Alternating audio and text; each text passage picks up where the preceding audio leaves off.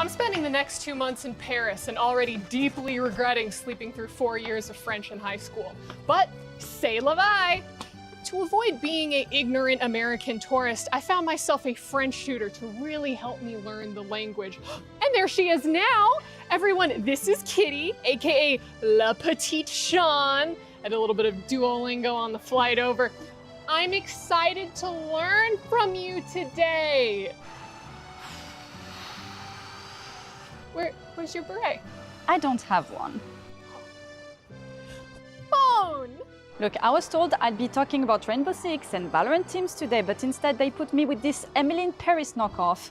I think I can make it work, but she called me her little dog? Okay, so we are at a flower shop. We call that in French des fleurs. Des fleurs. Okay, you know what? It's okay. We will try with another word, huh? Okay, perfect. Okay, perfect. Fougère. Forgery. I can't wait to visit all of these cute restaurants all around Paris, or brasiers, as the French call them, right? Yeah, that's the words. Okay, so if I wanted to order a baguette, what would I say? You would say, voulez-vous Voulez-vous coucher coucher avec moi? avec moi? Voulez-vous coucher avec moi? Perfect. I'm gonna go try it out.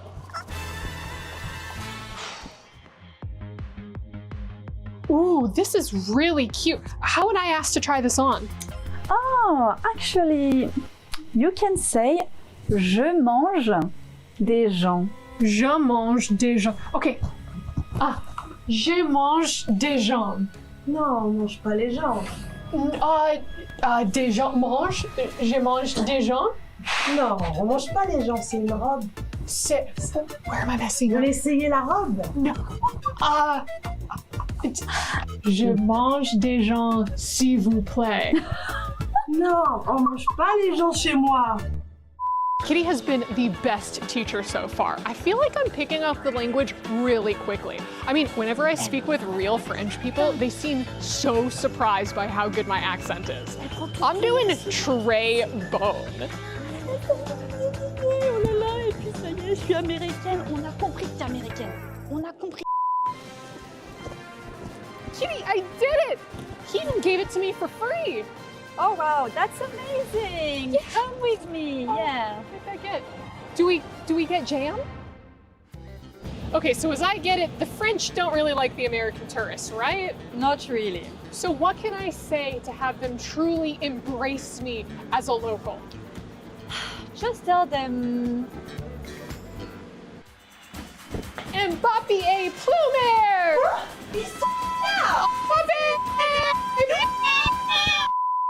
Kitty, it worked! They've accepted me as one of their own! I'm off to see Paris and it's all thanks to you! Bon débat.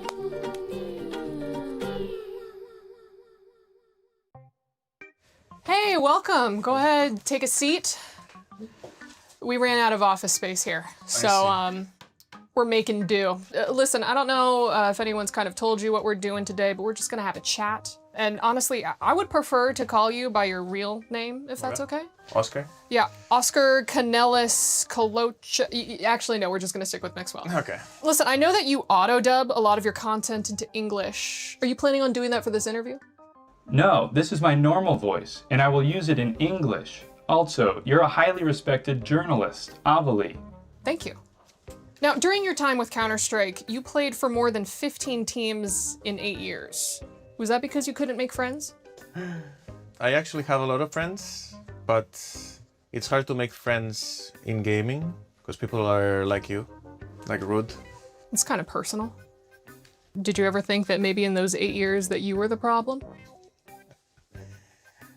Was it hard for you to leave Counter-Strike for Valorant? Or does being from Catalonia make the idea of separation come easily? No, it was really easy. It was really easy because I was tired of playing Counter-Strike already and I wanted something new. Because you aged out of it? No. How old are you? That's a very weird question to ask a woman. No. Did your mother teach you your manners? I think women and men are the same. In what way? I can ask you anything that you can ask me because we're the same. When's your next monthly cycle? But that doesn't have anything to do with your age. Hold up. We just said that we can ask each other the same questions as man okay, and I'm woman. gonna answer them. All right, well, let's move on. You recently became sponsored by Red Bull. I can see it on your shirt. Yes. Is that because being over 30, drinking it is the only way that you could stay awake? I'm not gonna get rage baited by that. It's fine. Why do you think that's a rage bait? Your attitude. My attitude. Yes. This is just the way my face looks. Now, Red Bull says that you were, quote, considered by the vast majority of fans to be one of the most charismatic professional players in the esports scene. By majority of fans, did they just mean your mom? It does mean what? Sorry, I didn't auto-dub it. Red Bull says that you were, quote, considered by the vast majority of fans to be one of the most charismatic professional players in the scene. But by majority of fans, did they just mean your mom? Oh. That's a lame one. Your mom is lame? No, my mom That's is not lame. incredibly rude. She gave life to you. Yes. But no. I mean, it's a lame question. It's a very lame question.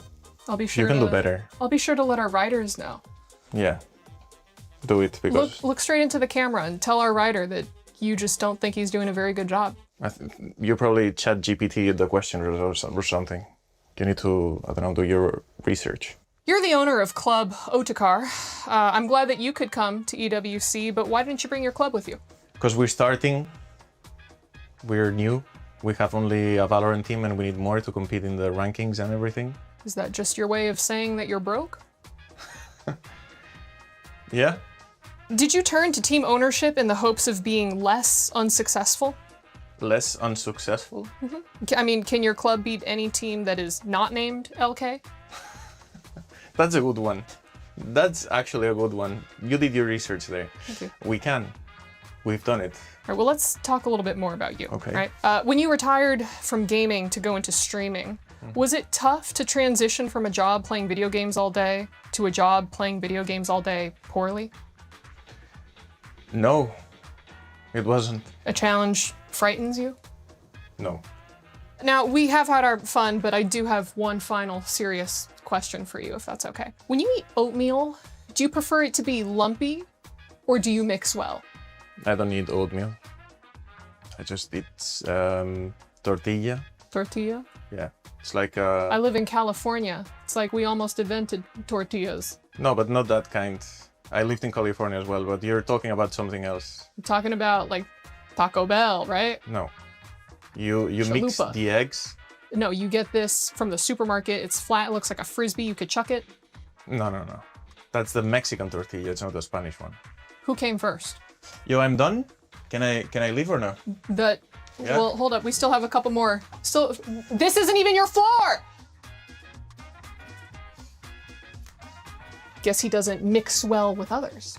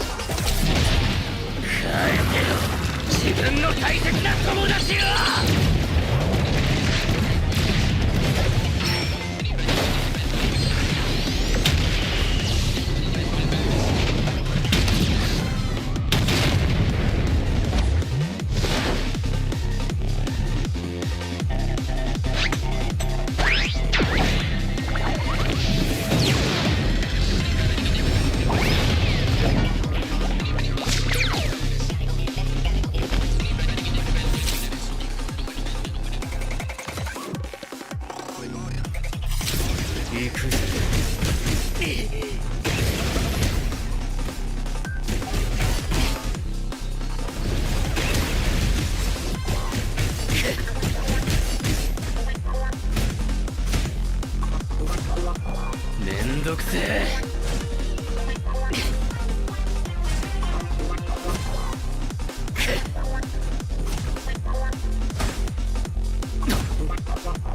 行くぜ。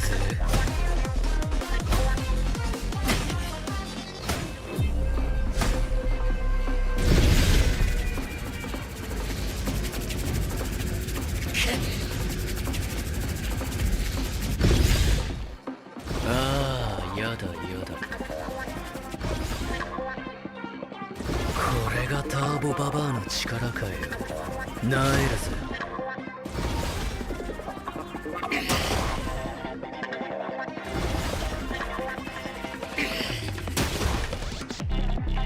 許さねえぜ、てめえはよ。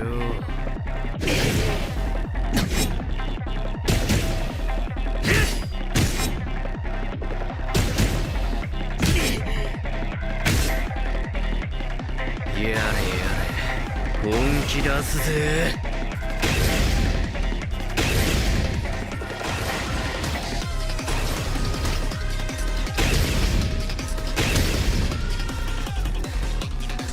ももちゃん、会いたかったぜ。強くならなきゃ、もっと強く。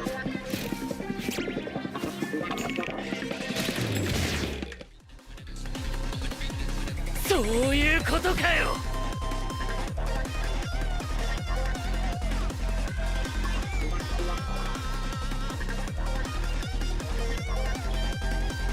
おっと悪い。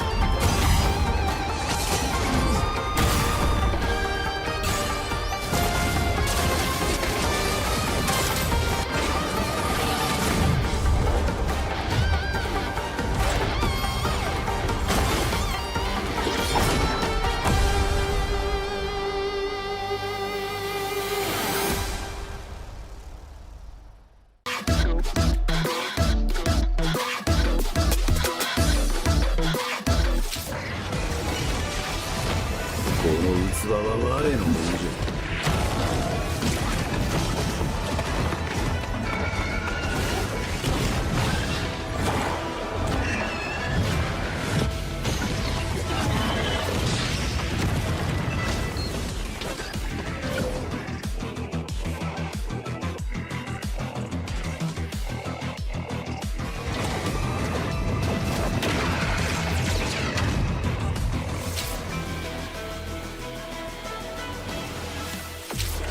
わしのじゃ。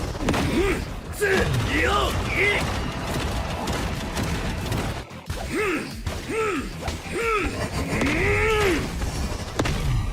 楽しいのう呪いの家。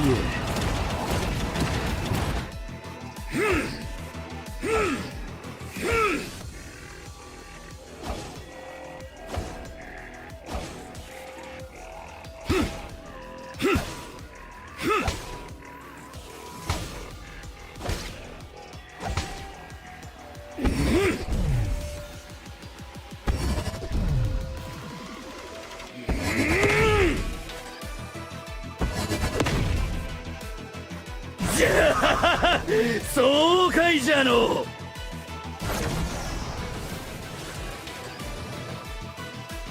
見つけた。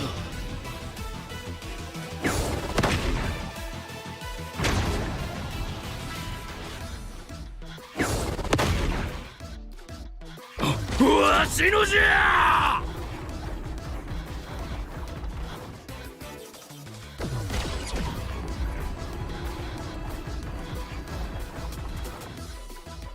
楽しいのう。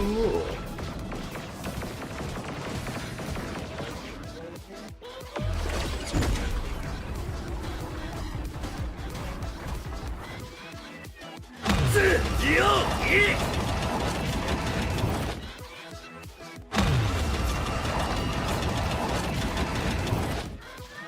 呪いの家。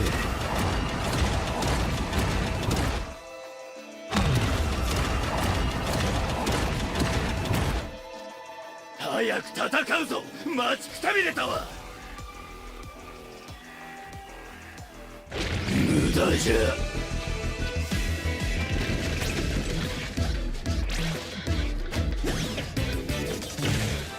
これから人間にとっての地獄を見せてやるからの。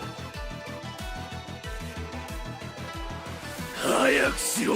我は待たされるのが嫌いじゃ。なんじゃ貴様、ぶち殺されたいのか。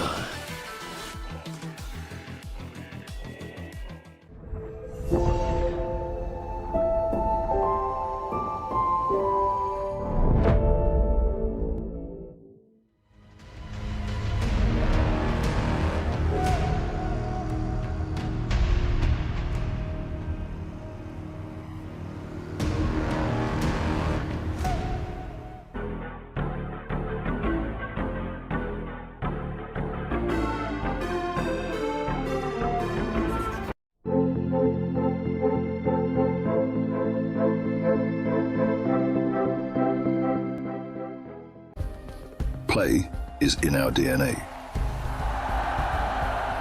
Whenever we let it out, it becomes our superpower. Now imagine an entire city being built to supercharge it. Kadir City, powered by Play.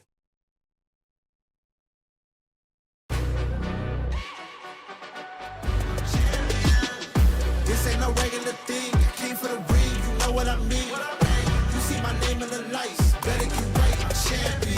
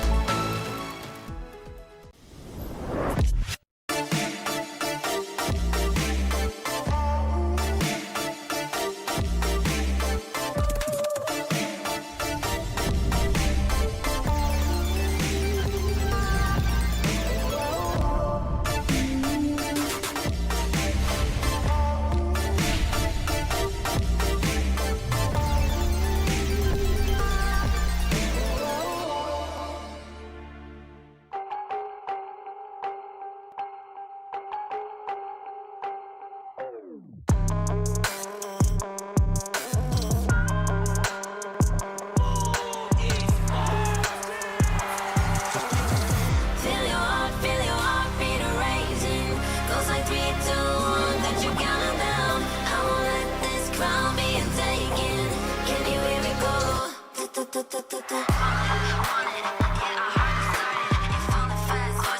crowning on us. We're the champions, ready to go. Yeah, we're made out of gold, never letting it go. Got your back and it coming strong in the storm. Do you wanna go on? In fortune, valor crowning on us. Yeah, crowning on us. Yeah, with fortune, valor crowning on us.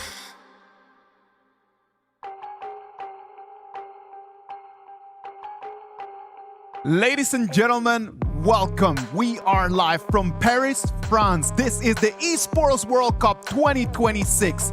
For the next 10 days, 20 teams are gonna battle it out for glory. They're gonna battle for legacy, and they're gonna battle to be crowned the champions of our tournament.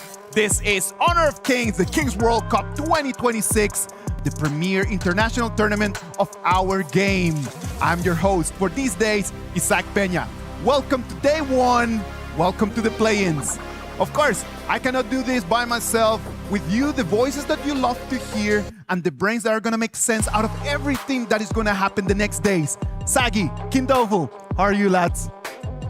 Well, guys, for sure, it's been a long while since I last seen your handsome, muscular face on the broadcast here. And, it's been a full year, and we are back again once again in the Esports World Cup. This time around, we are in Paris, France, of all places here. So stoked to be here, excited to be here, Kin. It's been a while, right? Yes, it is. And of course, let me introduce myself. It's your favorite kind of tofu, Kindofu. And we're going to have a lot of fun today because this is day number 1. We are in the play-ins, and there's a lot of things that we want to talk about today. Well, the first thing that we need to talk about is Paris, right? Like, it's been such a lovely city to be in. I am actually in love with the streets, in love with the people. It's been super nice just to kind of just have that change. Our first time here in Europe, isn't it? For me, it's definitely the food. I had some escargot, I had some of the pastries here. Love it, amazing. For me, I'm a foodie. I go to every city. It's food.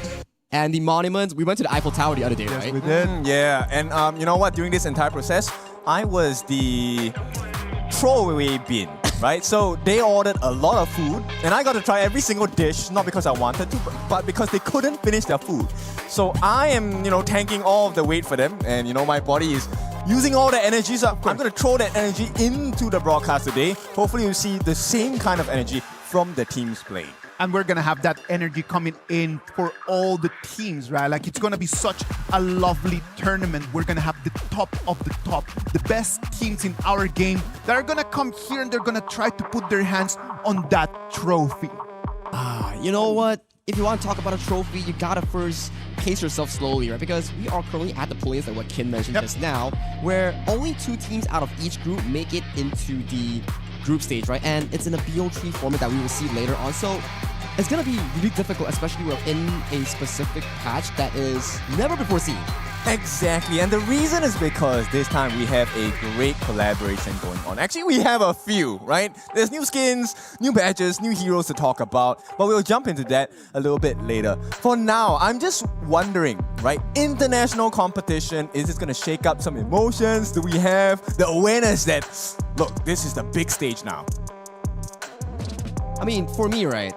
Is this the big stage? It's confirmed the big stage, right? Like, I think if you think of it from a MOBA perspective, right, especially for Honor of Kings, I think, if I'm not mistaken, this is one of the few times that you're actually having an event in Europe instead of Southeast Asia or Asia. So, is it a big tournament? Yes, and it also means a lot to not only the publishers, but also the players. Yes, because for a lot of them, this might be their first time in Paris. Will it be the last? We don't know yet, right? So whatever the situation is, they have to make this moment last as long as possible. And in order to do that, you just have to take 2 wins. It doesn't have to be in a row. Easier said than done, but 2 wins. That's the number we're looking for. Can you get 2 wins in your rank games? You know what? I have not been able to. It's been a difficult process for me. I have done charity in that sense, where I've given my stars to the members of the public. I'm sure you guys enjoy it. There's of course banter in between. They're asking, "Yo, are you the caster? Thank you for your star." I'm like, okay, have it. It's a gift. It's a gift. I mean, it's like, like, oh, now you don't know me at first, but like, hey, you're that guy on broadcast that you see. It's like, oh, Free Star? Oh, now I know you because free is always good, like all Hollow likes to say. But that's not the only thing that's free. If you have free time, I want you to go into the honor pass of the game because this boy right here needs your help. He needs you to put the votes in. Now, the next guy that needs your help is Holler, but he's not here, so I'm not going to help him out. We don't care about him. Yeah, we don't care about him. You know what? He will have his time to shine. I want him to shine as much as possible. You know what? Everyone needs to shine right over here. And we have some very big news coming in from the EWC stage, ladies and gentlemen. What about we go and take a look at that?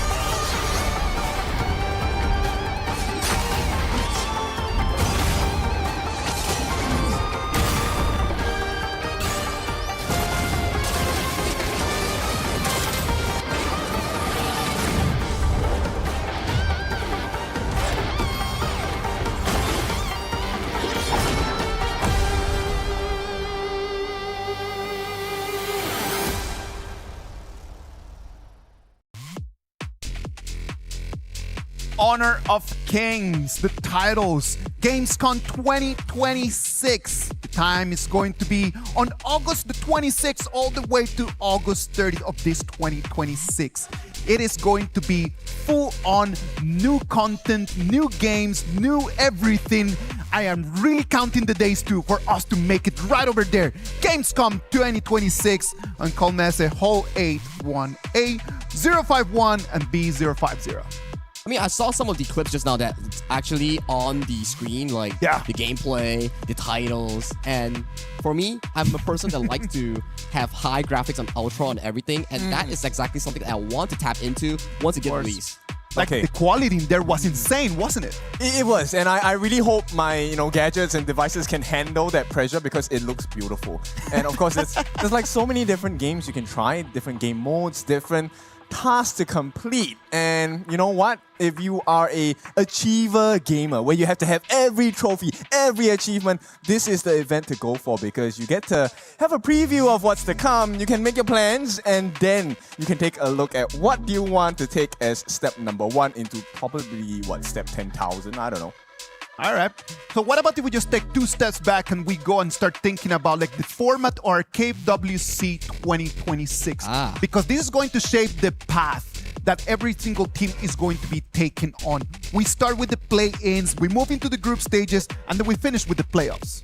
I think this is a very interesting format, right? Because you are not directly jumping into the group stage and then no one knows what's the actual meta in the tournament. Yes, scrims is scrims, like how you like to say it. Yeah. But when it comes down to tournament games, patch can change according to what actually works in the tournament setting. So looking at play-ins here, later on we'll check out some of the teams that's actually slotted into this specific format where you get to see a glimpse of what are the heroes that are available later on in the play-ins and playoff stage. And one of the interesting things is that we're going to have best of 3s, the same as we're going to have best of 7s in every different part of here, right? Like for today, we're going to have play-ins, so we're going to have only best of 3s. But as we make it into the playoffs and the best of 7s come in, different heroes are going to jump in. So Well, let's look at tournament bracket, the Group A, Kin. All right, Group A, this is going to be Buriram United Esports going up against Team Flash. After that, we have S8 UL Esports going up against Influence Rage. This is going to be a very important matchup. Now, we talked about best of 3s. You don't have to win one only, you have to win 2. But you also get the same in reverse. If you lose, there is a second chance for you. Talking about a second chance, you gotta check out the second grouping here coming in for our play-in stage here. Not to put any hate or slander towards Group A, we look at Group B, these teams are not to be joked around because these are very, very high achievement teams coming in from the international stage. We have Noxian Red Force going up against OG Esports, and then for the second half of the series, we have Deep Cross Gaming going up against Blacklist International. So it's going to be a difficult day for these 8 teams here because there are only 2 slots in each group. You need to make it work and you have to do it really quickly. Okay, maybe not too quickly, right? The game can go on as long as it needs to, but the draft is so important. Yeah, talking about the draft, that's just the interesting thing, right? Especially when you talk about draft, there's a lot more new heroes compared to where we've seen back in, I think, Asian Games qualifiers and also the pro leagues of respective regions here. It has been quite a while now, and those heroes might not be the same ones as we see currently in the current patch. No, but this is why I love, because, you know, as a caster for HOK, I probably stand on a different boat, right? Everyone is like, this is the meta, this is the hero, this is the way to play the game. But no, now there's new heroes, so there's no fixed meta just yet. The pro players will show us those fixed metas, but we get to explore, we get to be creative. That's the main part. It is going to be just such a great journey what we're going to be having the next days. We will have the opportunity to see the top players showing to us how this game is supposed to be played like, right? Like we will start today with the play-ins, which is actually a really interesting stage, right? Like we're gonna have teams trying to make it through. And make it through is going to be these first 2 teams in our match number 1, Buriram United Esports against Team Flash. And the interesting about these 2 specific teams, they come from AOV. And for Buriram, they come from RPL, and for Team Flash, they come from AOG. And then, when we talk about AOV, there's also heroes that we mentioned about new ones coming into Honor of Kings, where we have the heroes such as Florentino, Annette, and also Lorian, which may give them a competitive edge in this specific best of 3 against each other. You say may, I say they definitely will. Buriram United Esports coming into the stadium here, they are going to be so fantastic at bringing the flavor of AOG into KWC this year. And for me, especially, right, when you talk about these specific heroes, I've talked to some of these players, right?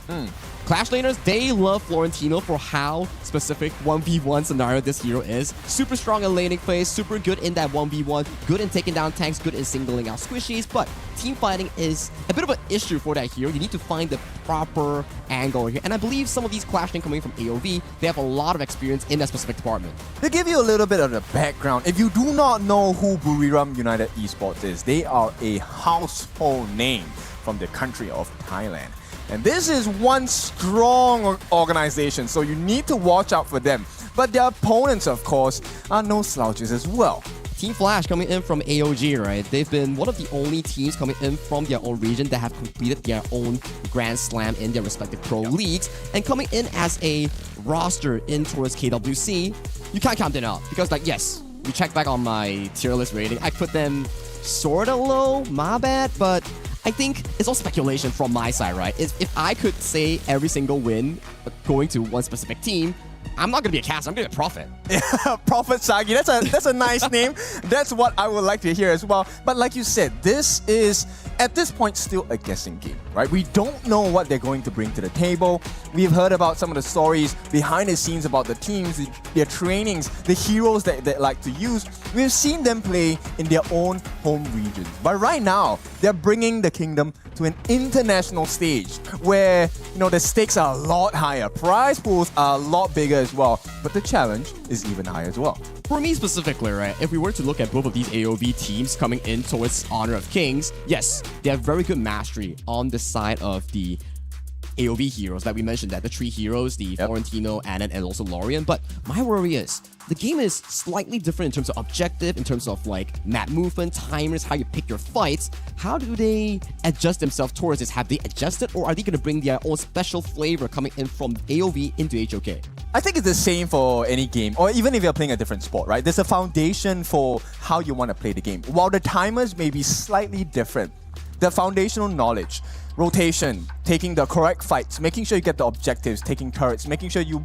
know how to bait team fights, or even just to run away or fight at the right time. These are the core mechanics you need to have, regardless of what game you're coming from. So this is something that both teams have already shown us, and it's wonderful. These two teams come in with a different background, right? Like they have different understanding of the game.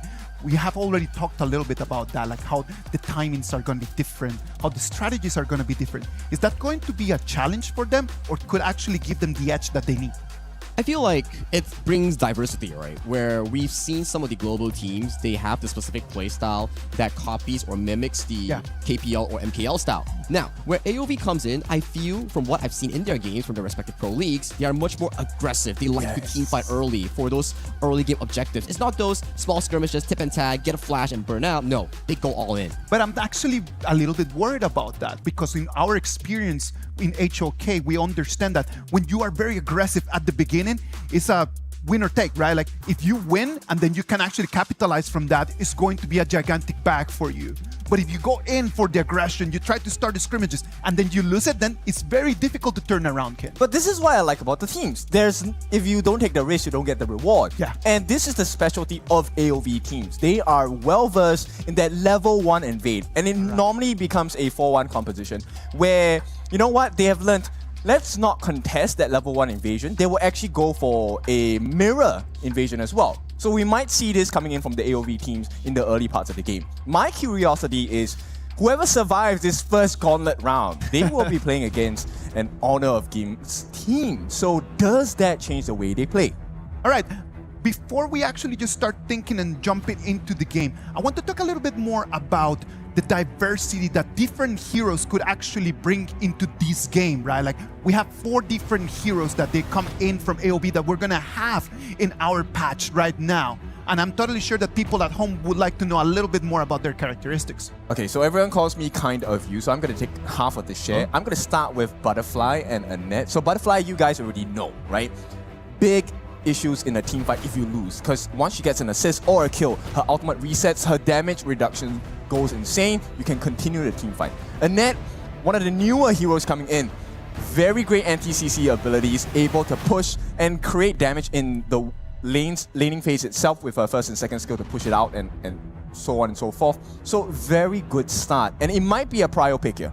I definitely have to agree, right? Especially for the side of Annette. I call it the aggressive Zhuangzi, where you can actually use your ultimate to go for those aggressive engages here, which is a sort of a mix where we have Zhuangzi and Yuan in a single kit. And then you talk about other priorities. Here you have Florentino. This hero, we've talked about it. Favorited by most of the Clash lanes here coming in towards this tournament. Insane 1v1. Almost has no natural counter in the Clash lane aside from potential lane swaps, which we may be seeing more from the AOV Clash lanes later on. And then the final one. I feel like Lorien actually has one of the highest priority here coming in for this specific game. 4 different heroes that they're going to amplify the variety right over here. But well, ladies and gentlemen, we are jumping into the ban and pick. This is going to be an amazing game. This is going to be our match number 1 of KWC 2026. The whole journey is going to start right over here. On one side, we're going to have Buriram United Esports. On the other side, we're going to have Team Flash. You do not want to hear it from me. I'm totally sure that you want to hear it from the best of the best. Holler, Blam, take it from here, lads. Thank you so much, Isaac. As we go into draft number 1, of course, game number 1, this is an interesting one because if we're looking at this from both sides, Burim and Flash, yes, they're AOV squads, but are they ready on the international stage to play Honor of Kings? We're going to find out right now. I mean, we can only really hope so here, Hall. We do obviously see the draft come underway right now. And you were speaking about obviously being AOV, both of these two teams, and they select a hero that's not quite on that game right now. We're going for Pei, which is obviously a prio pick for a lot of the Honor of Kings teams. Yes, very important to set the tone. You're talking about a best of 3. Everything wants to be fast, furious, and of course, in your face. Pei does all of those, those traits. Ooh, okay, so we get a bit of Lorien action in our first match of the day. This is going to be some fantastic setup. Obviously, these are the teams that know how this hero works, right? We have obviously great backline access here. We're able to use him from the backline, abuse him, and just throw those orbs everywhere. The setup for his ultimate has unlimitless creativity with this hero. Yeah, and we've talked time and time again about how Lorien would set the tone in terms of the meta. Yeah. Most teams have not really been picking it too much. When it does come out, it does definitely dominates. Yes. But now with an AOV team piloting this hero, it's going to be next level, right? It is going to be next level, but we do need some serious frontline, right? That's definitely what's lacking here onto the side of Burim United. We need to see a support tank, maybe potentially the Byron here into the Clash lane, not quite being taken out just yet for the side of either Flash or Brew. But if we look over to the side of Flash, we are looking at late game. We have the front line here, Zhang Fei being one of those big picks, those big heroes into the support lane. But it looks like Flash have done their homework. They banned out the Byron in that last phase. Very much a traditional type of draft. The Zhao is a little bit more of a niche pick in that sense, but it does actually set up in terms of that, the stuns, especially coming from that mid lane. If we're looking at the Burim United lineup, this is a tried and true. They got damage galore. Yes, they're kind of on the squishier side, but they can shore that up with, of course, these last 2 picks. I mean, the Xiao Xiao complements Lung, right? Like, obviously, Lung, mid-range hero. Xiao Xiao has that great poke potential that you're able to kind of throw and scale into the late game. Charlotte, once again, a little bit more late game assurance into this top side of the map. So really here, what we've seen for Burim United is that they really want to finish this game early as possible. They don't want to allow Charlotte to scale, Lung to scale. Oh man, the Miyue as well as the Liam Po, both setting it up. Again, a lot about this split push. If we were talking about some sort of speed in a best of 3, this is really going to dictate tempo here. Oh, a lot of speed, a lot of split push potential, like you were saying there, Hall. The top side of the map is looking feisty, but even more feisty, it's going to be the butterfly pickup here. Game number 1, we are already starting to see these merge heroes changing the meta for these two teams. Yeah, very interesting last pick. I mean, with the butterfly, we don't see it too much in terms of like the traditional Honor of Kings esports, and this is why it's a giant shakeup. You have new teams that have a very new perspective in terms of what they want to bring, but now with both of these two teams locked in, who are you giving the edge to? I mean, like I said earlier, right, obviously, Burim United, we need to kind of try and see a little bit more of an earlier game victory here if we start to sort of scale into that kind of like 12, 15 minute mark. And if bot side of the map for the side of Team Flash has a doozy and is able to scale up in terms of gold, it could be trouble. Yeah, definitely could be trouble. But I mean, going into this one, I love the lineup of the Burim United. Yes. This is going to be an interesting one because, again, the Lorien, to me, are they able to dominate it, or is Team Flash, they know how this hero plays, they're going to be able to counter? I mean, both of these teams know how it plays, right? They are from, obviously, Arena of Valor, both from their respective regions as well. So Lorien pick up here for me. I feel like maybe for these 3 teams, especially obviously Deep Cross Gaming that we'll obviously get into later on in the day, those are the kind of heroes we're going to expect to see prio. Yes, definitely so. And now with the teams kind of loaded up, good to go. I mean, there's got to be a little bit of nerves, right? Yes. First game in the entire EWC 2026 for Honor of Kings. It's a giant honor, and to have both of these squads, I mean, dare I say, prediction-wise, one of the AOV teams will win this series?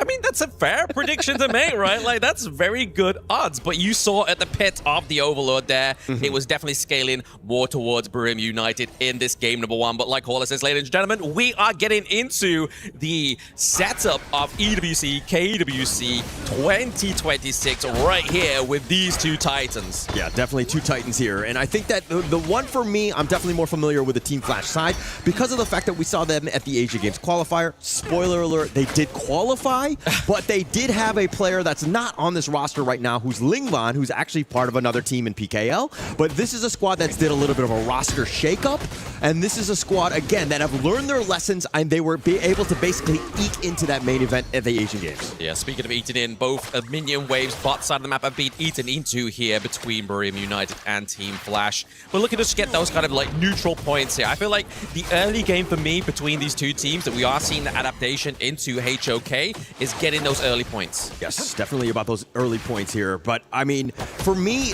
the problem is going to be this Miue. Like, how is it going to just, like, is it going to take over? Obviously, it's a pain to deal with in that terms of that clash lane because you have that range advantage.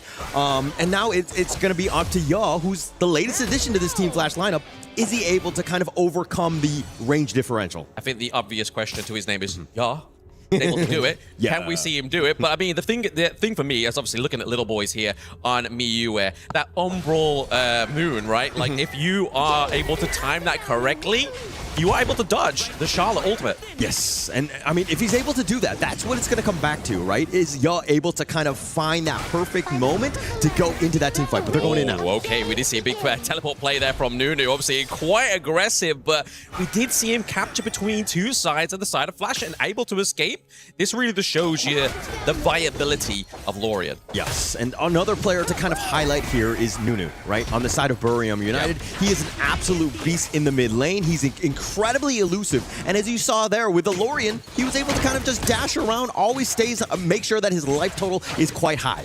Yeah, someone's life total is not quite high as Ryan, but he does have the ultimate that he doesn't want to get forced out yet. The Infinite Vastness is staying in check. He really wants to hold on to that around about that 4-minute mark, right? If you eliminate Infinite Vastness here from Aoin, from Reen here into this team fight, into this neutral objective, it makes it a little bit harder for the marksman to be a bit more viable. Incredibly patient by Reen, right? Being able to just hold that Infinite Vastness, and he didn't want to hit that ejection seat because he knows that he needs it come the team fight. We're starting to get to the point where it's, 3 minutes in, getting to that 4-minute mark. You don't want to waste that ult and just kind of use it willy-nilly, if you will.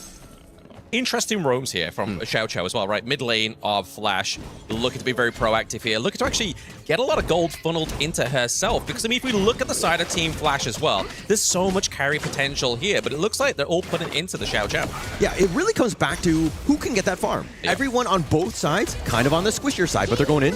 They are trying to go in. I think Taos is kind of playing a bit of pillow talk, man. He's like, you know what? I'm going in. I'm going to try and bait as many skills as possible. Nothing to be worried about here. He is the tank of Barium United. What? When 3 people jump you, you're talking pillow talk at this point?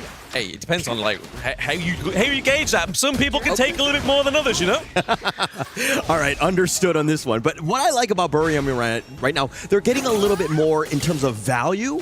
The rotations, I mean, they're up about 1K, and it's all about those little wins. The gold sharing has been on point, especially with Valdez here. Yeah, definitely towards Barium United, as you said there. Obviously, 1K goal lead so far. We are starting to see kind of like become a little bit less onto the side of Team Flash here, but most importantly, neutral objectives are up. Yeah, is looking to get taken down. Top side of the map here, so first blood going over to the side of Barium United, and they do lose out on that all-important Tyrant. Oh, he was able to dark transfer, got that first blood so that the tower didn't do much, and it was a bit of a fight in terms of that Tyrant, right? So it was like, okay, we're going to give up a little bit of space, we're going to give up first blood, but we're going to pick up the Tyrant ourselves. So again, all in all, not the worst thing for either of the squads here. Not the worst thing, but it could be setting the pace, you know? Definitely losing that Tyrant, especially losing a Tyrant to a team that is a late game composition here. It's just going to enhance their early game. And speaking of enhancements, we are seeing that shifted up here to Barium United, able to get that T1 turret for themselves. Yeah, Taos there was actually going for the solo play. I've done this as a roam myself, where you're like, I see 2 people, I'm going to get my Tremor Smash, get it on, and I got a 2-man stun, but then there was no follow-up, so you're like, oh crap, now I have no damage. Got to get out. So what you're telling me here is you're blaming your teammates for your impeccable choices in HOK. Yes. And so if I win, we move on. If I lose, I hit that report button at least 4 times. There we go. We've got Horless insight to his ranked games, but top side of the map taking a lot of pressure here for the side of Team Flash, and definitely pressure is something you want to be eliminating here, or at least kind of trying to blunder if you are Team Flash, because you are behind around about 2.5k gold as well, and it's not looking too good, especially Charlotte here. Yeah, may not be able to get to that late game. I don't think so. I mean, they're kind of suffocating right now. BRU is doing a great job of ensuring that they're using that range advantage to the maximum. Tremor Smash. Oh, okay. Tremor Smash connected onto 2 here, but it's going to be the kind of assault onto the T1, but the assault doesn't stop there. We force out the infinite fastness, so we are seeing no members of Team Flash fall, but we're seeing turrets fall left, right, and center. Oh, so smart by BRU, right? I mean, Taos, that Tremor Smash, yeah, it was only 2, and they didn't get any kills, but it was all space created because they were trying to focus down that tower, and they were able to converge at the right time. The timing of this team has been impeccable thus far. Very good, very good. Obviously, pacing, roaming, the way they have been shifting through these lanes, definitely something that Team Flash maybe want to adapt in here, but it's going to be the unbridled outburst that saves Tofu, and actually does nothing here for a follow-up for Licky. Yeah, Tofu just hanging on by like the very, very end, ensuring that he gets that ult off, has that huge hero boost. I mean, I like this Tofu way better than the other Tofu on desk. Oh, he's not your kind of favorite kind of Tofu. Okay, we are having shots fired. I mean, Kin did obviously point you out earlier, so I feel like that was a fair shot, you know? Yeah, of course. Payback. I was going to get back at him at some point, but BRU are on a roll as they take the mid T1. More space, more of this map control by BRU. Yeah, very troublesome situation for Team Flash to be in. They are behind. They are a late game comp. They are losing these turrets. So what naturally happens when you lose turrets? You start to lose your jungle as well, as we've already seen at this moment in time. Brim United is able to actually have free access to that Azure Golem. Yeah, this draft by BRU is just on point, right? Everything that they want to do is like, we're all in, we're going early game, we're going fast, we have so much damage, and try to catch us. It's been impossible for Flash. They've done nothing thus far to make a sort of dent into this lead. Yeah, there's been no real reactive gameplay, like you were saying, right? Like, there's no kind of mirroring, there's no kind of lane play top side of the map whilst they try and rush down bot side here. It just seems to be like, what can we get, but at what cost? Trying to limit that kind of like deficit here. Yeah, and I mean, you have to get some sort of pick off at this point. You're looking, I mean, this net worth lead is starting to grow. It's starting to compound. It's becoming very difficult for them to kind of make a dent into. But BRU, again, look at this full court press. How are you supposed to able to find any sort of space across this map? You know, the crazy thing is, we've got 1 kill on the board. Yeah. 1 kill on the board, but so much influence onto the Gorge itself. Turret's taken down. T3 already taking a bit of a battery at the top side of the map there. And T2, the final one in mid, falls here for the side of Team Flash, which is just going to prove that problem even more. Yeah, so if there were any sort of questions of how BRU would be in terms of preparation, all of that, let's find out. Okay, Tremor Smash, that was very tasty there. No flash used in sight. He still has a means to get out, but Julius into the back line, takes down Baldus, but now Licky gets his remains with a double kill here for the side of Brim United, but there has been blood traded. Flash are looking for a way to maintain their base. Yeah, very good play, right? Being able to take down Valdus was absolutely huge for them because Valdus was starting to get out of control. Yep. Yeah, he didn't have a whole lot of kills, but in terms of that net worth, he's able to melt towers and to utilize all of the space that was given to him. And now on this other side, look at how BRU just bouncing back. They're just going to take this time for free. They take the time for free here, so really, yes, we get a good team fight here from Team Flash. They are able to trade like, what, 3-2. Julius, obviously, is going to be one of the scapegoats within that one. But I feel like somebody has to be at this point, right? Someone has to take the charge, lead the cavalry, and try and get some kills. As you've seen here in this replay, Julius just finds that window of opportunity, gets a takedown there, but the Splendor onto Nunu, saves himself, but then it only delays the inevitable there as we see that Ring gets that kill. So really good play here from Team Flash just to keep themselves in this game number 1. Yeah, definitely. And Rin, it was almost like personal. He wanted to make sure that he took down Nunu. He was going all the way on the outskirts to ensure that he gets that pick off because Nunu and Valdus, those are the guys that need to die before they can even get to potentially any other member of this, you know, BRU lineup here. Yeah, I mean, that's right. Because obviously the backline potential here for Nunu on this Lorien is absolutely nutty. And you look at obviously the gold difference here as well from the mid lane. It's not stark difference. It's not day and night, around about 500 gold difference. So in terms of actually these mid laners taking priority into the resources, it's not a lot, but taking those blows is going to be Taos. I think he's taking a little bit too much damage here, but it is going to be Julius looking for the escape here on the butterflies, able to get out, and another takedown onto Little Boys. Team Flash are looking for more blood. They're looking for more kills. They're looking to try and stay into this game because they're now approaching that late game territory, which this could actually flip for them. Yeah, now, nice little Trevor smash. Finding Rin, he's not able to get on his dragon. 3-man stun, and they continue to go, and they're taking them all down. Julius is the only one, and he's going to run back into the hills. And that's a bit of crispy tofu right there, right? Like, he was absolutely shocked by lightning there by Nunu. We do see the top side of the map with that minion wave looking very promising here for Barium United. We have Leaky, Voldus, as well as Taos. Nunu here as well. The cavalry is here, boys, but not for the side of Team Flash. They still have 6 seconds till the Lung, till the Charlotte gets aligned. Julius does fall, and game 1 goes to Barium United. What a clean game. That's an absolutely a monster game to set things up in terms of the tone here. Absolutely. Obviously, that's going to be the great game. We are waiting here to see what the experts have to say from this first game of KWC 2026. Take it away. What a way to start the tournament. Buriram United Esports came in, guns blazing, come in, take the first match, and they know right now that with game 1 done, they just need one more game, and they're gonna be making it into the upper bracket finals.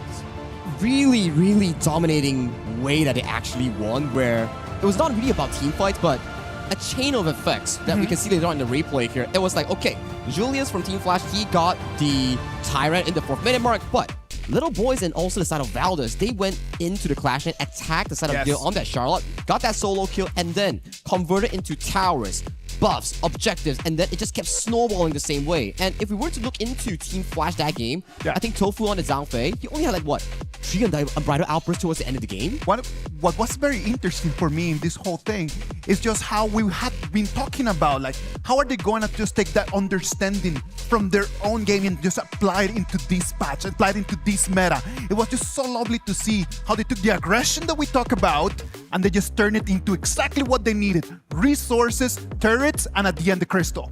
I mean, if you take a look at the goal distribution throughout the side of Buriram United Esports, this is what you want to see, right? The jungler having the top farm. He's able to invade into the jungles, make sure that the rest of the team also has options to explore in terms of taking turrets, taking fights. And the one thing I want to point out, we were talking about this just now off stage.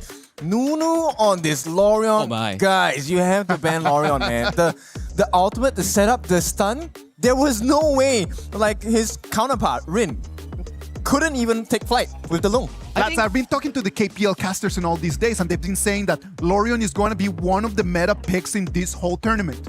And we just saw it over here in game 1. It is going to be the one hero that we're going to have to keep our eyes on. I think especially, right, where it excels in a few things. I think the Lorion pick coming in from the side of Buriram was actually really smart, where you're thinking on the side of Team Flash. Okay, you have Xiao Qiao, you have like Ao Yin, both very mid to close range heroes here. And then you have a Lorion where he's just like throwing his like balls left and right, you know, that's just zapping you from afar, setting you up for big plays, where the range advantage is already earned by the side of Buriram, where they already have that team fight edge, where you don't need to like go for those big team fights. Poke, rotate, invade. That's what they did all game prior to that 10-minute mark. Just a piggyback right on that topic, because it's very interesting that at 8 minutes of the game, they were already just knocking on the high ground turrets. Like, it was just so interesting, just the way that with only 1 kill over there, they were already just pushing in just to go for the main objective. It didn't feel like 8 minutes at all. It felt like, you know, they have been farming for like 15, 16 minutes, right? The goal difference was so big. It was 5 minutes, a 5,000 goal lead in less than 7 minutes into the game. And that was a huge monument for the side of Buriram Esports, because they did exactly what they were supposed to do, right? They took 1 kill, that singular kill transformed into 3, 6 outer turrets, jungle camps after jungle camps, and then, you know, the wasted efforts from Tofu on that Zhangfei, we counted, right? 3 unbridled outbursts, no return. An amazing start for our KWC 2026. Buriram United Esports right now with a small lead that could take them into the upper bracket finals. Ladies and gentlemen, we're going to go for a short break, and when we come back, we're going to go with Game 2 or Match 1 of our KWC 2026.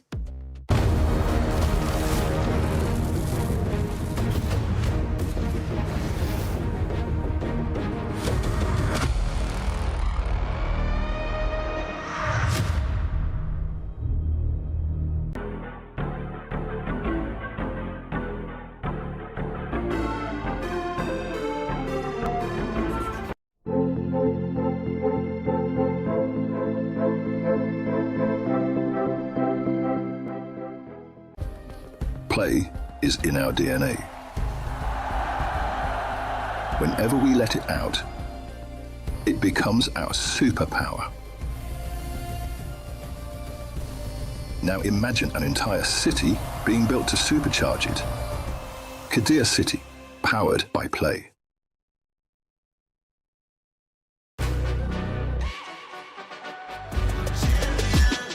This ain't no regular thing. I came for the ring, you know what I mean. You see my name in the lights, better get right, I'm champion.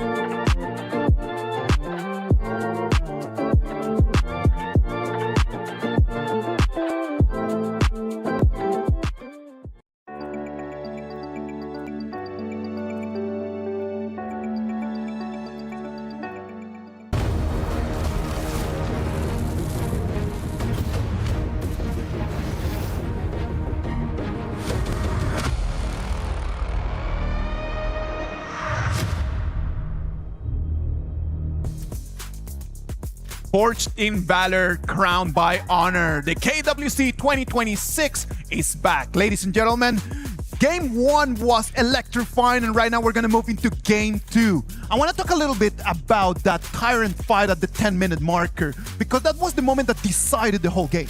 It definitely was. And let me be clear, I was watching, but I took a sip of coffee and it was gone. It was very fast, right? Like, at the very first, we did see Little Boys on that Miria. He went in for an aggressive play on the Umbral Moon. And then, unfortunately, he got picked off by the side of Julius on the Butterfly. But that's the thing. You're down like 4,000 or 5,000 gold at the 10th minute mark, where even in the 4v5 situation, it still gave so much room for Buriram to actually win out that 4v5. We saw Nunu bouncing with that ultimate, just locking down several players here, and then setting up for those team fight wins, which in a equal like 50-50 goal lead, it could have been Team Flash comeback moment, but it's due to that early game that you talked about just now. Yes, and it answered one very big question we were discussing just now, which was, do the AOV teams that come into KWC, can they actually match the timings? Because the timings are a little bit earlier in their side of the world. But down here, at the 4-minute, the moment it was the 4-minute mark, they were on it. Team Flash was on it. Yes, they got the first one, but Buriram finished that story with the enhanced Tyrant. That was the more important one. There are some little details that you can already start understanding from Buriram. Like, they come in, they try to do the early aggression at the 3-minute marker, not even to try to get the kill from the Lung, but just to force the infinite vastness, as Blam just mentioned right over there, which could have actually just narrowed down their options for the 4-minute fight. These little details, gentlemen, it's exactly what we're here to pay attention. I want everyone at home just to be taking notes on that. It is not always about just going in there and trying to get the kills. It's actually just trying to force your opponents into the corner that you want them to be in.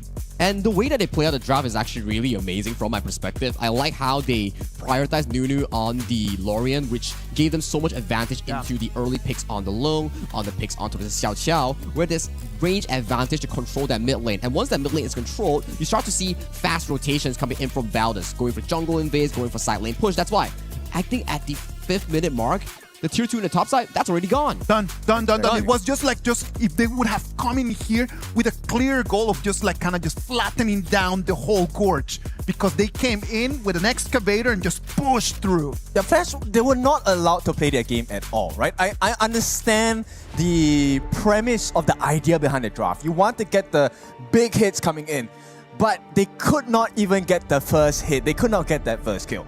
Exactly. That's just the difficult part, right? Where you want to see how the draft actually plays out. I think coming in with a global ban pick structure here, both teams will still put priority on bans, especially on the Lorian and the Florentino here. Yeah, it's definitely going to be an important choice, right? I think maybe you don't take the risk. You don't give the Lorian over to Team Flash, right? And Florentino is a must ban. It has to happen.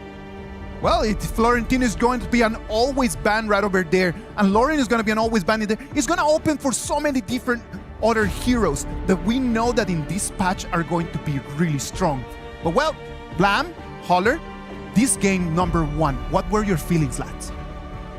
Actually, I was very impressed. I mean, go on. Yeah, absolutely. I mean, like Kim was saying, I took a sip of coffee and all of a sudden, I mean, my break's over already. Like, we're back into game number 2. I feel like Buriram United, it definitely had a clear, precise early game as their draft dictated. But like I was saying towards the end there, Team Flash, if they just had a little bit more pizzazz in the early to mid game, we could have seen a potential comeback a little bit better. Yeah, I like the term pizzazz, but I think that was, I mean, they needed that a little bit like magic fingers and, you know, some Jazz ways hands. to kind of, jazz hands, all of the above, because I think that was a little bit of a wake-up call for them, right? I think that they're like a little bit shocked. It seemed like the preparation was definitely there by BRU, because that draft and the way that they were able to play that composition was just so high level. It was able to just destroy them without really a thought. Yeah, it's as if they've done it before, right? Yes. Like they played those heroes to a T, but we're getting into draft here of game number 2. We are seeing that Mai Shiranui being picked up for Team Flash as their first prior pick onto the blue side here. But then we look over to Brew. We have Voldas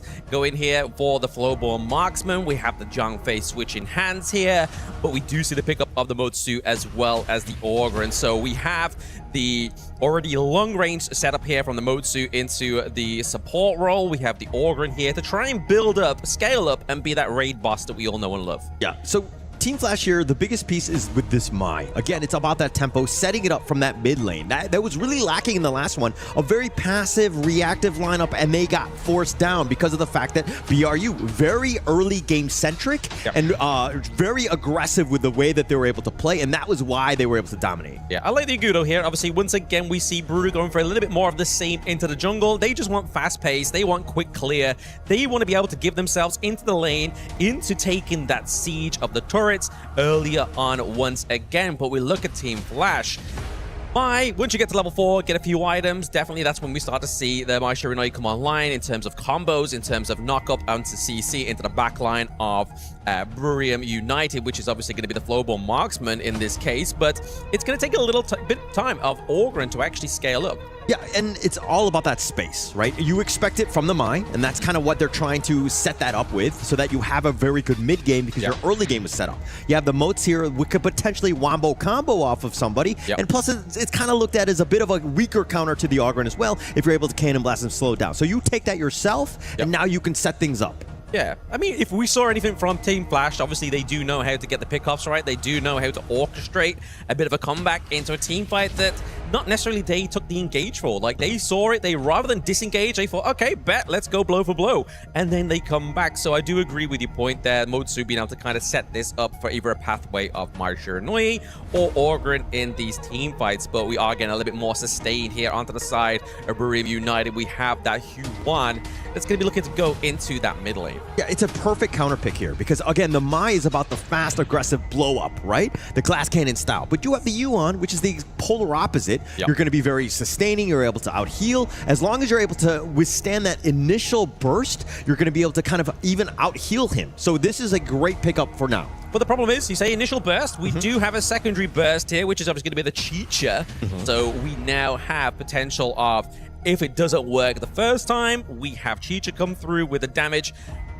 and they now actually have a sufficient front line. This is the thing that they didn't have in game number 1 for Team Flash, was a sufficient front line, but now they have the Byron, they have the Orgrin. I feel like this is definitely a comp here that could get Flash a 1 point onto the board. Definitely, definitely. And I mean, it definitely makes a lot more sense. It's way more balanced. They shore up a lot of the weaknesses. Yep. And they have, you know, from early to late game, you're kind of set. My only concern is that the range, the Chicha kind of limited. You don't have as much, right? Yes, the Ogren will be there, but once they're hitting that mid mark, everybody with that range is going to be super, vulnerable, right? And so that's where, BRU need to kind of play around that, dance, if you will. Yeah. Speaking of dancing, obviously, like you said with the Chicha, you do kind of have to prep yourself before you go into a team fight, especially if you want to have that range. You got to stack up your passive, and then that's when obviously the burst potential does come through. Not quite as kind of like demand and go as the Martirinoi burst. Yes, and as it looks like the players are about to load up into game 2.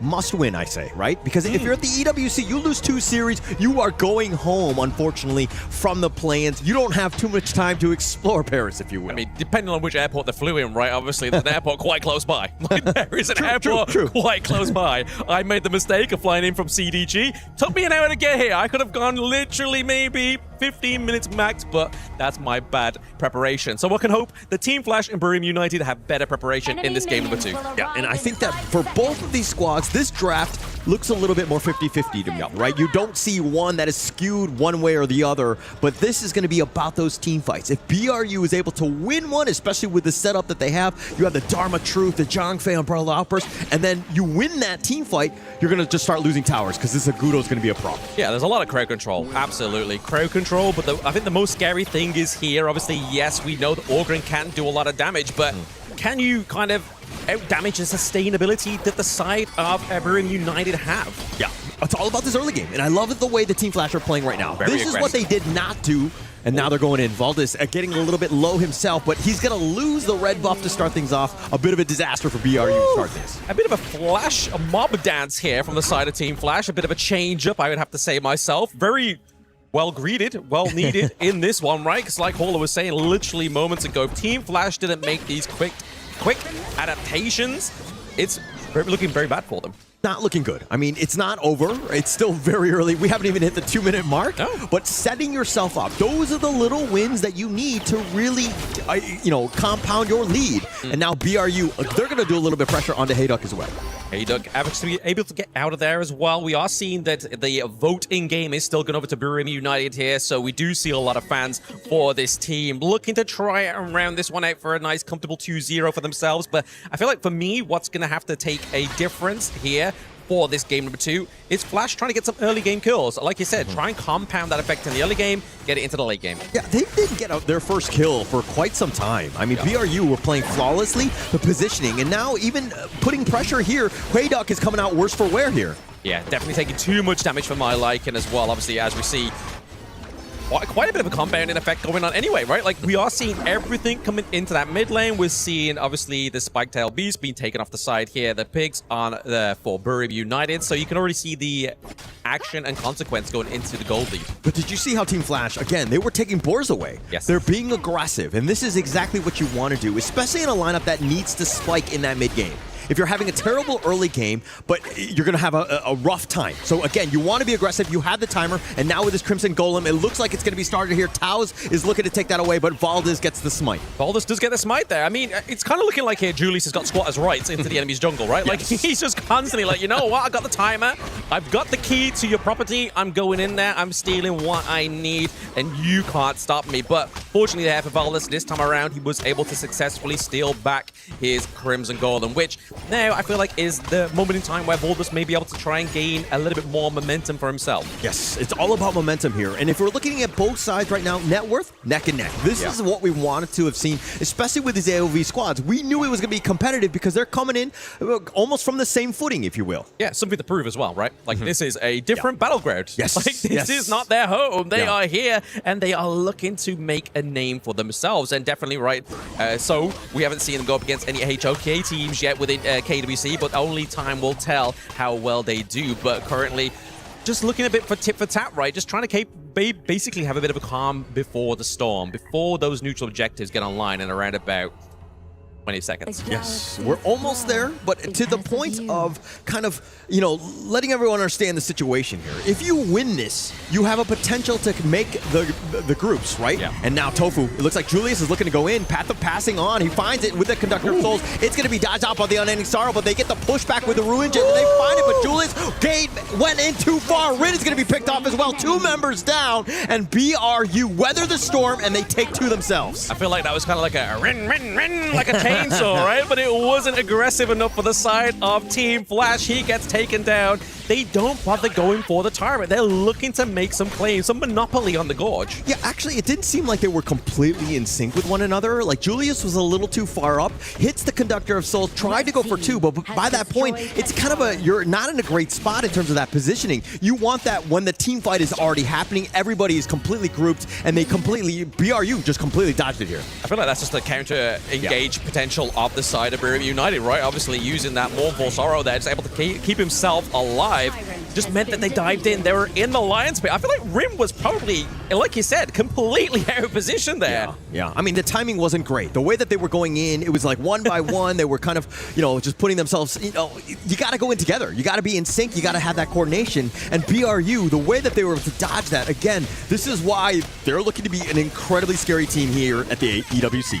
Scary team here at KWC. Scary team here into the mid lane. It looks like they find Tofu. They actually pick him off with that Umbrella Outburst, and BRU are going to be so happy with that. Oh, absolutely. Happy and more, right? Obviously able to get a bit of damage onto the mid lane, create a bit of priority, just kind of give themselves a little bit more room to get a bit more reactive, right? Because that's what the problem was in that early game. Yes. They weren't able to react because they didn't count on Team Flash invading in the jungle. Yeah, did not expect it, but now that net worth lead completely shifted in favor of BRU. This is a huge situation, and now the Overlord, that is going to stem a little bit of the bleeding for Flash. I feel like I'm watching the stock market here with that gold, you know? Like, we saw in the early game, it was kind of fluttering up and down, but definitely put your money on Buriram United here. But we are seeing a lot more Monopoly being taken away here from the side of Team Flash. It seems like a little bit of a rinse and repeat of game number 1, which is a problem here.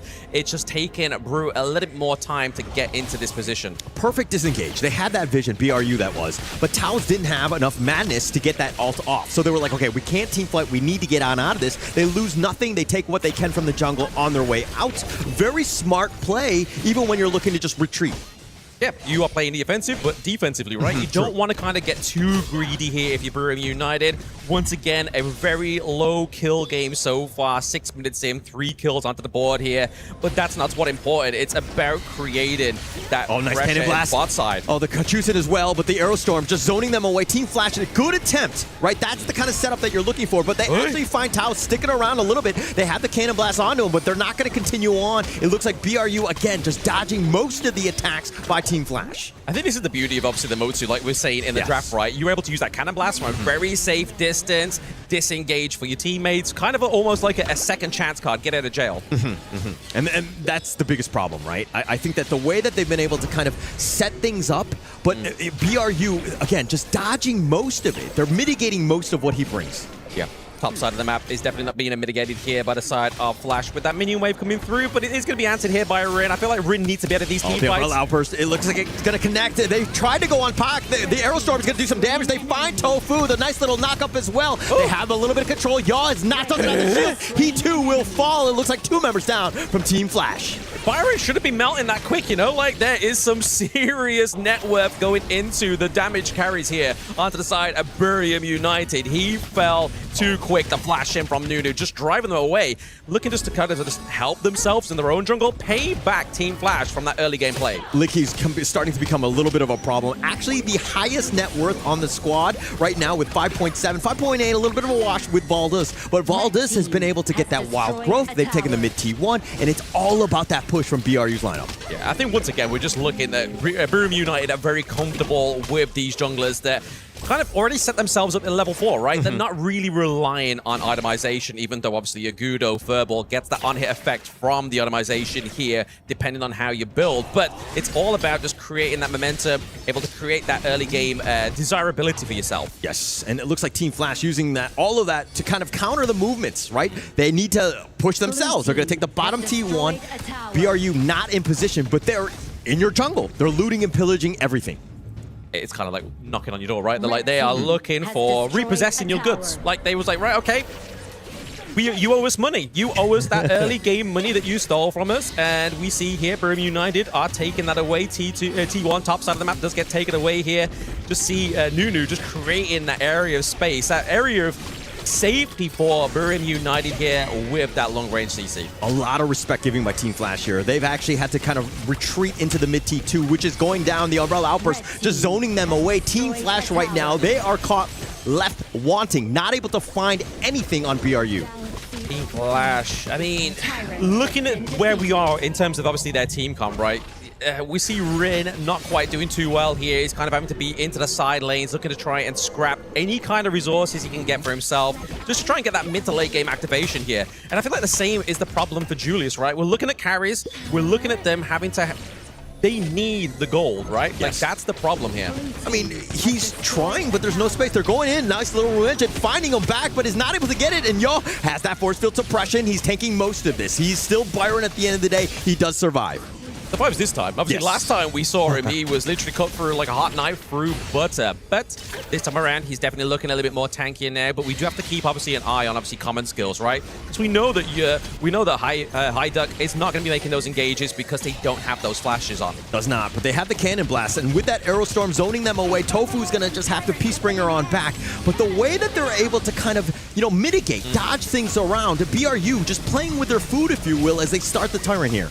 Tyrant, 10-minute Tyrant being started here. Hauler, can they make a clear engage here? Path of Passing does come Julius, through. He wants to go for this one. Cannot give this one, but he gets control. He gets knocked down over the wall. It doesn't even matter, and they take the Tyrant. BRU are starting to roll. They are rolling. I mean, they need to, right? Voldus, that's one of his main things within his kit. He needs to roll about, get across the gorge pretty quickly, but like you said, snowball effect here. Tyrant takedown. T2 takedown into the mid lane, just really open up the base here of Team Flash. They're able to just slow roll it, right? I mean, you have that Agudo. This is a huge problem right now. Yep. Now, I mean, this is a lineup, Team Flash, that needs that mid game. They have not even achieved it. I mean, timing-wise, we're there, but their net worth is not there, so they're not able to overcome this huge net worth differential of 6K. Correct. They're not scaling correctly with time, right? They are literally just trying to kind of like stem the bleeding at this point. They have to just make sure that they're playing a good defense. Obviously, they do have the T2 top side of the map there, so they could kind of try and play around that, like try and get pressure onto Barium United's top side of the map, the Clash lane there, and then try and maybe go for the Overlord, because it seems like neither of these teams are going to go for it. Yeah, I mean, the positioning is flawless. They haven't lost a single member. The way that they're able to, again, they slow siege, they see numbers, and then they're like, okay, we have an advantage, let's go. And they take things out. They take all of the space that's given to them, and BRU with yet another tower in that top lane. They are looking to try and get that T3, but I mean, nice pressure here down bot side. This is going to correlate to obviously the Shadow Overlord if you want to go for it. It defines it, but Liggy's going to be on back. They've already taken the top T3. The Unending Sorrow tries to go for the back line, but he will fall. Nunu just way too deep. Julius gets stunned up. No control. BRU looking to end this game, and they will take the first series at the EWC. Absolute show-stopping there for Barium United. They look contested in the early game. We thought Team Flash was going to do a number on them, but no, Barium called the helpline, and they were able to turn that one around. Barium United looking feisty in KWC 2026. We have to obviously throw it over to the experts. Let's see what their breakdown is of this game. What a way to start. You can see it right over there. Sportsmanship before anything. Buriram United Esports with a 2-0 win against Team Flash is going to move into the upper bracket. Congratulations to the boys in blue. One more series and Buriram makes it to the official main event of our KWC 2026. And that was Chin. An absolute domination of a performance coming in from Buriram United Esports. It's just total dominance for that one. I mean, we take a look at the later parts of the game, right? Yeah. It's the last potential fight, game-winning moment. The Mai gets a huge knockup onto two of the different members on the side of Team Flash. But the damage, the life bars did not go down at all. Of course, because there was not an actual advantage in terms of items, in terms of gold. There's nothing in there. Let's just try to figure it out. Where did that happen? Where does this come from? Team Flash at the 345 marker. right before the Tyrant, they decide to go and engage into a fight that I did not see like a good decision. The Ogren jumps in. Then right after that, the Trisha jumps in, but then was not damaged. And then right before the 4 minutes Tyrant, I did not imagine that that could be a good decision. It was very similar to game 1, right? Where it's always around that specific timer here, where I think, yes, Team Flash may have a bit of a miss up on those plays, but you have to also prize Buriram United Esports, where they capitalize on these mistakes really, really well. I want to point out here for you on the Byron. We were talking about this. His first item was not the Pure Sky. He actually went for the Frost Sky Embrace. I like the idea of it. You get the slow. They want to have the team, come on a 5-man jump onto the potential target, right? But that was not going to be the case when they're behind on gold. Another thing I want to pay attention to is Chicha. The Chicha pick is a great pick, but it's a very late game pick. Of course. And throughout the first 7 minutes of the game, Rin was at the T1s on the top side, bottom side, but they could not take a T1. And Buriram, in that moment, took 6 turrets. And just in terms of that, like you can see how Buriram United Esports had a little bit more of a preparation, a little bit more in-depth, I would dare to say, just compared to their counterparts of Team Flash. The way that they just played the game, they came with a very clear plan, and I believe that this is what the other teams are going to be taking notes on. Their game is not about fighting. Their game is about turret destruction.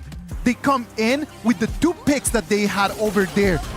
The main idea of here was just give me the turrets. And you talk about the 345 in game 2, but you link it back to game number 1. Clear goal coming in from the side of Buriram United Esports, taking down that tier 1, taking the red buff, and then snowballing the game. 8 minutes, 5,000 goal lead, only a single kill for Buriram in game 1. But that's just how they snowball the game into total control in this game 1. And they understand the win conditions of each particular draft, right? Down here, first target to fall after Tofu was Julius. Julius was meant to be the recovery effect. Butterfly gets the assist, come back into the fight and get those finishing blows, but it was never the case. Like, even in a situation you're a 4v5, just look at the goal lead here. 4,000 in the favor of Buriram United Esports here. Licky barely touched by any single member coming in from Team Flash. And as of this point, Julius is like, guys, I gotta head back to the fountain, get some health back. But then while the time is on his way back, it's already too little too late. It's so difficult to play this game because not only in game 1, game number 2, they had all the answers as well. Valdes, the moment he drops his ultimate, sure, that's fine. Maybe you want to try and get the team fight as well, but then look at the cover by Little Boys on the Dharma. He was all over the place getting those truth mantras in, and the truth really did hurt on this one. We know that this is a team sport, that we understand how everything is going to be about, like all the teammates pushing in. But it's important just to understand that some of them just shine a little bit brighter than the rest. When you think about Buriram United Esports, who do you think was like the biggest star in this 5-man formation? Nunu. You should have waited, we should have counted, and then we're going for Nunu because I had Nunu as well. Okay, we'll work on our teamwork, but it's okay. This is the Buriram gameplay, right? You go first and I'll back you up. I think I agree with you guys in terms of Nunu. Nunu in both games was ideal for any team, just being able just to deal the damage, to just be able to just protect as well. Well, what about if we go on stage and we try to see and hear a little bit more from the players? Mara, take it from here. Let's see exactly what's going on there. From the winning team, Buriram United, we're here with Nunu, the mid laner. Congratulations! And how was that you received the very first match win here at EWC? How is that for your confidence? How is the team's mindset right now? ก่อนอื่นเลยนะฮะก็ขอแสดงความยินดีด้วยนะฮะรู้สึกยังไงบ้างครับที่ตอนนี้เนี่ยเราคว้าชัยชนะแรกของทัวร์นาเมนต์ EWC มาแล้วฮะดีใจครับเพิ่งมาเล่นด้วยครับก็แมตช์แรกก็สนุกครับ Yep, I'm very happy and excited that we already achieved the first victory and like we are very happy to be here too in Paris. And one thing we were really happy about, you used the new AOV collab hero Lorian in the mid lane. They're the very first team to use that in EWC. Now, Lorian has a really long stun. And when you get your opponent, well, it's a guaranteed success for you, especially when you were getting the farm laner in game 1. How much fun was using Lorian, our new AOV hero collab, for your first match?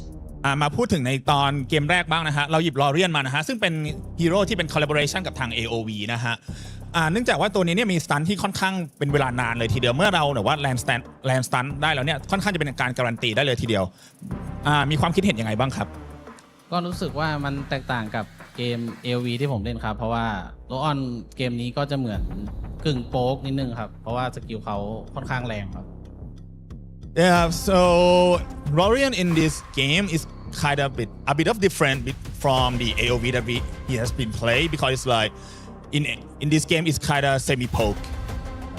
But you know, we really enjoyed watching you. How about some tips for everybody watching looking to use this new hero, Lorian, in the ranked games? What would you like to suggest for them? Any tips for the rank?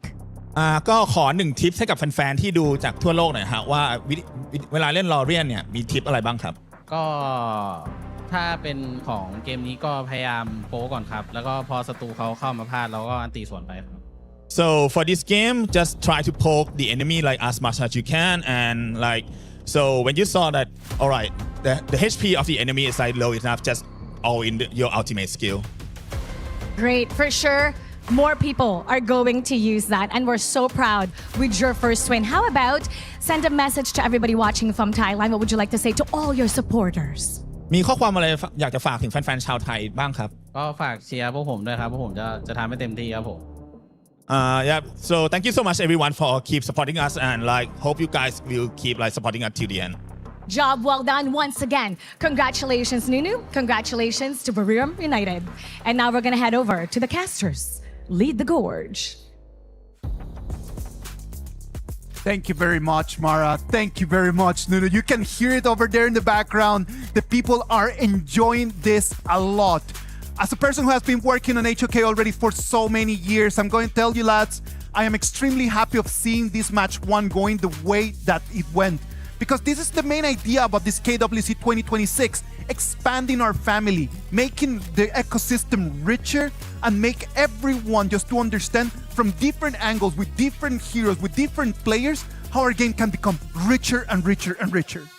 And richer also comes in the form of pick and bans, right? Where you have AOV heroes coming in. We've seen in that game just now, Florentino, permaban. Yes. Not allowing anyone to play it. That is a very, very strong hero. And then you have the things like Lorian, which has had an amazing performance coming in from Nunu. And we have yet to see Anna yet, but I was pretty surprised when Julius picked up the butterfly in that game 1. He had some pretty good moments here, but at the end of the day, it's a team game. And I think this time around in this upper bracket semifinals, I feel that specifically for the side of Buriram, they did better. They definitely did. And of course, the tips from Nunu, right? This is very important, right? If there's low health, just get it poked. But of course, let's poke the bear a little bit. Let's go to Isaac. You know what? I am extremely excited for this game. I am really looking forward for match number 2. Before we do that, what about if we go for a little break, and then after that, match number 2 is going to be upon us.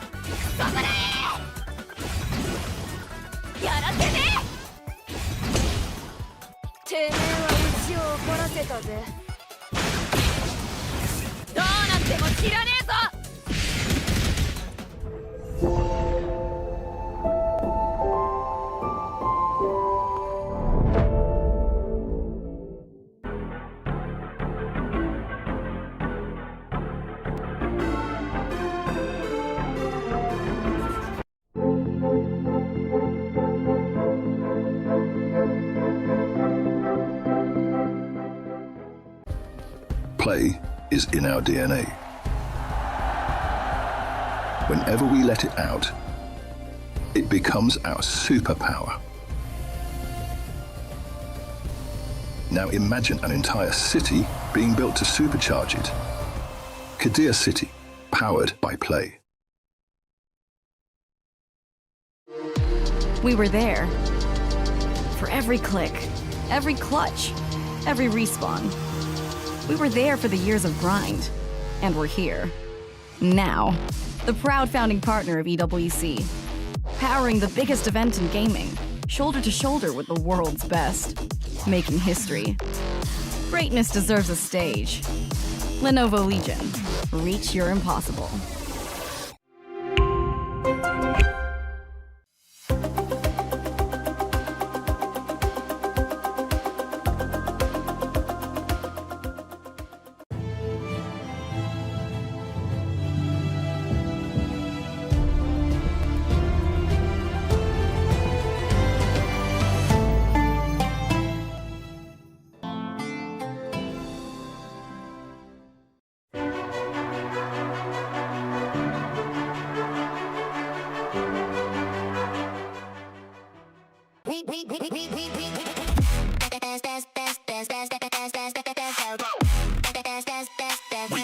Esports World Cup.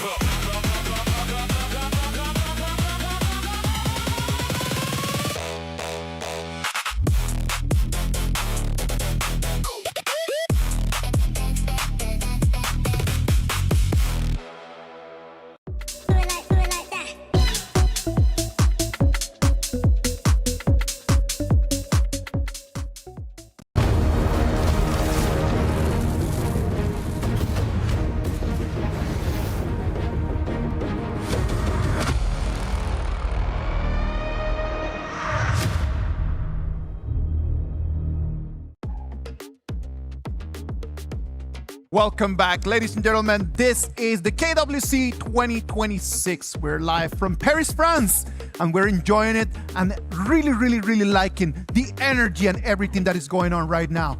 We just watched match number 1 and it ended up with Buriram United Esports making it forward into the upper bracket. Now, we're going to jump into our match number 2. For our match number 2, we're going to have two teams that we all have known from before.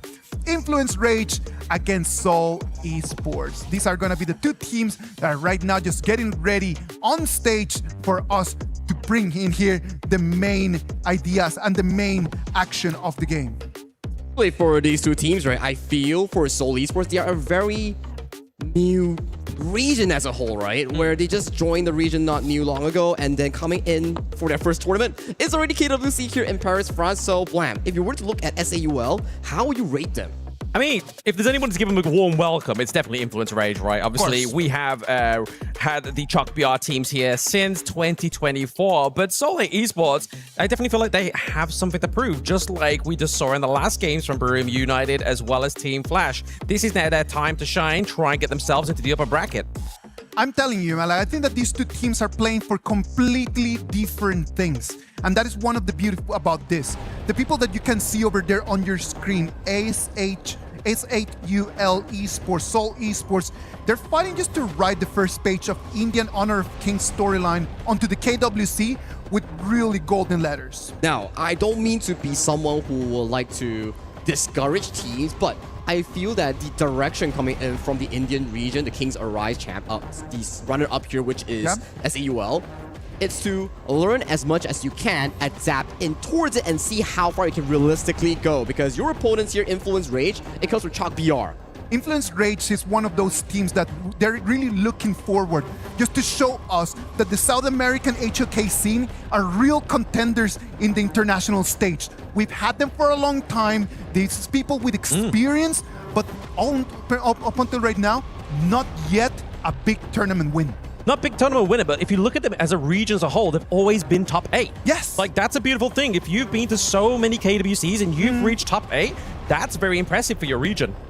But we need to just kind of like just make that step forward, right? Like top 8 was a great first start, but it's been already so many years. We want to see one of the Chalk BR teams really make it to top 4, to make it to the finals. Wouldn't that be actually really interesting to watch? Exactly, right? I mean, that Chalk BR, like you mentioned, right? In terms of HOK's history, all the way from KIS 1 into KIS 2 into currently the world stage, they have been, I would say, on a slow run down where they look good at the start, but as the global infrastructure starts improving, they need to find more ways to prove themselves. Like they have what it takes to actually contend for the top spots here. Like Alpha 7 Gaming from last year, they actually made top 8. And who was in that roster? You have Fury, you have players like Danny who led that roster here. So coming in towards this play-ins here, it's their stepping stone for a greater success. Let's spotlight that a little bit, right? Because we just mentioned Danny. When you think about Chalk BR, you're always thinking about the same man. And this is gonna be a real good moment for Danny just to prove that, right? Like it's gonna be a completely new team, a new roster. Can he really just play to the level that he needs to play in this KWC 2026? I really think so, because I mean, last year we kind of like doubted him as just a solo tank jungler, but then this time around, obviously last year, he proved to us, he was like, right, we can be the assassins, we can play the game. Well, we will have to wait and see exactly what we're going to do. Let's wait and see exactly what is going to happen. We are going to have Influence Rage against SAUL Esports. These are going to be the players. This is going to be the teams. Hin, Holler, what do you guys have in mind? Right? I think that for this one, it really sets the tone of the rest of how the Group A is going to be. We saw the first 2 teams already, especially in terms of this AOV squads, but now a lot of pressure on both of these ones, especially for, I mean, is it Sol Esports? Like, who has more pressure on them? I would definitely think it's the reverse. It has to be Influence Rage, right? Because we have players like Danny, or Donnie as we like to call him. He has experience in AOV as well. He should know what's coming under the covers of that punch. Yes, definitely so. And I think that for him, in terms of experience on the international stage, he probably has the most throughout the entire, both of the squads here, right? So I think that for looking into this one, Danny is probably the guy. And also, the history of this, when the Brazil teams came in, they got first place in their competitions. This is S8UL's first ever international competition. Can they repeat the results as well? We're going to see, because the first pick is going to be the Zhang Fei, one of the biggest tanks in the game. This is going to be really important because they have a lot of health bars as well as a lot of damage on the side of S8UL. Good, a great, couple of picks to kind of set things up.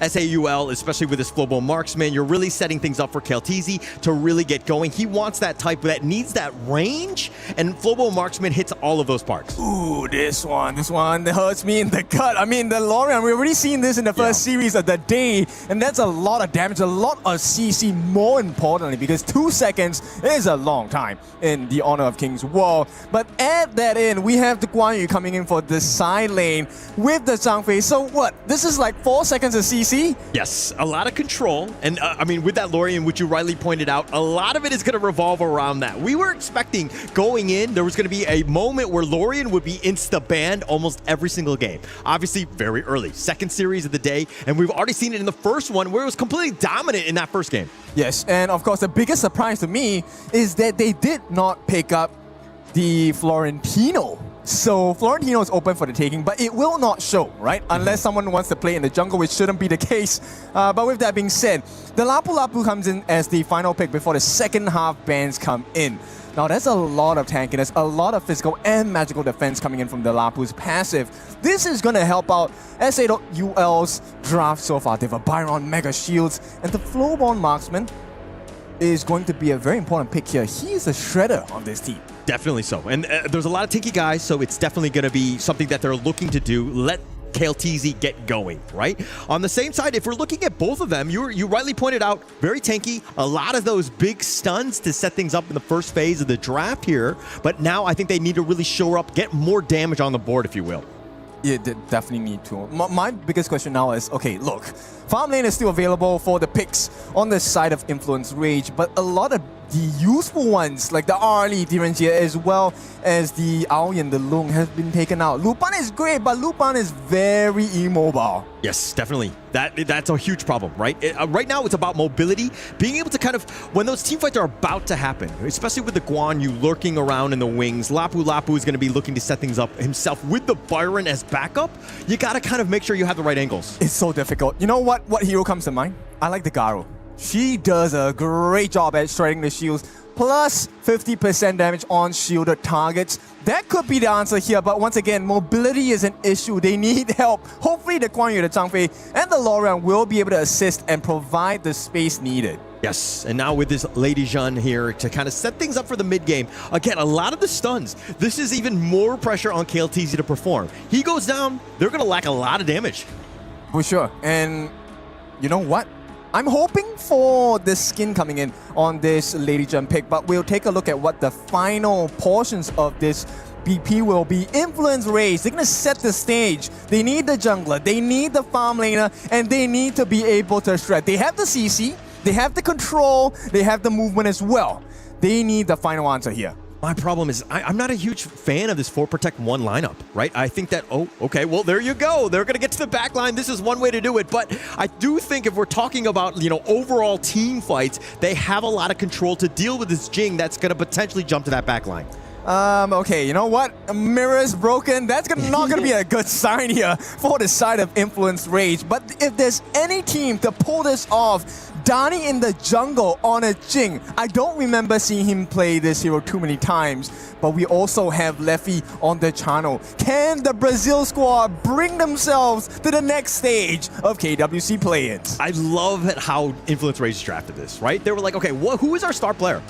Dani. Right? Let's set things up so that we ensure that we get a hero that he's going to love to play. It's going to be all or nothing in terms of just how this hero is able to kind of, get his farm and to do that damage. It's all in right now on the Dani train. Okay, and we also, we had a very short moment with both coaches just now.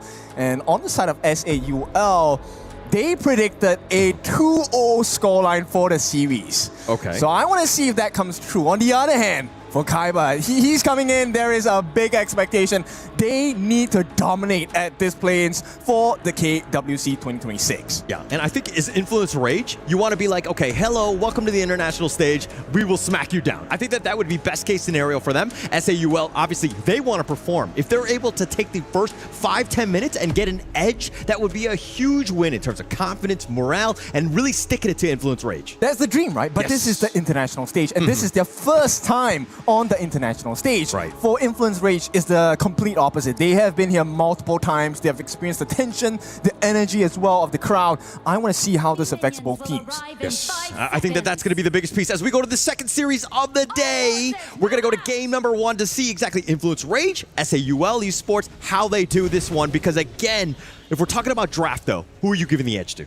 I actually like the side of Influence Rage a little bit more, but simply because there is a potential for flashy and very confusing intense moments that will be brought over to the side of SAUL. So if they don't know how to deal with this, SAUL might fall in this first game. Yes. All about space. I can't speak more of it because KLTZ is the guy. He's 100%. Are they able to kind of get on point? He needs to stay alive, ensure that he gets as much time with the solo experience as he's getting in this bottom lane. This is what they want to do in terms of just kind of setting him up for success. Easier said than done, because at this point, China, with the Soul of the Wolves as well, it kind of dilutes the value of a Flowborn Marksman pick, because yes, you can pierce your targets, but if they're all at different angles, you can't get the amount of wave clear speed that you want.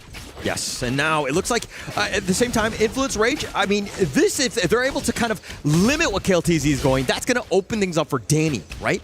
And if we're trying to talk about space, about who can really carry, Dani's the guy. It has to be. And the Jing is a big pick here. They need this lady in the mirror domain and dimension to be able to shine. And this is going to be the first big objective you're talking about, right? The goal lead. Can they get the EXP and the goal lead over to the side of Dani? Because if they can't, then SAUL, Kong is going to show him a world of hurt. Yeah, Kong is definitely the guy that needs to step up, right? Make sure, I would like it if SAUL were to be aggressive and to take away some of those Azure Golems, because you take away that blue buff, Dani's not going to be able to farm as much as he would like.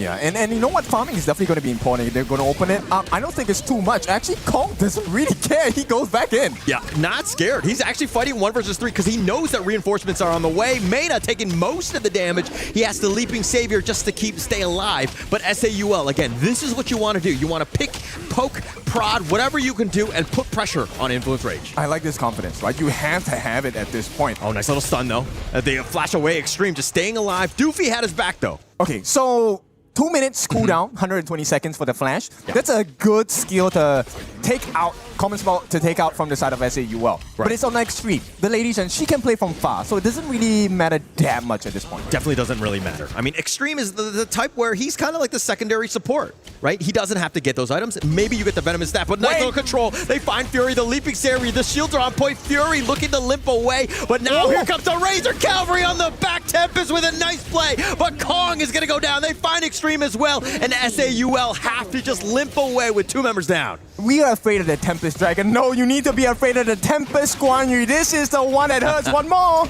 Yeah, KLTZ flashing away, just trying to again pick and prod with Leffy on this one, who again created a lot of that space. Now this bottom T1 is under siege. And this one hurts, because right now this means he's missing out on the minion EXP and gold. This is not looking good for KLTZ as well. Now we take a look at the gold lead, right? Close to 3,000. Oh, nice little stun. Oh, Doofy finds Leffy. He tried to soaring signal back to safety, but he got caught out. The charge is just too much from Doofy. Not the kind of peekaboo that Leffy wants to. And you know, the fact he came from the left, that was great. Leffy, as he goes into this one. Now, I mean, that's going to be a huge win for that. But now, if we're talking about how they want to play this one out, Doofy, nice little control, finding 2 members in the brush. But again, it was more of just impeding the ambush attempt. Yes, it is. And right now, this laning phase is, I think, even Stevens for now, but the goalie's definitely in the side of Influence Rage. And 4 minutes, Doofy hiding alone here. Oh, he's all by himself, but there's 3 members that tried to go on. Good. This is great in terms of that spacing, right? Doofy took a lot of that damage, and now it's going to set up for this Tyrant. Oh, now they find him. Doofy getting a little bit too low, the Raging Sea, but he's going to be picked off. Kong is too low himself, and they find 3 members. Influence Rage are starting to create that space. Exactly what you want. The important members, they're all gone. The tank, Doofy is gone. KLTZ, your farmland is gone. Your jungle, Kong is gone as well. And SAUL, they need to find a recovery point because Danny has already secured the first timer of the game. 30 seconds in, not what you want to see. It kind of started with Doofy, right? He was kind of initially fighting, got a little bit too low, and when the actual team fight was happening, he was kind of just taken down. You need his CCs, you need him to kind of cycle through his skills, was not able to do it because it was just a little too low at the beginning of that fight. I mean, he was just doing his job, right? He wanted to get the vision for the team, but now that simple change has made life a lot more difficult. Influence Rage, they're looking for the target in the mid lane. If the T1 falls here, it's going to be a difficult one to fight back. 5k gold difference is not something you can come back from easily. I mean, it's 1k starting to grow with every minute that's happening, right? I mean, we're only 5 minutes into this one. Kong just trying to keep his Crimson Golem alive, or, you know, the buff away for himself. He does take that, but SAUL right now, they are absolutely reeling. They need to calm down, find ways to get back into this. Okay, I mean, it felt like you were telling me to calm down because it was looking kind of scary for Kong at this point. 0-2-0, no assists, no kills, 2 deaths. This is not where you want to be at this point. Do not. And look at how Influence Rage completely zoning them away. They've kind of just, you know, springboarded past that T1 mid to push them further back. SAUL right now, they're starting to group up together, and that is a losing proposition. Yes, when it rains, it pours for this one because now the jungle is getting taken away. You don't get the EXP from the lanes anymore. You don't get the EXP. Here we go. They dive on this one. They find Kong, who has to roll on back, but the Razor Cavalry, the pushback is unreal by Tempest. Miriam is solo himself. He's starting to limp away, but Influence Rage have already taken a huge opening with 2 members down. They're going to take the bottom T3 as well. Okay, what's the call here? Do we go in for more? Because there is no more Extreme, there's no more Kong. They have the 2 tanks left. KLTZ actually right now is a very, very crucial positioning. If they can take KLTZ down, there is no defense. There's absolutely no defense. I mean, he's the guy that needs to just do the wave clearing. He needs to get that farm. But again, if we're talking about space and XP, he's just overall, he's fallen really behind. Leffy has a 2-level advantage over him. He also has a 2,000 gold advantage. It's 2 for 2 at this point, and you know what? 7-1 in terms of the kill score. It's looking all Brazil at this point. It is, definitely so. I mean, they're taking everything. I mean, they can't even get to their own Crimson Golem because of the fact that they've been zoned away. Influence Rage playing this one phenomenally here as they've like completely zoned them away. And they play this really safely, right? Both Crimson buffs, one on Fury, one on Leffy. The big pokes, they don't even need Danny to jump in. He doesn't have to take the risk. Yeah, and that's the thing. I mean, when you have Fury, you have Tempest, all of these guys that can be those frontliners, and Danny can just, you know, secondary initiate, which is what you want to do because he's very vulnerable. He's able to find that damage, and he's able to burst them down when they need to. Yeah, Fury definitely was watching the interview, right? We meant the advice for new players, but Fury was like, okay, that sounds good to me too.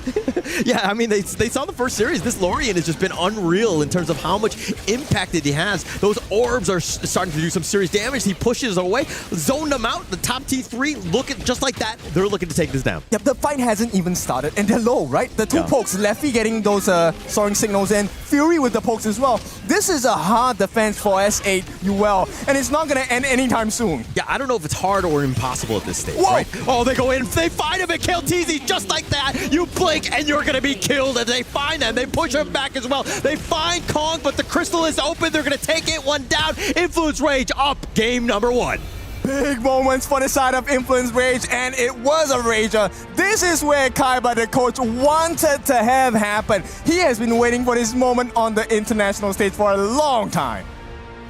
And now it looks like, I mean, they're going to be so happy with that, how that one played out. SAUL, on the other hand, kind of, you know, this is a bit of a wake-up call. It's not the end of the world. It's just one game, but they need to find ways to bounce back in this one. I mean, okay, it's just one game, right?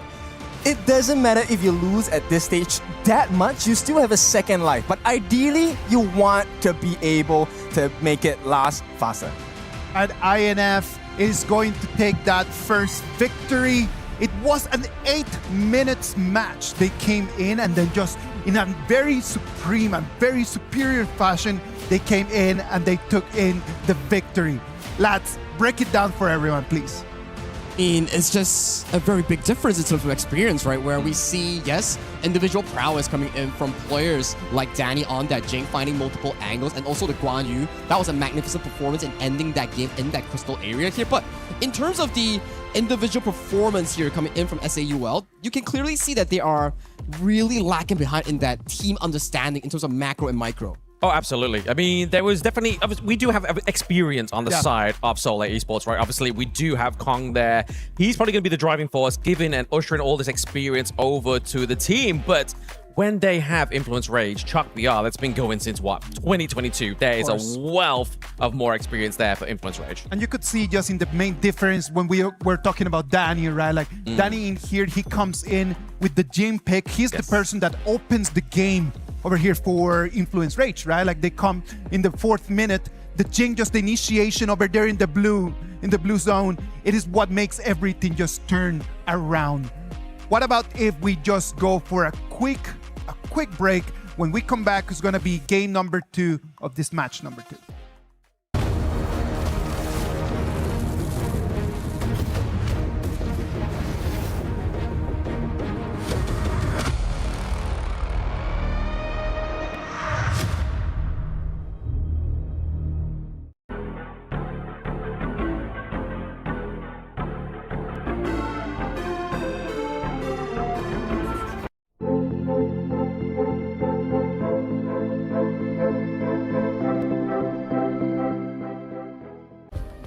Play is in our DNA.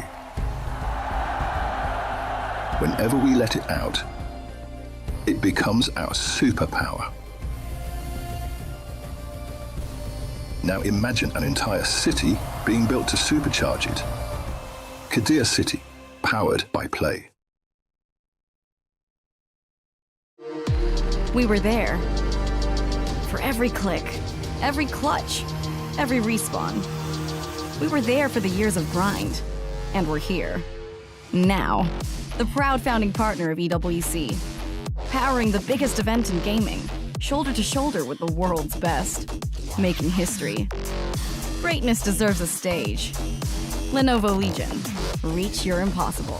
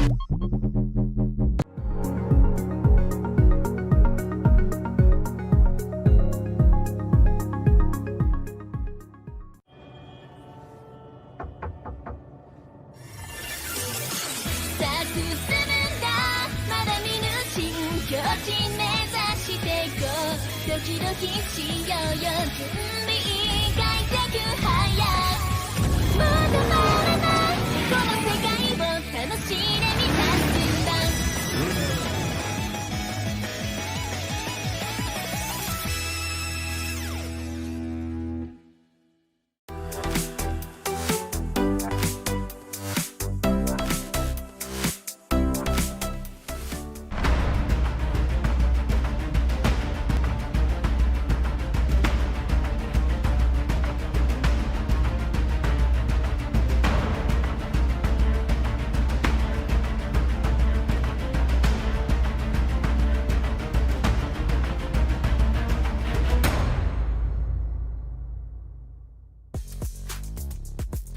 Welcome back. This is the KWC 2026.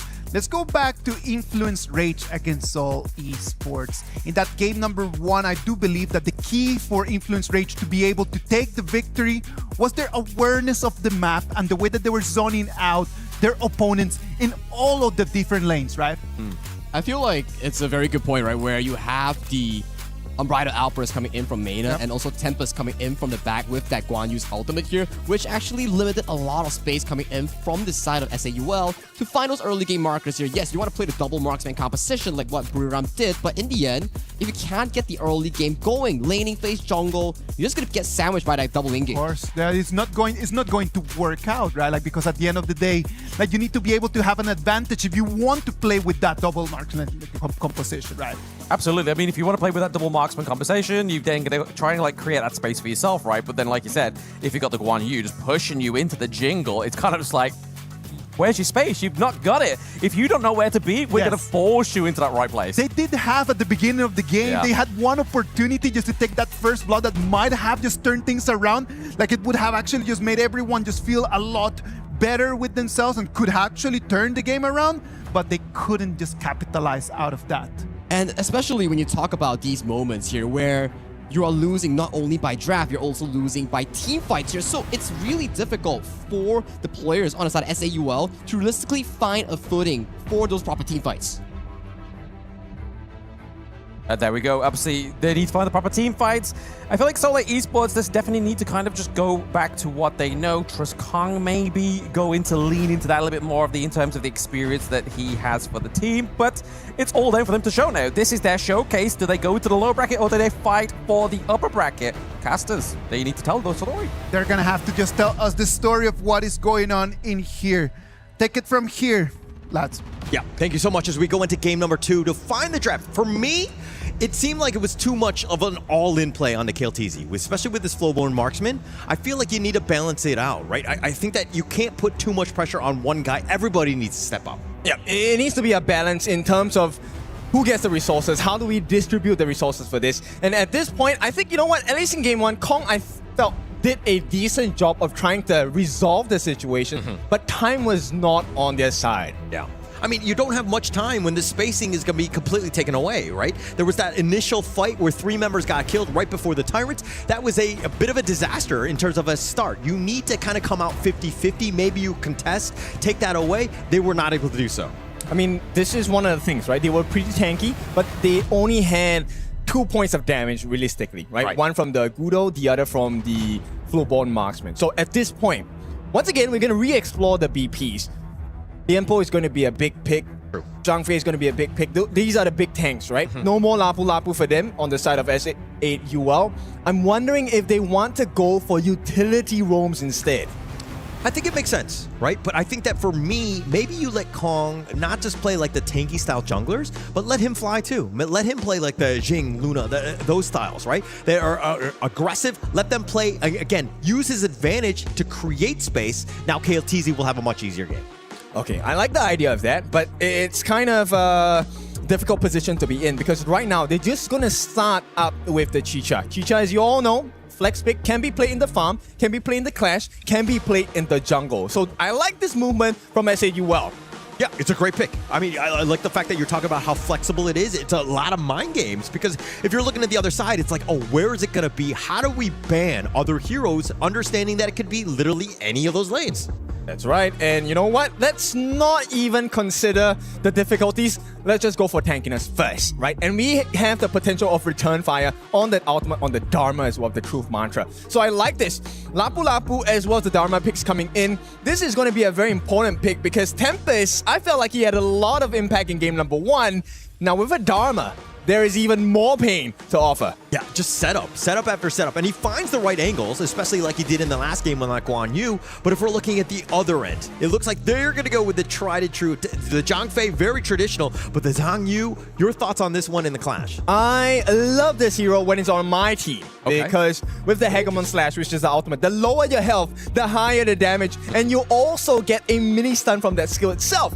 So this is a positional objective on the side of SAUL, right? If this Xiangyu gets into the correct position, soaks in enough damage, returns it fully to the side of Influence Rage, it could change the plane of the fight. My only concern is Xiangyu very slow, right? The Hegemon Slash takes like 3 business days to truly arrive. I mean, to actually hit that mark. But again, if you have other setup, especially with this Zhang Fei, you have ways to kind of mitigate and play around it. I mean, okay, number 1, yes, maybe for some people it feels like it takes 3 business days. And plus, you're trying to get it on an Erin who is like a feather in the wind. Yes. Right? Very mobile, able to change directions at any moment. And within a moment's notice, that's the biggest thing.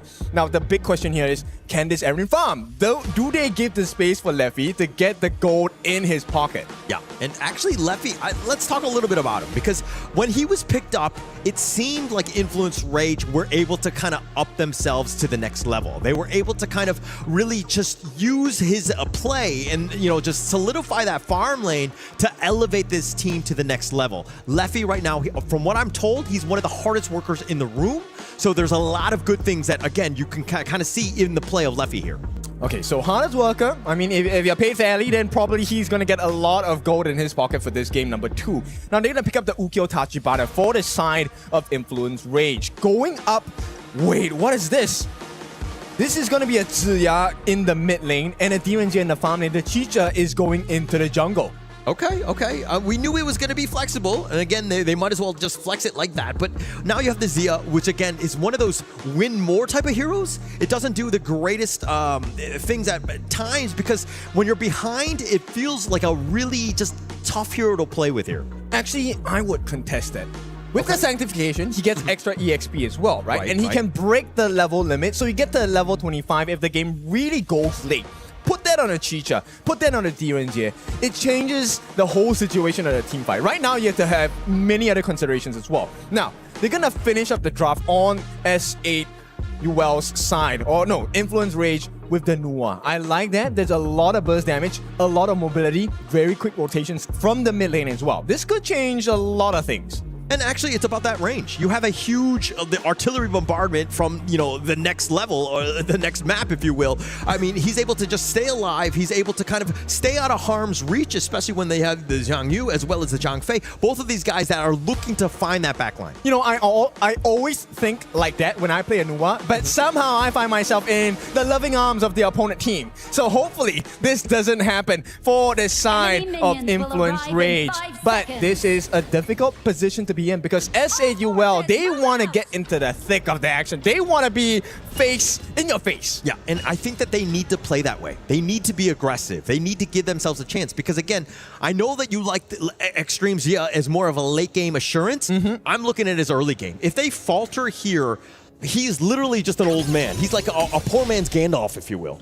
Okay, well, the old man put some damage in here, and Danny, I like the idea, the question, but this is time wasted, right? If they don't manage to get the early rotations, this is going to cost them. Yeah, and Danny here using that gold sharing. One thing that we saw even in game 1 was how Influence Rage were able to extract as much value across the map, especially early, because that was what was able to get that snowball going here. Yeah, and more importantly, right, it's also they now have the information about which buff was started. True. So this is going to impact what they're going to be thinking about, right? In the next 90 seconds, how do we want to plan our rotations? Do we want to care about the mid lane, right? Right now, this is free EXP that they're losing if they don't get here on time. Yes. But look at how all three members, just like that, right? Influence Rage, all of them are like, okay, let's use that gold sharing. That wave is about to crash into the tower. So they've kind of, again, extracted as much as possible, sticking to a three-man posse here. Okay, I like this, right?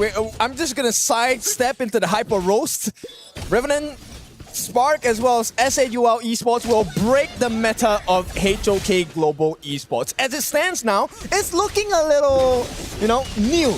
Yeah, I mean, it's so hard to be like where these teams are, especially when you haven't played against some of the levels of these teams who have been playing around for year after year, right? So it's a little bit, more of a kind of a free roll for SAUL as they kind of find their footing to find. Nice two-man stun with that Universal Law, which has been dodged out. Influence Rage, get on out of there. Okay, did they burn the common spells? No, they did not. But was it worth the exchange? It puts fear in the minds on the side of Influence Rage, right? This is a possibility you have to consider. Now, with that being said, SAUL, ooh, KillTZ. This one is looking a little bit uncomfortable. Leffy, you talked about being the hardest worker in the room. He is working really hard right now. Yeah, KillTZ though, he's gonna get found out. Danny, he's looking for the first kill. He's gonna take first blood right there, and that was a wounded fish, if you will. He's gonna take that free food to go. And this is a level 4 mana. There is something to set up here. If they can steal this away before the 4-minute Tyrant, this could be huge for the side of Influence Rage. Actually, the way that they're disengaging is that, okay, it's about value, right? Let's just go to the mid lane. We don't need to do a 50-50 smite,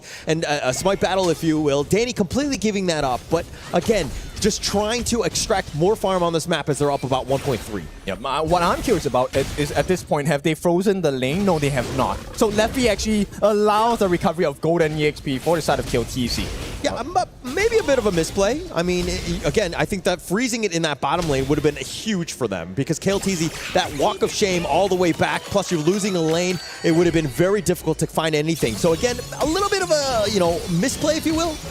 I think calculated risk at this point, right? So Doofy, that's the thing I want to really focus on. Doofy, game number 1, got caught out early before the fights. Right. But now we're going to have a new one. Oh, here's the emergence. They actually have the numbers. The 3-man stun, the Hegemon Slash will actually connect on, but they find Kong in the bad spot as Danny takes that kill. This is unfortunate for the side of SAUL. They need Kong to stay online. They need him to come up as soon as possible. They're going to stop this TP. 15 seconds cooldown. Oh, Miriam just stopping the teleport, but there's 3-4 members of them, and Miriam is going to sacrifice his life just to cancel that TP. Yep, didn't even have his ultimate available. Had to burn the flash as well. And now, 4 minutes is here. The Tyrant has arrived, and Influence Rage looking super strong. And Kong, he's already used the smite. It's on cooldown right now, so they actually can't even contest on this one. Influence Rage are going to pick this up for free. Yes, they are around, but again, you're giving that one away. I mean, how many advantages do you want to get? You get the Tyrant, you also get the T1 at the top with the split push from Tempest. It's all looking good for the side of Influence Rage. They want to end the series here and now, clean slate. They're looking very clean right now. I mean, this is a huge lead already, 2.5 or so. Doofy's on back off here. But the way that they're, again, just taking stuff off of the map, the positioning of them, they're finding Doofy in a bad spot, and they're going to take that free kill as well. The emergence potentially going in, but the Universal Law onto Fury and Danny, they are low. No, but they don't have the long-range finish. There is no one to finish the job here, right? And if they still survive, they get away, they're going to get back to full health. And once again, you find yourself in the exact same position. You have nothing to offer at this point. Yeah, nothing at this point. And it's kind of a sad story, if you will, but SAUL, it's one of those things where, okay, this is not looking good. How can we get ourselves back into this game? Do we go aggressive? How are we getting back?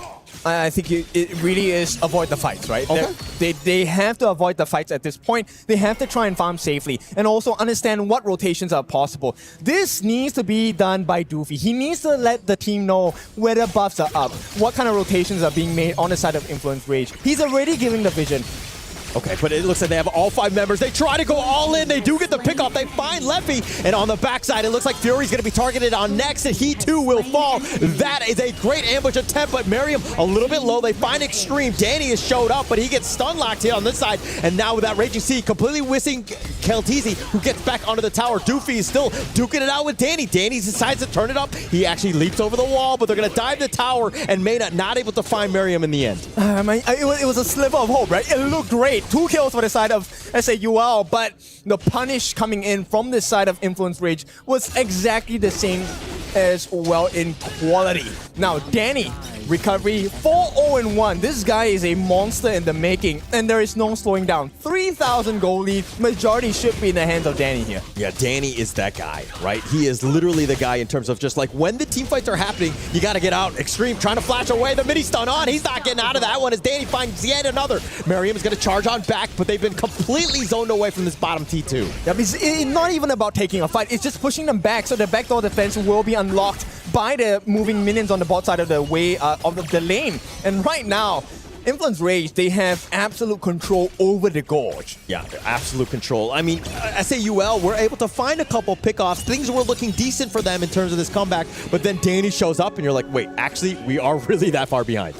Yeah, but it's a difficult position to be in because if you take a look at the 2 main tanks, they're eating too much damage before the fight actually starts. Now, this was looking great for a moment, but look at how many spells they threw, how many ultimates they dropped down to try and get the 2 kills. These are the squishiest targets, and you have to use so many resources. Yeah, they threw everything, but Danny finding that backline. Once he shows up, he's like that superhero, right?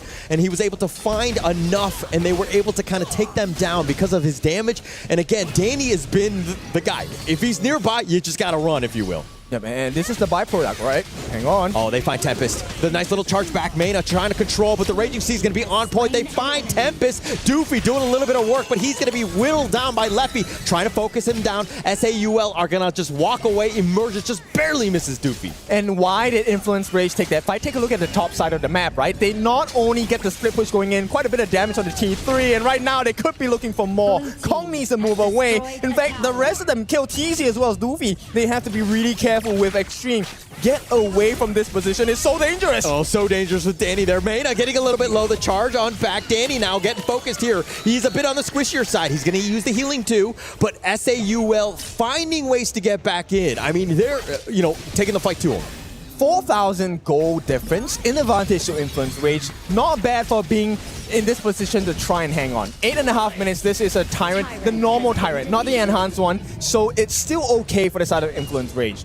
Big question now is, what is the mental state here, right? It feels like they have the ability to recover, but do they even get the chance? Because Influence Rage, they still have a good control of the map. But taking that Tyrant is just like a baby step towards the right direction in terms of how this game is looking to go, at least if you're an SAUL fan. That's what you want to do. You got to win the little things to compound it into something much bigger. Miriam getting focused here. The creation blocks are going to do a little bit more, but not enough to take him down. They're under the mid T1. Oh, Goofy. Oh, the stuns. Oh, they're absolutely real. He's getting whittled, and now it looks like Miriam tried to go all in, but Leffy finds him. Tempest is going to be traded away. It's a clash for clash, and now Danny, he's going to just back off on this one. They're going to be happy with that trade. It's a full trade of resources as well, but the ultimates are coming back off cooldown. Danny already has his. Meanwhile, Extreme and Doofy have theirs, but Doofy is so low. Doofy, I feel like he needs to take less damage. He's getting the vision, sure, but do it without getting hit. Yeah, I think that Doofy is thinking the same thing. He's like, I need to take less damage, but they just keep focusing me, right? I think the game plan is definitely there, but now, I mean, if anything, it's about that vision game. Just like understanding and tracking where the enemy team is. They can't defend this. This is a T2 for free on the side of Influence Rage. Doofy does not have the madness as well to get his ultimate off. So, you know what? Taking a T1 at the top, that's the best they can do. I like it. Yeah, you'll take what you can get, right, in terms of that spacing. I mean, Tempest is there. He'll kind of clear. This is a numbers advantage in the mid lane. It looks like Miriam trying to go in. Mena looking to duel on this one, and now with that Raging Sea off to the side, they find Kong. The burst is real, and Doofy too will fall. Kilteezy not able to pick off it looks like Mena. He's going to survive, but Kilteezy taking a lot of damage. Is he able to get away? That was a baby universal law, and Tempest on the prowl with the Formless. Not quick enough. He was looking good at it. He had the true mantra. He had the flash as well. I knew what was coming. And you know what Tempest said? Chill out, guys. We don't take too many unnecessary risks here. Yeah, and now with this Overlord, and it looks like they want the Tyrant. They're going to go for both at the same time. Very greedy, but when you've got 2 members down and this lead, I think it's okay for Influence Rage. Yep, double OBJ. I love to see this. It shows you to what extent, like Danny, he's also making sure they don't have the Primal Bond. This is what you should do if you want a double objective. That's enhanced version, Shadow variants, by the way. Yeah, synchronized, a big neutral taking, right? That was the perfect way, but again, DJ can break this one down. Yeah, I mean, this is all down to Miriam, right? He wanted to get the setup. Good idea, but that Matrix coming in from the side of Fury, that was so monumental in the fight, allowing for a lot of damage coming in with Annihilation as well. Oh, Miriam, a little bit low. Danny, not enough damage to take him down, but SAUL, tuck tail run. They hide under the top T3 here, but Influence Rage not looking to give this up. They have at least the Siege Catapult. Do they have enough damage to take it down? They do not. I mean, at this point, they have to trade health points for the defense. Yes. Right? And that's not a good situation. It means you fight unfairs. And Influence Rage, they take the T3 in the middle. This is going to open up the doors. This might be the last fight here. Yeah, the Shadow Vanguard is in the bottom lane as well. Kong trying to deal with that Vanguard. That will slow things down, at least for now. Top lane, that was the big push. They take the top T3. Okay, now Kong does have the Blood Rage. This might be the smallest of advantages, I hope, but SAUL on their last legs. This is the last T3. It looks like it's going to be taken down. Yeah, Meta just walking forward. Miriam just getting slowly picked off. The Raging Sea is going to be committed. The shields are on point, though. And now with that Annihilation, they do find Miriam. And now Kong, he too will fall. Doofy getting a little bit low, and he will fall as well. They've taken the 4 members down. And now Keltizi not able to do so. And it looks like Influence Rage are going to take game number 2 in this series. Upper bracket secure. Now, the strongest teams have made it work in this part of the day, which means they will be going up against Buriram United Esports. Yeah, and I think that they're going to be super happy with that result on this one. Influence Rage coming to play 2-0 very quickly, if you will, but that was looking like a team that was on the next level here. I mean, they said they were ready for the international stage, and Kaiba said they wanted more, and this is exactly what I want to see out of Influence Rage. Good start. Very good start. It couldn't be better, right? But at the same time, SAUL, they had their moments. Let's not discourage what they did. They were able to find it out, but again, just too much Influence Rage in the end. Yep. I mean, this is their first international, right? So this is a good learning experience. Not many people get to go to the international stage as a training ground, you know, right? But first major event, you're in Paris, right here on the big stage. This is going to be an important lesson, and they need to recover fast. Very quickly. There's no other time. We have one more series. You lose that one, you're going home. So if anything, right now, you got to just kind of shake things up and get back into it. All right, ladies and gentlemen, that is it for match number 2. Influence Rage is going to be the winners. Influence Rage is going to move forward in the upper bracket, and today they're going to be playing against Buriram United Esports for that first ticket into the group stage. And the both of them, on how they exactly played the series, it was very, very similar in a very dominating fashion for both Buriram and also the side of Influence Rage, where they choke out their opponents through map resources, force them to take uncomfortable fights, and then that 10-minute mark, when it hits, they clean up the game easily here. And you gotta say, when we go into the upper bracket later to decide the first Group A slot into the the group stage, that's gonna be interesting because it's really hard to predict who's gonna win out. Of course, no, but before we jump into what's gonna happen into that upper bracket, right, let's just put our eyes into SAUL, right? They had some moments, some sparks of really top-level performance in this game as well, right? Yeah, they did. I mean, the draft-wise, I mean, going into a best-of-3, there's so many more better picks I feel like you could have gone for. Obviously, like the Shang Yu here into the Clash lane. I mean, what are you really doing, right? What are you charging into? You're charging into a creation block of the newer? Like, what do we want to really achieve here with this Clash lane pick? It didn't seem like it was actually coming into fruition here. And in terms of, obviously, like, the actual tempo of, like, scaling, mid-game, it was kind of, like, all over the place. Yeah, that was a good point, right? Like, they actually saved it in as one of the last few pickups here, and this is some of the highlights coming in from game 1, where that wombo combo coming in from Mena on that zombie unbridled outburst, connecting with Tempest with that Razor Cavalry was just so beautiful for that specific play. And Leffy, I don't know, buddy, that healing deal is probably not for you. Yeah, Leffy should have gone righty, right? Like, he should have definitely stayed away from that T1 turret down to the bot side, but there were some actual, like, there were some good things here for Soleil, right? They were trying to set up the team fights, obviously, there with Doofy, but it just all fell apart. They were able to compose it here onto the side of Influence Rage. And I like the fact that you pointed out, like last year, it was Danny's year in playing those utility junglers, those tanky bruiser styles, but coming in towards this specific series, man, he's improved. He brought back the Jing, he brought back the Ukkyo Tachibana here, and both of the games, 0 deaths occurred for this jungle player. His identity has always been like that, right? Like, he's always been an assassin. Oh, yeah. He's always always in the jungle, getting the resources, trying to get the kills. That is exactly the Danny that we know. Absolutely. I mean, to be honest, though, did we expect anything different here from Influence Rage? And I mean, yes, obviously, they go up against Solar Esports. They do dominate in a 2-0 fashion, but the bar for that domination isn't quite, obviously, what they're going to be reaching into this next phase, right? Obviously, Brewum United really showed some great colors and really big promises here. S8UL is going to be working their way up tomorrow to try to keep alive in the tournament. But what about if we go on stage right now? Mara got Danny that is going to break through everything that just happened in this game. Mara, please go. We're here with Danny from Influence Rage. Congratulations. In both games, you were amazing. But you know, what really struck out to us was game number 1. You finished it in 8 minutes. You did not allow your opponent to get any objectives or any tower. So what was the key to having this high level of map control? I think it's because like the matchup against them, like we have a lot of experience, so the difference between us and them like in this series I think is the experience. So that's why like we just smashed the game like in 8 minutes because they are new in this game, right? They are playing like for 3 months I think. So yeah, in the second game I feel it's gonna be like the same, was to be the same, but yeah, we made a lot of mistakes. But it was great that you're also acknowledging the experience of your opponent. And what we also noticed was that for every pick, before every objective, you got a pick. And how important was it for your team to have this level of aggressive playstyle to have such a convincing win? Yeah, this is the style that we like it to play also in Brazil. We are an aggressive team, so we like to fight a lot. We like to invade. We like to fight like for everything for the TPs. So yeah, this is the style of our region, I think. So yeah, that's the difference. And with that, fight, we're gonna see another one later on. So Influence Rage, your team, will go up against Brewum United as our 5th match of the day. And we want to see and hear about your honest predictions for that one.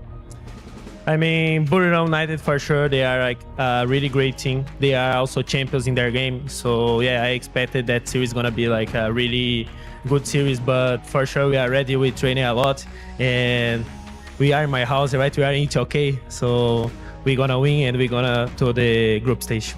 Let's invite the viewers to support you later. So thank you very much, guys. You guys are supporting our team a lot. You guys are sending message every time. So yeah, we're gonna try our best in the next match and we're gonna to the group stage. So thank you very much and keep support us. Danny, as always, you're amazing. Once again, congratulations, and we'll see you for the 5th match.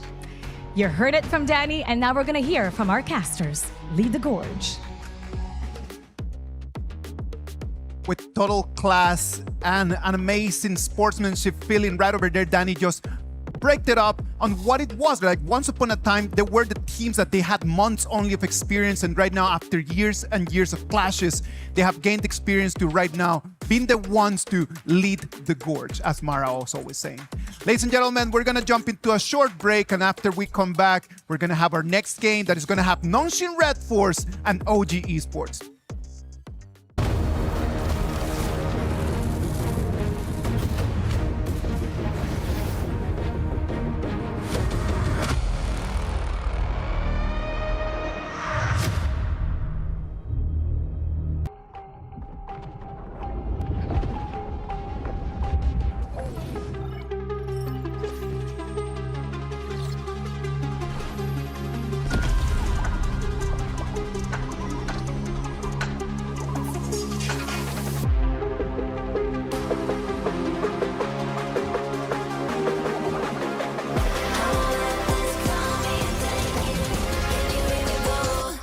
We're the champions, ready to go.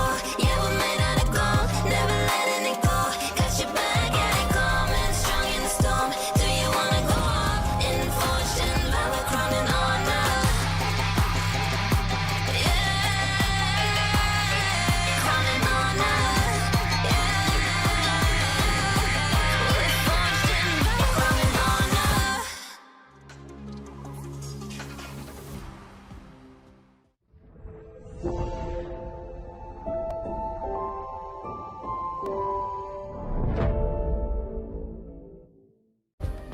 Play is in our DNA.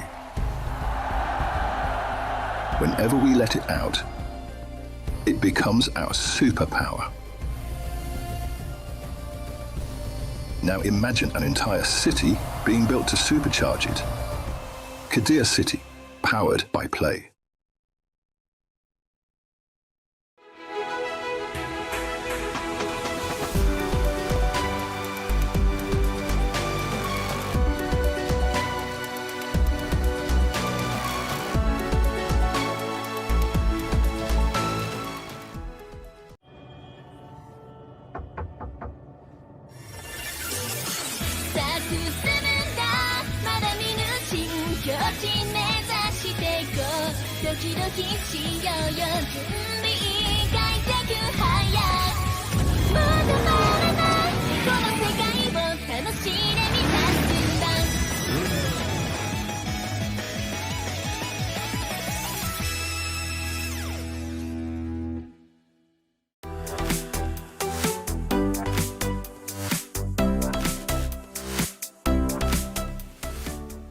The human body was built to move.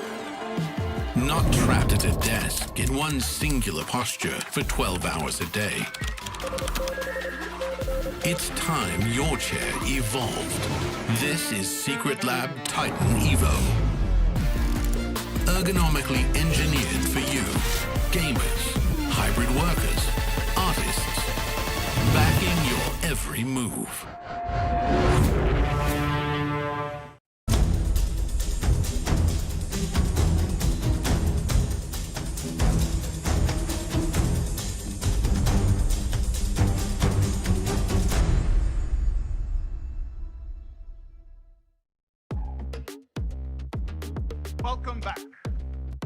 Welcome back, ladies and gentlemen. This is the KWC 2026. We're going to jump into our match number 3 of the day. Group A is already done. We're going to move with the action in Group B. And who do we have over there in Group B? Two teams that they do not need any introduction. Nongshim Red Force against OG Esports. Yep, before we actually jump back in towards it, right, we have this specific tournament bracket here where Brunei United Esports took down Team Flash in a 2-0 fashion, and in Group A itself, we also saw how Influence Rage dismantled SAUL Esports in that game just now. So, big moments from Group A. Now we head into Group B. Nongshim Red Force is going to go up against OG Esports. This one breaks my heart because I love both teams, but they're not the only ones causing me heartbreak. It's going to be Deep Cross Gaming going up against Blacklist International. Difficult matchup for sure. I feel like Group B, as a whole, you can never get your predictions right because all these teams are pretty 50-50 in terms of their strength. And for the upcoming match for Group B, Nongshim Red Force takes on OG Esports in Group B's opening here, Isaac. Yeah, that's going to be our Crunchyroll topic for today, right? They meet for the first time again in an international tournament. So I am really looking forward to see if this is going to be the first time that the IKL is going to have their revenge against Nongshim Red Force, right? There is a first for everything, so maybe today is that day. But I also want to talk about how this team is constructed, right? We talked about the replacements that Nongshim Red Force has done throughout the second half of 2025, coming into 2026. A lot of big changes for them, and those changes have brought them a certain level of success. OG, on the other hand, the 5 different teams, 5 different members, did they produce the same result? I mean, you gotta look at it from a perspective, right? Where Nongshim Red Force, yes, 2 members out. We have Ratel and also Namu as the new players here. And then you look towards the side OG. They moved from previously known as KMW, now KML, to IKL with their star player Dao Dao. And it has been going pretty okay thus far, where they've been finding wins, they've been finding momentum, but they ended 3rd in IKL. So if you're 3rd in IKL, can you beat KML's 2nd place?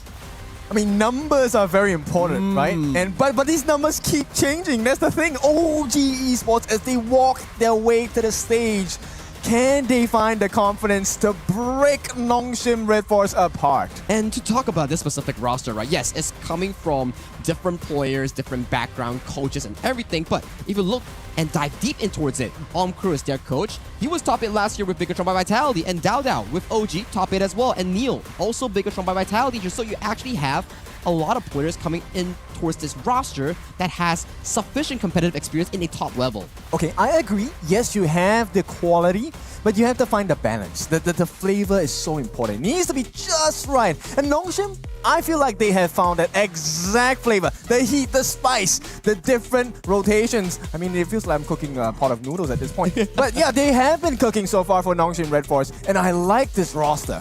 And to go back in time slightly, right? When was the last time we saw OG Esports? It was all the way back in March or April when IKL was still happening here. So it has been, 4 months since their last gameplay. But for Nongshim Red Force, they represented Republic of Korea back at Asian Games qualifiers, and they look amazing here. So it's about available information versus delayed information that has been not available for quite a while now. Of course, we have seen OG Esports already, like they have had a little bit of a sabbatical already for some time. That could work into different ways, right? Like they could have actually just spent all of this time just trying to work their way into understanding the meta for this KWC 2026. On the other hand, we could always just think about like, is this Nongshim Red Force that has been competing a lot more right now, is that gonna give them an advantage or not?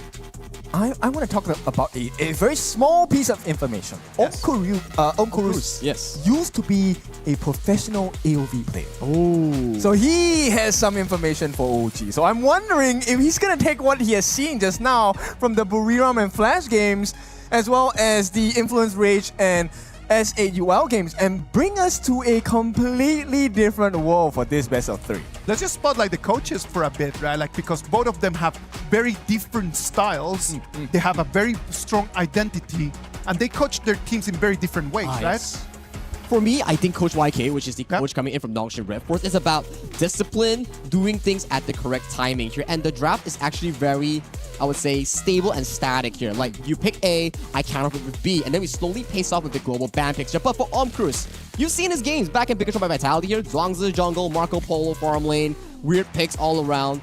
Did it work to a certain extent? But that's the thing that makes this person special coming in from the side of OG Esports. It's his flexibility in actually taking on the blame for his team for draft mistakes. But with mistakes, there's also risk. And with risk, there's also high rewards. I mean, that's a responsibility, right? You give the tools for the team, but it's up to the players to be able to execute the movements to perfection. Correct. And I feel like the hero pools, I want to just pinpoint into the jungle. Yep. Haku against the jungler Dao Dao. That one's interesting because both heroes, they have very deep hero pools. Yeah, and towards this point, right, I think as we watch so many games of Nongshim Red Force throughout the years, I feel like Nongshim Red Force, at the very least for Haku, there's one specific hero that he doesn't have in his pool, Jing. Which Dao Dao 100% has. Okay, maybe we won't get to see the Jing though, because I think Dao Dao is more comfortable on the Luna. Yeah, okay. And yeah, both junglers are pretty comfortable with the Luna here. We've seen highlight reels from them back in their KME, KMW days, so maybe coming in towards this draft here, Luna might be one of the specific picks to look out for, but in terms of the traditional drafting style, I still feel that Pei, Aoyin, these are definitely top tier, and then the AOV hero starts coming in. Florentino has been banned, in almost every single game, and we have yet to see a single appearance of it, and every time there is a Lorien, it has been showing amazing performance thus far in this tournament. I like the fact that it's 0% show rate for Florentino, but it seems to be 100% win rate, if I'm not wrong, for all the Lorien games we have seen so far, right? So the moment you pick Lorien, you win the game. Let's hope that that stat continues, because I want to see more Lorien games. It's really interesting how they use that total of 2 seconds of CC. It's an instant delete button. And towards this specific pick of Lorien, right? Yes, it may seem like a very strong pick. It is. I have it ranked at like tier 0.5 to tier 1. Okay. This hero is exceptionally good that you can pick it in the first phase. I believe in a longer series format in the BO5 and BO7. This hero either highly pick or almost 100% pick and ban. Now, what kind of heroes counters Lorien here? Based on my conversation with some of these pro teams, they mentioned like hard engage like Mai Shiranui, hard engage like a Guan Yu, for example. These things are what you can actually try to dissect the Lorien pick. Yes, and you know, one of the discussion points we have, besides the mid lane matchup of Lorien, we expected him to be picked quite a lot. It's also about the roam. So on the roam side, you know, we talked about Kui coming into play in this meta. I have not seen a single Kui today. Can I please be blessed with one game? Just one. I feel like Hui, I will definitely 100% want to see it here. And if it's anywhere, it's definitely going to be here because Namu has picked it a lot of times before in clutch games. But Isaac, what do you think? I really look forward for the Quay, man. Like the Quay is one of those heroes that I just enjoy so much watching. Like just the ability that it has, like the way that you use that hero with the hooks.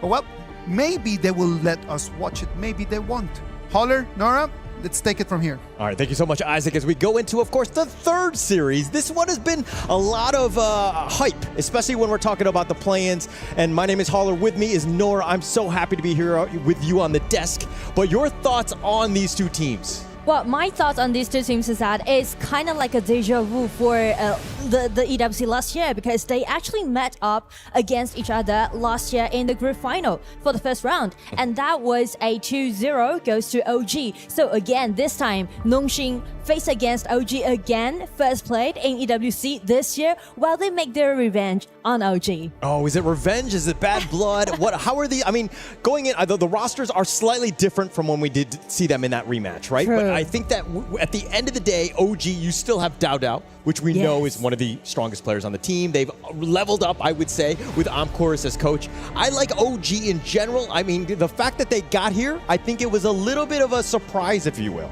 Yeah, well, I feel like they are definitely like a jungler core playstyle. So this time they definitely will put a lot of strengths on Dao Dao again since he already got like 12 MVPs back into the springtime. So definitely, yeah. And I would say maybe Nongxin, they were kind of restricted the heroes on the side of OG. Yeah. And I think that Nongxin's on the other side. You're talking about jungler. Let's talk about the other side. It's Haku, right? Yes. He also is a very aggressive one. I don't know in terms of like level, if he's the same level as Dao Dao, but he's still, I would say the team success revolves around his play, correct? Yes, I totally agree with you. So I'm looking forward to seeing like both assassin jungler play against each other. Okay. And for the BP phase, actually we can see Mai will be the first one, goes over to Nongxin Red Force. While Illusion is definitely going to be the shot caller of the game. Yes, and actually this is one of his signature heroes. Yes. He will almost always pick this one because, again, the Mai Shiranui, there are many reasons to like her, but she's also about that tempo. Yeah. Illusion loves to play these types of mobile, high damage type of mid laners, if you will. Yes, I feel like he's always going to pick Mai every time, each game. But Lauren's been so popular right now so far in EWC, and it's actually doing well. Yeah, it's actually done very well. It's funny because it's been available, even in the Asia Games qualifier, but no teams were really willing to pick it. But we've seen it time and time again. Every single series, it's been first phase picked. It is incredibly strong. I mean, even in my own ranked games, the Lorien hero absolutely destroys. So, I mean, seeing it on the big stage, your thoughts on this? Well, I feel like maybe it's because it's kind of new, so teams and also the players need time to get to know this hero more throughout the game, and also because of its long attacking range and also the burst out damage coming from this Lorien, so it can do both good in the laning and also in the team fight. Yes, it adds quite a bit, right? A lot of flexibility. That orb and that damage is unreal. Yeah. It kind of controls things. But if we're looking on the other side, Nongxin's lineup, I mean, the Aaron, the Zhang Fei, the Mai, these are more traditional Honor of Kings esports heroes, correct? Yes, and it's pretty solid, I would say. Agreed. Like, you can never go wrong with the Zhang Fei pick, and also with this Irene. Well, I do like the Irene pick because it's kind of just guarantee the output through the team fight. So I would say Nongxin Red Force is looking for a very well-rounded composition for the team. Agreed. And I think that it's funny because they see the Arlie. They know that, you know, on the other side, it's going to do definitely its own damage from a hem. Yeah. But the Aaron has kind of risen in popularity in terms of like a counter. It has that like homing missile, if you will, but it has definitely play. But your thoughts on the Aaron overall?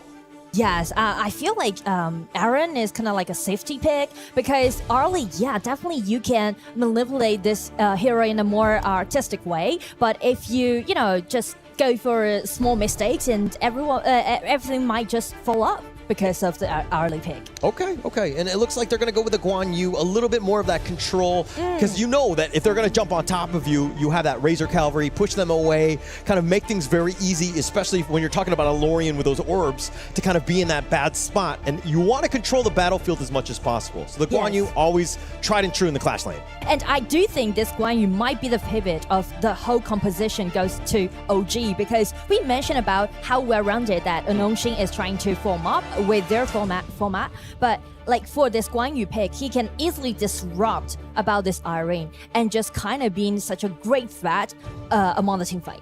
All right, it looks like the last two picks have been locked in by Nongxin Red Force here, Umbrosa and the Ying. And we've seen Haku love this hero Ying. It's definitely done quite a bit, but the Ratel Umbrosa has actually added a nice wrinkle into this lineup as well. True, and also a lot of players thought Umbrosa can be such a great counter pick towards this Guan Yu, because you can do good at the laning phase, and also because of the poking damage coming from this Umbrosa, and also you can easily get attached to this early during the team fight. So I do think Umbrosa might be the hero for Nongxin this time. All right, and now it looks like OG are going to finalize their draft, picking up the Kaiser here. They're going to go as tanky as possible to kind of deal with this, to be that frontliner. But in terms of draft, though, who are you giving the edge to?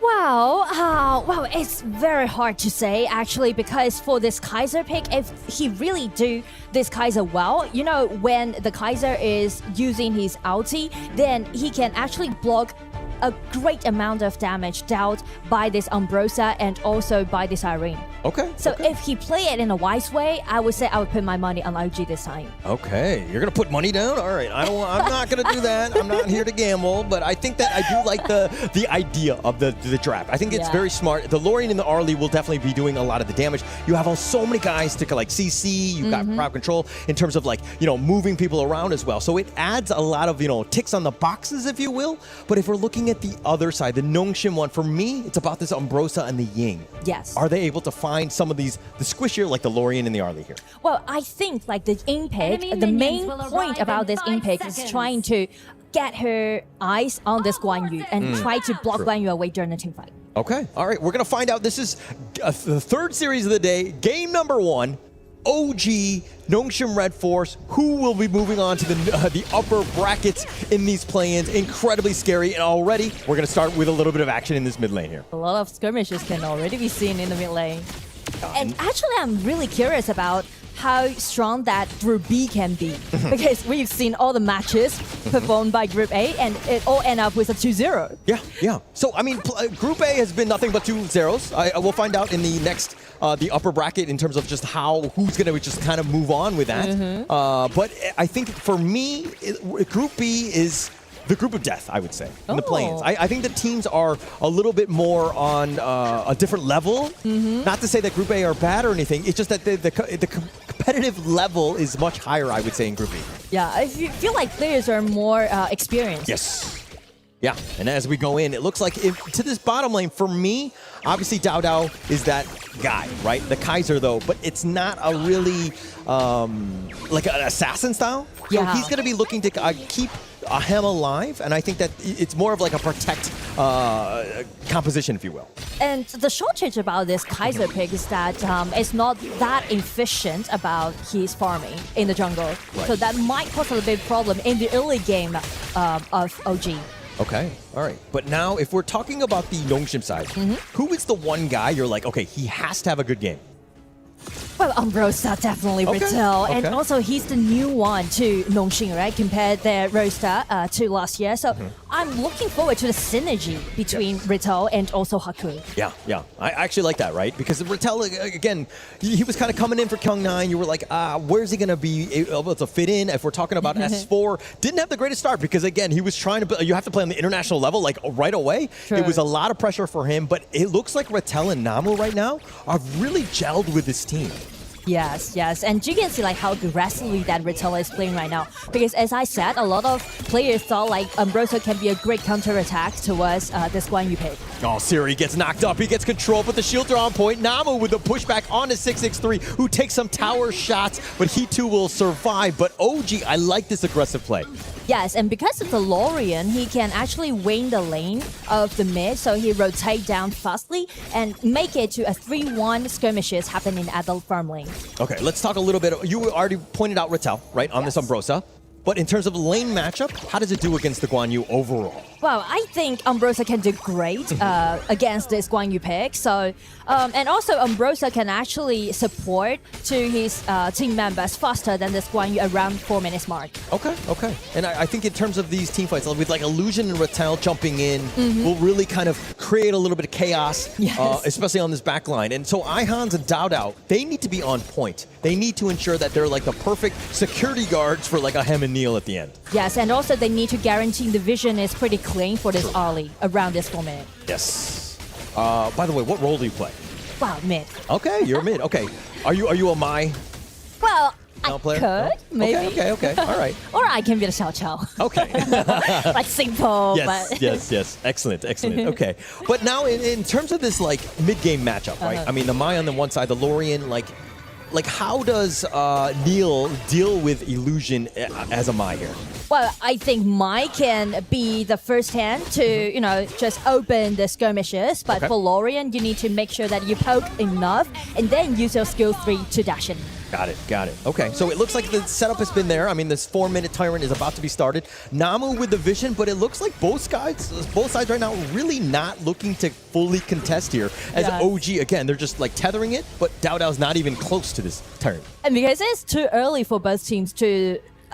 just rush the dragon because the damage out is definitely not enough. They need to scale up a little bit more. Okay. So they are a little bit hesitate about whether they're gonna go for this dragon or not. Got it. They're kind of afraid of if they just wait all their skills onto this dragon, how they're gonna handle the team fight come afterward. Okay. But it looks like they're going to start the Tyrant here, and they want to put the pressure onto Nongshim to have to sort of react. The Tyrant getting very low. The Umbrella Outburst is not enough. They've already taken the Tyrant. Hem will take that one out, and now Dao is going to be backing off. OG get that right pick off, and Nongshim left wanting. Well, you feel like OG, they have their own pace, even though we haven't seen any kills happen right now yet. But you can see like they're waiting for Dao coming into this camp and try to guarantee the dragon for them in the early game. Yeah, the spacing was actually on point, right? The way that they were able to take it, because Nongshim, it seemed like, oh crap, they're starting it. We need to get there. And then we're too late. OG with a perfect fortified area, ensuring that they secured it. There was no 50-50 smite battle. True. So it's pretty much like OG, they are presetting for this dragon. True. And now Nongshim on this other side, like we knew it was going to be close, but the net worth is still in favor of Nongshim of all things. But now here comes the Razor Cavalry. They actually find him, and Haku trying to get onto the tower. He will be fine, but first blood is going to happen elsewhere as Namu does fall. But Dao fighting 1 versus 2. They're going to continue with that, but OG taking the bottom T1. And you can see like the same trick that OG did against 3 versus 2 with this Nil coming up down and help Aham to get that winning lane at the bottom. Yeah, actually huge, right? Taking down Namu and then taking the tower. OG right now, that is a huge win. That's going to open things up in terms of spacing. Nongshim right now they have to respond in some fashion. Yes. All right, but now back into this mid lane they go. I think Illusion, one thing I haven't seen too much is that he's not really rotating too much. He's kind of just sticking with it. It seems like OG are kind of spotting out where Illusion is at all times. And the detail about that is because you can see every time when the minions coming into the mid lane, Dao is always being there. So it's always going to be a 2 versus 1. So Mai and Illusion can't really get control of the mid lane. Bitter farewell. Oh, the nice pushback. The ult was unreal by Namu, but he's going to be whittled. He's going to be focused down. Ihan's not able to find the right target. OG, again, they're trying to fight, but they can't find the right target. I mean, like a nice ulti down by Namu, but the problem is that not sufficient for the burst out damage coming out from Nongshim, because we mentioned about how important Umbrosa should be there. True. But you can see, after the skirmishes happened, actually the positioning is not that well for Nongshim. Yeah, they weren't able to. I mean, the positioning, yeah, they had to run. They couldn't really take that team fight, but that created space for Siri to take the bottom T1. So overall a win, I think that they're going to be happy with that at least. Yes.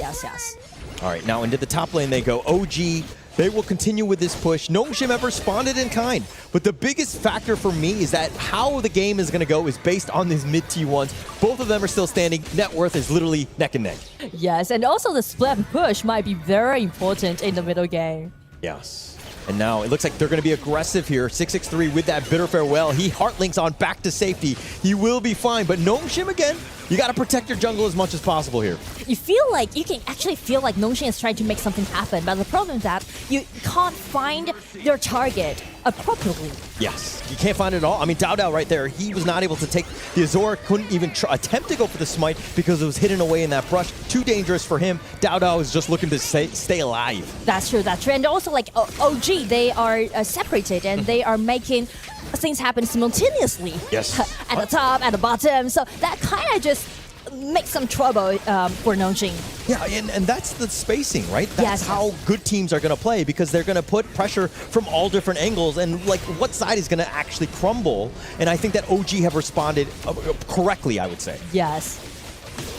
All right, now it looks like the Azure Golem is going to be taken away. Dao looking to go in. He's a little angry. He's going to be pushing on back. And it looks like Neil gets a little bit low. He's trying to stay alive on that side, but they find Haku. The pickoff has been real. Ihans is looking to run away. Ahem is going to sacrifice his own life, fighting 1 versus 3. But double kill on his way out. It looks like it's a 2-for-1 thus far. But 663 so low. He too will fall. Siri gets that pickoff, and he's going to get under the tower. They turned it around. It was just bait, and they find Dao as well. We thought like Nongshim might fall apart after the attack happened, but the thing is that Siri survived throughout the team fight and dealt like sufficient burst out damage to this team, and this might be the turning point of the game. I mean, that was definitely, it's looking to be like the tipping point, right? I think that if you're not able to kill Siri, why are we fighting, right? Yes. I mean, Haku, it's going to attract a lot, but again, Nora, please break this down. Well, I mean, like nice controllability coming from In this time. He actually guaranteed that Irene could be in a very safe place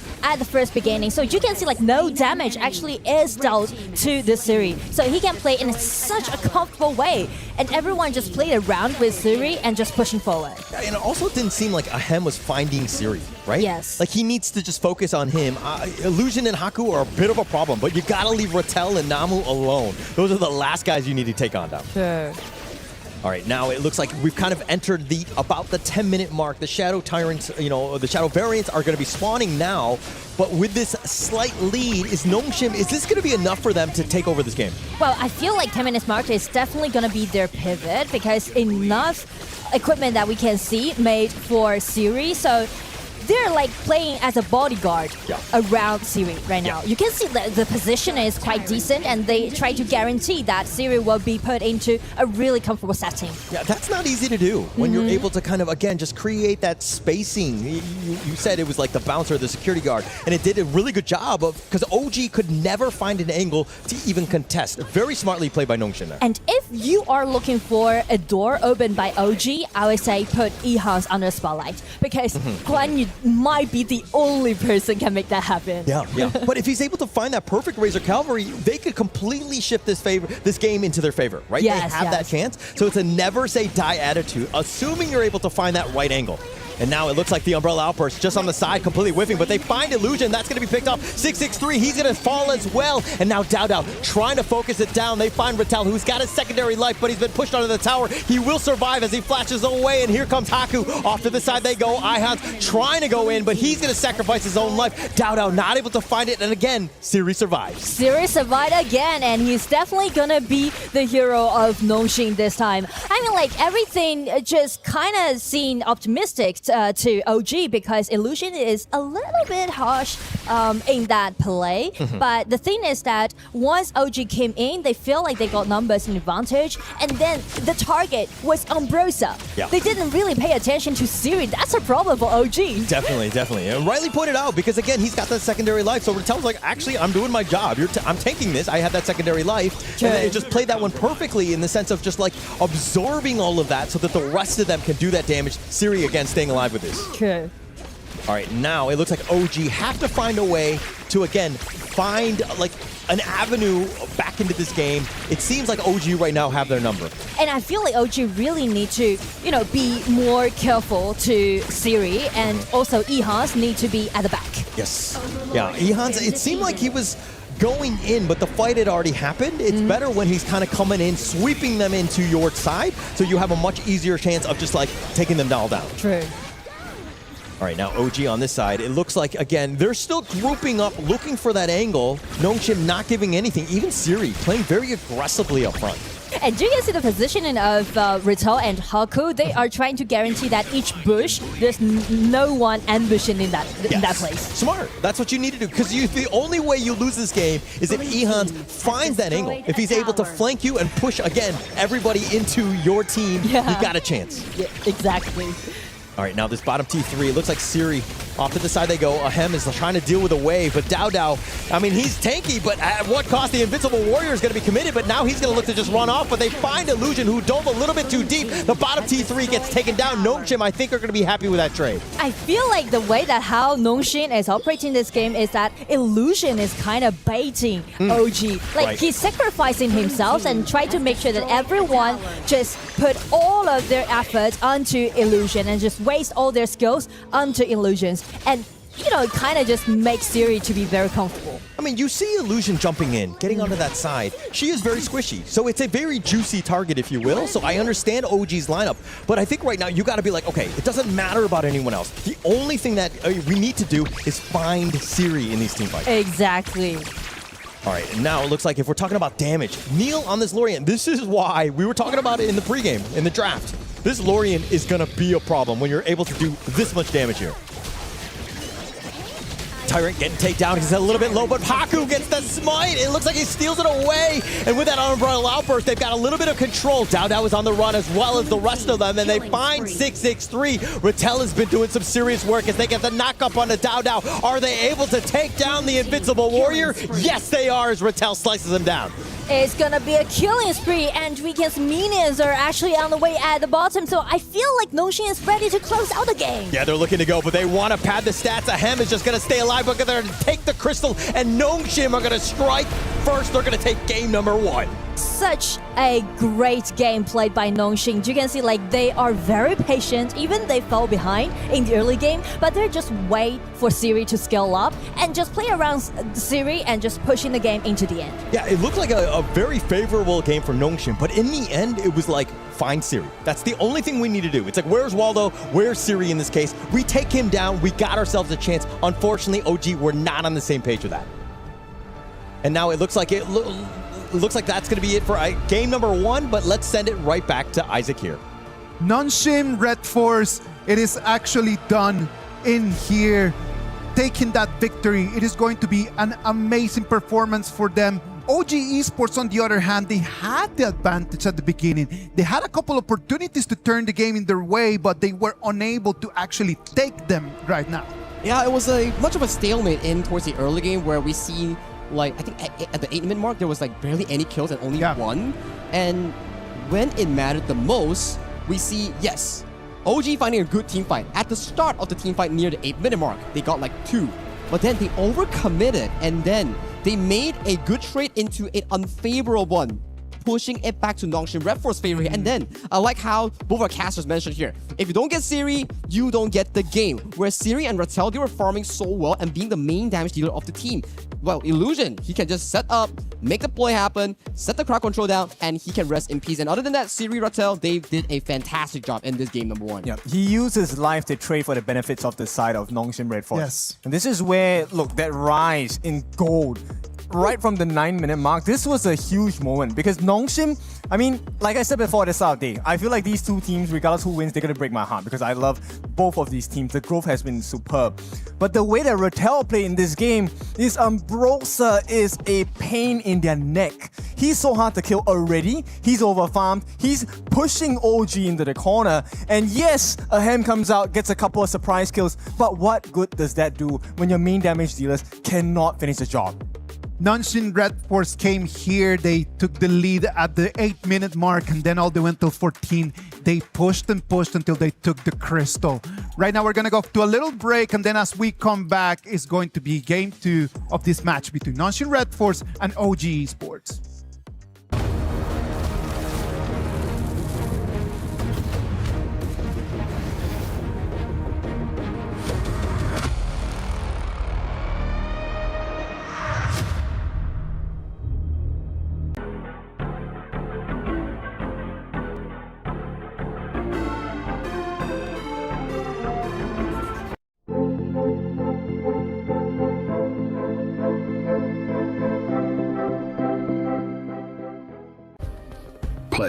is in our DNA.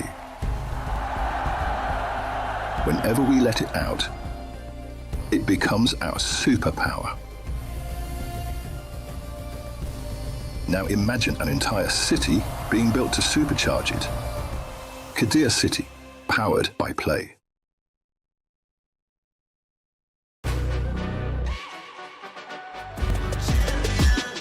This ain't no regular thing. I came for the ring, you know what I mean. You see my name in the lights, better get right, I'm champion.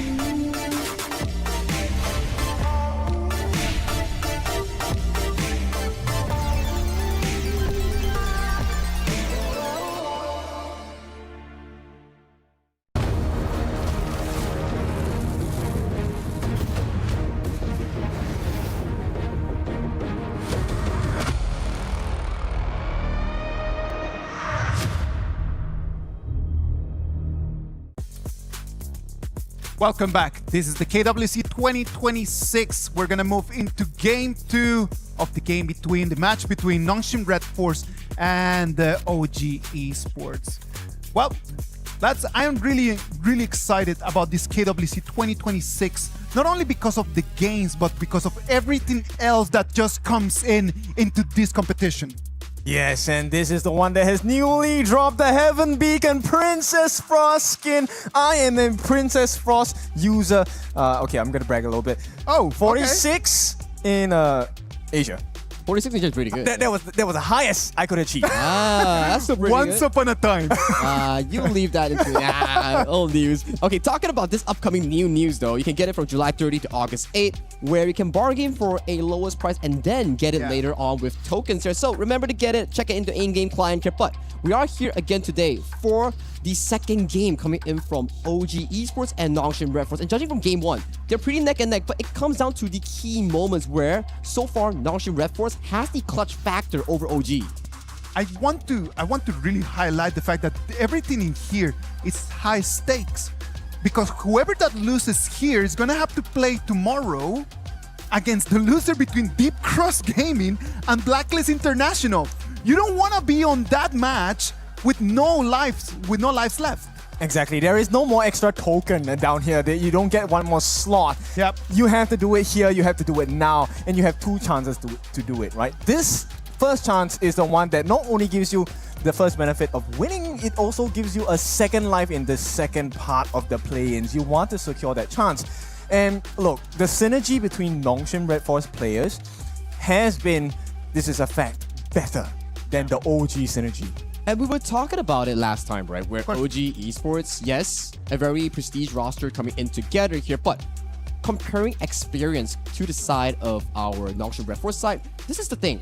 Nongshim, they've proven to us like, okay, sometimes it's okay to start slow. And when they start slow, they are so good at actually packing that punch in going for those important games. Are we seeing it back in KIS4, and are we going to see it today against OG? I am ready to see more, because they definitely need to bring, with the guns blazing at this point. They need to step up. OG needs to be here. Nanshin Red Force has been on the grind non-stop in different tournaments this whole year, and it's really showing right now. Like the way that they have been playing, it is up until right now one of the better teams of today. What do you think, Nora?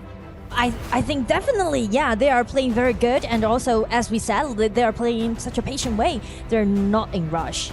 Very solid. And I think that they've grown up quite a bit. I think that we're seeing the next level of Nongshim. I mean, yes, they've done very well in terms of these internationals, but seeing them now, especially from the Asia Games qualifier to now, I think we're seeing them even rise even much higher.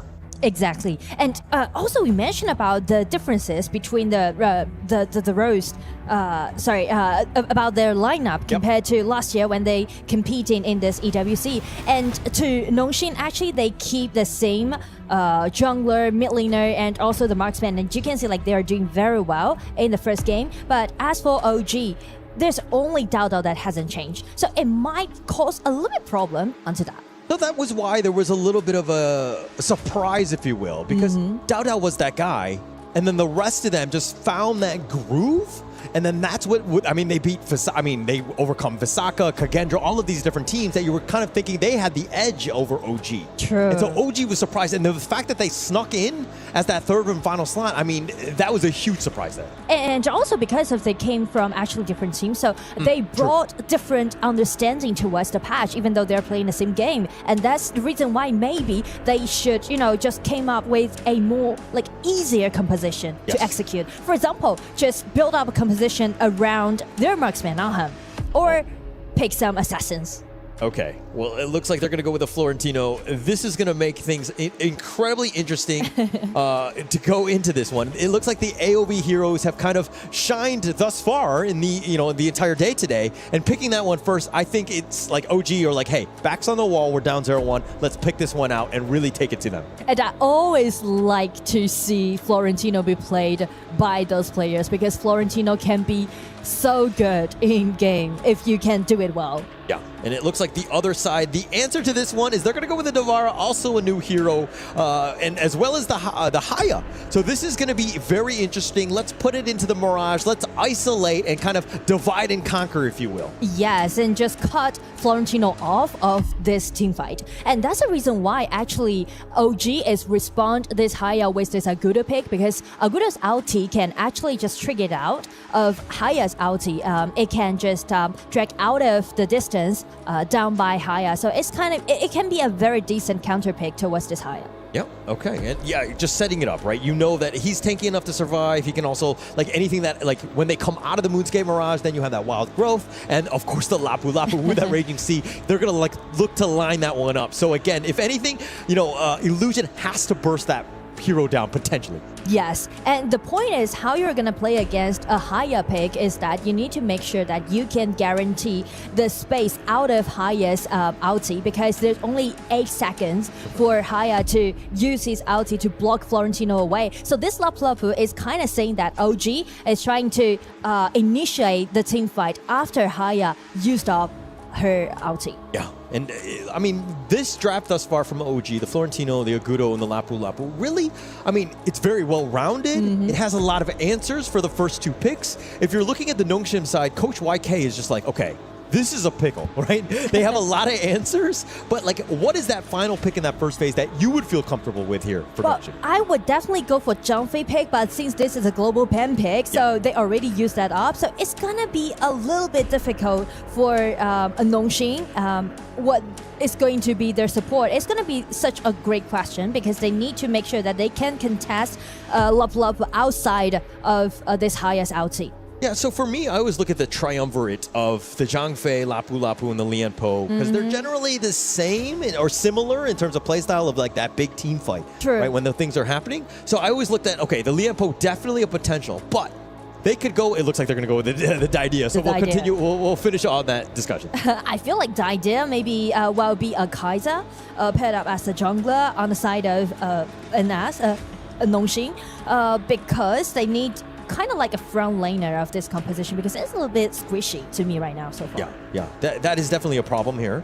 I mean, if you're looking at the other end, this OG lineup, they're going to shore it up. They're going to go the Floorboard Marksman, La Chao. You have a lot more control. But are there too many eggs in one basket, or is the Florentino and the the Floorboard Marksman enough damage here?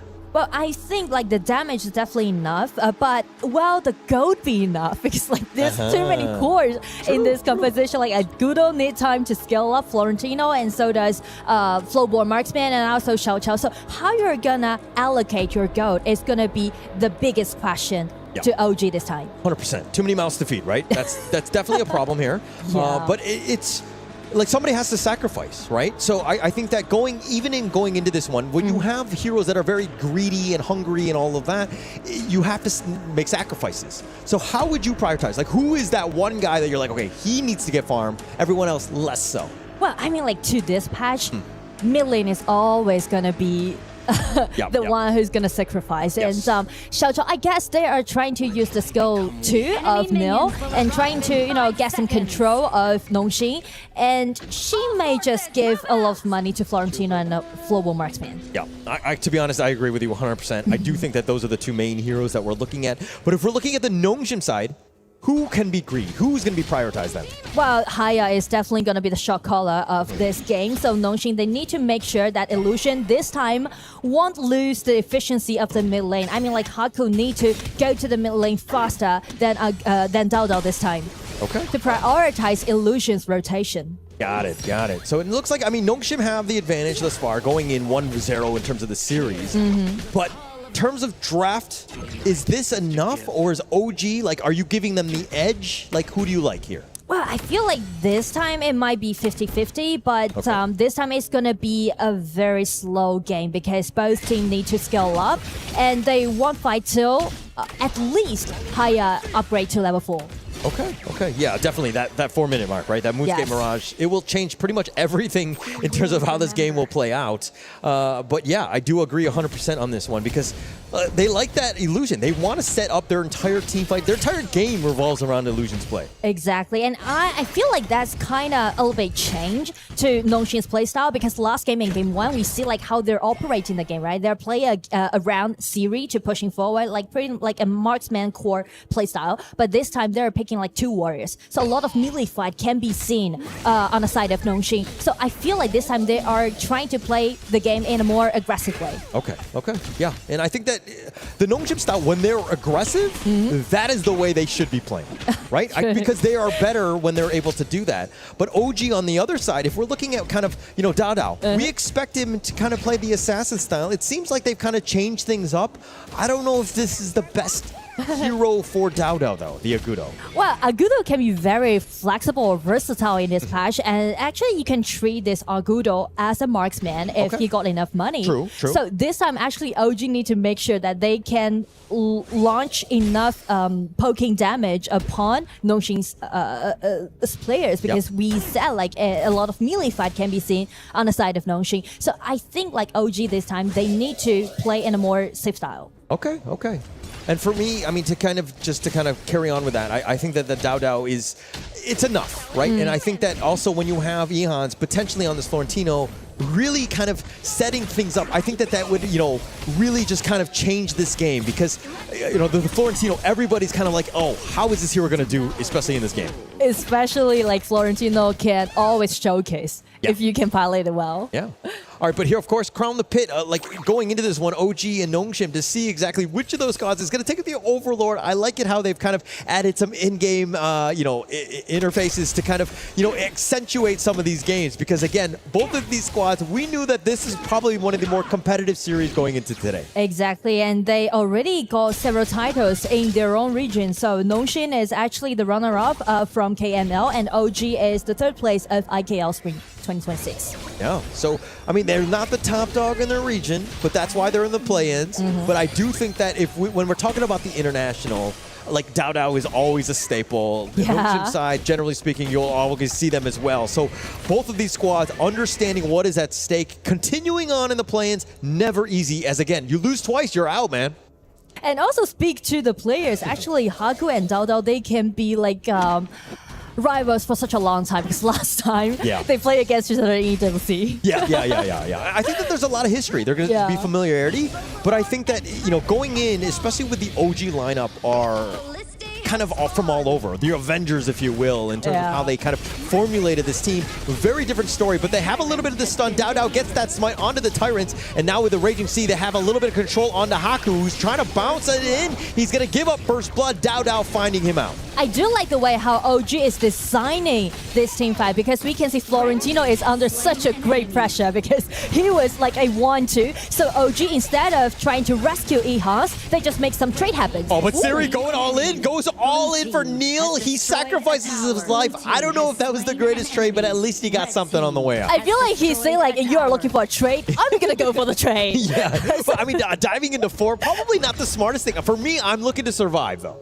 Yeah, true. But like, because of the sacrifice that Siri made, it's kind of like even up the pace of the game right now. But OG, because of the tier 1 tower that they already got, so I think like the pushing space, the pushing pace might be a little bit accelerated from now on. And this is actually what happened in the top lane. The Moonscape Mirage, that's the biggest problem, right? And then the fact that like there was a whole other fight elsewhere, but then like Ehans, he's like, I'm stuck in with you, can't go in, and then you come on out of this one and you have reinforcements there from the Nongshim side, and it's like, it's not even fair. Yes, and before that skirmishes happened on the top, actually the detail from the minimap is that Florentino, I mean like Ehans already seen that illusion was there for him, so actually he took one step back and telling his team member that you can do the dragon trade. And that's a communication behind the movement that they did. Yes, and now Nongshim capitalizing on that extra space. They have even more members, taking over the enemy jungle, zoned away, taking the top T2. Nongshim right now, this is the way you want to play, especially when you have a little bit of a lead. Especially when you got higher in your composition. You can always initiate as you wish. Of course, as well. And now Haku, onto the side they go, and here he finds it.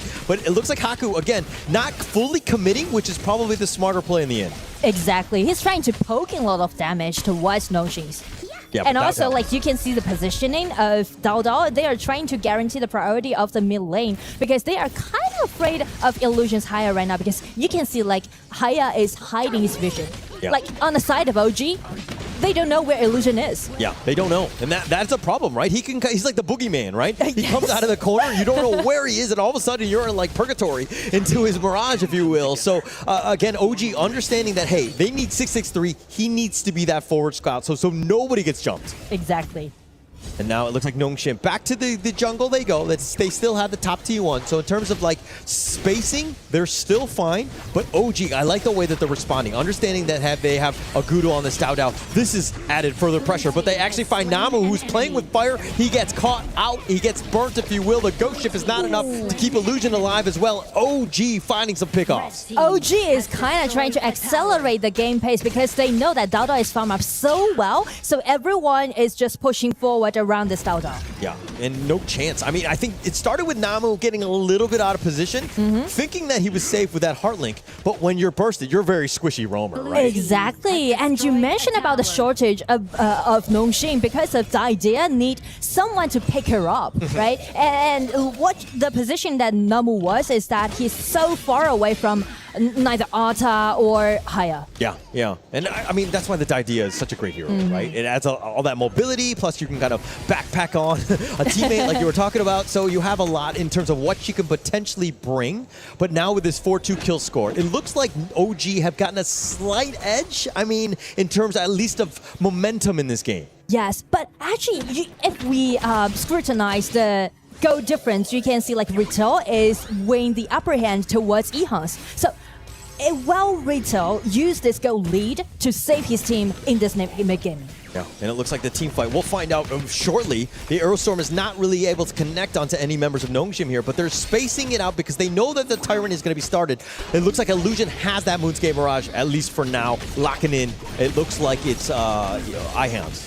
They come out right back onto this one, and it looks like Siri getting a little bit low, needs to be careful, but Namu's off to the side. The Tyrant is going to be started. Siri, though, I think with this HP bar, I don't think he can contest. And also, that's the reason why we mentioned about the level up who will be be the pick for OG because they are waiting for the team fight after Illusion break out his ulti. They're not looking for skirmishes beforehand, but after him. Yeah, that counter pick has been incredible for them, right? Being able to kind of mitigate, understanding that they're going to be right outside of this one, and even being contested here, Dao with that smite steal. Exactly. They're trying to put their battlefield outside of Haya's ulti. Yes.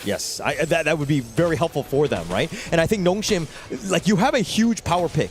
The Haya, I mean, at the end of the day, I think even in an ultimate battle, if we ever get there, Illusion will probably be looking for that Haya or the Mai. I think that he's kind of leaned more towards the Haya as of late. Sure.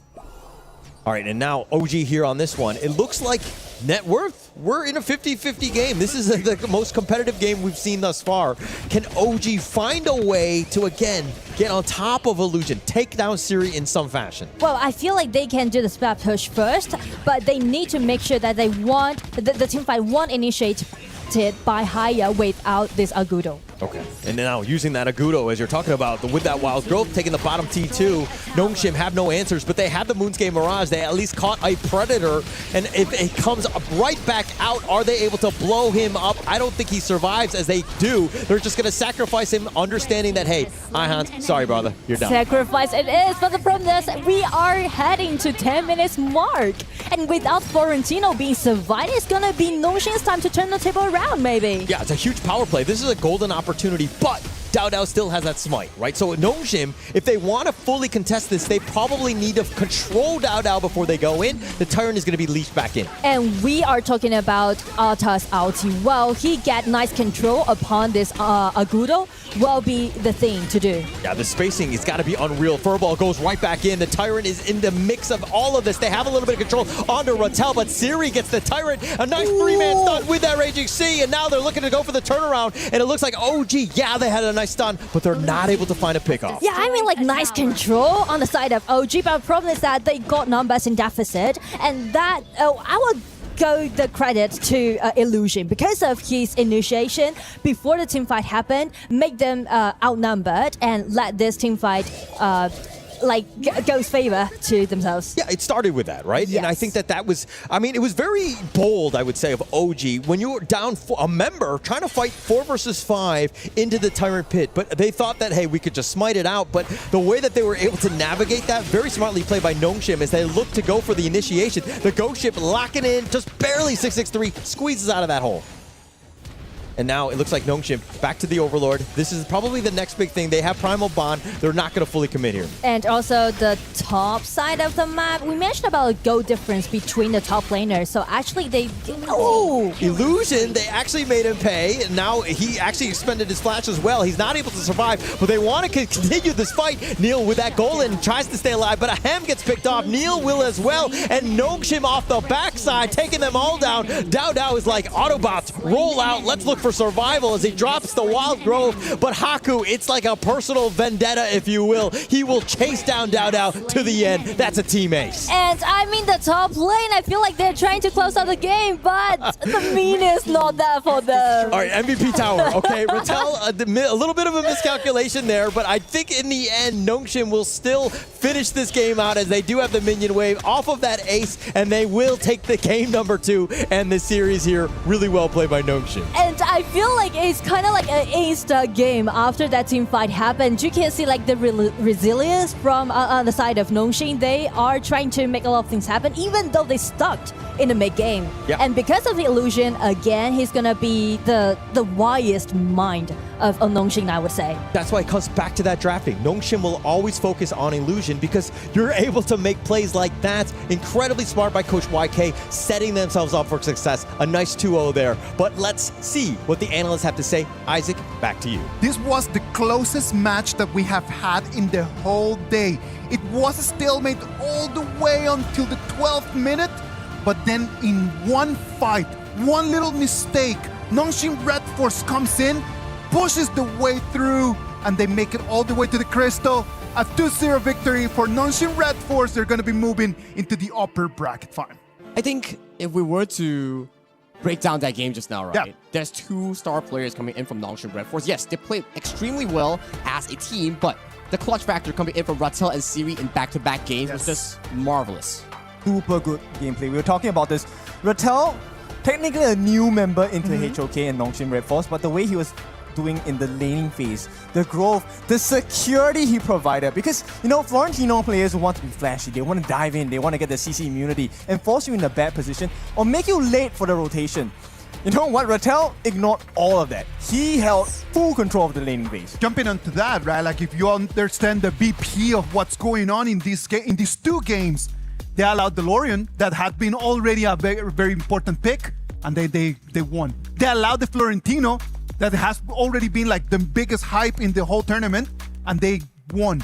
Nongshim Red Force did their homework, and they showed us that there are answers to these meta heroes in this game. Exactly, right? And we were talking about Valor as one of the new heroes joining Honor of Kings, where Rattel played exceptionally well with only one death available. And you can see this goal lead, right? Yeah. It was always back and forth coming in from both teams, and only towards the end, Nongshim Red Force found a decisive push to secure the deal against OG. Because in this game too, OG has so much control in that early game here. Every single place that you've been seeing here, it's Dao leading 4 other members, pushing down towers with that Gorge mobilization here, making it really difficult for Illusion to actually find those plays, to find those 1v1 pickoffs here. But in the end, that one fight in that Azure Golem, that was just beautiful coming in from both Siri and also Rattel. It was Ahem. They found Ahem. If Ahem had survived, that fight would have gone completely different.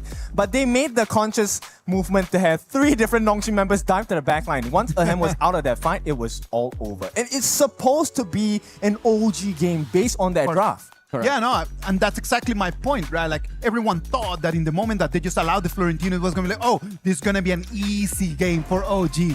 But when you look at the highlights, if you pay attention to it, Nongshim Red Force always had the answers in these 2 games. Like, you can see through this game, right? Every time it's a very 50-50 layup here, and as of this point, OG actually had the lead, but they overchased into the enemy jungle for the side of Nongshim Red Force, and they got punished by Siri here, almost getting taken down, gets popped in by the Redemption here, and then he scales in exceptionally well, and in game 2 as well. Early game was still in OG's favor here, but the late game team fights are what makes it special coming in for the side of Nongshim Red Force. I feel like there was a lot of pressure onto Ehans on this Florentino pick, right? And I mean, it goes both ways. Number one, Nongshim definitely did their homework.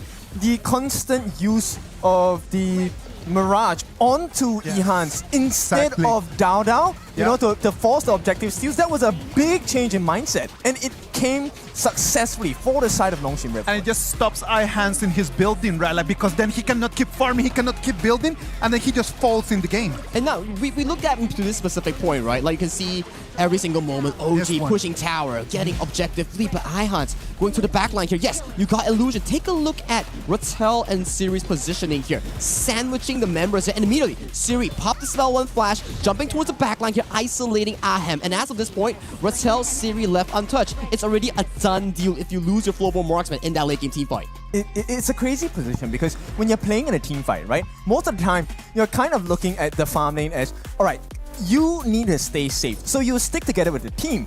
But because of the draft that they have, it's not good to stay together. You're playing against a Chucha. And you know, with that snipe, if you save the team, everyone gets hit. And Ahem wanted to leave safety for his team, so he went out alone towards the back. But that was totally 100% prepared for Nongshim. 3 different angles, 3 different members jumped on Ahem. That was the end of the fight. Well, Nongshim Red Force right now just showing us exactly how this game is supposed to be played. That was a lovely performance by them. Can we agree that has been like the strongest team in these 3 games? What do you think? I think so, yes. The way that they structure their team fights, the way that they build the minion wave, the way that they take patient rotations here has been pretty top-notch out of the Play-In teams here. But I do think that Buriram has shown signs of success as well. But they won't be meeting each other until the group stage later on if they make it to the playoffs here. So it's hard to say because opponents are also vastly different coming in for both teams. All right. Ken, what do you think? I think it's definitely the case for the side of Nongshim Red Force. Definitely one of the better teams. For now, out of the 3 we've seen, best. But the way that this game was won was just pushing to the absolute limit, right? There were fights where nobody took a fall, but they were left with the last possible hit, right? One more stun, you would have been out of the game for at least 30 seconds.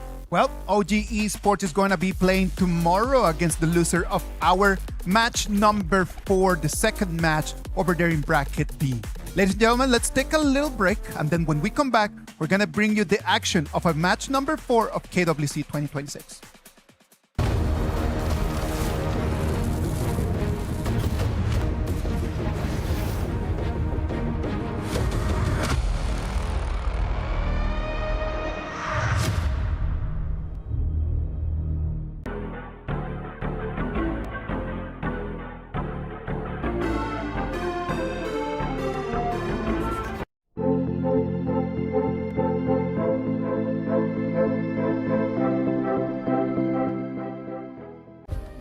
Play is in our DNA. Whenever we let it out, it becomes our superpower. Now imagine an entire city being built to supercharge it. Kadir City, powered by Play.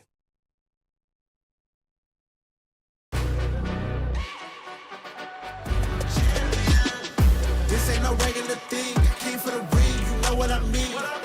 You see my name in the lights, better get right, I'm champion.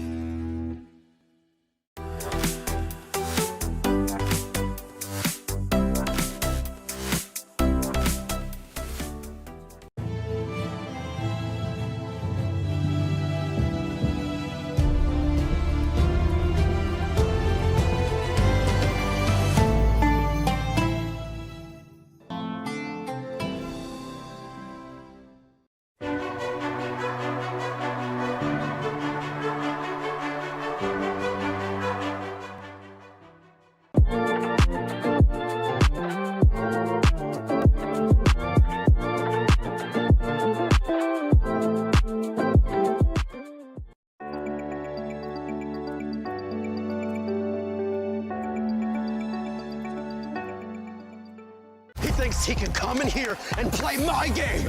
He knows nothing. Let's go! Tyler won. You're done. This is my ladder. You can't climb it. That's L airline. Somebody better hold me. Okay, yeah. Do something then. Raw energy. House from blow the house down.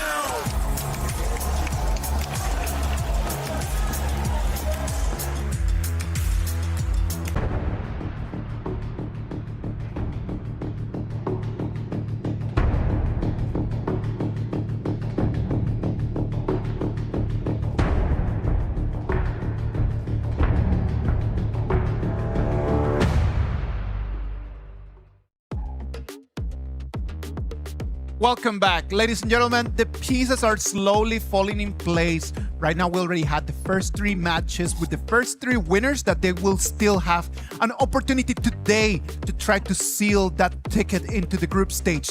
For the losers, they're going to have to wait until tomorrow just to see if they can continue this KWC 26 or if they need to pack their bags and head back home. What about if we move into match number 4 of today? Match number 4 is going to bring us Deep Cross Gaming against Blacklist International. Holler, Sagi, what are your thoughts about this game? I mean, just like you mentioned it in the backstage, right? Our first ever cross-dimensional matchup here. We have Deep Cross Gaming coming in from the GCS, and we have Blacklist International coming in from the PKL third seed here. And you kind of have to wonder here, what sort of chemical reaction will we be seeing in this upcoming showdown here? Because yes, Blacklist has had it all in 2025, but when it comes down to 2026, their first ever event in PKL that they ranked 3rd instead of top 2. A bit of a struggle, if you will. And I think that Blacklist haven't really found their groove, at least this year. But for me, I think it's Deep Cross Gaming, right? There's a lot of questions. I mean, you're talking about some old school people that we know from time and time again. Yes, exactly. They have a lot of history. They're very good, but are they the true titans here? Are they able to overcome? It's gonna be our first AOV against HOK, right? Like it's Right. gonna be like two teams with different understandings of the game. Two teams that are gonna come in, try to demonstrate what their understanding of the patch, the understanding of the meta. I am actually glad the fact that this is gonna be our match number 4, that it was not our match number 1 because they have already had a chance to see the other teams just get in there. So the nerves, the truth, already are a little bit more calm. Now, question for you, Isaac. Go ahead. Would you, okay, so the last 3 series has been 2-0 all the way. Yep. Will this be the same one for this upcoming series between Deep Cross Gaming and also Blacklist International? Oh, that's gonna be tough, man. That is actually really hard to say because Deep Cross Gaming, as you can see right over there, these people, it's not that they don't understand the game. These are faces that we have been seeing over the years in other games. I do believe that what is going to define if this is going to be a 2-0, if it's going to be an even match, it's going to be if the Deep Cross Gaming players can actually build that chemistry that takes years and years and years of working together for actually be successful. That for me is the key. And actually, Blacklist International on the other side are hoping that that chemistry isn't on point, right? Again, you rightly pointed out the fact that there's not a whole lot of time to really synergize and to ensure that they're, able to play to a high level. But all of the players individually, very high level. But again, can you put it together when you need to here on the international stage? That is hard, man. Like, let's be realistic. If this would be an individual sport, I would actually say Deep Cross Gaming has it in the back. Yeah. If this would be an individual sport, but it's a team sport, man. Like it's a 5-man against 5-man right over there. Blacklist International making it into KWC 2026 after 8 months. That for me, they have not shown the real genes, the real face of Blacklist that we saw in 2025. So I'm looking at this on the other end. If we're talking about Blacklist International, maybe they've been sticking around for too long in this long-term marriage that they've had. Because again, you're not able to change as much, especially since you've been there, with each other for so many years. Yes. Do they need new time? I'm not to say that they need to break up, but it's one of those things where, again, when you're constantly put in the pressure cooker, something has got to burst at some point. I mean, if we look to this certain topic that you guys have brought up, right? Yes. Long-term marriage versus the new squad, the new blood in town. For me, this is a make or break moment coming in for the side of Blacklist International here because this team has had it all in 2024, 2025. But when it came down to this upcoming year, we talked about 3rd place, and then last year during EWC wasn't their best performance throughout the year here. So can they break their limits here to actually make it to the group stage and then reclaim their lost glory is what I'm expecting for the South Blacklist International. But for Deep Cross Gaming, you have an interesting roster. You guys brought up veterans in the international scene. You have Queen, but Queen is a jungler currently in the Clash lane is what I'm worried about. We've seen it before back in KMW. Great play for Twisted Minds and was in the Clash lane. That didn't go too well. Yeah, it didn't go well at all, but I mean, if you're going to get replaced or you're going to just look to do a role swap, you want somebody with the name God inside of it. And you've got God here from KGL. I think he's adding a lot, quite a bit, right? There's a lot of expectations. Is this team going to be enough? Especially now that you've got Sun in the farm lane as well. You've shored up a lot of those team weaknesses. Got Wu with a lot of godlike performances, Yes, man. sir. I know that he's got 10 consecutive MVPs in KGL, and that is actually really tough to do. Insane. That's a tier 2 league that's below KPL where they source talents and new teams. So that is a big achievement coming in from God Wu here. And then you also have the roamer, which is Sin. He was a XF MVP from the GCS region from the mid lane, now role swap to the roamer role here. So there is always the question here, can AOV teams adapt to the HOK game? So that's the main thing that I want to see here coming in from Deep Cross Game. If they can nail game 1, the series is yours. Yeah, and coming from a little bit of a background in terms of like football, like this is one where you're kind of looking at things where, again, like are they able to play on the same page at the right time here? I really hope that the players are going to understand the difficult scenario that they're going to put themselves if they lose this match. Because we just saw how OG Esports played, man. Like, they did not play badly. Nongshim Red Force was actually just superior. Losing in here puts you in a battle for death tomorrow against OG Esports, and nobody wants that. Nora, you just watched the Nongshim Red Force against OG Esports. What are you looking forward in this Blacklist International against Deep Cross Gaming? I feel like the mindset really does a good job in this tournament because you can see, like as you just said, like OG, they are playing very well, but Red Force, Lungi Red Force, they are just playing in a more patient way. So I would say like mindset matters a lot in this tournament. Definitely. You need to keep calm, you need to keep your composure as well. And for Deep Cross Gaming, I'm going to start off with this. This is a team that is newly put together. Yes, these players are all individually brilliant, but they're going up against a team that has played together since day number 1 when they joined HOK. Now I'm talking about Blacklist International. These 5 members, we have the twins, one in the farm lane, one in the mid lane as well. I mean, they do a lot of work. And we have our star jungler, Joshi. This guy, he needs to be watched out for. So Deep Cross Gaming, I want to see if experience or synergy wins. And also, like mentioned to experience, actually this is the first time for Deep Cross Gaming to participate in EWC. But as for Blacklist International, actually they did quite well last year in the group stage. They won a 2-0 against Pulse Gaming first round in the group stage. But actually they lost a game 1-2 to Boom Esports. And again, Boom Esports. Yes, they're eternal rivals, not just in the local leagues, but in the international stage as well. Exactly. So, you know, historically, they have managed to make their way past into the inner brackets of the tournament for EWC, but they don't really finish well at EWC. Nowhere near the top. So they need to break that pattern this year, and it has to start with this. And if they're trying to get revenge again on Boom Esports, they need to make sure that they can get it through in the play-in. Yes, and I feel like they have already studied their opponents. So TG, the coach for the side of Blacklist International, interesting first bands. Lorian, we understand why. We have seen the performance of Lorian players today, but the Yango band, this one, it feels very specific against the likes of DCG here. I feel like it might be the mechanics that DCG has because as you said, it's very rare to take this younger away from this band pick. Yeah, and if you take a look at the history of Clean used to be a jungler when he played for the teams in KML. True. But he has also impressed in the Clash lane. So I'm curious to see, does Clean bring a much bigger game? Because you have to bring it. You are playing against one of the top #1 Clash laners. There's a reason why he has 1 in his name. And I'm talking about Chammy1. Chammy the Jammy, this guy, you need to prepare for his picks. Exactly, and as Channy was the FMVP back in 2025 in PKL Ultimate. So yeah, it's gonna be a big question for Clean whether he can contest Chammy1 or not. But also, like from another point, I would say I'm looking forward to see God-U play. Because it definitely will be a contest happened between Clean and God-U. Like, who did the best in the jungler? Who will take the part of the jungler in this team? So definitely God-U with this pay pick in such a priority. I was like, he might be the shot caller of the game 1. Yes, it's very important because, look, we have the stats. This guy is like a superstar player from the KGL, but that stats to me, I haven't seen him play just yet. So I'm curious to see, does the action match the words that are being said? Yes. And they're going to help him with the pick of the Lapu Lapu coming in from the side of Sin, as well as this Xiao Xiao for Ethan. Now, this Xiao Xiao pick is going to be quite damaging to the lineup on the side of Blacklist Esports, Blacklist International, because dealing with the Ukyo Tachibana as well as the Aowen, this Long, is very important. They are susceptible to burst damage. Exactly.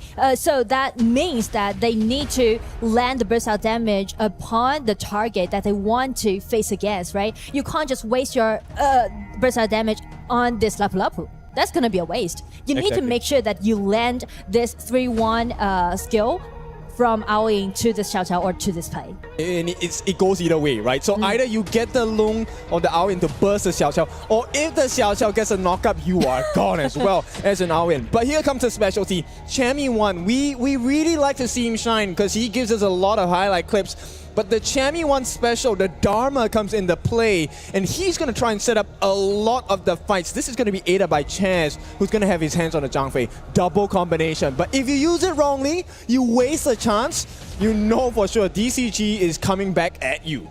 I feel like you can always trust the Dharma played by Chamiwan. It's kind of like one of his signature heroes so far. Yes, it is. It definitely is. His growth has been... I mean, I don't even want to say growth. This guy is just putting on a show every game. At the peak, Yes, Dharma. exactly. Always. So now his challenge is, can you find Sun? Sun, the representative coming in for this AOV squad, comes from MKL. Arguably the strongest region in Southeast Asia of HOK. And also, he did quite good back in MKL Spring. He actually got the third place of the MVP. So definitely, I feel like if they trying to play around with Sun, it's going to be a good technique that they can have. All right, so this initial start to the game. Game number 1, you only have 2 chances, right? If you lose twice, you are going into the lower brackets. You are meeting OG at that second part of the play-ins. But at this point, Pei versus Ukyung. Who do you like more? It's a 50-50, but who do you prefer? Yeah, it's pretty like a 50-50, but I may say Blacklist International because I do like the way how they just prioritize this Dharma with this Zhang Fei. So I can already foresee the team fight, how it's going to happen, right? You can see the Zhang Fei's controllability from the front, and also you can see Dharma seeking the opportunities, trying to get control or to the back laners, especially to Xiao Chao. It's such a great threat. So they're kind of trying to make a lot of room for this Aoying to find the precise moment to dealt his like burst out damage upon this Xiao Chao. Yes, he is essentially giving him space to farm, right? Mhm. The initial level 1 decision from the side of DCG is going to be very important. Do you invade? And if you do invade level 1, are you going to be successful? Because if you don't, then Blacklist, you know for a fact they will come and punish you. They might even come back to invade your jungle. Exactly, and it's always thrilled to see EQ play against Pei. 2 assassins. Yes, I love the assassin matchup, right? Because it guarantees, almost guarantees, we're going to have a very exciting, fast-paced game. Exactly. And right off the bat, clean against Chamiwan. That's a story we will take a look at the later parts of this tournament. But right now, Dragon, this is not a good start. And I feel like because we're doing best of 3 in playing, so definitely if you play in such a fast tempo, it kind of just show your momentum. If you can win game 1, let's just take the previous matches, right? 2-0, 2-0, 2-0. 3 times we've already seen in this so far. So game 1 really matters a lot to both teams. Yes, definitely. The momentum is going to be huge. Potential first blood for Xing. He is not going to use his flash at this point, but Chamiwan, he needs a little bit of help at this point. Might have to give his life. But hang on, Chaz! He gets the first blood, and of all people, he gives it a Sun. That is not a big one. And there's going to be a trade now. 2-1. Godwood gets taken down. Pain on both sides. Who got more hurt? The jungler being taken down or the farm lane being taken down? The farm lane being taken down, definitely, because Aoying is kind of like the core player from Blacklist. And I would say like Sun, he's doing so good. He's like fight till the end. Yes. The last hit that he did upon this golden kite is kind of guarantee the winning lane at the bottom from now on. Now you take the risk, you get the reward if you're successful. Sun, he took the risk, he's 2-0-0. And Golden Kite, he's gonna try and set up again. Sin is not the one that they want. They want Sun. They are trying to commit for him. The flash from Dragon, absolutely zero value coming out. They actually don't get any damage on Sun as well. But I do like the movement that made by Dragon. You can see like how proactive that he is playing right now. You can see like he rotates to the top, he rotates to the bottom. It feels like he's trying to use Angela's burst out damage to make a lot of things happen in the early game. But the thing is, as you said, if you waste the flash and your opponent might just catch the information, so they will just play more aggressively from now on as your flash is not available right now. It's going to give big plans to the side of DCG, right? Now True. that you know that Dragon does not have a flash, if he is out of position, that life is for the taking. And Blacklist International so far, I like the way that they're playing the laning phase, but they haven't, this is not the Blacklist that I know. I know them to be more aggressive. They like to take the big fights. And here we go. Okay, it's a simple setup. Okay, they're gonna use the Blazing Brilliance as a deterrence, but here comes the actual pain. Chaz as well as Joshi. This is a wrestle for the Primal Portal, and it looks like DCG, they don't want to take the risk, they'll give it for free. Exactly, because I think like they are trying to save it for the 4 minutes mark, because you can see like they're waiting for the Byron to rotate down first against this Dharma. They need to make sure that they can gain that a dragon around the 4 minutes mark. Yeah, I think the early rotations, especially for the Clash laners, are going to be very important because exactly. Either way, if Channy1 or Clean gets like a nice flash ultimate, it's the end of the fight for the opponent team. And that's the reason why they rotate frequently to the top, because they are trying to guarantee that they got the priority of the teleportation. Yeah, but it looks like also they're considering that we might not be able to wrestle for this 4-minute Tyrant on the dot. So they're trying to get free damage on the T1s as well. Exactly. And we mentioned about the winning lane that DCG already has, right? Granted by Sun. So I would say they are trying to contest against Blacklist around this dragon. It's going to be very important. Both teams actually have a lot of burst damage here. The setup by Sin is going to be very important here. It looks like they will not be able to get a steal. Blacklist International secures the first Tyrant of the game within the first 4 minutes and 10 seconds. Now, gold-wise, this lead is negligible. You don't really see a big goal lead going to the side of Blacklist International. Yes, but compared to the strength in the mid game from now on, I would say Blacklist will win the upper hand because of the burst damage that you can see coming out from Angela, and also they're trying to accelerate the pace. Yeah, it is. I mean, this defense might not work out. T1, they're trying to push them away just to make sure they get enough damage, but the backdoor defense is going to be activated, and instead, DCG gets the T1 first. It's very smart. As we can see, Goat Wu is trying to do the trade because he knows that Byron definitely gonna win the upper hand at the top. So instead of just supporting at the bottom, he's just doing the tower trade. Yeah, the rotations are clean. I mean, okay, no pun intended for clean, but Blacklist International, how do they respond to this? Because this was not supposed to happen. They were supposed to trade the T1s, which means now the rotations are going to be a little bit slower for Blacklist International. Exactly. I feel like maybe Dharma needs to hide his vision, right? Trying to, like he's doing right now. Like Channy1 is trying to cut off the waves and trying to open the vision for Angela and also this Aoying, because they can be invisible, and invisible is the most threatening things right now to this global marksman and also Xiao Qiao. Yeah, but different kind of peekaboo, right? It's not just fear, it's pain as well. If you're on the side of DCG or Blacklist International, if you're caught off guard. Now, it's going to be a T1 trade for the bot side and the top side. So the side lanes are going to be a very important flank angle for both teams. Exactly. Take a look at what this means for the side of Blacklist, right? They make the trade, they get the Overlord, but this is really more of an EXP trade, more than anything. To me, it's more like psychological game from now on, because you can see like Blacklist, they are trying to ambush a lot. You can see like Channy1 is always trying to ambush in somewhere and just hiding his own vision has caused that psychological threatening towards DCG. Yeah, but if you take a look at Ethan, he's doing the same as well, right? He's the one in charge of watching out for Channy1. It's kind of cool because normally it will be clean, but Ethan is doing that job as well. True. Chance, he's taking quite a bit of damage here. Not ideal to Zhang Fei. This T1 might not be under a lot of pressure from the side of DCG. For now, I feel like Dragon, this pick on the Angela is great because the Blazing Brilliance ultimate cooldown, 20 to 30 seconds, you can actually shred through a lot of the defenses on the side of DCG as well. And I mean like the character of Angela, the thing is that do or die. Right? If you can do your burst damage well, then your enemy will die, or vice versa. Yeah, I mean, it's burst for burst. I like this composition for both sides, right? But it also means when the big team fight finally happens, when the opening finally comes, it's going to be massive. Hang on the backline. Sun, he's falling a little bit low. Looking against Joshi, he's not going to be overzealous here. Joshi playing it safe. Here comes the rotations from the rest of DCG. Can they find an opening? I don't think they want to risk it right now. Wow, I mean like this is the vision game from now on.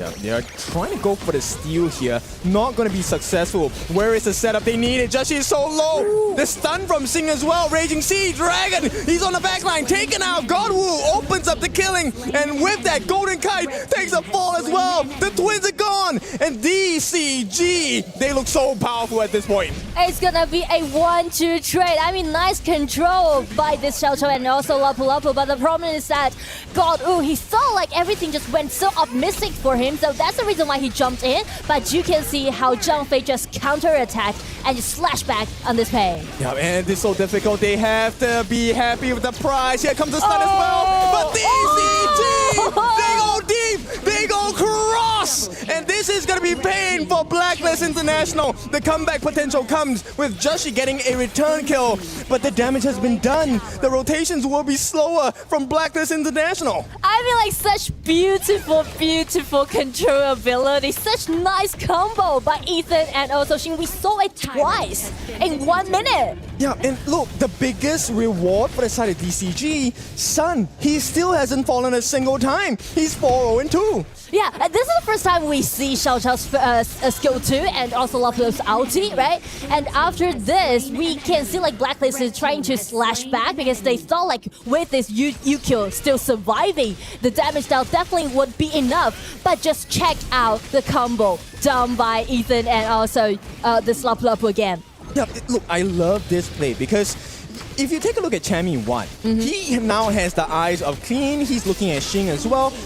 You don't want to drop your ulti there, right? You're looking for Sun, and Sun is nowhere near the fight. So Chammy is stuck in a hard place. Do I really want to use my flash and ultimate? Well, it looks like this time, Chess might be chased down. It's going to be a 3-man pushback, but it's not going to be of any value. DCG have gotten what they want. They got the kills, they got the T1 in the mid. The flanks will be even more dangerous from Deep Cross Gaming. And most importantly, they forced out Zhang Fei's ulti before 10 minutes mark. And that's a point why they trying to just group hunt on this chance. Okay, Chammy 1, he's in a nice position now. Joshi is making the bait, but nobody's falling. DCG knows what's going on. Chammy 1, okay, hang on. They've gotten a little bit deep. Joshi, he finds the opening, but who do they want? They want the farmland. Can they get Shin? Shin is the first one, but he's a tank. Is it really worth it? Golden Kite gets the tank out of the fight. For now, 10 minutes, this is an important timeline. Joshi could not find a finishing blow. Onto the mid lane, Ethan. This means Blacklist, they have to back off. Do they really want to take this risk? Joshi, he is so low though.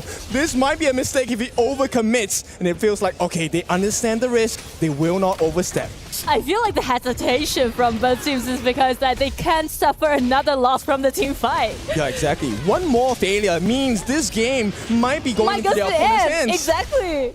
And it looks a little bit dicey, but Joshi is getting it done. They will not get the reset. Can they get the steal? They will not be able to. In fact, Ethan pays the price for taking a little bit too much curiosity here. It's going to be 6-5, but a Shadow Tyrant this time goes into the hands of Blacklist International. And it's definitely gonna strengthen up on the side of Blacklist, and you can see like a Golden Kite already fully equipped, I guess. He at least got 3 equipment from now on, so the burst out damage is definitely sufficient coming out of him.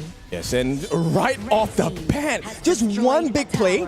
Look at the map now. T2s have been taken from the Clash lane. Top side is looking a little bit too hard to handle for the side of Deep Cross Gaming. Blacklist International, it might not be the biggest of goal leads, but it's close to 1,000. Exactly. And from the team fight, you can see like biggest problem on the side of DCG is that yes, the CC is really nice and it's very eye-catching, but who's gonna jump in? Is it going to repay? If he turned into this high grace, jumping in, and it would put him in such a dangerous position. Yeah, and they need to be close enough, right? Even if Clean uses a flash as a Byron, gets in, Storm Strike, gets the knockup, you have to be close enough. And that puts Sun in a very risky position because Chammy 1 is always on the lookout. Look at Chammy 1. He's always in those angles. Always, like all the time. Yeah, so, okay, Clean has founded him out. The responsibility falls on Clean now. Ethan no longer wants to be put in that shaky spot. There's a nice stun coming in from the side of Dragon. This might be the fight. Shin drops it down, but support kills. Yes, Godwoo gets that Shadow Overlord, but what cost is it? Because Sun, he has been found, taken out as well. Blacklist International, this is the power of BKL. It's an ace. It's an ace. It's so overwhelming. They are just backslashing on DCG as okay, as you wish, you can go for the dragon, but we are going for the victory. Yeah, this one is going to hurt them. Blacklist International. What a play. They don't care about the backdoor defense, and they will march on to game number 1 victory. All they need is just the minions coming in for the backdoor defense to be gone, and Blacklist International draws first blood. I do like the initiation that did by Chami1, and you can see like he's being so proactive all the games, and he's just trying to make a lot of things happen and trying to hide his vision, make a lot of ambitions happen. And the thing is that I would say Loon did quite good using his burst out damage, and also like the vision game that they played, it might be mattered the most in game 1. It's so difficult, but we'll take it. Isaac, please help us out here for game number 1. All right. Ken, Nora, thank you very much for that amazing game. I loved how both teams were fighting it out like Deep Cross Gaming. For me, it had the advantage when it came to the 1v1s. But as we just talked about, Blacklist International, the 5 members, they worked as a fist and not as individual fingers. Just how a team that's been sticking together are able to use that experience to overcome adversity. Yes. Right? Deep Cross Gaming, they got those micro wins. They had a bit of a lead. Yeah, exactly. But when at the end, it's about the power of friendship. I feel like it's a bit of like a repeat coming in from series number 3, where we had OG taking on Nonchalant Red Force, where it was really similar in terms of the storyline, where OG really dominated early game, but then when it comes down to the late game team fights, Blacklist International was really clean. Just take a look at Just G's gold here. 12.5k at a 12.5 minute game against Godwoo's Pay. One of the fastest farmers that we actually have based on the 1,000 gold per minute in this game for Blacklist Jungle. Not gonna lie, man, like the way that the game started, Sun takes a double kill in the first 4 minutes, then takes a second one.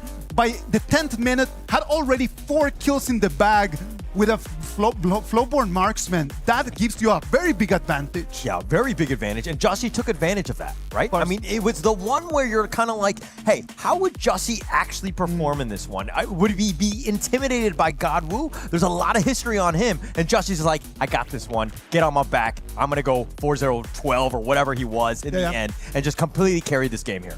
And we saw it from the game itself, right? Where the game playstyle coming in from Blacklist International's draft is like, okay, Just G, you go handle the side lane here. We let you deal with Godwoo. And Chami1 is on the opposite end, where he's going to be free roaming after 4-minute mark, because he's not no longer going to take farm. He's just going to be like, okay, I have the Truth Mantra, I have the Flash, I will be setting up for some of these big plays for the team. I'm telling you, if the second game is going to be the same as this game 1 was, I am really looking forward to that. Let's go for a little break, and when we come back, we're going to go straight to that game number 2.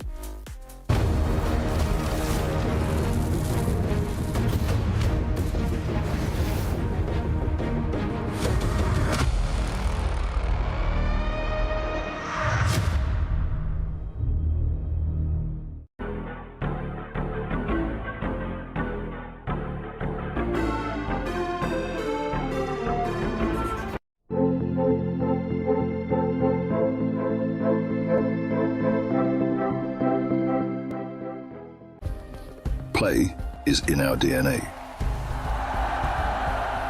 Whenever we let it out, it becomes our superpower.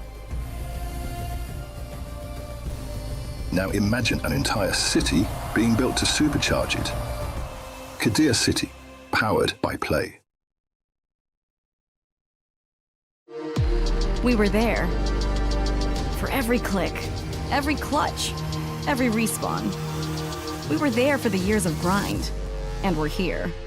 Now, the proud founding partner of EWC, powering the biggest event in gaming, shoulder to shoulder with the world's best, making history. Greatness deserves a stage. Lenovo Legion, reach your impossible.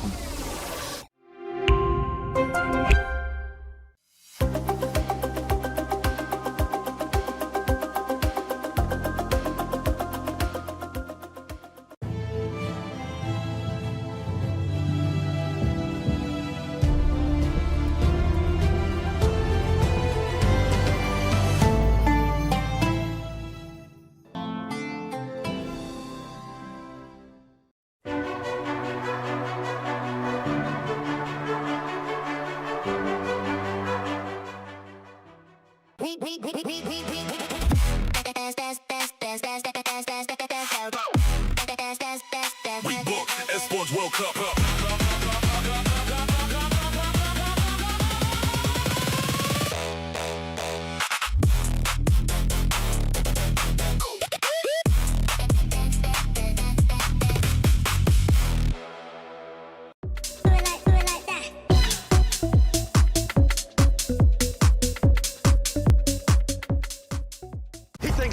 come in here and play my game. He knows nothing but go! Tyler Wine, you're done. Raw energy. Half for half and blow the house down.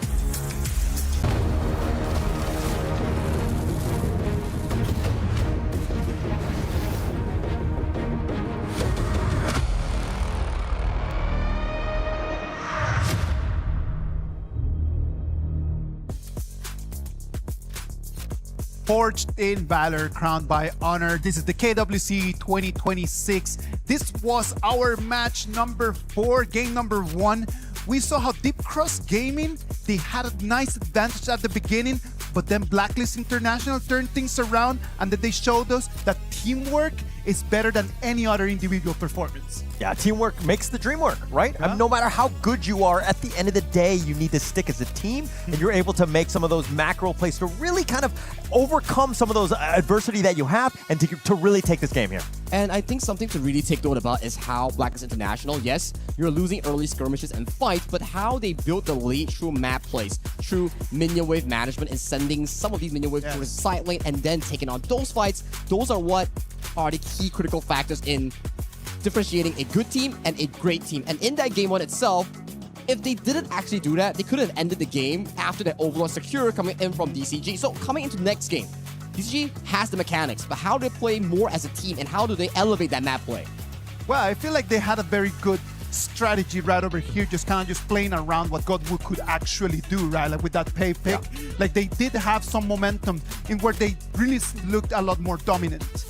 But maybe if they were to just change to go from an assassin and they were decided to go to something a little bit more tankier and then just allow just the whole team. Sun had a very good performance. Maybe we just need to pass the ball to Sun a little bit more. I mean, it's one thing for Sun to have a good game and to continue on, but it seems like the team is kind of out of sync, right? And that's a scary moment, right? If you're looking down on this one and you're like, hey, that was a winnable game, how do we get the mental state back into this one where we're able to kind of get back into the series?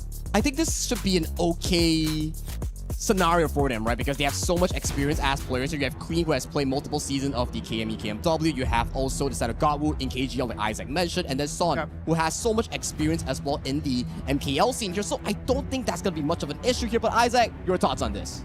Experience is vast. From both teams, experience is in there. What we want to see right now is, can we actually transform all of this experience into the plays that we need in order just to finish the game?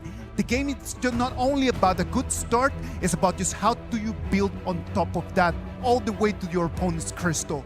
Kin, what do you think could have been different for Deep Cross Gaming for them to end up with the win in the last game? Remember that they're human. Remember that if there's weird moments and movements, something is up, right? Joshi was moving weirdly. He was staying. His health was low, but he was still staying in a vision of 3 different members on the side of DCG. And if you have done your research, you know whenever Joshi is baiting, someone else is near the corner, and it is the #1 PKL class laner. Chammy won with the Jammy, and that one costed them that game. Exactly. You could never neglect Chammy's presence. Yeah. So this time, I think they might go for another initiative hero to Chammy 1. I'm just curious. When we want initiation, Dharma was the #1 pick. Definitely. What would you put now? Would you consider Charlotte for champion? On the top lane? Yeah. Charlotte can be a little bit tricky because you need to use your ulti with the flash that will make it available for you to open the team fight. But if you're looking for some initiation, I would say Ata on the top as a flex pick can be very nice, or like a Sunsa pick. But these are not like kind of OP in this patch. I think both picks actually work really well because they have a L'Oreal now Yeah. on Blacklist International side, right? At the same time, this is a great combination against a Chicha. Chicha, once again, flex pick, can go into the farm, can go into the jungle, can go into the clash. But at this point, Chicha's weakness is CC. You catch her, you stun her, she is gone. And because of Chicha, if you flex it into the farm lane, means that you will have 2 warriors in your composition, and it will cause some problem if you want to pushing forward. I mean, like, you can do good around the team fight, you like doing like a head-to-head team fight, but the problem is after the team fight, how you're gonna pushing forward, because marksman is always gonna take the responsibility to take the tower down. Yeah, she needs a lot of gold as well. Yeah. Like not only does she have to get her passive up with the auto attacks, she also needs a lot of gold to get the equipment. Because if she doesn't have the gear, she can't really take you to a fight. And right now, this laning phase is going to be even more difficult because the channel has been picked up. So you don't really have a lot of advantages. Yes, the wolves can give you extra hits in your passive that will help the Chicha, but we don't even know whether she's going to be in the farm lane. Exactly, and I feel like they are preparing for a potential lone pick on the side of DCG because we know that channel can be a great counter pick towards lone. So I think like they are preparing for that potential pick.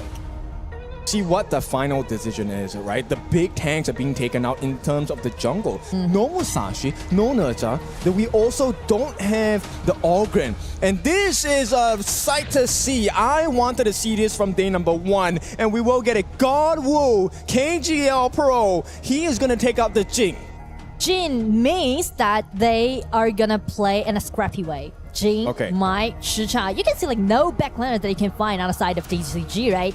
They are just trying to, just play in a really aggressive way, but also like triple assassin that you can see on the side of DCG means the gold is gonna be a problem.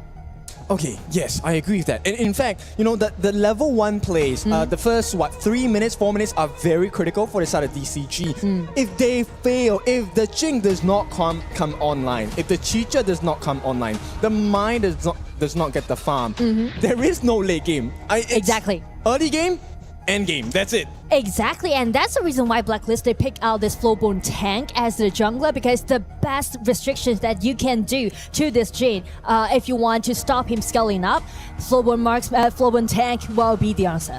Yes, I like it. And in the event that you are out of position in your mirror domain, the Flowborn tank can actually use his skills or her skills to knock you out of the mirror domain, cancel your ultimate, and then the wall of her is coming. The Lapu Lapu is gonna land a stun. A double knockup. Yep, and then you have the double chase, you have Lorion, you have the Devara. Oh lord, there's a lot of pain in store. But once again, it's DCG. This guy, they have individual abilities. All they need to do is to form them up. Nice combination, nice synergy. Maybe they tie this series up. And I feel like we mentioned about the synergy in DCG for game 1, right? We can see nice combo made by them, very beautiful. But the problem is that there's no like last hit burst out damage coming out from the players. And that's the reason why they go for Mai and also Jing this time. Because like no backliners anymore, everyone jumping in, play it in such a clean way. Is it going to be a mistake though? Because I know, like double-edged sword. Everyone dives in, right? So exactly. if I say go, everyone must go. And if we don't hit the mark, it's a big problem. And we asked this question before. Is there a chance that everyone agrees on what to do, but when the actual fight happens, everyone does something different? Right? There is a chance that might happen. Yeah, it's two differences. If you say it or you do it. Yeah, exactly. And this laning phase is going to be very critical for the side of DCG. It's still the same for Blacklist, but more important for DCG here. And also you can see like they flex this Chicha to be played for Klein as a top laner. So that will make Sun suffers a lot during the laning because Alessio, very vulnerable in the early game. But this is one of the playstyles you have to be able to endure as a professional, right? Yeah. Sometimes the farm laner needs to carry the weight for the team. Meanwhile, the rest of them will try and get their farm up. And I think the responsibility now is not just on Sun, it's also on Clean and Godwood. The two of them, you cannot miss the last hits. You have to get every single thing here. Yeah. And it looks like Ethan did get that away from Blacklist. They need to prioritize their top duels on the side of DCG. But speaking to Blacklist International, I would say Jashi, this time with this Flowborn tank, he can play more aggressively as he did in game 1. Ethan, he gets the first knock-up. This is not enough damage. Where's the rest of Blacklist International? They smell some blood. They're a little bit too late though, so DCG should be able to walk out cleanly. Now, the second part of this fight is going to be for the Primal Portal. Space Sprite will be given for free. DCG, no way to contest. I mean, mean, like the composition allowing them to do a very solid team fight on side of Blacklist. Oh! Oh no, God Wu, this is why you don't give him the Jing. First blood goes into the hands. They're fulfilling what they need to do, and that is to get the EXP and the gold. And it's a double whammy because Golden Kai now will have a 0-1-0 scoreline against Sun, who was having such a difficult time in lane. And this kind of clean movement down by God Wu is giving me this taste that maybe for game 2 he's gonna be God-like Wu. Wow, okay, that's a huge statement. Let's see if that comes through here because God Wu, he's making the waves, he's making the rotations, and he's not slowing down. That's the most important part, right? Now, to slow down the Jing, what does Blacklist have to do? Well, if they want to slow him down, they need to use this like their jungler, the Flowburn tank, and also Lop to trying to make a lot of invasions happening towards DCG's jungle. It's the only way that you can shut this thing down. Okay, but is it worth it to do now? Because Jashi's level 5. He's one level behind God Wu. And this might be a problem because if you lose the next team fight here, which is probably going to take about 10 to 15 seconds, it might not come back in time for the 4-minute Tyrant. Yeah, but like you need to make it happen because you are playing this Flowborn tank. You can't just try to compete with this Jing with the scaling up pace, right? You need to do it quicker or you will just, you know, suffer a lot from maybe like 8 minutes later. Yeah, I mean, it's called Flowborn Tank. It's not Flowborn Dead. And here we go. Chance is going to have to suffer the first attack. He makes it out for the time being. Actually will walk away with his life. Now, did they burn a lot? Well, it's just God Wu's ultimate at this point. But Clean, he is not having a good time. This means the lane freeze might happen in the Clash lane. This is going to be beneficial for Blacklist. It means Clean cannot reach on time for the 4-minute marker. A 4-minute marker coming soon on the side. In about 10 more seconds, the wave clear already being started by God Wu as well as Ethan. So this means Blacklist International, they have to be careful with the brushes. The positioning of God Wu is going to be so important. Exactly. He's waiting for this Lorian. He already anticipates his movement. Yep. I think there's a potential of a steal. God Wu is nearby, but he needs to do it now. Not going to be possible. Jashi will get that smite down. In the meantime, Xin actually used his unbridled outburst. Not a lot of results coming in. Is this the mistake that starts to crumble? It's looking a little bit dicey for DCG. Well, I mean, it might be something to do with this decision, but as you can see, another team fight happening at the bottom. Yeah, I mean, Ethan, he will make it out safe, right? And right now, Blacklist, they know it. They don't have to overextend. But in the mid lane, Jashi will be taken down. Jungler against jungler, 1v1. God Wu is the better one at this point of the game. But we are pre-5 minutes. The real damage is in the farm. What can they do? They have stolen the Azure Golem, but the punishment, Clean will be able to make it out. There is no punishment from Blacklist International. I mean, like, that's what I'm talking about. After this game, we might see God-like Wu, right? The reason why they didn't contest with Jashi, with that dragon, is because they're trying to prioritize God Wu's farming pace. And right now, if you give him money, give him resources, he's gonna give you such a great feedback. I mean, he doesn't really have a huge lead that we're talking about, but he's doing a lot of damage already. Now, Chance will get the vision to the team. This means God Wu, they can make the immediate trade on that Overlord. And this will be another advantage for the side of Deep Cross Gaming. 2,000 gold deficit. Well, it's actually acceptable on the side of Blacklist International, but the problem is that they didn't do any invasions, right? They are just playing passive, right? Yes. I would think. Not as aggressive as I think the Blacklist fans would have liked them. The big problem here to me is T1 at the bottom, T1 at the top, both gone, right? And right now, there's a lot of pressure coming in from DCG, which is, I would assume it's a correct movement. I mean, it's because of the comp that Blacklist selected. Just give us that kind of sense that they're trying to be more scrappy. But the thing is that they're losing the vision right now on the map control. You can see, right? Once we're on the fog of war for the side of Blacklist International, you don't really get to see too many of the DCG heroes and players. And that's a cause of concern because right now, if you lose this Azure Golem, it's going to be a big deficit. They will try to go for the steal. God Wu, he steals it and makes it out. Chance, he has to be careful about his life. In the meantime, DCG, they steal it, they get out, and they start working on their Crimson. And you can see like how mobile that DCG's comp can have, right? Because there's several assassins on the side of DCG, so it's gonna be a little bit tricky for Blacklist how they're gonna settle the battle area in their favorable place. Yeah, and you know what? In most cases, we have seen in history of HOK, if it's 1,000 goal lead, it's not the biggest difference. Yeah. But it feels like DCG are like way ahead, and it's looking like the space bot Sun. He's laying down the damage. Sin takes a little bit too much at the same time. But Blacklist International, they refuse to take a no for an answer. They want to put more pressure here. Chaz actually just standing there. Okay, I thought he was lagging for a moment, but it's all good.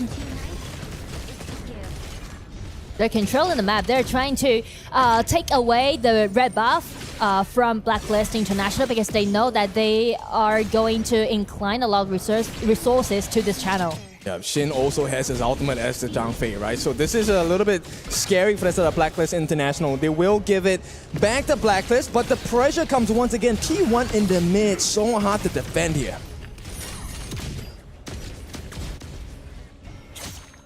Bottom side, Golden Kite. That one death didn't feel like much at that moment, but now you start to see the effects. The timers are coming back. DCG, they are positioning themselves every single time. The steal might happen. Godwoo is not going to be on time. In fact, they might have to give it up. He does not have smite. But we mentioned about the 2,000 gold lead goes over to DCG, and who's going to be it? It's going to be Godwoo, right? The 2,000 gold lead is all on Godwoo's Jing. Okay, that is a huge difference, right? Godwoo and now... huge trust, actually. Yeah, it's like a 2-level advantage as well. So this is going to be important because he has gone for a hybrid build. The Exo Torment gives him a little bit more survivability. And the biggest issue for me is Golden Kite is nowhere near where he needs to be. He just has the Eternity Blade as well as the Daybreaker Virtue. Not enough. To be honest, if I put myself into Golden Kite's shoes, I would say it's very terrifying if you play against a Jing like this. Yes, and it's so terrifying. You don't know, like Jing just come out nowhere and make the insta-kill on you. And that means they're going to start opening up. Okay, Devara, my dear Chammy Wan uses the ultimate to get out. And this means DCG have opened the bait. Can they finish the job though? Do they want to finish the job? No, the real target, it is 4-man pushback from the side of Sing. Looking for more. They just want the buff. The lives will be a perk. Is it stolen? No. They will secure it for the side of Joshi, but a lot of utility has been used by the side of Blacklist International. They're looking for that finishing blow. Here comes the catch from Joshi, but no follow-up. Not enough, fast enough. They will get the kill. Joshi is gone. The big tank is no longer here. This means Blacklist is open for the taking. All they have to do, godlike Woo shows us a performance. A double kill here. Well, make it to a triple. I think it's possible to make it as a triple. Oh no! Okay, Chaz will get a freebie, but it's 1 life, 2 lives actually, for the price of 4. And DCG, this is the perfect way to end it. An ace coming in. They wanted Godwoo to get that final one as well. Just perfect planning. Just being unstoppable. I mean, like the pace that we can see in Game 2 on the side of DCG is just being unstoppable. Yeah, it definitely is, right? And the timing, look at this. An ace right before the 10-minute mark. Shadow Overlord goes straight into the hands of DCG. Godlike Woo, I think you were correct.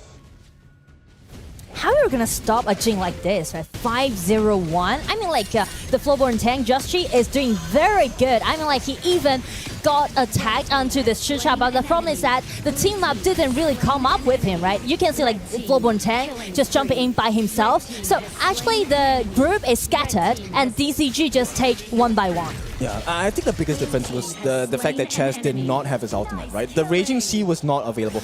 If they had caught DCG with a Raging Sea, I think that fight would have been completely different. But right now, it is a repeat as DCG looking for more damage onto the side of Blacklist International. Joshi this time, he will survive, but it's a triple kill for Sun. And here we go, Godwoo. He's going to put the pain in, and the T2s as well. I mean, all of the damage being done, on all fronts, structurally, emotionally, mentally, physically, for the side of Blacklist International and Deep Cross Gaming. They are back in this series. I feel like the way how Godwoo play just brought up the momentum of the whole team. You can see like how aggressive and proactive that Sun is playing right now. And I would say Chummy won. He's making it a double kill as a constellation effort. So Yeah, it will definitely buy them more time. But the thing is that how they're going to target Alessio and Jin simultaneously. Yeah, and once you have finished solving the problem, you have Clean as well on the Chicha, right? Right now, okay, Chaz is going to try for the steal, not going to be successful because this is a Jing we're talking about. And this is not any Jing, this is God Wu's Jing. Shadow Tyrant into the hands of DCG. God Wu, I mean, we were taking a look at the gold growth. Right now, it's 3,000 gold. Let's see how that fight actually started.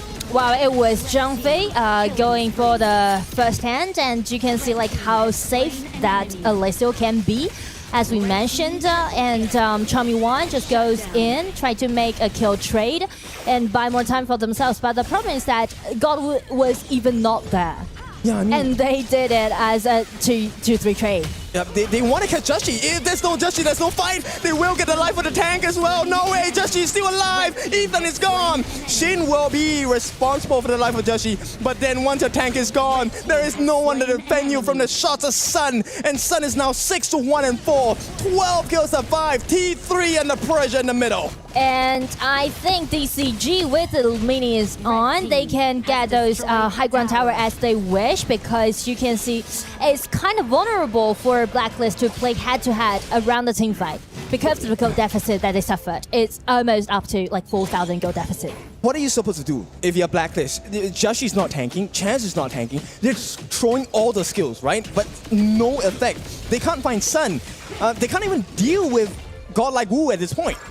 Well, I feel like maybe they can try to kite a little bit more before the team fight, because you can see everything just happened so fast, like in 1 second, and you can see like they are overwhelmed by the power of DCG, right? Because of the gold deficit they suffered. So with Lorian, with Devara, with Channel, actually you have such a great long attacking range, right? You can kite a little bit before the team fight happens.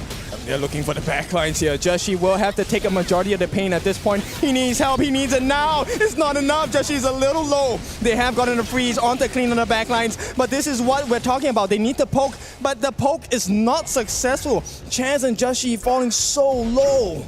Because, and also like because DCG is forcing Blacklist to take the team fight because they know that they already got the upper hand, so they're trying to force them to contest with them by team fight and try to close out the game by these kind of skirmishes they made. A painful experience for Blacklist International fans, but for DCG, this is a team that's representing you from GCS. And this is the dream here. The AoE teams want to leave a mark and show you that they are the better team at this point, and it seems to be working. We want the 1-1 in this series. Exactly. But I do like the way how Blacklist is handling the situation right now, even though they suffered from the gold deficit. But they are trying to contest DCG again and again. And you can see, even though they're suffering from that, they are very painful, but the high ground tower, they're still holding on, right, for both side lanes. Yeah, I think that's very important now. They will try to force things out from Chami 1. They have successfully managed to force out the ultimate. And that's going to be a big moment because DCG, they don't ever start the fight like that. It's just a poke. And once you run out of options, run out of counters, then the real fight comes. You're tired out. And that's where the finishing blow comes in. Exactly. But I feel like, if you can see, like they fight from 8 mark to 15 marks. Like almost like a fight for like 8 or 9 minutes right now. I feel like DCG, they're too into the sense of killing. Okay. So they're not pushing forward actually. So this time they just unleashed the vanguards at the bottom. They know that they need to hurry up. I feel like this is the chance. Chami 1, once again, he's the target. This time, they will be successful. Clean gets the finishing blow. A little bit too much damage for the side of Blacklist International, but that's not the only pain they're experiencing. They have to defend. The T3s at the bottom will fall. There is no save for Blacklist International. And this could be the killing blow. One more Vanguard joins the cause on the side of DCG. A flash miss by Ethan. The punish comes in. Maybe this is the moment they're looking for. Here we go. Chaz gives a life with the Raging Sea, but they still have to deal with the backdoor defense. An attack coming in. They can't do it. Joshi's gone. No more tanks. And DCG, they come back. It's 1-1. And they even out. It's gonna be the first even match that we've seen so far for day one. Right, they are very competitive, I mean. I like that you mentioned that, but that's also because I'm the broadcast. There's a history here that, the Kindofu curse is happening, and yes, it is. It's 1-1 now. We're going to have to go for one more. I am telling you, the Kindofu curse is so real. It is just always happening. Every single time that he's going to be on cast, like, we're always going all the way, which is actually something really nice. Like, this game right over here just showed us how things can just turn from one side to the other. We're mentioning about how Blacklist was so much stronger because they were playing as a team. But then in this game, I just saw something completely different. Yeah, and I think that, I just want to address the Kindofu curse. That is a real thing, having casted it for many a year. But we're going to a game 3 on this one. I do like that. I think it's very competitive. Yes. But to your point on this one, it seemed like Deep Cross Gaming were able to isolate, find some of those players that really kind of made them have a tough one, especially focusing on Jussie here, as he was 0-5-5. And I think it has been an ongoing issue, right, where we deep dive into Jussie's lore as a player here. He was always fantastic on the heroes that are more assassin and bruiser based that can have more carry potential, but when it comes down to tank specifically, Jussie never has that much more of good moments on these specific picks, and it has shown in this game. Yes, the Floorborn tank is a direct counter towards the Jing, for example, here, but this was the God Wu show. If game 1 was about Blacklist International playing as 5, this game was about God Wu styling on them with the help of Son. Yeah, and I think that God Wu, he took it personally. Losing game 1, he's like, I got this. It doesn't matter what they pick, what sort of counter. Yeah, this is it. I'm going to set things up, and I'm going to be able to just kind of overcome here. Son at the same level. He was like,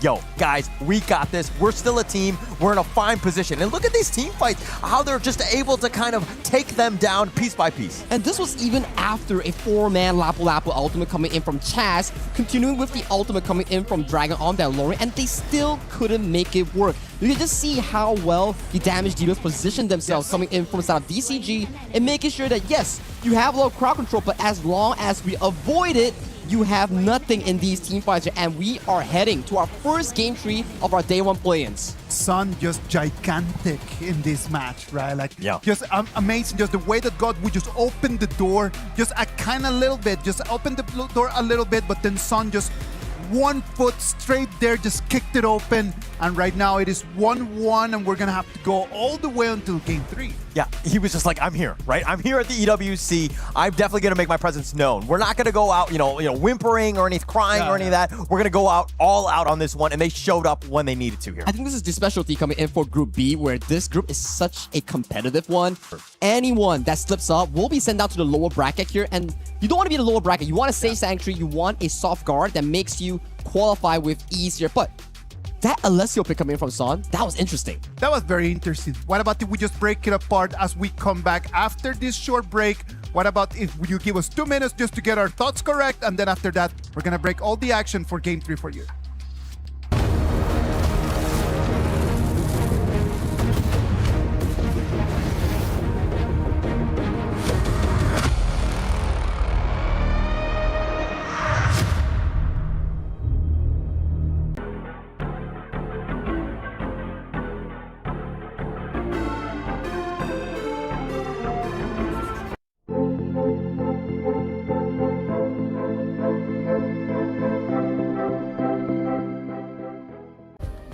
Play is in our DNA. Whenever we let it out, it becomes our superpower. Now imagine an entire city being built to supercharge it.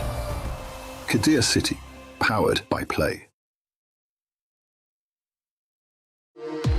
We were there. For every click, every clutch, every respawn. We were there for the years of grind, and we're here. Now, the proud founding partner of EWC, powering the biggest event in gaming, shoulder to shoulder with the world's best, making history. Greatness deserves a stage. Lenovo Legion, reach your impossible.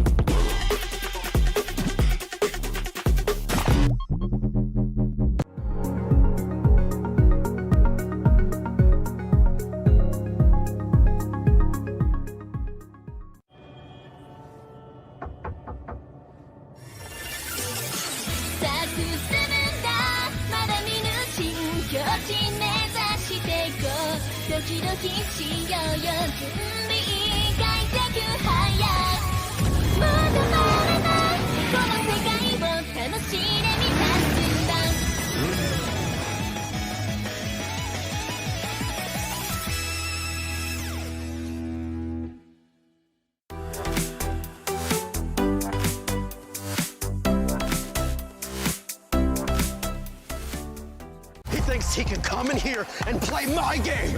He knows nothing but go! Tyler 1, you're done. This is my ladder. You can't climb it. That's an L airline. Somebody better hold me. Okay, yeah. Do something then.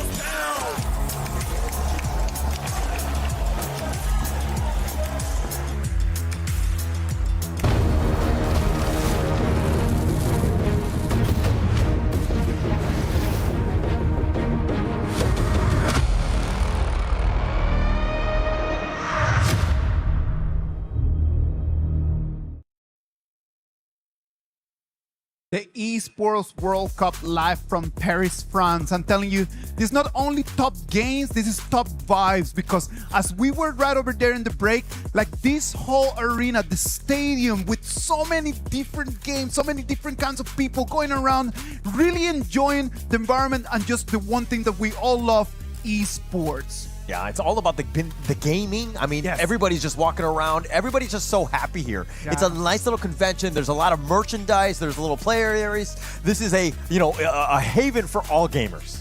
I mean, I like the vibe here, but I'm more interested in that game that's going on right now. That's our first BO3 play to the full. Like, Esports World Cup has been amazing here. You have stages over left and right, and there's also like booths everywhere nearby. But we will experience that after the series here, because we have a long day still, more series to come. But this is our first ever BO3 play to the max between Blacklist International and Deep Cross Gaming here. Game 1, it's all about Blacklist doing that team play, doing that mad movement. Game 2, Godwoo and Son's show. They showed up so well and they silenced Blacklist. I think that Sagi wanted, just right before we went to the break, he wanted to talk about like how Son right now with that Alessio pick and everything. And I know that he was just really doing his homework and preparing. So what about if you just break down here, like the Alessio pick, what makes that so interesting? I think it's a strong late game hero compared to Dichano with additional range. But what I am impressed with is how Son was able to play that weak early phase of Alessio against a Channel, a lane bully, to a perfection, in also getting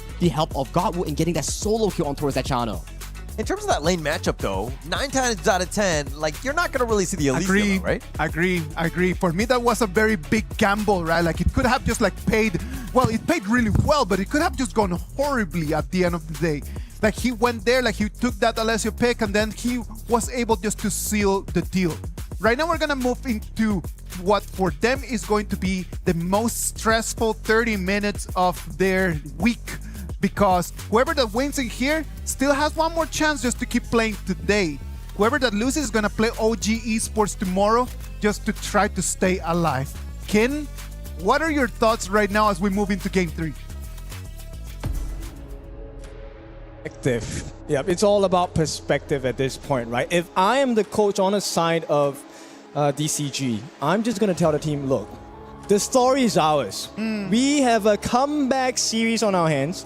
We showed them the best thing possible in the first day. And right now, all we have to do is to finish the game cleanly. The players are shaking in their boots on the side of Blacklist International. And I mean, like, since Godwoo is doing so well in Game 2, why not give him another assassin, for example, Luna, right? You can always shine with a Luna pick. Like, why not? Like, this man, his nickname Godwoo already showed his ambition, so why not just put his name in EWC? I like it. Showing the ambition, that's definitely important, right? And this is a very interesting one. Annette coming in. I know a lot of people have a love-hate relationship with Annette.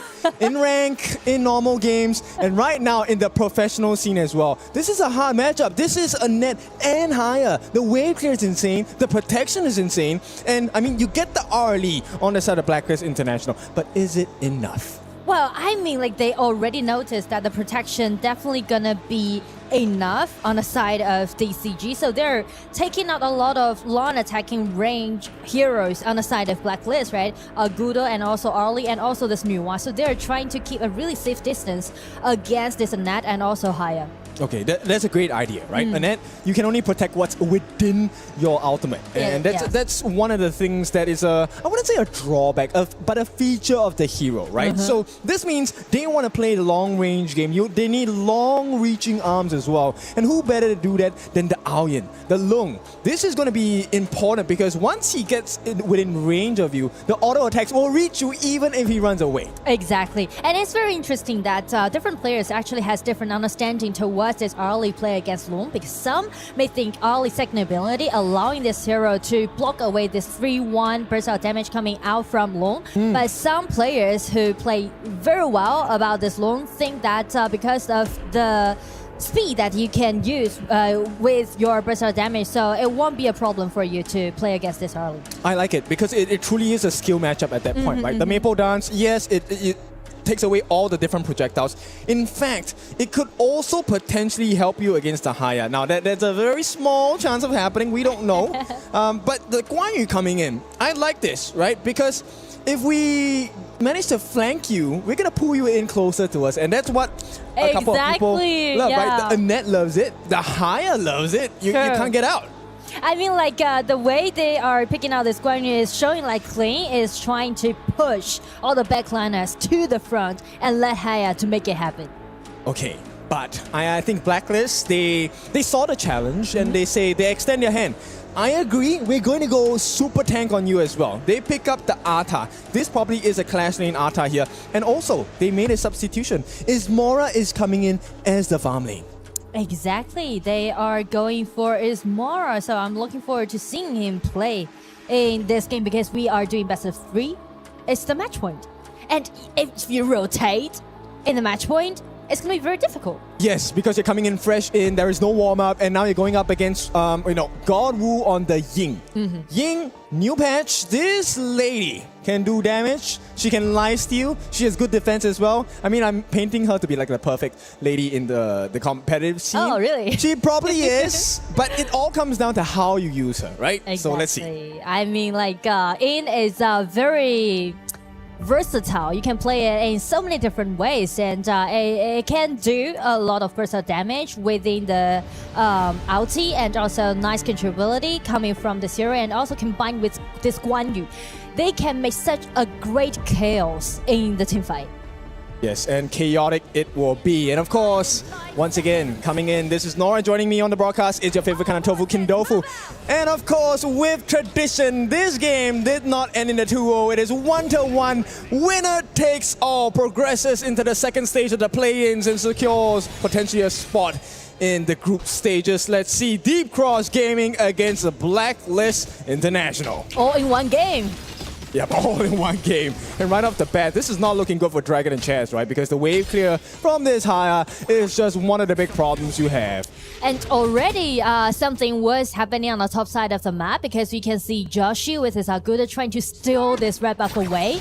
Because, like, normally... Oh! Wait, hang on, Ethan. I think he's fine for now. You don't want to overcommit. While it is pre-2 minutes, it is okay to use a flash. I don't think you want to dive too deep because the punish might come from Sun and Sin as well. First out the flash. I mean, back on track, because normally In would go for the blue buff first. But as you can see, when Joshi tried to steal away that red buff, God Wu was thinking exactly the way how Joshi predict he's supposed to do. Yeah, and he do in the opposite way. They know that the Blacklist International team is an aggressive team, right? Exactly. They've experienced it in game number 1, game number 2, so there is a high potential. But what I like is, okay, you guess that they're going to be aggressive, but they already know which buff they're going to steal. Good. So even though we didn't see any kill happen, only like one flash forced out on the side of Blacklist, but still the junglers, they are playing in a very smart way. Okay, let's see how this is going to be. done because we have seen the outsmarting on the side of Godwoo. Right now, Sun is under a little bit of pressure, but it's a situation where he's baiting because here comes Sin, here comes Ethan. They're looking for the final call. The ultimate is available. Mirage, they got it! Oh no! Ethan, this could be big. Ismora was a sub. He did not get the warm-up, and he will not get the warm-up as well. First blood goes in the hands of DCG. A great start. Nice gank, but as Chami1 TP down, just made a nice trade. Okay, is that trade worth it though? Because Ethan already got the first blood. He kind of spoiled Ismora's game already. Sure, because they trade the mid lane for marksman, so definitely DCG is more favorable of this skirmishes happening. Okay, I mean, PKL fans, we need your help. You need to give Blacklist some energy. They need to recover. Yes, 1-1 in kill score, but the game is not looking good. DCG already has, I won't say a big advantage, but something they can work off of.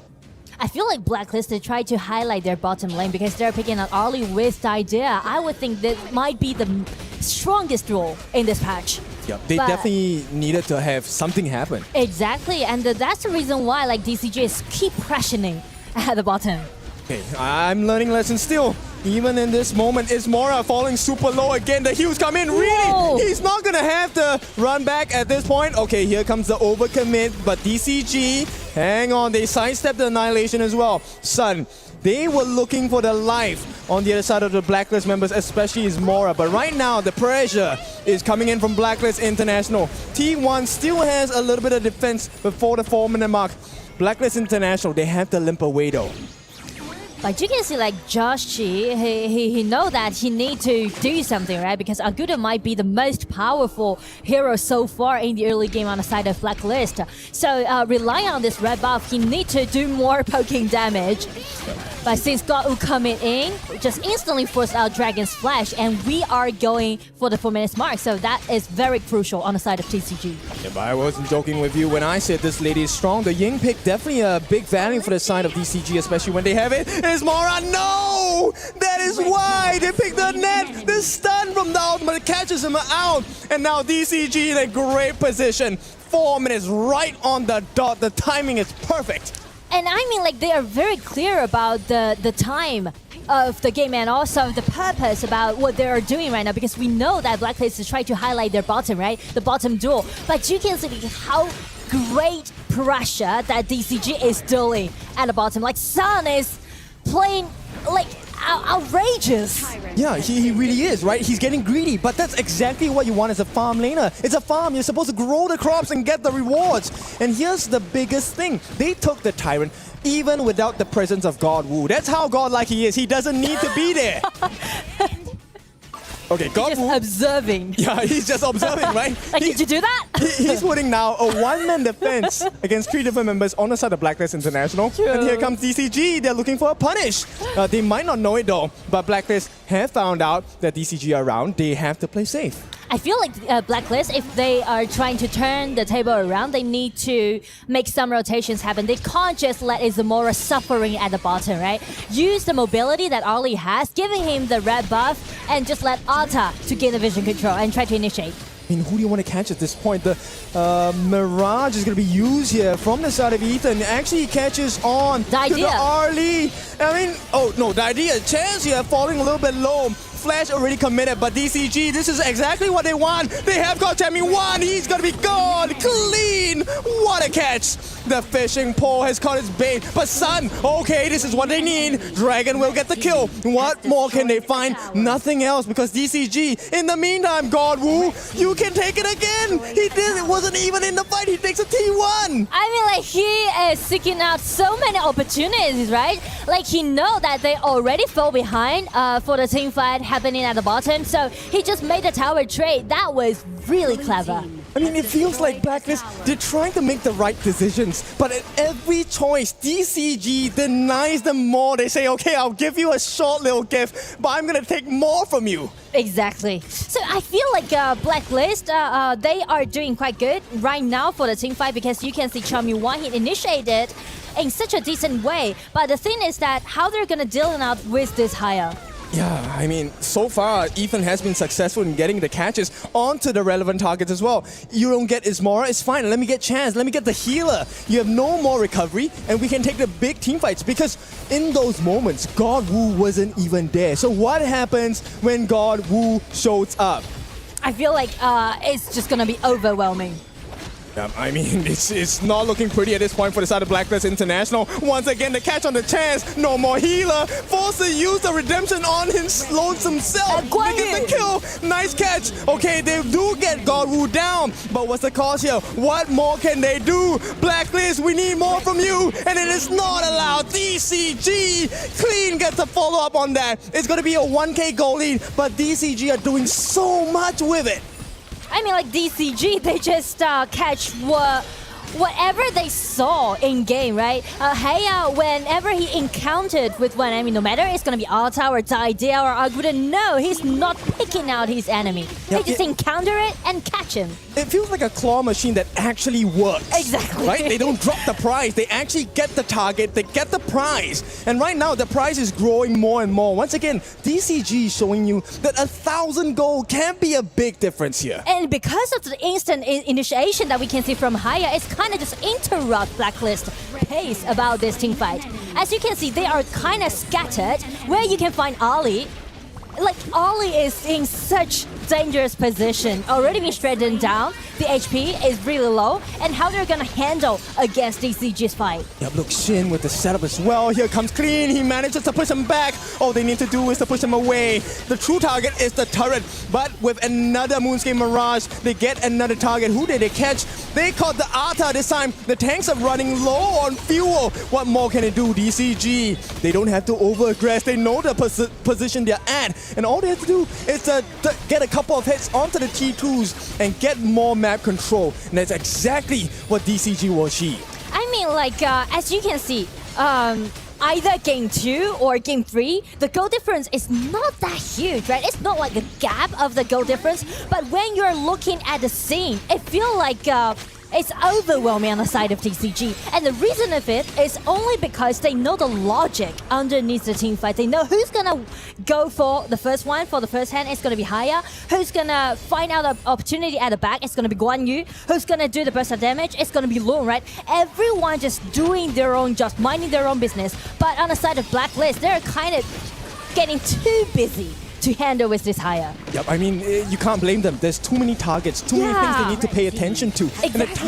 time is not on their side. We're 30 seconds away from the 10-minute mark. This is where the shadow variants, the enhanced versions of the objectives will spawn out. And I feel like this could be the last few moments for Blacklist International. They don't want to drop, but it looks like that's going to be the case at this point of time. And I feel like in this point, Blacklist really needs to take a deep breath and just trying to be calm down. They can try, but Clean, he's not gonna allow them. He gets just a push. Where is the damage? Come on, DCG, they will find the targets. Chaz is down. Ismora is low as well. The main important people have been taken out, and DCG, the world is their oyster right now. All they have to do is to push them back some more. T2 secure. T3 next on the menu. They will have to give the life of Ethan, but that's a small cost for the rewards they might get. T3 now is open for the taking, and DCG obliges. They are trying to end up the game. They are looking for chaos. They are looking for comebacks. I feel like with the process of the game, they are really getting into the mood of competition. I mean, this is what it's like, right? Competing, it feels like it's very simple, very straightforward when you look it on the screen. But when you're actually in the game, I assure you, Ismora now, he is dazed, he is dizzy, because this game, there's so many things he needs to look out for. It's too much for him to play in such tense at the match point. And it's only going to get more and more difficult, right? Shadow Tyrant now in the hands of DCG. They have the chain lightning effects. They have more damage. They have better wave clear. They also have the goal lead. From that 1,000 goal lead, it is now close to 4 times that amount and double the kill score for the side of DCG. And I mean, like, the team fight is endless, and watch the difference, the goal difference between the marksman. Lone already got 3 equipments, and you can see, like, he's seeking out for those critical equipments. So definitely the burst advantage is so sufficient that it can instantly kill Ollie in the same fight. Yep, I love the build on Sun, right? This is a one-shot build, and this is very dangerous. And Sun doesn't really have to care about defenses at this point. Nobody has really forced him to use his Infinite Vastas. He doesn't have to become a dragon just yet. That's a huge cause of concern for Blacklist. If you can't even get them to escape, it means they love to fight you, and a fight they will have. Well, I mean, like for Blacklist, there's one more opportunity for them to do. It's wait for Nuwa, wait for Dragon. But I mean, like, they still need to wait for like 4 or 5 minutes at least. Yeah, I mean, we saw your face there. And yes, that's a tough job to achieve, especially when your T3s are under pressure like that. You have a broken lane on the bottom side here. Now, this is going to be a small pause requested by the side of DCG. Probably some small technical issues, but at this point, this also is a breather for Blacklist International. Sure, what try to should calm they down. talk about now? Yeah, I mean, like, just try to calm down and just, you know, talking to your teammates like, okay, we still got Nuwa. We still got Dragon, right? At least we have Nuwa, so powerful at the late game. And because of the Nuwa, they actually don't need to worry about the wave cleaning, right? Oh yeah, that's true. Okay, Nuwa has like a great wave clear capability, but like you said, we need time. Dragon does not have time. They're knocking on the doors of the T3s. You're left with 2 out of the available 3 tier 3 turrets. True. And I don't know, if they get the Shadow Overlord on the side of DCG, I feel like that could be the end for Blacklist. I mean, like, another perspective, I would say, like, play behind your high ground tower can kind of secure yourself, because we mentioned about how important Guan Yu's positioning is during teamfight. But Yes. how can Guan Yu come in at the back when they're hiding behind their high ground tower, right? I'm not sure. We will try and solve that problem for them, but for the time being, we have to go for a break. So when we're back, we bring you the remainder of this last game of the series.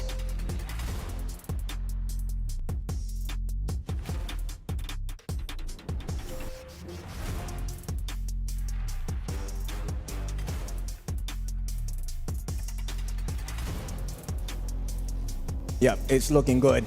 For now, I mean, it's not the actual break, but it is a breather nonetheless. And Wow, we talked about this, right? So Yes. Blacklist International, we are kind of trying to salvage the situation for them. But let's switch sides. Now let's go into the booth of DCG. What are we talking about now?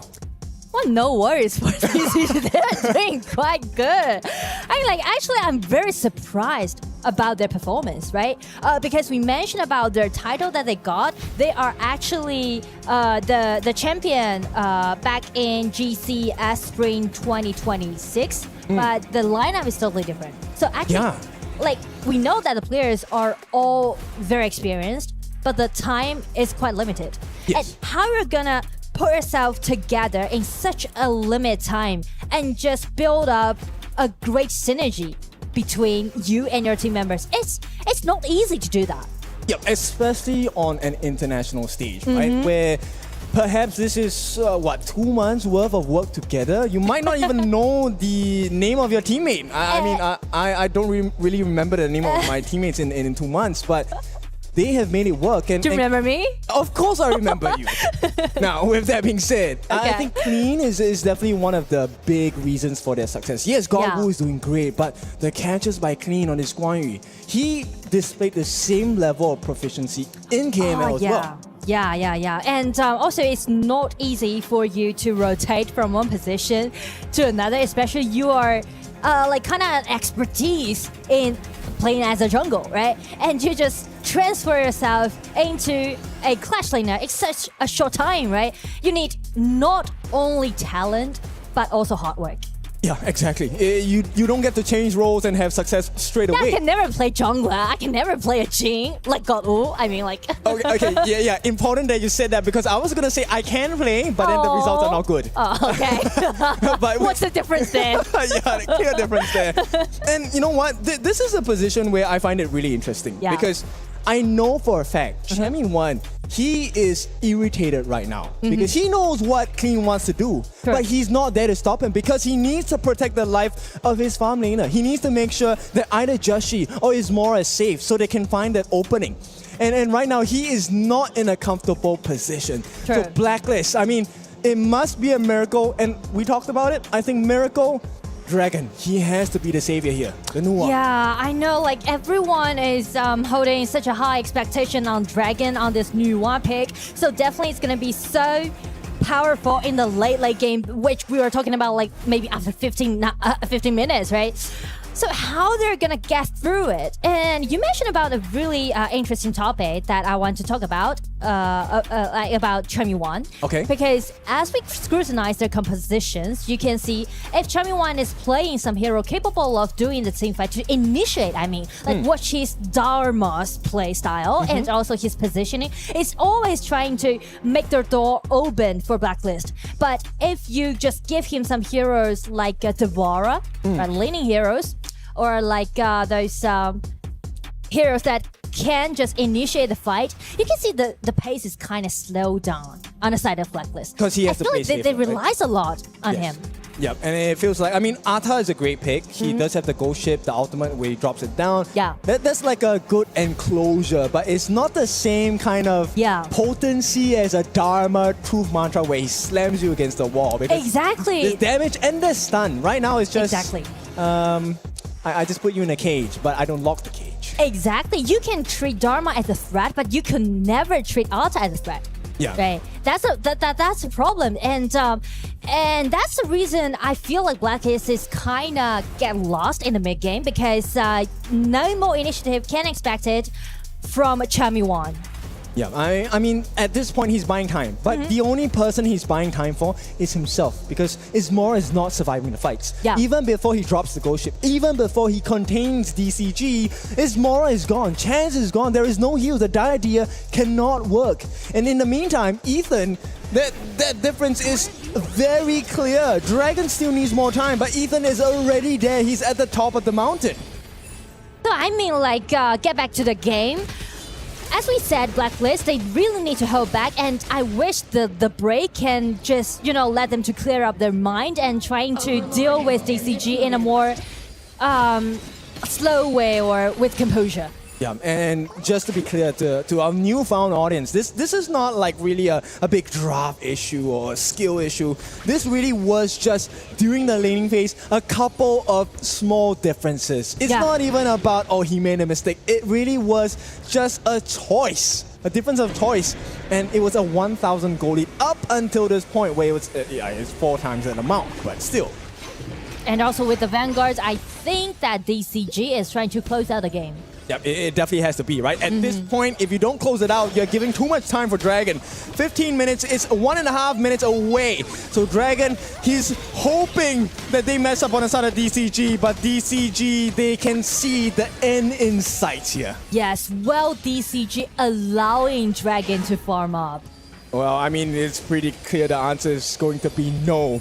I don't think this is the time to joke around for DCG, right? They want to end this here right now. Shadow Overlord makes contact with the T3 at the top.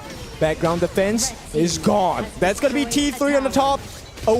Taken away from the side of Blacklist International. And if they take all 3 high ground towers down, that also open the door for Clean, this Guan Yu, to jump in. Yeah, because there's no more vision, right? So this is exactly what they wanted. Look at where Clean is at now. They don't even have vision. They don't know that this Guan Yu is hiding at the sides. They couldn't even get the visions right. That's the biggest issue here. They just need to feed Dragon. Okay, Dragon's pretty hard to feed. Dragon likes gold, and here we go. Clean starts it off, but this is already in prep for the side of Blacklist International. Sun gets the T3. Ismora actually gets really clean. Maybe they can come back. Hang on! Ooh! This is it! Blacklist! They found it! Now they have to go for the chase. God Wu, he's alone now with the backline. Sin, he cannot protect his jungler.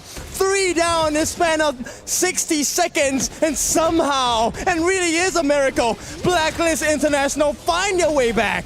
They are making comebacks and nice counter-attacks towards DCG. Seems like DCG is a little bit hurried to make it happen and just make it to be like more reckless. They just lowered their Guardians and didn't expect that Blacklist could do a team fight like that. Yeah, I mean, this is why we like Blacklist International, right? There is a list. Yeah. It's black right now. Yeah. And DCG, you're not gonna be liking it. It is gonna be a potential comeback. And you know what? We're talking about, hey, we need time for Dragon. 15 minutes. You call that timer out. It is 15 and a half minutes. Dragon should be online. And talking about Izumura, even though he suffered so much in the early game, and when his teammate need more time, and Izumura just buy the time for Dragon. Yeah, Dragon now, I think he's a couple hundred gold away from the full core items that he needs. He's Exactly. already at 9,000, which means there is damage from Dragon.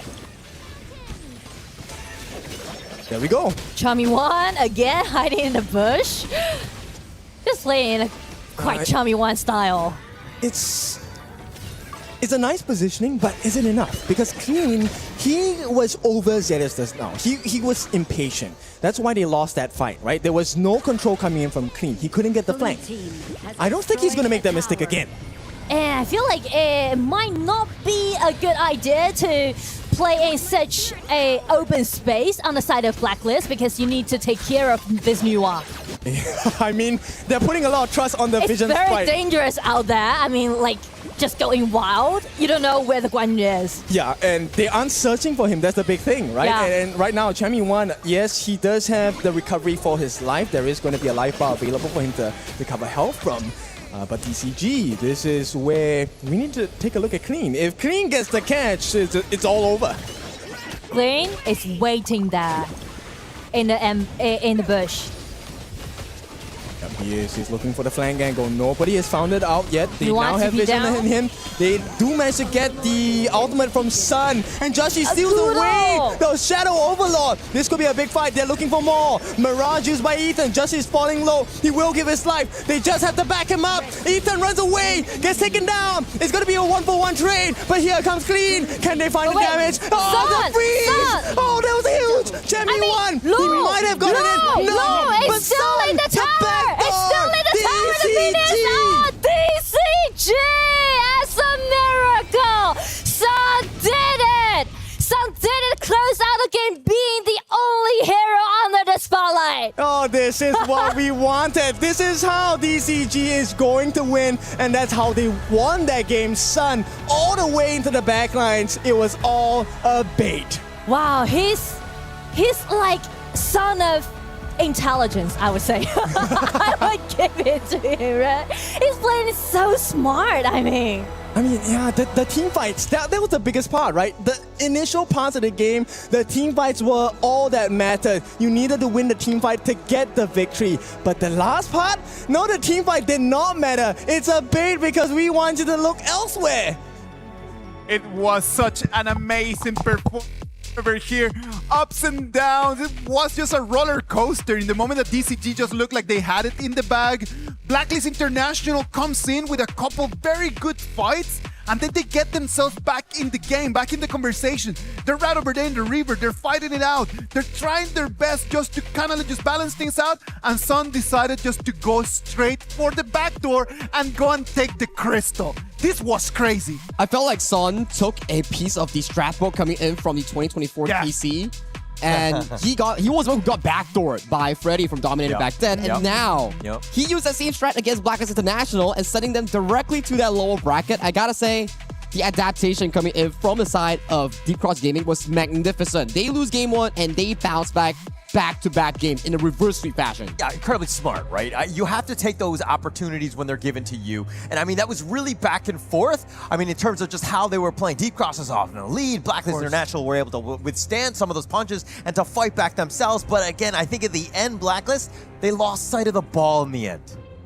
They should have just completely they take the steal. And that's the point, right? Like, they come in, they steal the dragon. They're like happy about that. But then after that, they don't know exactly where Sun is, and Sun comes and just completely steals the game. And that's going to be a nightmare for Just G, right? Because considering the fact that he stole the Shadow Overlord, and what do we know about Shadow Overlord? You get that one charge, you send it to one lane and clear everything. he didn't notice and he allowed Son to find that back door. Yeah, and you can't do that, right? I think moving forward, I think that there were a lot of questions going in, especially that late game sub where Ismora comes in a game 3. I don't know if that was the right decision in the end. Yeah, you make a good point. How does Ismora feel about this? Because this is his first ever game as a Blacklist International farming, and this game is not a normal Pro League. It's not a regional game. It's at KWC in an elimination match that sends you down to the lower bracket. Well, that just shows you the respect and the trust that the coach has towards him, right? Like, it's not any single player that just comes in and then in the worst moment, in the moment that you need to ask someone to step up, the coach is like, you know what? We believe in you. We trust you. Come and do this. For Ismora, it was a little bit too much, the pressure for this game. The beginning of the game for him was actually really difficult. As the game just started developing, he started just showing a little bit more of what he can actually do. But it was just a tough match for him. But what is the mental psyche going to be moving forward, right? Yeah. You've had Golden Kite, who's been that tried and true almost this entire time. Now you sub it in Ismora. I mean, yes, it's great to support the new guy coming in, but now we got the questions, message that right? you're sending, right? Exactly, and we were talking about how clean he's cleaned the jungle. Is he clean the clash lane? This play alone just cemented that question here. He answered it. He set up the play by sending Ismora and Chaz directly towards the mouths of DCG. And yes, as of this point, it's looking like a very big play, but this throw coming in from the side of DCG almost cost them that game. I mean, you rightly pointed out clean. He was definitely the guy. There were a lot of questions. Can he adjust to the clash lane? Well, this game proved that, yeah, not a problem whatsoever. This team is going to be fine. Again, the way that they're able to play and to out-macro Blacklist, huge for them. Unfortunately, this Shadow Overlord was casted to the bottom lane. If he casted it towards the top lane, and they win this fight and bring in the mid wave, that could be GG for the side of DCG. But unfortunately, mistakes happen, and Son found the backdoor win and sending them one step closer to that group stage qualification. That is the beauty about this game, right? Like, it's not only about the fights and all this, it's just you gotta be just a little bit more clever than your opponents, and that's it. And that's exactly what Son did. He found a little bit of a shortcut, came around, and then just sealed that ticket because DCG is gonna be moving into the upper bracket final. I want to know in terms of prediction who had Team Deep Cross moving on like this, because Not me. I mean, to be honest, I thought that there were some question marks in Blacklist. I did talk about this one, but I think that this was the true moment where Deep Cross are like, hey, we are here, we are legit. Yeah, of course, like we all knew that the players could actually play, like we knew their level, but we didn't know exactly how the team was going to work out. Game number 1, let's be realistic, it was not the best. But they were able to change things around. Game 2 and Game 3, they actually showed what they can actually do. I think it was more of like the nerves in Game 1, right? They were kind of like a feeling out process. This is the first time they're also playing against Blacklist International, right? So I'm sure that they got caught off guard, and then we're like, okay, actually, what we were like winning in the beginning, but we like let it go. That's a much easier position to be losing and then trying to come back at some point. And I think right now you can start to see some of the experience points and also the advantage of the Suzo Esports Bootcamp coming in for some of these players here. For DCG, they're a very young roster, not long together as a team, and after that series, they're going to be feeling extra good going into that matchup against Longshan Red Force. I'm feeling good too. I mean, I think that the way that they were able to do that, I mean, we wanted to see some upsets. We wanted to see, it was like the underdog story, right? Like Clean, Sun, all these guys that have been kind of cast away, if you will. They've been like left on the benches, but now they're here. They're showing up and they are shining. They are shining, and shining they are right now on the stage. As Marat's got the players from DCG right over there, they're going to share a little bit of what's going on through their minds. Mara, take... Shining under the spotlight from Deep Cross Gaming, here we are with Shin. Congratulations! That was a very intense last few minutes in game number 3. Let's talk about that, because in the 15-minute mark, your team was on the opponent's base, but your opponent was able to turn it around, and then we witnessed the back door. Let's talk about that. Whose decision was that, and how was that in the communication? 首先呢，欢迎我们的团队，欢迎我们这个团队在聚光灯下，恭喜您今天的胜利。我们想要第一个问的问题是在整个的比赛最后15分钟的时候，你们的团队呢奋起的这个职工抓住这个机会，然后我们打赢了这场战争。当时呢，我们是在这样的一个后门还有射手的这个位置，那是谁决定的采取这样的战略呢？这样的战术？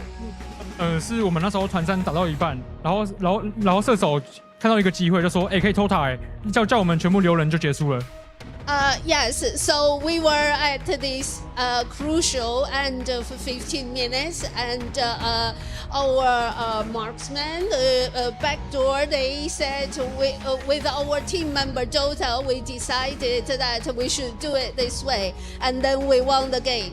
And that was a very great decision. Congratulations with that one. Now, your team, Deep Cross Gaming, is the very first team to represent AOV's merge with Honor of Kings. So how is that like to be playing today? How special is this for your team to be the first to represent in this new era? 那么非常棒的一个决策，你们赢得了这场战争，这样的一个比赛。那我们知道呢，您的团队是第一次呢，这个在我们的 EWC 上呢，作为就是来打王者荣耀的这样的团队来出现的，那么也是非常棒的一个成就。目前你们的感觉是如何的呢？因为我也是从 AOV 转过来的啊。因为毕竟我也是从 AOV 转过来的，然后其实有蛮多，其实我的心态就是抱着学习过来的，因为有很多就是可能甚至团队配合什么的，就是之前可能没有过的。之前什么没有过的？没有。就是以前 AOV 是比较偏个人主义啊，这边 HOK 可能就是比较偏团队，所以就蛮多需要学习的。Yes, in fact, we came from AOE, and I think there is a lot for me to learn.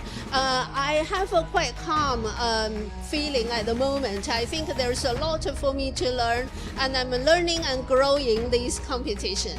And we're looking forward to what else you have to show. We're really happy with this merge and to see your team perform today. Now, there's going to be one last one for you later on, and that's going to be on the 6th match with Nongshim Red Force. Invite them to support you. They're going to have another fight later on, another match. That's going to be in Game 6 to invite the supporters to support them. 是的，那么您的这个非常决策非常棒的。那么我们接下来还会有另外的一场的比赛。那么第6场的时候呢，有请您邀请一下您的这些粉丝来支持您，好不好？是不是有这样的激动的心情？有。Yes, I will invite them. All right, we'll see you later on. And now we heard it from Shin, from Deep Cross Gaming. Now we're going to head back to our casters. Thank you very much, Mara, and thank you very much, Shin. Shin is the youngest in the DCG roster right over there, and the way that he just presented himself just shows us that he came here not only to win, but he came here to learn. And that is a lovely thing to do, right? Like just coming in, trying to understand that this very big stage is just a very good opportunity just to keep improving yourself. Games 1 and 2 and 3 are done. Our match number 4 is something of the past. We're gonna move into match number 5, which is gonna be the upper bracket final for Group A. All of this is gonna happen right after a short break.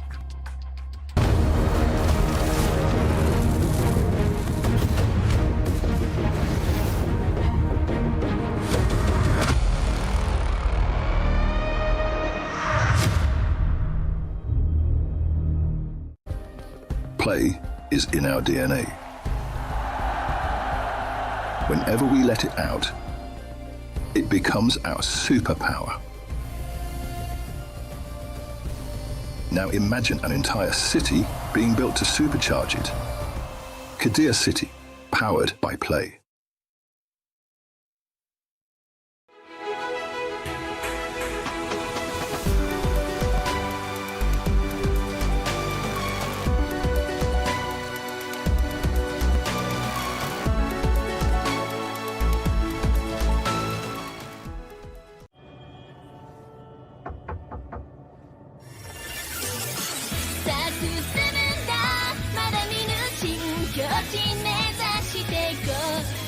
기치여연 준비 가이 되그 하야 모두 말하나 고난 세界を楽しんでみた순간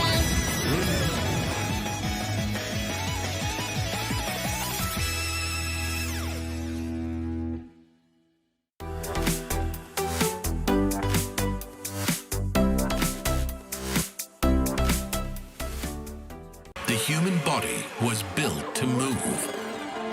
Not trapped at a desk in one singular posture for 12 hours a day. It's time your chair evolved. This is Secret Lab Titan Evo. Ergonomically engineered for you, gamers, hybrid workers, artists, backing your every move.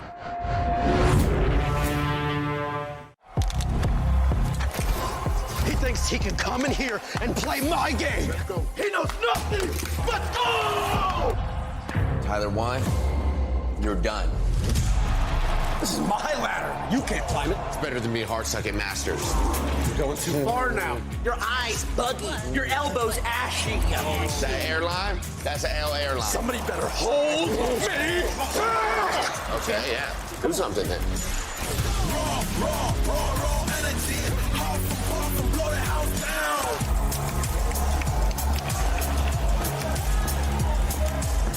You look nervous. You look short. Everything's good? Mm-hmm. Fight.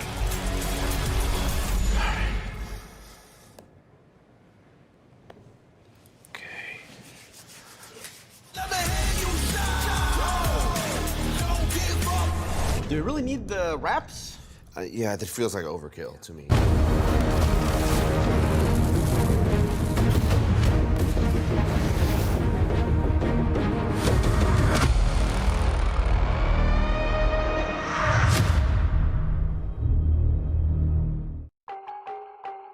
Ladies and gentlemen, welcome back. We are done with the first round. We had 4 amazing matches, just full of energy that we came in very early in the morning. The teams showed us 2 zeros, 2 1s. We had a backdoor at the end that we were not expecting to see.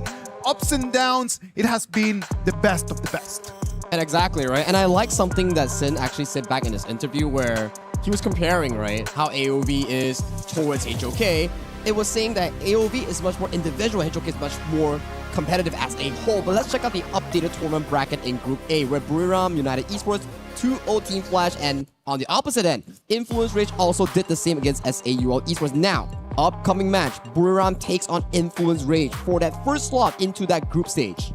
It's gonna be a 2-1 scoreline, guys. Just get ready. Because I'm here. Now, with that being said, I think this is definitely gonna be interesting, right? Because Buriram, they're the local champs. Yeah. Influence Rage, also the local champs of their respective regions as well. This is the time we're gonna see number 1s against number 1s. I wanna see if there's any more action to have. And of course, we will guarantee it for you, because in Group B, we are also looking at a 2-2 Nongshim Red Force against Deep Cross Gaming.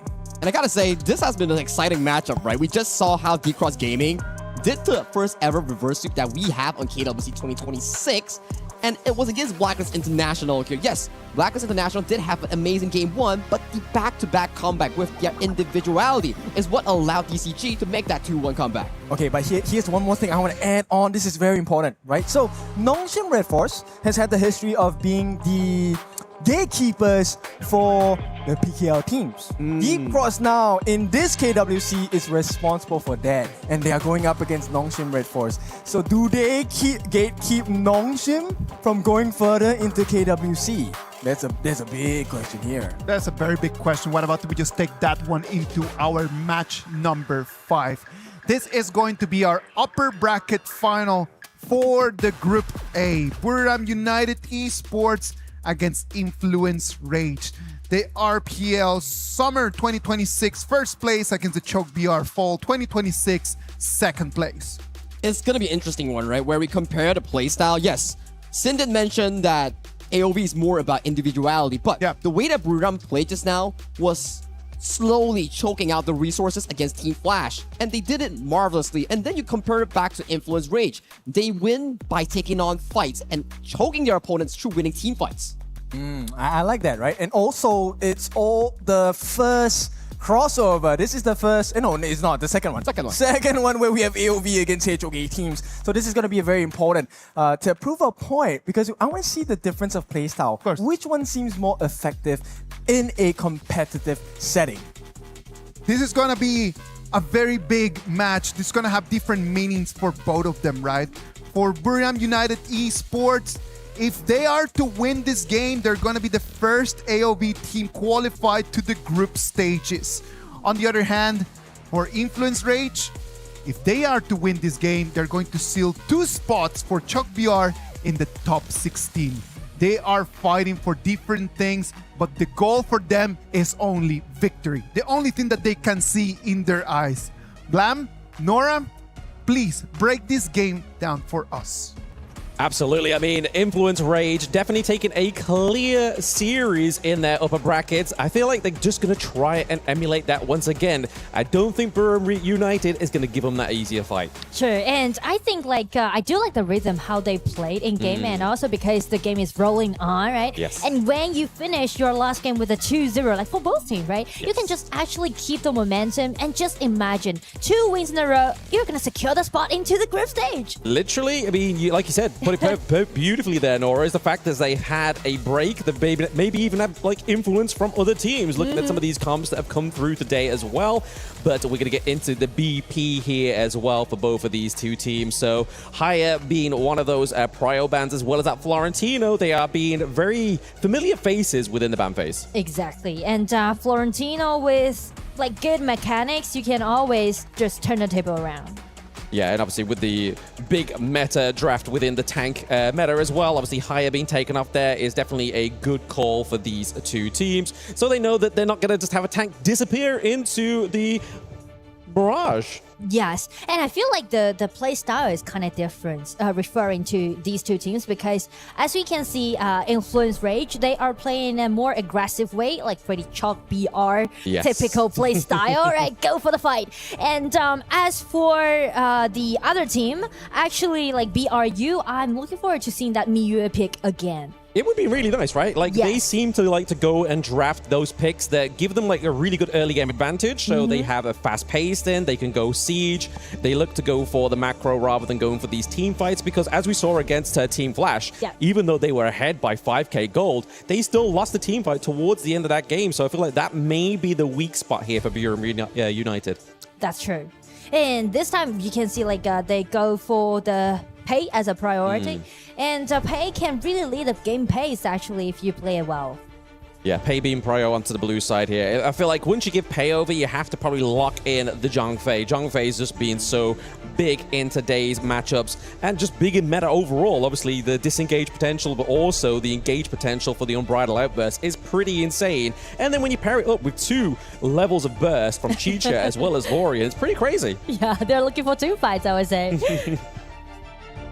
But Lapu, another hero goes for the team fight. Again, very popular in this patch. So I would say so far it's all well-rounded, speaking to both compositions. Yeah, like you said, like the identity of Buriram United, you've got the early game with Pei, you got the late game with Chano, you have the front line with Lapu trying to disrupt any kind of like flash in potential here from the Chicha, try and kind of defend that back line that you have here.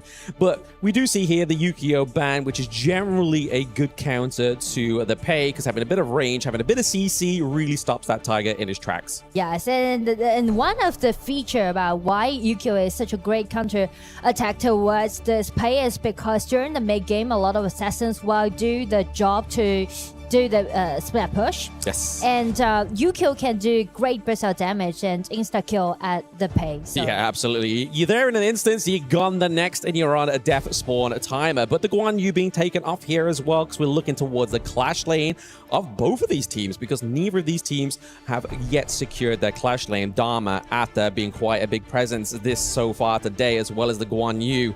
So they're really trying to maybe look for a little bit more front line here, I believe, on the side of Influence Rage. On the side of Buriram United, I mean, they could really go for the Byron Pei combo if they really wanted to. Yeah, if they can, like Byron is still an open choice. So I would say actually Influence, they can go for the Byron pick, or they're still gonna flex this Chicha for a little bit longer time. Potentially, yeah. Good point. Good catch there, to be honest. Like, Chicha can be flexed, can go into the farm lane. Obviously, not going to go into the jungle now because we do have Ying here as well. I feel like Ying is a great disruptor in terms of jungle heroes, having that copious amount of CC, but also the self-sustain on hit as well. The only difference between In and this play is about their efficiency for farming out, because it's definitely gonna be slower than play to farm up and also to rotate. Yes, rotations here for the side of Influence Rage, probably not looking like the fastest, right? Like, we look at Pei, that's a great pick there. Generally, when Pei gets picked up, Agudo is a nice match there, but obviously they do have their jungle and potentially their farm lane as well. But it is going to be the Byron that's going to round that one out, and then the Xiao Qiao into the mid lane, giving that bit of extra long-range poke, because they have that front line. Yeah, and for the Byron pick, if you don't want it, I'll just take it, right? Because it's suitable for both teams, and without this Byron, I'm wondering whether they are gonna flex this Chicha to the top and pick out another marksman. For example, Lorna is still available this time, right? Yes, it can just kind of just change her playstyle a little bit more, but it all depends on the players. Yeah, I mean, Lung would be a great shout, but at the same time, I feel like Xiao Qiao, if you're good enough on that hero, you can obviously anticipate where that's going to land down. But the Baichu was probably going to be the thing that was lingering in my mind about their being into the clash lane. Just great engage as well. So they have a lot of taunts, a lot of dive onto the back line. I feel like it's all down to whether Tempest can be like, right, guys, let's go in, let's get the team fight. You're talking about engagement, and engagement is kind of like the core idea when we mentioned about Chalk BR teams. And so definitely, yeah, they're going to be very scrappy in this game, and they're looking for a lot of initiatives. But the thing is that once you're picking out Zhangfei and also Baichi at the same time, you relied a lot on your... how am I going to put it? You need to be very precise about how you're going to use your outfit. Correct. Because if one wrong move is going to completely throw off the entire tempo of the team fight. Yeah, that's true. And that will be the problem for INF to solve in this case. And speaking to BRU, I would say this time with this play, they can play it in a more flexible way, use their mobility, and just rotate more frequently than the other team. Absolutely. It'll be literal moments before we get onto the gorge here between these two teams. I do want to go back to a point that Kin and Sagi were talking about, that this could potentially be the second AOV team to knock a HOK team into the low bracket. Okay, I'm looking forward to seeing that. And also, you mentioned about the format. Actually, we said like both of the team, they got 2-0 win for their previous game, and another victory will help them to secure the first spot. To the group stage. So whoever wins this game gets a day off tomorrow. Yeah, that's the way I'm looking at it. Like, they get a free day to that's a good point, actually. That's a good point. They can look at the teams and see, hey, let's look what they're going to do to us in the group stage, potentially. But game number 1 is under the way. We did see a lot of votes going over to Burium United in game, so clearly there's a big fan base for this team.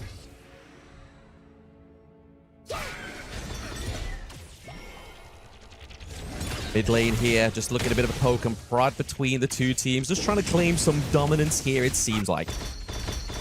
But because of the skill 1 granted by Fury, this Lorian, they can do greater damage in the level 1 against their enemy. Yeah, I mean, early game damage is going to be the name of the game, right? Especially when you're going up against something like Valdus on the Pei. You're really going to need something that's going to pack the punch in return here for Influence Rage. Looking to put a bit of pressure onto Licky down to the bot side, but Taos is here to be his right-hand man. And I feel like the strength in game 1 is kind of different, because BRU, they had such a solid and strong top laner with this Byron and Pei duel, but on the other side for INS, they're definitely gonna pressure on a lot of continuously at the bottom. Yeah, this is the great thing about the pick of Chicha, right? Just having that tone, just be able to just literally aim that damage and know that it's getting locked on there. I mean, Licky is literally licking his wounds out of that competition. And because of the summon skill that he's carrying, right? He's carrying this Fury and allowing him to play even more aggressively in the laning. Yeah, it's able to give him like a good kind of like way in, use the Soaring shot, trying to get a shutdown onto the enemy team, or just a means of escape there. And also sustainability. Yes, exactly. Top side of the map here, looking to be put into the favor of Burium United here, Little Boys, as well as Valdus taking that space right. but I would say it's going to be a slow game because either for channel or this Baichi need time to scale up, especially for Baichi. You need at least like 2 items and upgrade to level 12, Yes. allowing to use their ulti and got a really nice control. Yeah, I mean, the first level's got there, right? You're level 4, you have your ultimate, you have everything it means in terms of setting up that great taunt onto the enemy team. So I can feel like if they can situate themselves correctly here on Influence Rage, especially at like the Tyrant or even Overlord, depending on where they go in around about a minute and 30 seconds, that taunt could really steal that objective away. And also the detail about Baichi's ulti is that the control time is related to your HP, right? The higher HP you got, the longer time that you can taunt at your enemy. So yeah, so you want to be going in there pretty meaty, pretty big health bars if you are going to be Tempest in Influence Rage here. But currently, we're looking at the gold lead here. It's pretty much just no very difference. even, actually. Yeah, very even. Down, just a little bump in the road between to and from. But Taos here is trying to get a bit of vision just to see where Influence Rage is going to be going towards. Obviously, we know that Danny, we have the intel there. There's going to be the Azure Golem. So really, they're playing towards trying to get this priority down to the bot side of the map. they trying to guarantee themselves with an upper hand at the bottom. Oh no, there it is, Zhang Fei with the Stampede. But can Leafy get out of there? That's going to be an NO because we do have Nunu coming down to the bot side of the map, and Fury, he's taking a bit of a beating as well. This is not looking healthy for Influence Rage, and Burm United set up a great Tyrant. I mean, like, it's a 1-2 trade. Everything just went so optimistic after Mena just break out his ulti, get nice control, and flash in with a skill 2. Nice play, Nunu. Nunu coming in with the playmaking. I mean, we were hyping him up in the first series of the day. I don't feel like we've given him enough kind of shadowing or spotlight with this one, but this is really showing it. This is the proof in the pudding. Well, I mean, like, BRU, they're not holding back because we know that INF, they relies a lot on their ultis, and after they sold that out, they just instantly just make the counter-attack happen. Yeah, and I feel like Influence Rage, they probably died at the right time, if there's ever such a thing, because they're now back onto the Gorge. They are now able to try and fight and contest for this Tyrant, but there it is. Fury goes down. We are looking for some more here. It is going to be the access onto Chicha into the backline. Leafy falls because Valor is online.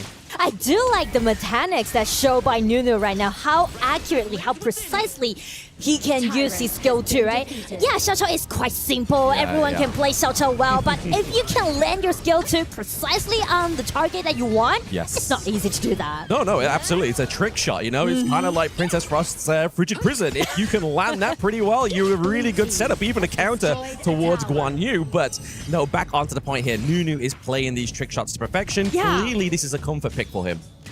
And because of his knock-up, they no longer rely on Lapla's ulti, right? Yes. It's kind of like save off their ulti. Absolutely. And Saber is not going to be the saving grace of that T1 down to the bot side of the map there. Leafy taking a little bit too much damage for my liking, but it is going to be Fury trying to come up with a little bit of a backup there, but a soaring shot almost takes him out. Almost, but the damage is not that sufficient. And because like he suffered a lot in the early game, so I believe with the 1,000 gold deficit, it even is not that huge, but still when you're playing this Shicha and you got 500 behind of your enemies, it's gonna put you in such a deficit. It's not huge, but the fact is, moments ago we were talking about it was a flicker of 100 gold, and the fact is they have the Tyrant. That kind of enhances it to like an extra like 1.5k gold difference, right? Like you're getting the extra damage, the movement speed there as well, really already showing that it's helping BRU in these fights. And I feel like maybe the pivot on the side of Influence Rage will be Tempest, will be this Daichi, because you can see like he prioritized equipment, allowing him to frozen his enemy once he ulti in. So it's kind of give me the sense that they are trying to make something happen and use the item by Tempest and try to initiate. Yeah, the Frigid Charge is definitely going to be a big playmaker here, but like, we look at Burma United, they're going for the same kind of MOs they did in the last series they played, have a fast-paced jungle and just try and run it out before around about 12-minute mark, just so Pei doesn't start to become like on a downcline. Yeah. Potential position here around the Overlord is going to go up to BRU as well. So both of the neutral objectives here, we did see the flash in. It was almost beautiful, but Taos with the counter engage there. He is setting this one up. There is going to be nobody dying here, but it really puts Influence Rage on the back foot. We mentioned about, whoa, flash in, fire, nice control. That is absolutely beautiful there. Little Boys is just trying to get some more control into that mid lane, right? We do have the Vanguards coming through. We are looking for priority, and Influence Rage knows that. Yeah. I mean, we mentioned about the sense of Tempest, how he's going to initiate, but the problem is that the spot that he selected, right, it's too close to tier 1 on the side of BRU, and it's not easy for them to come up with enough personal damage to complete that kill. Yet at least, because I mean, as soon as they start to get a few more items on Nunu, onto Chano as well, that's when they're going to start to worry, as obviously you start to see the goal difference within the lanes as well, and it feels to me that they're really trying to give it over to Nunu here. It's like not only Licky is going to be the carry, Nunu seems to be sort of like sapping that extra bit of gold for themselves. Yeah, I feel like a lot of people may underestimate Xiao Chao's power, you know, because it might be a little bit squishy and vulnerable during the team fight, but if you give this hero enough money, he can play even like assassin. Yeah, absolutely. Flash especially in, skill 2, and just did an insta kill. And especially if you're playing on the to an advantage as well. If you're not playing from behind, you have Splendor, you have Flicker, you can really set up some really great engages, but also keep yourself alive by using that status. True. Looking for maybe potentially just trying to fish out where we're going here for the side of Influence Rage. I feel like they kind of lost their identity in this game number 1 because they're having to play reactive, right? You obviously mentioned it in the draft that we know Influence Rage likes to play aggressively, but now they're being forced to kind of be like, okay, how do we answer BRU? Well, first thing first, I guess they are waiting for Tempest Dragon's flash. Yes. It will be available in 1 second, and now it's available, and they might just preparing for the 10 minutes mark, I guess. Like, looking for those big team fights, because they are very solid, the composition, but the thing is that they need to find out a spot that is really wide open. Yeah, absolutely. And they pick off that Tyrant at the right time, right? They've got 78 seconds on there. That's going to carry them to an increased damage and movement speed until that 10-minute mark, which is already without that. BRU putting a lot of pressure onto Influence Rage here, so I feel like it's just kind of a bit of a bonus for them at this point. Yeah. Long bush here, the sit-in, stalking, looking to try and get off. I think they're really trying to aim for Nunu here. I feel like that's the reactive play from Influence Rage. And also they are trying to prioritize the top lane since the fight might happen at the bottom side of the map. Minions are doing their own kind of work down there. Bot side of the map does get taken down here potentially for Influence Rage. So first turret for themselves actually gets claimed here. So maybe this could be the comeback. Obviously, we are sort of slowly but surely getting into that kind of late game territory here. Mid to late game, 10 minutes is up. And when that 10 minutes comes up, this game then becomes 50-50. Yes. And it's going to be very critical to, I mean, not for the dragon, but for the kill in this case. Yep, absolutely. I mean, we're seeing loads of shared kind of buffs here onto the side of Influence Rage. They are no stranger to the enemy's jungle. They are trying to just try and capitalize on everything here. Opening up this bot side does give a free red buff to them as well, so they can start to kind of like hemorrhage onto the enemy's jungle. But it's all going to be for play here for this Tyrant. And Valdez, he's ambushing, waiting for the right moment. He's looking to get that split push top side, bot side as well, right? Just make sure, kind of keep your enemy guessing, right? You got a few minions crashing through there. It's either lose your T2 or fully commit to the Tyrant or potentially lose that Tyrant as well. Ooh. Big engage here. Splendor's come through for Nunu. The ultimate from Lapu as well into the backline. We see that Lecky is looking to take that big, juicy tag off the board here for Influence Rage. We see Danny trying to use the Ying to get out and does successfully. That is insane. I mean, the ulti from Lapu from Taos, he just got control of full numbers and totally just pivot the whole team fight. Absolutely. Turn the tide of the entire team fight there. We're going to see that in this beautiful replay there. Exactly. As we get that. Obviously, the Unbridled Outburst was really kind of the catalyst and the helping hand for Influence Rage to get out of that one. It's very impressive that Influence Rage mentioned about how they're preparing for this 10 minutes mark and they're trying to force BRU to fight against them. But the problem is that with that Lop's ulti, it just turned everything around. Yes, absolutely. I mean, that's the beauty about Honor of Kings as well, right? Just one well-timed ability can completely put you back into the game, completely turn the tide of favor into yours.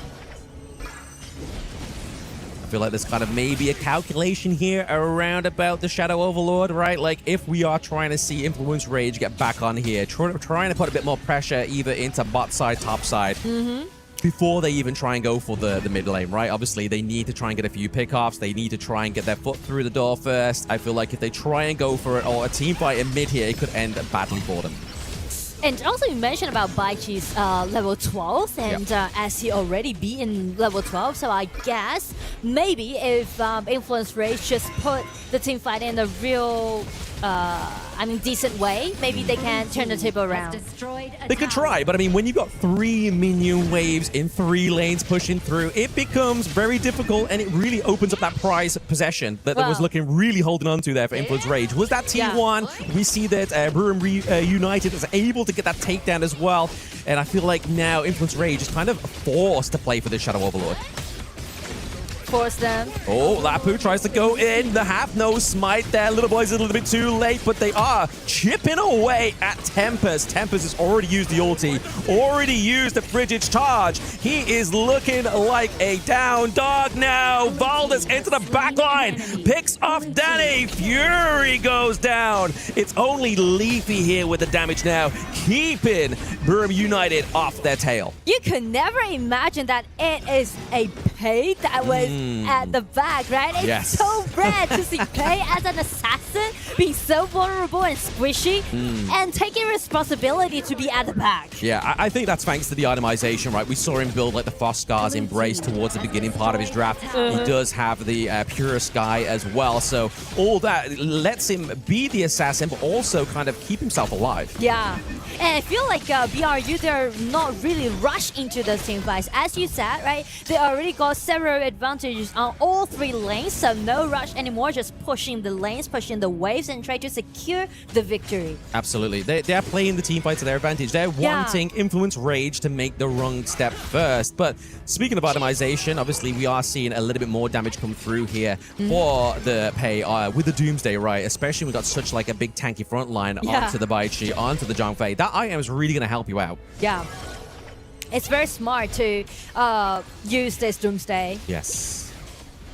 Maybe not have been the case there for Danny trying to contest Little Boy's 1v1. I mean, we do see Influence Rage top side of the map now, so if they are going to try and look for a pickup here onto Burm United, this may potentially be the case here. I feel like Leafy's overstepping a little bit too here for my liking. A bit of poke damage onto Taos. We're seeing Licky. They're all trying to formulate around this Tyrant. I feel like if they get this Tyrant, maybe this is the final nail in the coffin for Influence Rage in this game number 1. Yes, and they won't just miss it, so you can see, 3-man knock-up. He's going for the hat trick, but into the backline is going to be Taos as well. Wow. Little Boys takes down and helps the pickup of Licky as well. Maynard down. That's a 2-2 trade for these 2 teams. But now it's all important. Can they get a takedown of Leafy? There it is. Valdez, he's looking for more with the help of his teammates, but Fury's still here. They still have that chunky damage onto the side of Influence Rage. And it end up with a 2-3 trade. I do like the layers of this engagement. As you can see, the knock-up, it was so beautiful.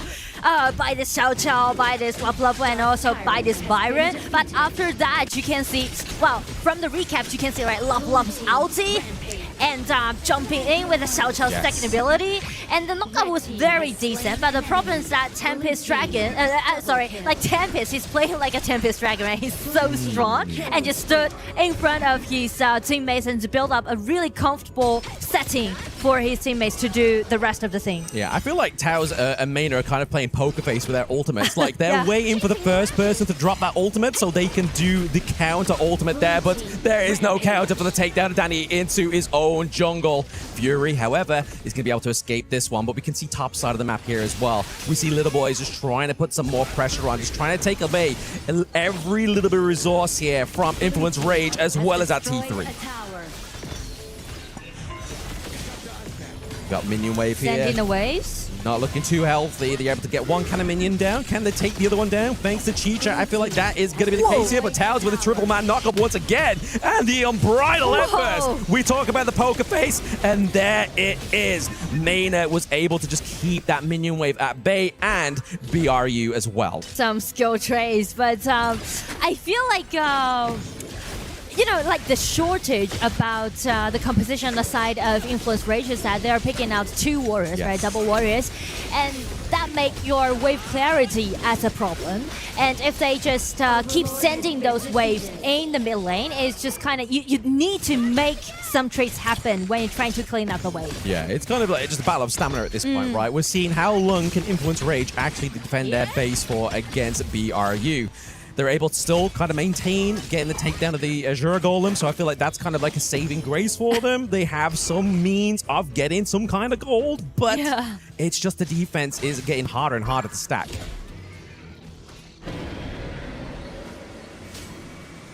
But the game is actually going longer than we expect, right? Because we can see BRU take control of the match for over 12 minutes right now. But Influence Rage, they are doing very good by pushing backs. But right now, it might be the most pressure moment that they ever gonna face in game 2. It was down instantly. It was an initial kill. Absolutely, initiation there onto the side of Burum United as they look to claim this game number 1 here. We have Vanguard top side of the map with Vanguards into the mid as well. We see Valdez just doing the Lord's work, just getting that macro push here as well. This is the final frontier for Influence Rage. It's going to be an engage here for the side of BRU. Nunu picking up more kills here. Leafy goes down. Tempest as well. And we'll claim that crystal for 1-0 for Burum United.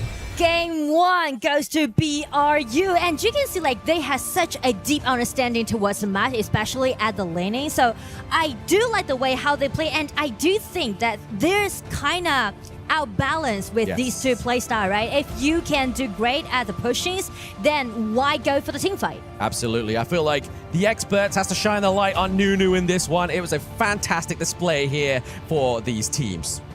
Well, BRU right now comes in, takes the victory. Very well done by them. I sincerely believe that Influence Rage had in there some opportunities to turn things around, but BRU just closed the door on their faces every single time. BRU built an advantage, did not let it go. There's some questions that I do have right over there, but I want to hear from you guys. What do you feel about the game first?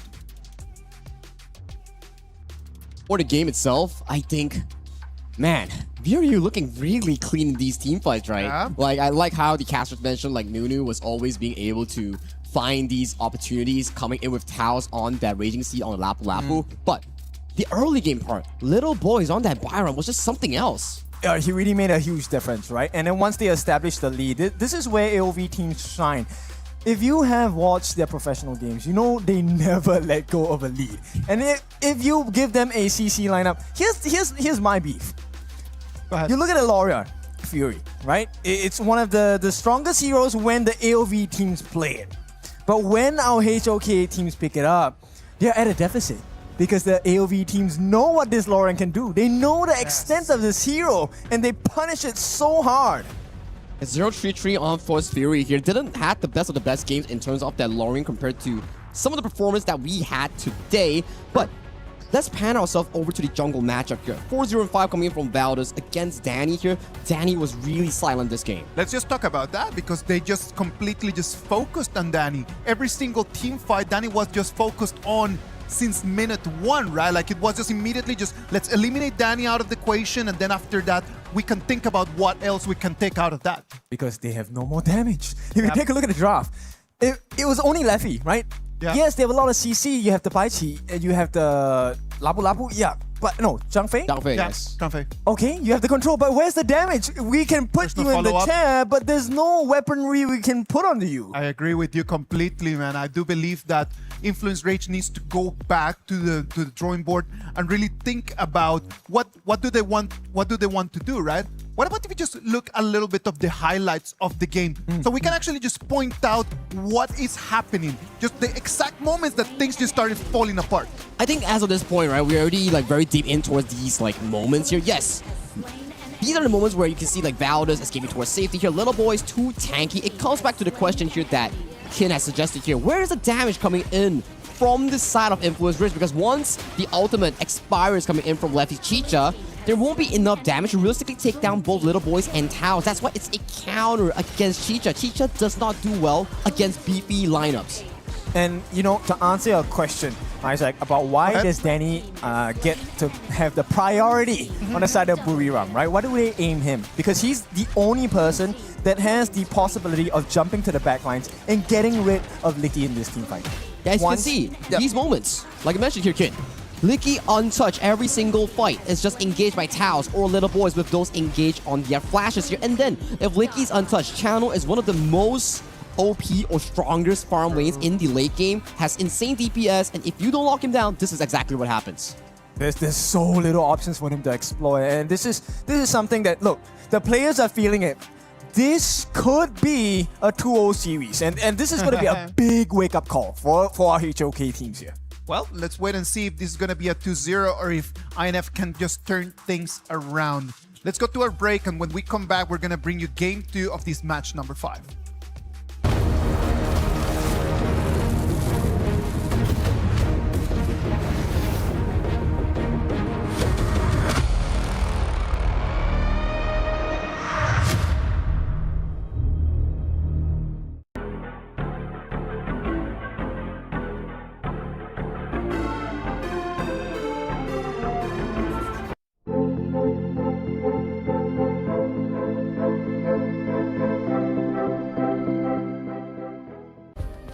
Play is in our DNA. Whenever we let it out, it becomes our superpower. Now imagine an entire city being built to supercharge it.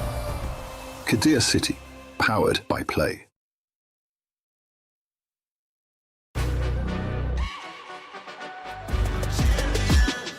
This ain't no regular thing. I came for the ring, you know what I mean. You see my name in the lights, better get right, I'm champion.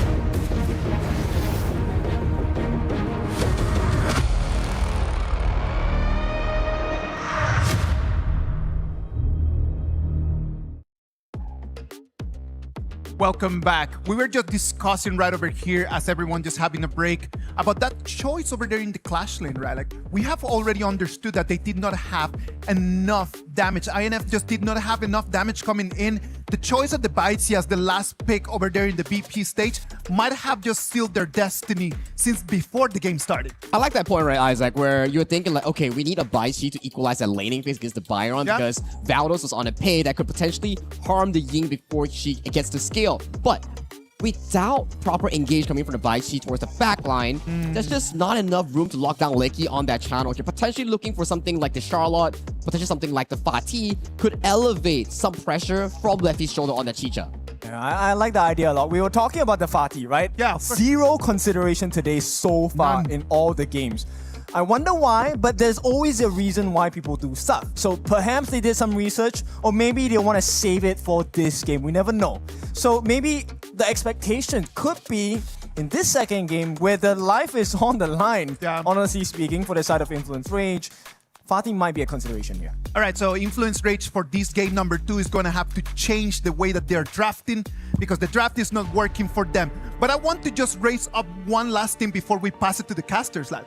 It is super important for us to see that Buriram United, they had the advantage very early in the game and it took them a long time to finish. And that cannot happen if they're going to move into the group stages. They really need to completely just seal the deal early on, or else other teams might not give them the chance. But sometimes you want to make moments last longer and savor the feeling. Can get out of here. You know what? Send me Blam and send me Nora because I need serious people right over here at the desk. Blam, Nora, what do you think? Well, I would agree with you then. Thank you. Thank you very much. We needed adults. We needed adults, and we are here. We are here to be the adults once again. But how are we feeling about Buriram United now that we know that they're able to take down Influence Rage, not with ease, but with precision and time? Yes. I mean, like, they definitely want to secure the victory. That's why they kind of just slow down the pace. And speak of the play style, actually, I think, like, I do believe there's, like, counter attacks between different play styles. Yes. And, you know, there's an old saying in Chinese called 以柔克刚, which means use your softness to counter the hardness. And we know that Influence Rage, they are very good about attacking. And that's why they're looking for such a scrappy composition that is selected by Qi Zhangfei over initiation. But the problem that you can see, like, when the game goes on, the opponent's just avoiding the team fight. Like, I can go for it, but I need to make sure that the laning's already being on the upper hand. Absolutely. I feel like in this one as well, just to give like a dual meaning to that saying there, obviously the softness there being the squishier heroes of Buriram United have been able to take down the toughness of Influence Rage, right? They're able to precisely take down the tanks. Nunu's been able to precisely get those trick shots onto the carry heroes onto the side of Influence Rage. So I feel like, depending on this draft, I don't want to see Agudo again, because I feel like if we start to see Pei Agudo all the time for Buriram United, I'm starting to feel scared for the jungle pool, you know? Oh, okay. But I'm looking for a Luna pick, actually, because you mentioned about Agudo, right? Yes. And Luna can be a great counter pick towards that Agudo. Absolutely. But obviously, they picked up the Pei in first game. They're banning it out in game number 2. I feel like that's just a good strat generally within HOK Esports. If you get that meta pick onto the blue side, you really want to be taking it off for the enemy team for the rest of the series. And if this is match point, this could be the rest of the series, and Influence Rage's Danny doesn't get to play that one. Yeah, and Danny is known for his assassin player, so it's going to be a problem. And also another question to Influence Rage is that, well, they're continuing doing what we know that they're good at doing team fight, but will they continuing to do the same strategy when they play against BRU? We'll have to wait and see. I mean, obviously, they didn't pick the Guan Yu. They didn't pick the Jing like they did in their first series of the day, but also their opponent, not quite as obviously esteemed as BRU in their own league, but also now that they've played up against them for one game, they know what they're facing up against here as well. But the Lurian being banned out as well, obviously, Fury was able to take that last game. They don't want to give over the Florentino, but they are going to go with the safe pick here of the Flowborn Marksman, because now you're not having to worry about into that second ban phase that you're going to be whittling around that hero pool in the bans. Yeah, safe pick indeed. I mean, like marksman, like Flowborn Marksman is very well-rounded in this patch because he can definitely take care of himself in the early game during the laning, and also can be super powerful in the late game. Yeah, that enhanced second skill gives him a bit of a pushback, right? Like able to get out of that sticky situation. But there's two heroes that could actually get you into a very sticky situation here for the side of Influence Rage. Lapu Lapu and the Mai Shiranui. If we can synergize, combo these ultimates, that's a lot of burst damage, a lot of CC. And it's just kind of give us the sense of confidence, you know. Yes. Influence Rage, we question a little bit about whether they're gonna continue doing the same thing, doing the same strategy or not, but they are showing that they are confident enough to make this team fight happen. I mean, they're going to try at least, but I mean, this is the pick that we highlighted a lot in the first game. It was Prio band onto the side of Burium United. We have Haya come through, so really here, this is going to be the prime target of the Haya, is looking to get the lockdown of that Lapu potentially here. Yeah. And also Zhang Fei is a great security guard of Haya's ulti. I feel like both of the Titans here is Taos and Maina, right? Like, they literally just swapped hands. It's like, okay, you played that really well and you countered my ultimates. Let's see if I can do exactly the same thing here as well. Head to head. But we're seeing a bit of a prio onto the tankier jungles here as well. Obviously, Monkey being a good pickup here for the side of Burium United. Obviously, able to get onto the back line with the Dream Roam if they really wanted to here. But the Masashi for Danny, is this going to be kind of like go for the Giant Axe, so you've got the HP, or is he going to go for the Rapacious Bite as well, just to get that extra damage come through? Be the assassin that we know Masashi can be. Yeah, but I'm not so sure about this Musashi pick because, the feature that you mentioned about Musashi is about his ulti, right? He can shred down the HP, but the problem is that it's quite vulnerable in the early game, right? Yeah. So if BRU go for some powerful hero in the early game, for example, Dun, right? Yeah. How you're gonna counterattack? For example, Yukio is still available, right? Yeah. So I'm not so sure about this Musashi, but just wait and see. Yeah, I mean, it'd be nice if they go for like a Lu Bang up into the clash lane, right? You have the battlefield command. He's going to have a bit more shield. You're also going to get that burst magic damage from Lu Bang as well. A bit of a delivery system, I like to call it, when you have Masashi. Use the duel to the death into the back line. Get bursted by that magic damage as well, which could be a potential here. They don't have their clash lane. It looks like Leafy's going to go for the Lady Sun for a little bit more late game potential. Yeah, just guarantee that they got enough power to do in the late game, but it also means that they do need some hero like Byron at the top, I guess, because they need more space for them to scale up. Both Mai or Musashi or even Lady Sun need time to scale up, so they might need some hero like Byron at the top. Yeah, I feel like Mai has a little bit more of an earlier activation, not in terms of scaling, but as soon as she gets to level 4, you kind of synergize that combo with Lapu, and it kind of makes the team fights a little bit easier, especially if you have just ever so slightly like a 1k gold advantage. Yeah. Or even have the Tyrant buff on your hands, but it's going to be the Nerdset here into the jungle for the side of Burium United, so they're going to go for that global ultimate. Get that intel as well when you drop it. So very nice draft here from BRU.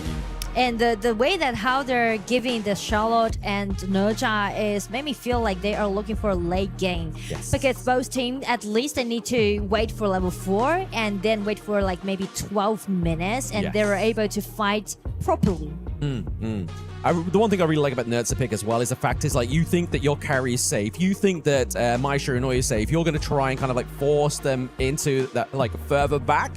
So it kind of gets them out of positioning. You're pushing them, you're bullying them, and it really sets up a great team fight for BRU, I feel like. But the party here is going to be the round out here. A lot of burst damage, more access into that back line as well, because I feel like if they take off Flowball Marksman, where's the damage really going to come from here?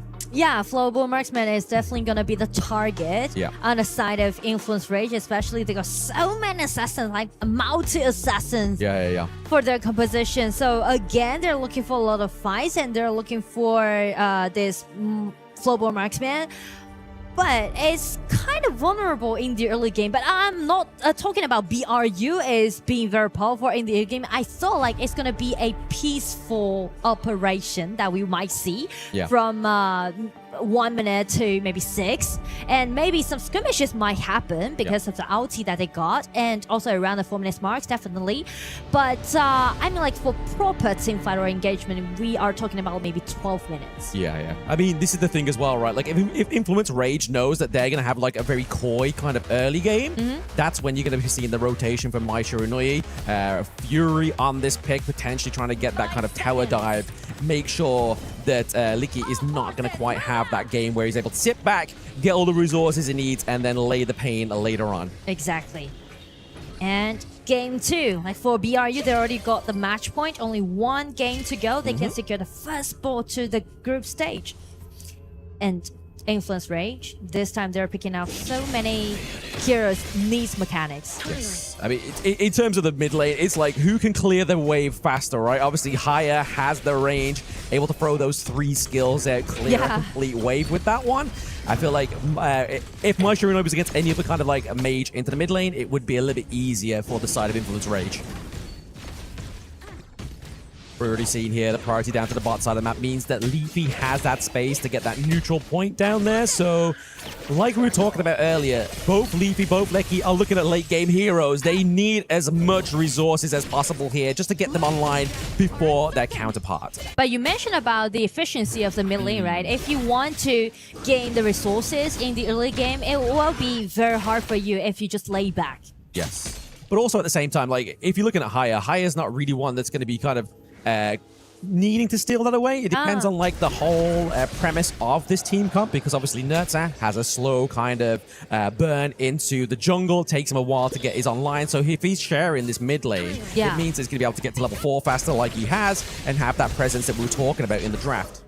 And also the detail about this patch is that when you got like 3 or 4 people sharing the same lane, you can actually got extra gold from the lane. Yes, it helps to share, clearly. I mean, a life lesson, but also a lesson for HOK Esports is sharing gold lets your team potentially win easier.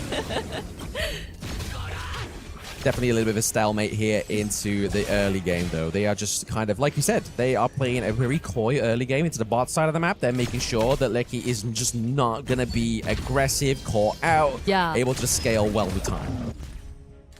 But still, a lot of skirmishes can be predicted from minute 1 to 6 because of the ulti that they got, right? Haya's ulti, Nerja's skill 3, and also Musashi and the Mai. So it's kind of like a test about your map awareness. When you find your opponent's vision is invisible, then you might be a little bit guarded, or you might be ganked by your opponent. Yeah, I feel like that's when it comes down to that's your roamer's job to find out where they're actually going, right? He needs to gather that intel. He needs to make sure that your team's set up properly. And the fact is, with this tank meta, in terms of the supports, it enables them to kind of walk into a brush, get a bit of damage taken to them, and it's not going to be the end of the world, you know? It's just because of what you just said. You can see like Mena and also Taos, they are not just, you know, stuck at the bottom. Actually, they're roaming around. They are roaming. They're just kind of trying to maybe catch out the identity of the enemy team here as well, right? They're just kind of like, right, okay, what's their play? They're looking for top side, looking to put pressure onto Charlotte, because we talk about late game as well. We've not really kind of covered much of Charlotte in terms of her late game potential and her need to get to the late game as well. So they're actually gaining the river control, because once you got the river control, you can see like it's vertical from the top side to the bottom and allowing them to rotate faster. And also getting that space right, right? Obviously, just able to set up that 4-minute mark, just a little bit more sort of proficient for the side of whoever gets that space right. But in terms of proficiency, in terms of gold, we are seeing the Influence Rage just shares just that little bit of a gold lead right now. Fury, obviously able to just get a bit of tit for tat there for Towers. I feel like if anybody else walked to that brush, it could have been first blood there. Oh, flash!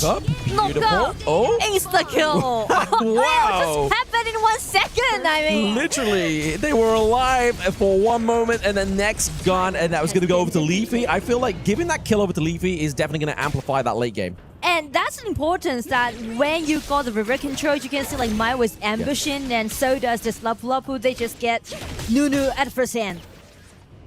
Nunu is going to be the focal target here for the side of Influence Rage. He definitely made a statement out of Influence Rage in that first game, so I feel like it's personal here. Like, they know that he can be the carry. It's not necessarily the marksman, it's the mid lane. It feels like you are the shot caller, so we're going to shut you down. Yeah, absolutely. Speaking of shutdown here, I mean, maybe a little bit too aggressive here for Influence Rage. Able to escape is going to be Fury, but he has to keep his safe distance here from Nunu. Nunu has a great poke, but the Unbridled Outburst here just going to keep them away.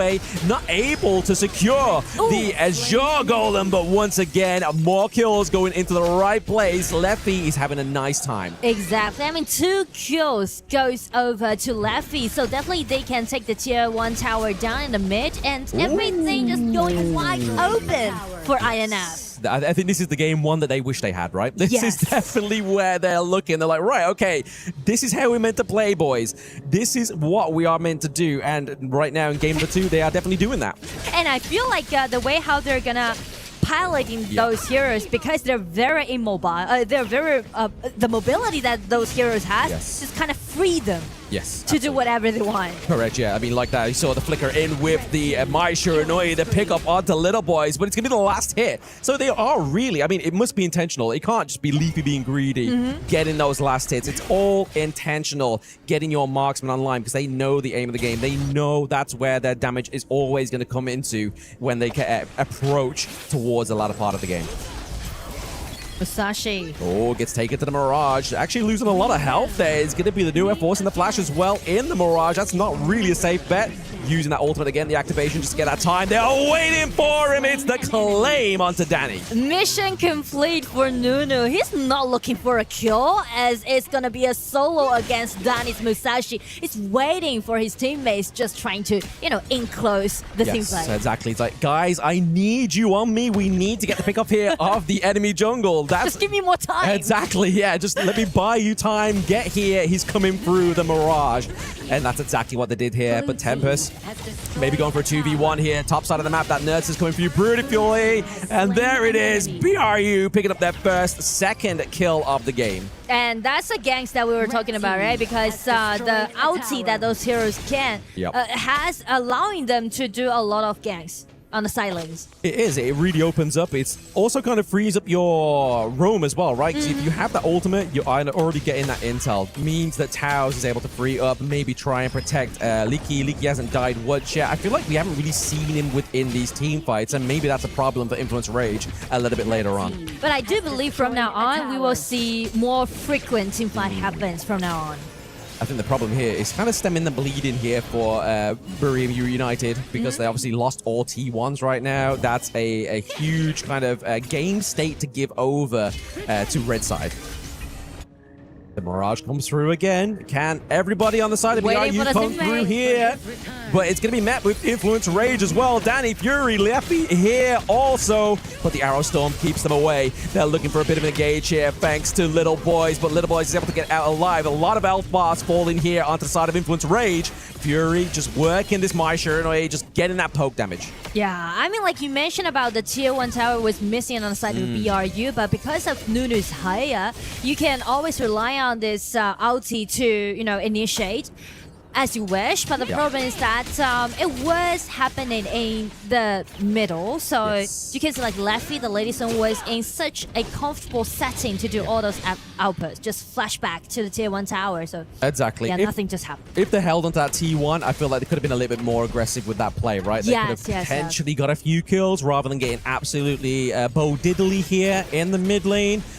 8 minutes, 35 seconds, is looking to be the place where we start to see Influence Rage, just trying to find some kind of clear setup. They're looking to go and try and get the Tyrant here from the side of BRU. They claim it once again. It was very smart for them to, separate themselves and just move in groups. 2 members to take down the Tyrant, and for Haya trying to guard the top lane tower. But the thing is that when we're upcoming to 10 minutes mark, I would say the layer about how you're going to use your ulti really matters a lot during that upcoming team fight. Absolutely. Wow. Oh, I mean, the thing is that Haya needs to take Danny away by using his ulti and let Zhang Fei to guard the outside. And as for INF, they need to make sure that Lapu Lapu need to contest this Zhang Fei to use his ulti to knock up numbers of BRU. Absolutely. I mean, we saw their Influence Rage trying to do a good job of trying to bait out Taos' ultimate before the 10-minute mark, which would be a fatal error here for BRU, because like you were saying there, that's one ultimate that they won't have. And it's kind of like the disruptor to Lapu Lapu Maina here that we've been seeing so beautifully kind of go tit for tat with those ultimates in game number 1. And also, both jungler has the ability to directly targeting at the backliners. I mean, like on their marksman. So yeah, the accuracy is also very important.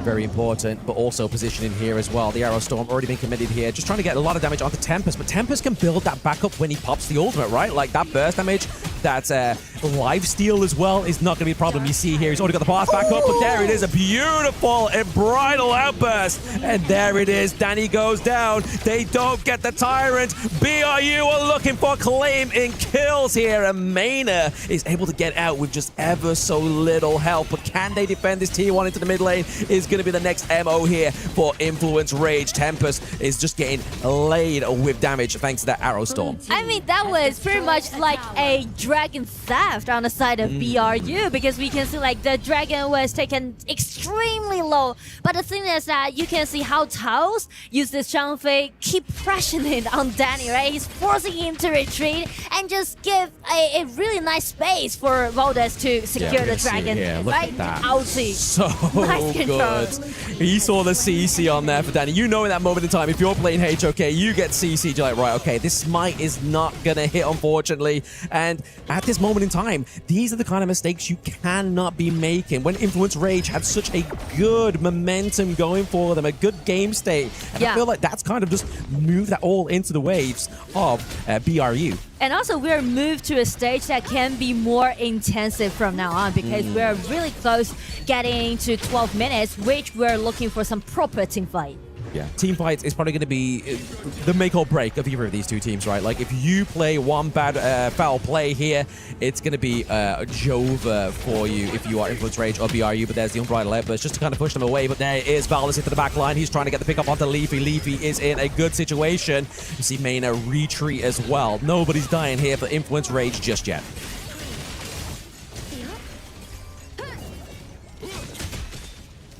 It's kind of like they're testing out. They're testing out the boundary that you have, and the reason why BRU is trying to initiate, because they're trying to force out Leffy's HP and also his flash.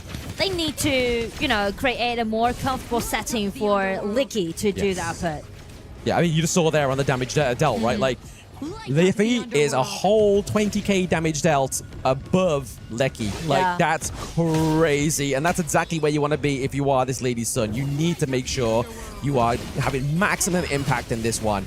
We are seeing Valdez looking to drive away. Danny here, top side of the map there, using that ultimate, using that Skyfall here, using the smite to slow him down. Is this going to be enough here for Tao to get the retreat? Oh! Beautiful stun there from the Unbridled Outburst. Big setup, a big takedown for BRU. I mean, Taos is always there for his teammate. Oh, yep, but Fury's trying to do a bit of his own flavor here. He's getting the flavor down onto Little Boys. He gets taken down as well as Taos. Oh my goodness. Influence Rage could be coming back here, but it's going to be the Mirage that keeps this whole momentum going for the side of the red team. There goes Fury as well. This is not looking too good here. It's gonna be a 3-3 trade, and double kill goes over to Valdez again.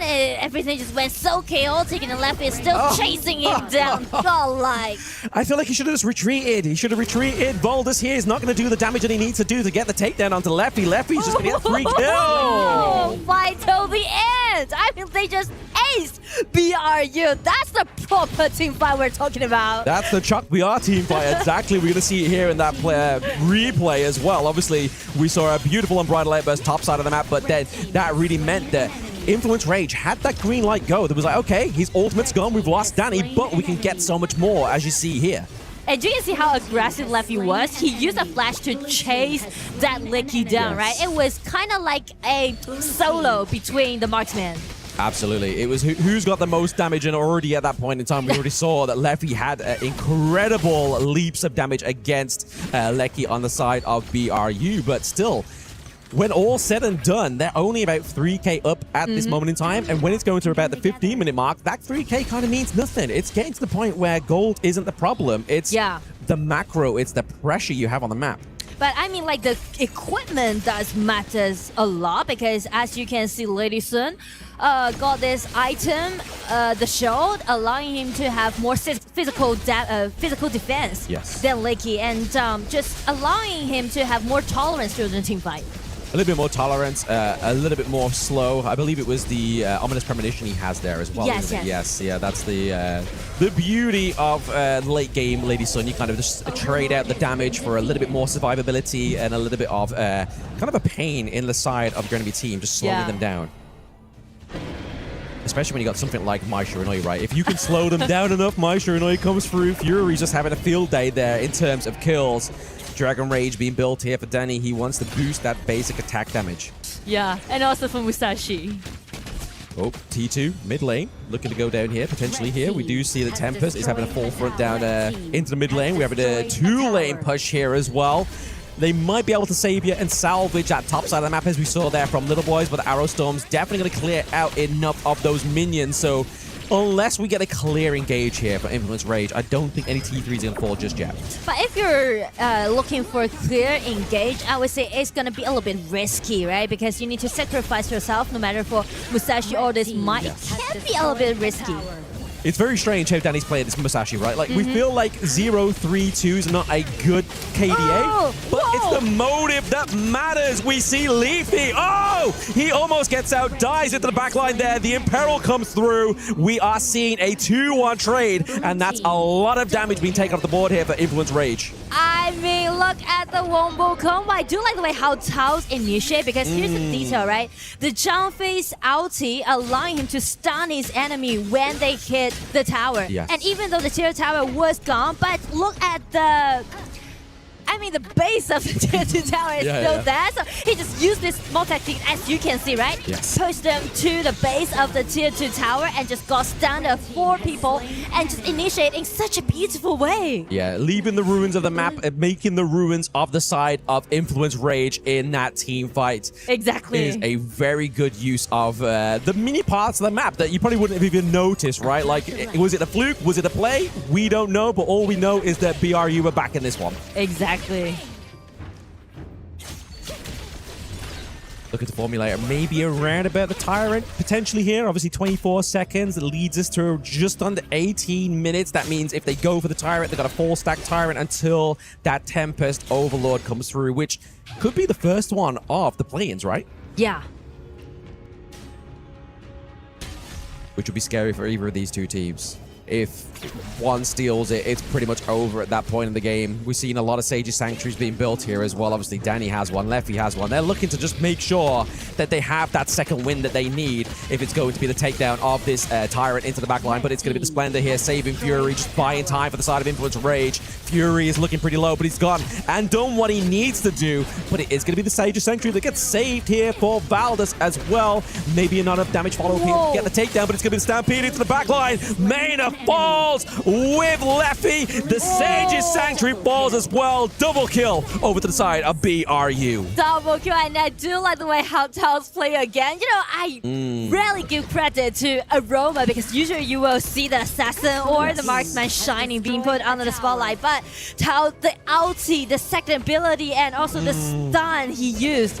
Perfection. Absolute perfection here from Taos. He is definitely putting a household name on this player. They do have 2 minions here. We have 2 members down on the side of Influence Rage as well. They are doing their best to hold off this Crystal. Take down the Mirage is going to make it a little bit harder here. Influence Danny is going to be using that Sage Sanctuary to keep himself alive. Brings up the total immunity. He falls down. Minion waves are here. Fury tries to save the base and pushes them away just about enough. Maina here with the last defense, pushing those minions for the enemies to keep them in this game number 3. But it's not going to be the end for INF. They still survived, but they definitely suffered from the pushing coming from BRU. As you can see, like, Zhangfei is not holding back. Every time once the ulti is ready, he's just jumping into it. Absolutely. You can see both the teams here are just trying their best to keep in this one. Minions, we don't need another back door right now.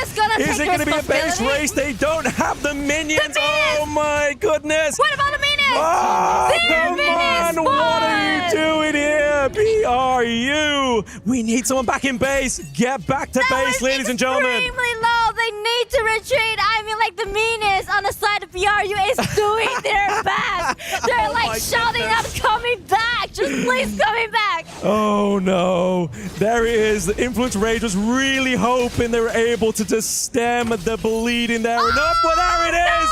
Come through with the Crystal takedown.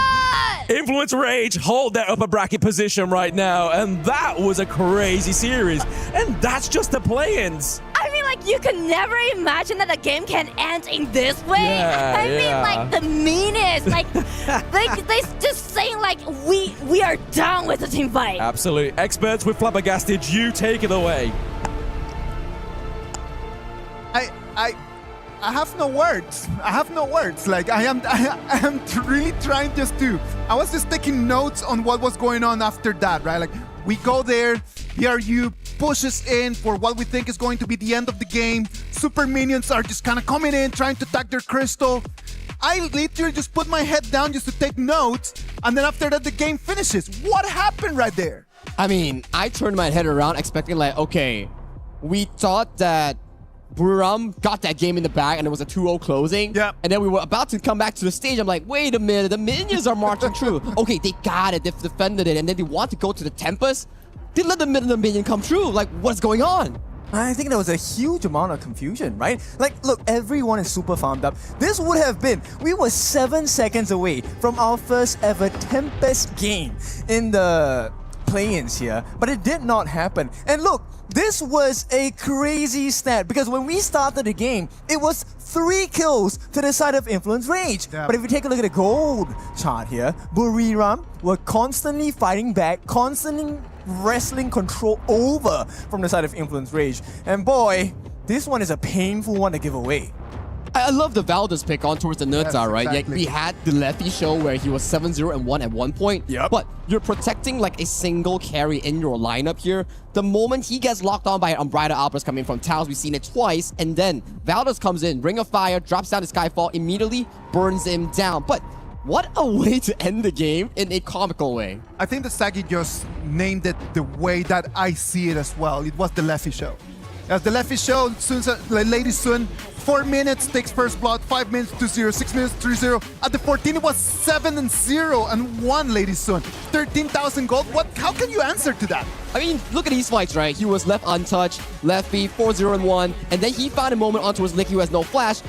Tumbles forward, flashes on towards him, gets that pick off here, and cleans house on every single member here. These are moments where Buriram United Esports couldn't answer this Lady Sun. I like it a lot because this is immediate growth from the side of Influence Rage, right? They had a big problem. They could not find Licky in the team fights, but they finally found a solution, and it was almost worth it. I mean, at the last moment, they lost a very important team fight. Leffy gave 2 of the available lives he had at this point, and it felt like, hey, they just dropped the ball. Buriram is going to end the game. Here, But right it over was here, so look at that. unfair. Yeah, look at this. Like, we're looking at the minion waves being cleaned through, and then they are making the recall here. Minions are so damn close, and then they forgot to clear the final wave before moving to the Tempest Dragon here. What a way to win it back for the side of Influence Rage. And right now, we are at match point for the first slot into the group stage coming in for Group A. I'm telling you, this is just ups and downs.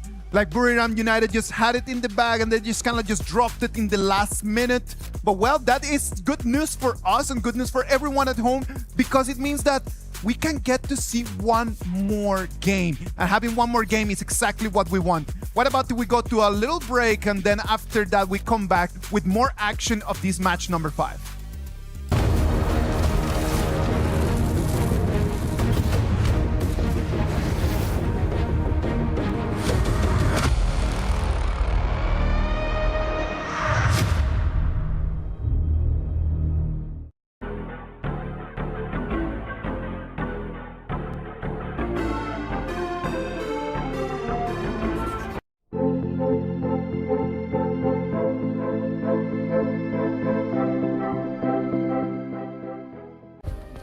Play is in our DNA. Whenever we let it out, it becomes our superpower. Now imagine an entire city being built to supercharge it. Kadir City, powered by Play.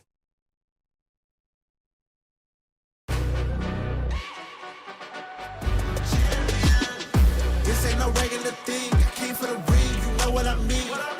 You see my name in the lights, better get right, I'm champion.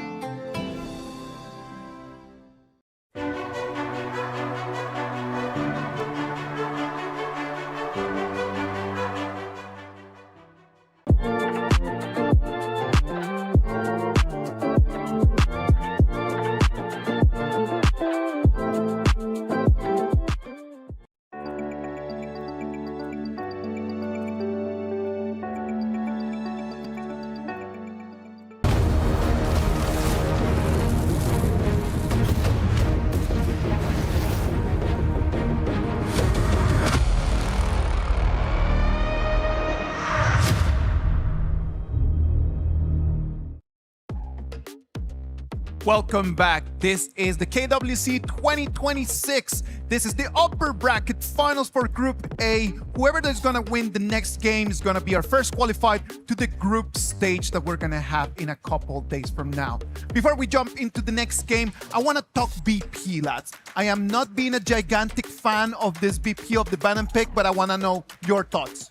I think if you're coming in as the Influence Rage coach, you need to do whatever it takes to get the 4 strong marksmen of this batch. We have Chicha, Shano, Long, and also Floorboard marksman. And towards what we've seen so far, Chicha has been expanded for Influence Rage, so you have 3 main marksmen available, which for the side of Buriram United Esports, you don't have enough bans to lock away all of them. So at the very least, if you are on Influence Rage, that first phase is really critically important. After the performance right now from INF Marksman, you actually start thinking like, okay, we might need to just open the doors for some Florentino, maybe as an option just to live in there if we want to really focus on their farm laner. Yeah, because Leffy was just superb, right? In the first few minutes, 3 kills in quick succession, managed to secure a decent lead, not just in gold, but space across the map for the side of Influence Rage. The biggest issue that we see is that Influence Rage, they can get an advantage, but they can't play the map to match the efforts they put in, and that's costing them the game potentially. I do believe that in this game, like we have seen both teams just a little bit shaky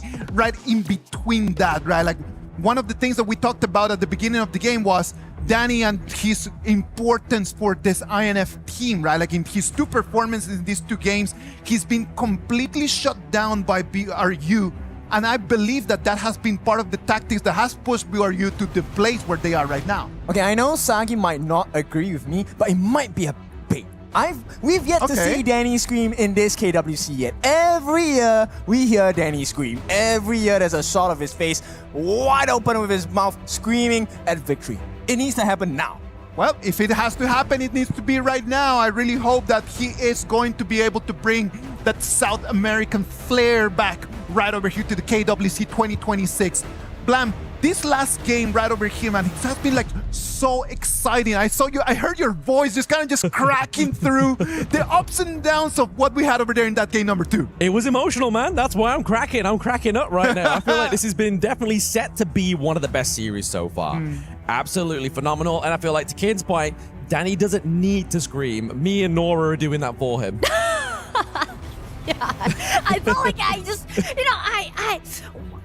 I saw the minions spawn on the side of BRU. I felt like maybe they can continue pushing forward, but the thing is that once they recalling, they went back, and the minions for Influence Rage just did their job, and I rarely see a game end like this in such a dramatic way. Absolutely. I mean, we've seen 2 minions win this series so far within the play-ins, right? We saw obviously Blacklist. They lost to the minions. Now, BRU lose to the minions. I mean, is this becoming the theme of KWC? Is minions taking the base? And I mean, if the scene just happened in such a dramatic way, actually it got its impact on 2 different teams, right? Yes. Because BRU, they're very close to turn the table around. Oh, absolutely. They fall behind and they counterattack against their opponents, and as you can see their faces right now, right? Definitely gonna be frustrated. Oh, absolutely. Well, they pull themselves back quickly.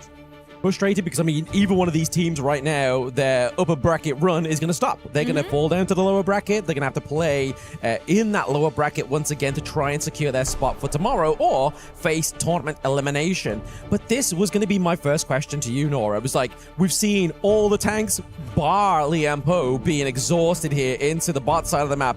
Who was going to rush for it more? And Influence Rage has answered the question and gone, you know what? We don't need a tank. We're going for Diadea. We want the infinite scaling here of the healing and damage. And they go for Diadea this time, and actually they can pick up another tanky jungler if they want. I mean, like Diadea with another like Ogren or Kaiser can be pretty powerful in the mid game. Absolutely. The lore accurate combo. Diadea with the Ogren. The only hero that can go through the path of passing with Ogren, right? Like, that could be helpful. What's better than one hero traversing any kind of terrain? 2 of them is.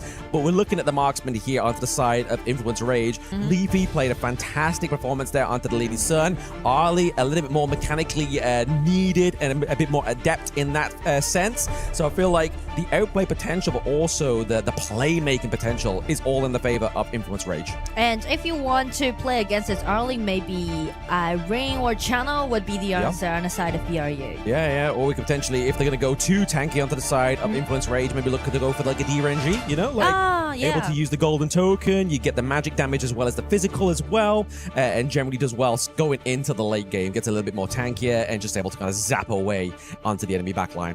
And this time also like the wise part of BRU, how they do the ban pick on the red side is that they are taking out both Chicha and also this Limpo as flex pick, like a double flex pick, right? You can Limpo can play as a top and so does Chicha, and also play as a roam and Chicha as the farming or the jungler, who knows? Yep, who knows? They got him guessing right now. Obviously, it's not going to be the support because obviously they do have Liempo. It's not going to be mid lane because she's not Magic Hero, so it's definitely got them keeping on the toes here, and obviously banning out the Hue-1 as well as the higher onto the side of BRU. Looking to get rid of some of those bigger picks, especially in terms of sustainability. Like if we saw Hue-1 onto the side of Influence Rage, it could be like a hyper carry potential for Arlie. So I feel like taking that off is definitely a good call here for them. You mean like Hue-1 play as a mid or? Yes, as mid. On the side on the side of it can be a good choice, I guess. But it depends on the playstyle. I mean, like Influence Rage, they're always looking for some aggressiveness. So I guess maybe this time Angela might be the one for INF. Maybe. They need some anti-tank, right? They definitely need something that's going to chunk them away into these team fights. But the Ukyo getting picked up here for the side of BRU. There's no pay, but maybe they're potentially looking at maybe like, hey, let's see if we can actually CC lock down the Arlie here. A lot of CC can be seen on the side of BRU, and also a lot of assassins. They are just taking out this Ukyo. Ukyo might be the last OP assassins in this patch, since they already banned away this pay and also used in, right? Yep, I mean, they do have the Jing, but I mean, obviously it's BRU. They may potentially not have quite as good footing on the Jing here. But we're looking at here, I feel like this is a great team fight comp. We have the Flowborn tank. We have the Lady Gen as well. Using that Destructive Deluge, if they try and go in with the Liempo, you drop that ultimate, not only is it slowing you, that's doing so much damage to you. Exactly, and also the frontliner seems very solid. Byron and Flowborn tank is just like build up a wall in front of this Arlie, and they're put all their money on Leffy this time. Yeah, it'd be interesting if they do keep this Chicha into the farm lane. Obviously, they can flex it up into the clash lane here. Going up against something like the Byron may be very helpful. And then they could obviously, like I said, they need a little bit more anti-tank. So I feel like if they do flex it and go for the DRNG, no, they're not going to listen to me. We're going to see the Miyu that we saw in their first series of the day. They are looking for a tasty bit of magic damage here. I do like the Miyu pick, right?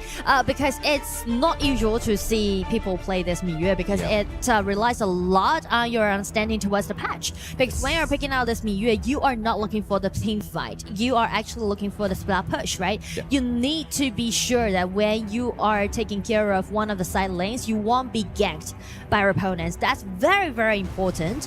And last time, I mean, like the first game they played, they already used this Miyu, right? They have. And it worked out very well. And also because of the mobility that they have, Miyu and also Ukyo and also Mai, allowing them to do a lot of split push. I feel like they were hurt by the minion stealing last game. So this time they're trying to, you know, pushing first. It's like, okay, we lost on macro grounds. Now we're going to look to win on the macro grounds. That kind of feeling. I like that narrative, to be honest. It's a very good one. But like you were saying with the Miyu, I feel like it's all down to timing. Like if you time that Umbral Moon at the wrong time and kind of it fades out and then we get a big engage from Mai or even the Byron, it's going to be very difficult for them to overcounter this one. But we've already seen little boys play this one to perfection. Game number 3, it's group getting into the standings, or it's going into the lower brackets here for either of these two teams. So big stakes on this game number 3 here. I mean, first ticket to the group stage. Yep. That's quite a bit prestige in itself, right? Yeah. KWC 2026, you were the first team to make it out of the play-ins into the group stage. Seeing you fall into that pool number 4 to see if you get pulled out against some of these amazing teams that are going to be meeting in the group stage. Well, the way that how you're gonna play this Miyue well is that you need to emphasize a lot on the top. So you can see skirmishes are happening right now because INF is rotating this idea on the top and trying to shred this Miyue down in the early game during laning. I feel like we haven't commented on the fact that it's Nunu on the Mai Shiranui. Like, this guy carried on the Xiao Qiao. We've now got him on an assassin pick here as well. Something that actually counters the Ali. Obviously, yes, she does have Diadea there with her. That's going to be obviously a mutual counter to the engages of the Mai Shiranui, but it's all going to be played down to a very sort of like micro level. Yes, and because of the mask that Nunu made on the top side of the map, just opened the door for Valdez to steal away the blue buff on the side of BRU. Yeah, it's something you don't want to lose. I mean, obviously, mana is not the greatest feat here of the Flowborn tank as well, right? So you're using your first skill a lot to obviously get the enhanced damage, but also using your ultimate as well. So taking the blue buff away from something that's already pretty slow kind of forces him to recall back to the base to get back to prime state. Yes, and we already can see the mobility which granted BRU to rotate much more faster than Influence Rage. Yep. Lecky here, just looking to get some more neutral objective points, like the Firebird down bot side of the map as well, just trying to kind of get a more clearer understanding in the lead of the gold. So they are playing this one a little bit more coy into the early game. Obviously, we did see a bit of tip-for-tat top side of the map and potentially here as well, using the ultimate just to kind of push away Nunu, but actually escaped it. Okay, we have the burst ram there. Look at just trying to kind of keep them in place. There it is. Oh my goodness, the flicker in from downtown. But can he claim the kill? It's going to be the first blood going over to the side of Influence Rage. I mean, the controllability knock-up was so explosive, but he just dashed in like too far, even into the tier 1 tower, and just leave down in the space to get a kill. Absolutely. I mean, we were really seeing that that was going to be really orchestrated over to the side of the red team, but then Danny was like, no, hold my beer. I'm going to get the first blood for myself, and claimed it there. So going away from the assassin picks, back onto the tanks that what we knew him for in previous years. Here's that replay that was that great triple man knock up there, but nothing came into fruition because they were able to use the destructive deluge that we spoke about in the BP.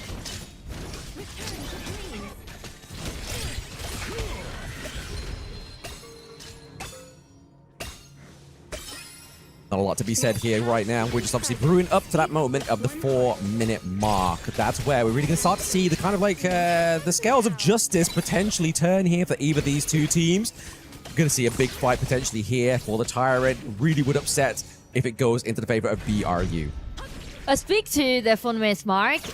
Some teams who play Miyue as the top laner might just give up to contest with the other team for the 4 minutes mark. They might just go for the dragon trade or the tower trade. Yeah, I mean, the towers don't come back, right? I mean, it's a good trade. If you can survive those 80 seconds when they have that increased damage, if a takedown of that T1 top side of the map, we take that any kind of day. But it's making it and ensuring that you can survive that. But we're seeing here Towers is not being able to tank that damage like he was able to on Zhang Fei and Lapu Lapu in the previous 2 games. And that's what BRU is doing right now, right? They go for the dragon trade. They like no more contesting the early game. They're just trying to prioritize little boys. They need to make sure that Miyue can just, you know, split push in quite a comfortable way. Yeah, giving a bit more aid over to the split push here. Grabbing that Overlord is definitely going to be a great utility for the side of BRU to try and maintain that pressure that they've been creating, right? Like, they have been very mobile, a lot of roaming over the map as well.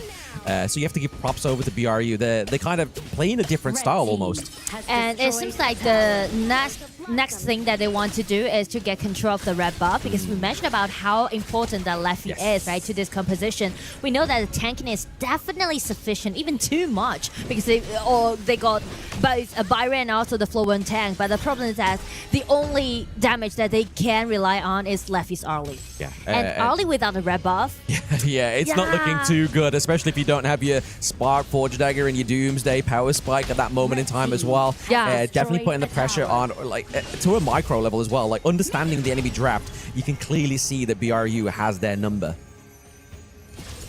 Top side of the map has been taken down as well. Obviously, another big point here. It's looking almost like it's closing in on a much quicker game here for Influence Rage. And I don't know if they're going to be able to obviously maintain that momentum, but Lecky going down here is probably just collateral damage at this point. We're seeing Mena pretty low in health, but Danny comes for a bit of a rotate, maybe at the, not at the expense of that mid lane. They don't have any minions yet. Yeah, I mean, like in this case, there's two heroes that we should put on the spotlight. On the side of INF, definitely Leffy this early with red buff. He's gonna carry the pace. And on the other side, it's gonna be Miyue, this little boy.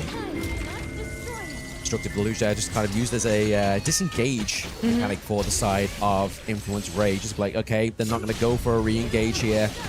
They can see that they all have their common skills, because it means that even if they do fall back, they can go in with the burst ram, go in with a flicker, and then look to try and get some kind of re-engage there. But that's not going to happen thanks to that pick into the mid lane here for Fury, playing a little bit more of kind of a disengage role.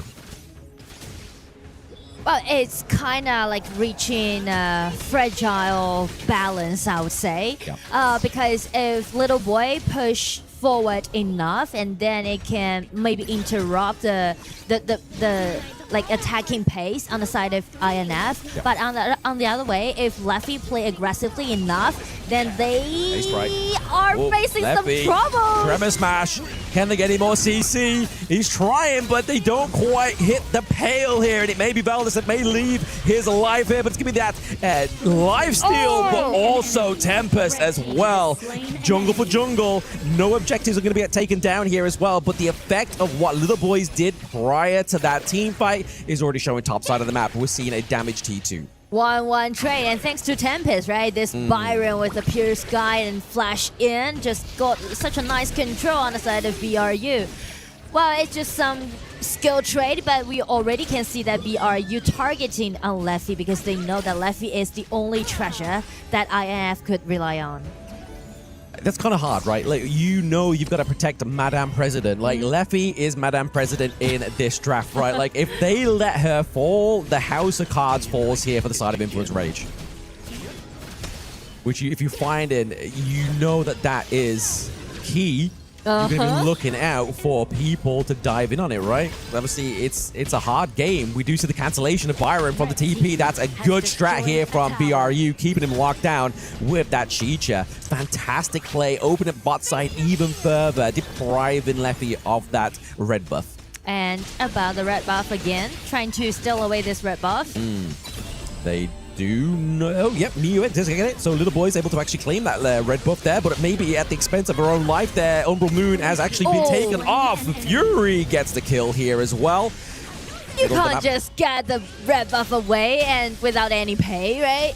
Yeah, so you need to pay for her life. She just sacrificed themselves. And it's gonna be a great pivot on the side of INF, I will say. I mean, you could, but you're against Chuck BR. Chuck BR is not gonna let you off slightly. You have a debt to pay, and they paid it, unfortunately, onto the side of BRU. They weren't expected to pay that debt, but now it's unfortunate for the side of topside, but now he's spawned back. Was it really worth it here to claim and give it back to Fury? I feel like it was kind of like they were trying to usher that pickoff for Leffy there. And like we mentioned about tactics that BRU should have is let Little Boy to push as far as he can. But since INF just take him down once, even though just one kill, because like only 5 in total so far for 9 minutes, it's totally different tempo compared to the previous games. But anyway, they just stopped the Miyue to do his job and just buy INF more time to let Leffy to show around. Yeah, low kill count, gold's at a standstill at this moment in time. We're getting roughly around about 10-minute mark. I feel like that's the scary part, is when everything's at a standstill, 10 minutes, it could go either heads or tails for either of these two teams, right? Yeah. I feel like whose mid lane falls first is the problem. Like, if that goes down, T1 mid lane, game state pretty much falls over to the side of BRU, because, I mean, look at the bot side of the map. That's been completely eradicated. Vanguard top side, potential takedown of T2 as well. They're just looking for a brawl in mid here, potentially. I mean, the difference between the two majors is that Lady Jun can do great poking damage pre-disinvade. Speaking of poke damage there, we did see Little Boys taking a little bit of damage there from Leffy, but is able to escape with his Maypole Dance. Goes back to the recall point, and both members are keeping themselves alive. Losing that T2 is definitely detrimental here for the side Yeah. of Influence Rage. Clearing out this mid wave as well is going to be Lecky with the Chicha. Chicha just using that cone of damage, just making sure they're able to clear that one off properly. It looks like the red buff is actually going over to the side of Leffy there as well, so well played from stealing that away from Valdez. But as you can see, Danny just used his smite, trying to get that red buff. But BRU, they're not taking this dragon thoroughly. Actually, they retreat and trying to do the dragon trade. So I feel like they're just testing tonight. Yeah. I mean, now that Arlie's got Doomsday, she's able to take this one on her own, but there it is. It's going to be the engage after they get the Overlord there. Taos with a very impressive ultimate with a takedown onto Leffy. They're looking for more here into the mid lane. They need to give up and free up that minion as well just before they push any further. It was a combo by Taos and also Nunu. Again, great initiation and just got control about like 3 or like a crowd. Yes. Breeds a crowd here in HOK. You definitely don't want to get hit by a 3-man crowd control here if you are either Liempo, if you are Flowborn tank as well. Could be problems for either of these teams, but the problems just keep layering up here for Influence Rage. Vanguard's bottom top side of the map as well. Mid T1 falls, as I was talking about previously. The game state here changes completely for Influence Rage. And I mean, like, look at the goal difference. The biggest difference is between the junglers. We know that Flowborn tank, he doesn't rely on a lot of money, like a great amount of money, but still, he need to get more control upon his enemies. But with like 2,000 gold deficit, it might be a bit difficult. I mean, it might be, but I mean, last game we saw Danny play the punching bag. He was Masashi, he was the punching bag. This time around, he's going to be the punching bag on the Flowborn tank. He's just looking for the backline access, right? He has that frigid charge, maybe try and get the lockdown onto Lecky, onto Nunu. Try and really upset the damage potential here, but Little Boy gets taken down, top side of the map here. Maybe, just maybe, Influence Rage can make a bit of a priority top side here. Lecky just going for it here, tip for tat. If they get the lockdown onto Leffy here, that could be troublesome for him, but it's going to be the Diadea ultimate that's just driving force to get BRU out of this one. And because of the sustainability that Diadea has, allowing Influence Rage just keep pushing forward, and also just grant Danny to have more HP to standing in front of his teammates.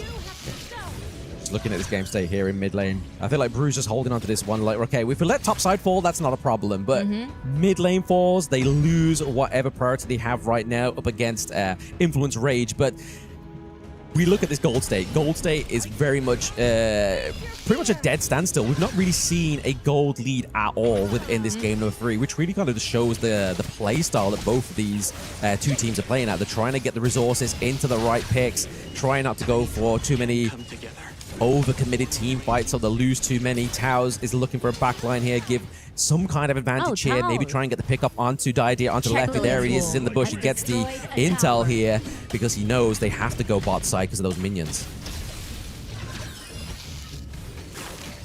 Double knock up there from the Lady Gen Fury, just trying to stalemate, kind of keep Nunu at a bit of a standstill here.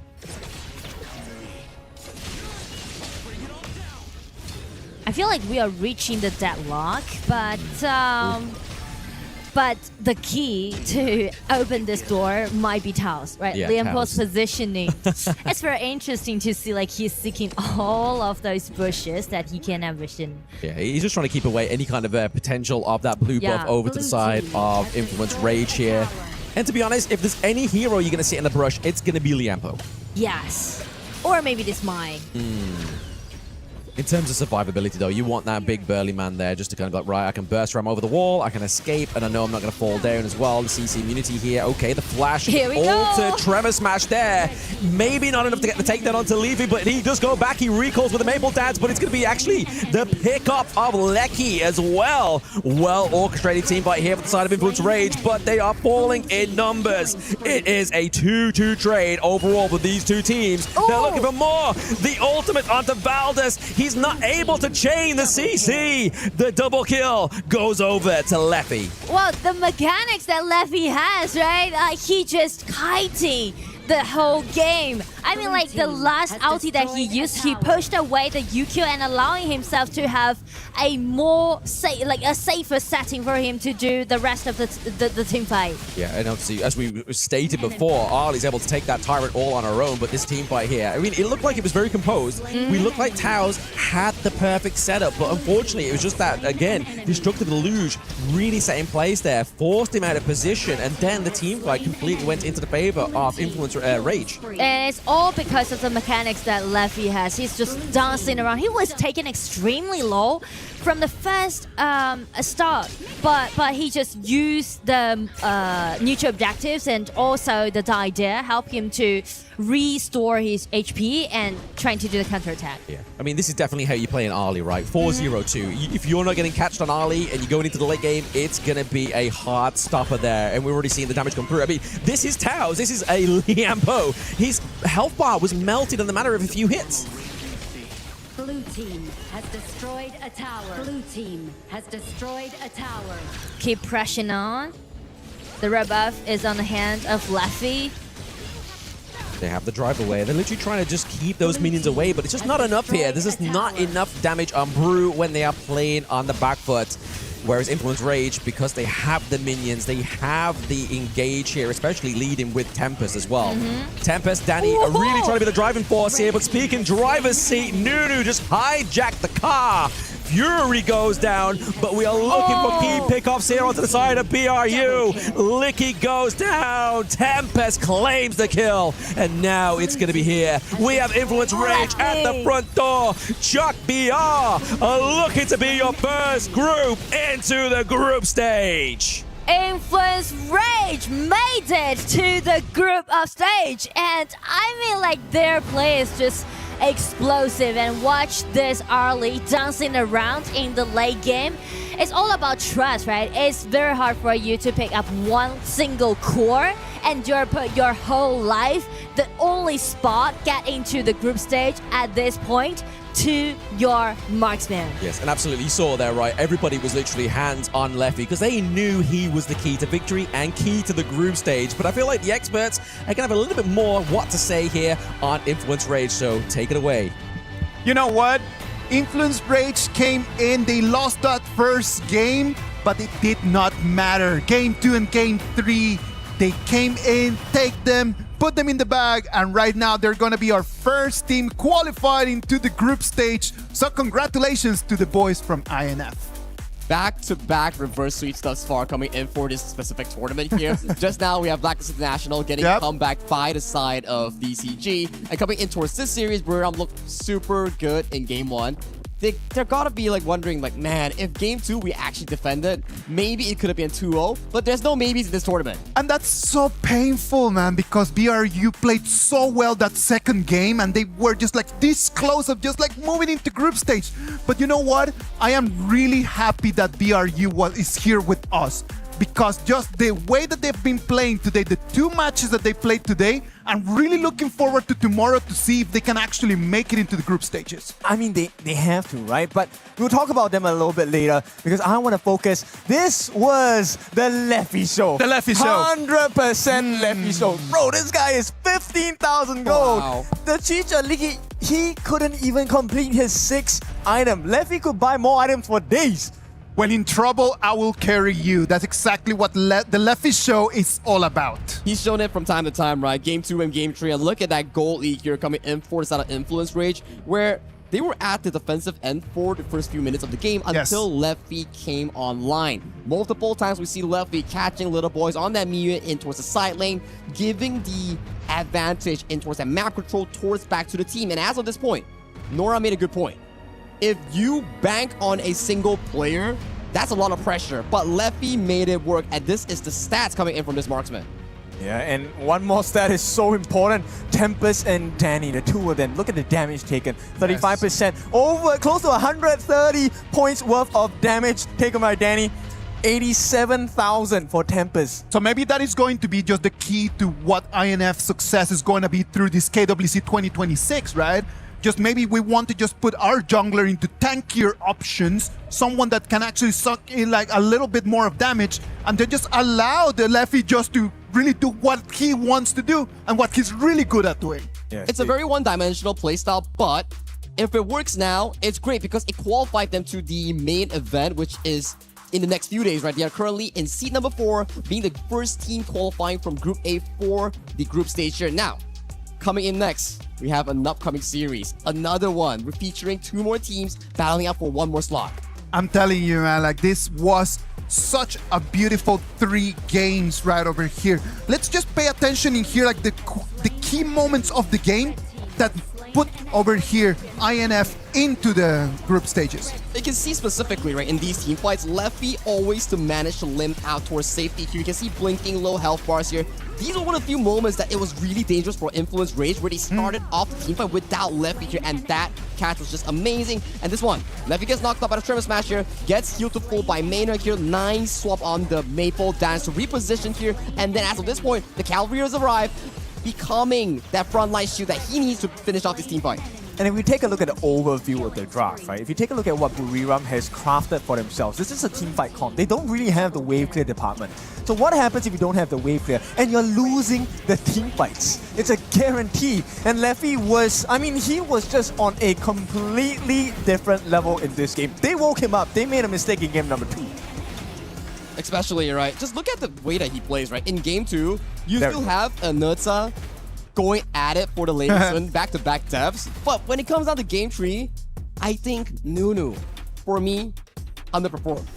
We needed the Maestro Nui. So? Yes, we needed a Maestro Nui to find those flash engines in towards the backline to find the side of Leffy on that early here. But in most of the plays that we've seen, it was Leffy getting the flash from Maestro Nui, forcing him to escape with the flash, making it super passive. Like House goes in, but there's just no follow-up here. It's a good engage. All right. If only there was a flash engage coming in from Maestro Nui, then maybe Leffy will fall in those teams. When I think Nunu and I think Maestro Nui, I think the 2 minutes marker where he actually flashes in all team to 3. Yes. That could have been lethal for the whole game. That could have been just like such a great start. But the damage was not there, and then he ends up just giving first blood to the to INF. Exactly, and that was a painful moment because, I mean, this is hindsight bias, right? When you take a look at the old moments, of course, and then you're kind of thinking, you know what, if I had just made a different decision at that second, it would have changed the entire plane of the game. And I mean, it sucks to be in this position because it happened multiple times. Game number 2, the decision to take the risk, that was a huge one. It was a huge one, and right now the risk, INF took the risk and then they were able to win it. What about if we go to Mara down there on the stage? She's going to have Danny, and is going to be telling us a little bit more about this match number 5. Here we are with Danny. Danny, how happy were you with the minions in the previous game? Yeah, I'm really happy because of the minions. The minions are our hero in this series. So, yeah, really thank you, minions. But you know what? I saw you, even though you guys won, you were so serious.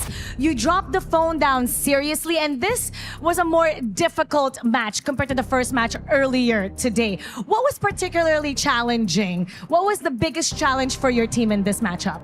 Yeah, to be honest, I was like really serious because I was not expecting that they were like really good like that. Like they played really, really good. I am really impressive.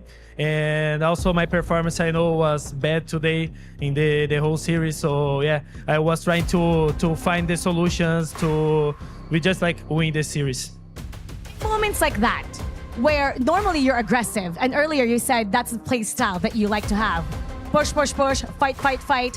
When things are not going your way, who usually takes charge to talk to the team? And how were you able to take control backstage?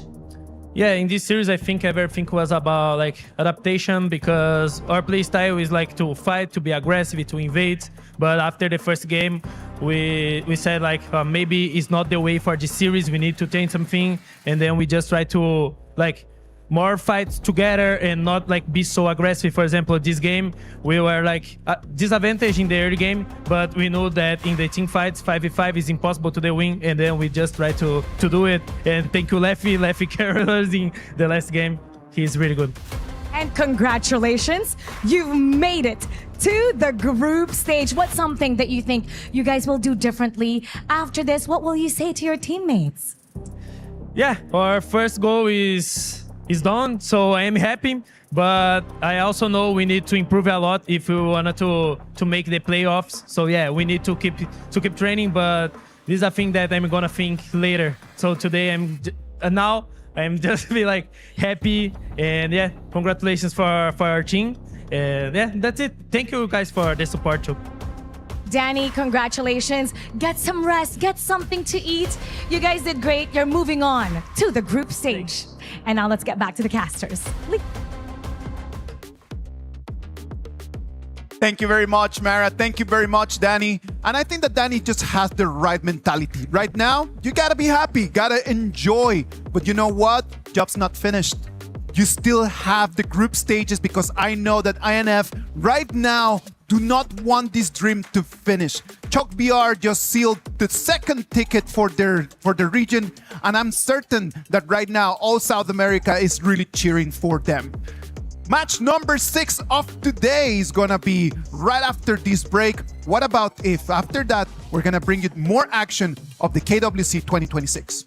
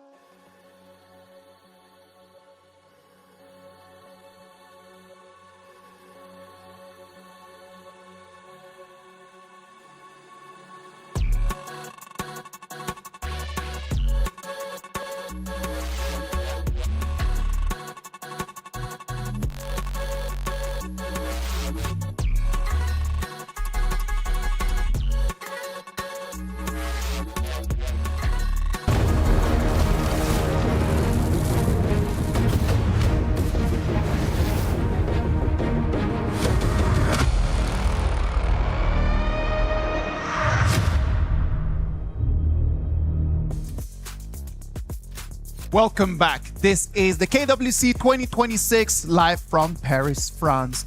We have had 5 amazing matches up until right now, and we still have one more in our today's schedule. This last match is going to define the winner of the Group B.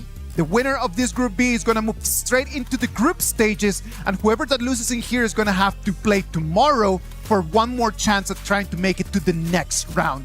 Well, Sagi, Kin, Nongshim Red Force against Deep Cross Gaming. This is a very meaningful match. For me, if I were to zoom in on these specific matchups that we can talk about here, Nongshim Red Force is a team that focuses a lot on their side lanes here, primarily Ratel and also Siri. They like to win out the laning phase. They like to focus on these two players to carry those team fights later on. But DCG, they have a lot of veterans here. Clean, Sun, and now you have Godwoo here. This Trinity core coming in from the side of DCG might not make it easy for the side of Nongshim Red Force at all. It's a interesting lineup because, you know, when you have this reputation of winning your lanes, you have to prove it, which means they have to fight, which means we get action. And you know what? These, I think, within the planes are one of the best view we have to offer. Yeah. So it's definitely going to be interesting. The first 4 minutes is going to be a big wrestling match here. Let's build upon that. I do believe that when you think about like what's going to be key for these two teams to be able to take the victory, it's going to have to be those first 4 minutes. That early game is going to be vital. Why Nongshim Red Force, we know that they prioritize game development, right? Like they like to just be very methodical, try to develop a little bit step by step, little by little. DCG on the other side, they're more about just initiating, getting to the fights, and winning their lanes. Individuality, right? Like we mentioned on the side of Sin, on how some of these AOV players enjoy the individuality in carrying the game. But coming down towards this specific series here, stakes are on the line. Is DCG coming up against Nongshim Red Force for that slot, second one going into that group stage? I mean, we talk about the side lanes, but I'm super curious about this jungle matchup. Haku against Godwoo. They're all strong in their own rights, but what if we see the Godwoo Jing again and we see the God-like Woo? I really want to see amazing performances from both junglers because I do believe the Haku has a little bit more pressure on his shoulders because for the side of DCG, they have multiple cores. Multiple players could actually just come in, just wear the number 10 jersey and just be like, I'm going to carry on the team. If Nongshim Red Force wins, this is going to be one more old school HOK team added to the group stages. But if DCG wins this one, it's going to be our first AOV team qualified to the top 16. Blam, when you look at these two teams, who would you give a little bit more of an edge in this matchup? I mean, I'm always going to favor Nongshim. I feel like they had a rough year last year, and they're just obviously ever since that rejig around that they had with Ratel in there, as well as Namu 3, I feel like these guys deserve a break. Like, where they are right now is already better than where they were in KWC 2025. So I feel like if they are able to get into the group stage and prove themselves even more, but on the reverse foot, if DCG do it, history's still being made. So either way, I think history's the winner. Yeah, I totally agree with you. I mean, like, Nongshim definitely because of their history and also the synergy, right? They play together for such a long time. But this time, I may think DCG might win the upper hand. I may speak to the mechanics and also because of their playstyle is not that certain. Yep. So it can be a little bit difficult for you to predict like what kind of course they're going to rely on, what kind of playstyle they are. I'm not mad at you. We can't be completely biased on the desk, right? I mean, I take Nongshim, you take DCG there, so I feel like they have a 50-50 chance of both casters cursing each of them, so don't worry about that one, especially if your favorite team is Nongshim or DCG at home. But we're looking at the draft here as well. Yango is going to be the prio ban as well as the again, pay here. actually. And then Ratel is going to go and lock in that Lung here for Siri. Siri was obviously highlighted in the last series Nongshim play, and I feel like that's who they're hoping for to try and get the carry once again. Yes, and you could never go wrong with this lone pick in this patch and also allowing you to do a lot of counter pick even though you're at the blue side. Yes. And I feel like this is a good pick in the lane matchup anyway against the Aoyin. Is going to be the Flowborn marksman. Yeah. Obviously using that Arrow Storm against a marksman that's necessarily, I would class as mid-range. Yeah. Is definitely going to keep this dragon at bay or at least force that infinite vastness, that ultimate out of those crucial team fights. And it was even better with this Changfei at the bottom. So I would say, but in that case, it just opened a door for Guan Yu to be picked on the side of Nongxin, but they didn't go for that Guan Yu pick. Instead, they go for this idea. Wow, the idea maybe with another Kaiser or like Byron at the top, at the front, I guess. Yeah. I mean, Kaiser's definitely one that they're not a stranger to play in. Kaiser's definitely a great pickup here, but they go for the Xiao Qiao once again. I feel like this is a good counter, like I've said in previous series, against the Aoyin. Just obviously, if they're able to get that trick shot like we saw earlier, right? Nunu on this hero was phenomenal. Can Ethan do exactly the same thing? Well, I believe in Ethan. I still remember that the previous game that they played. Ethan did several nice initiation and also used this Xiao Qiao not only play against with this Loom, but also this Mine, right? You can always rotate faster than this Mine. Exactly so here. I mean, not only do they have the Flowball Marksman for the poke, they have the Xiao Qiao for the poke here. So I feel like naturally we're only going to see a little bit more of a front line being enabled here onto the side of the ECG. Whether it be the likes of potentially a Byron up into the Clash lane, maybe a tankier pick into the jungle. And there is the Yang Jiang, keeping them guessing. Yang Jiang could go into the jungle, could go into the Clash lane, just rounding off this draft here. Yes, and but Yangjin is kind of squishy once the game goes into the late game, so it relies a lot on the combo by Yangjin and also this Xiao Qiao in the early game. I mean, like the time's clicking on the side of DCG. Maybe they're going for the identity that BRU did in the last few series that they played, right? Obviously, it worked for them. Have an early game comp that's going to be able to kind of keep yourself going, keep you, giving you that priority into the early game, and then hope that the enemy team's not going to stall you going into the late game. So obviously late game potential is already starting to arise here with that first pick onto the side of Nongxin Red Force, and then we are pairing it up with a solid front line here as well. So in terms of anti-tankness here, we can't rely on an anti-tank mage like Angela. We can't rely on the DRNG into the farm lane. So I feel like it's going to be a blow for blow kind of brawl here, trying to get the access into the backline. Yeah, Charlotte will be the last answer. And, well, to be honest, I do like the Nerja pick on the side of Nongxin. I feel like it's very smart to pick Nerja as the jungler because, as you see, they're taking out this Yangjin, and Nerja is not afraid to play against with Yangjin, but it can do such a better performance during the team fight. He can directly targeting on either Xiao Qiao or this Flowball Marksman. So I do like this Nerja pick, but when you're playing with this Nerja, you need to make sure that he's quite secured in the early game.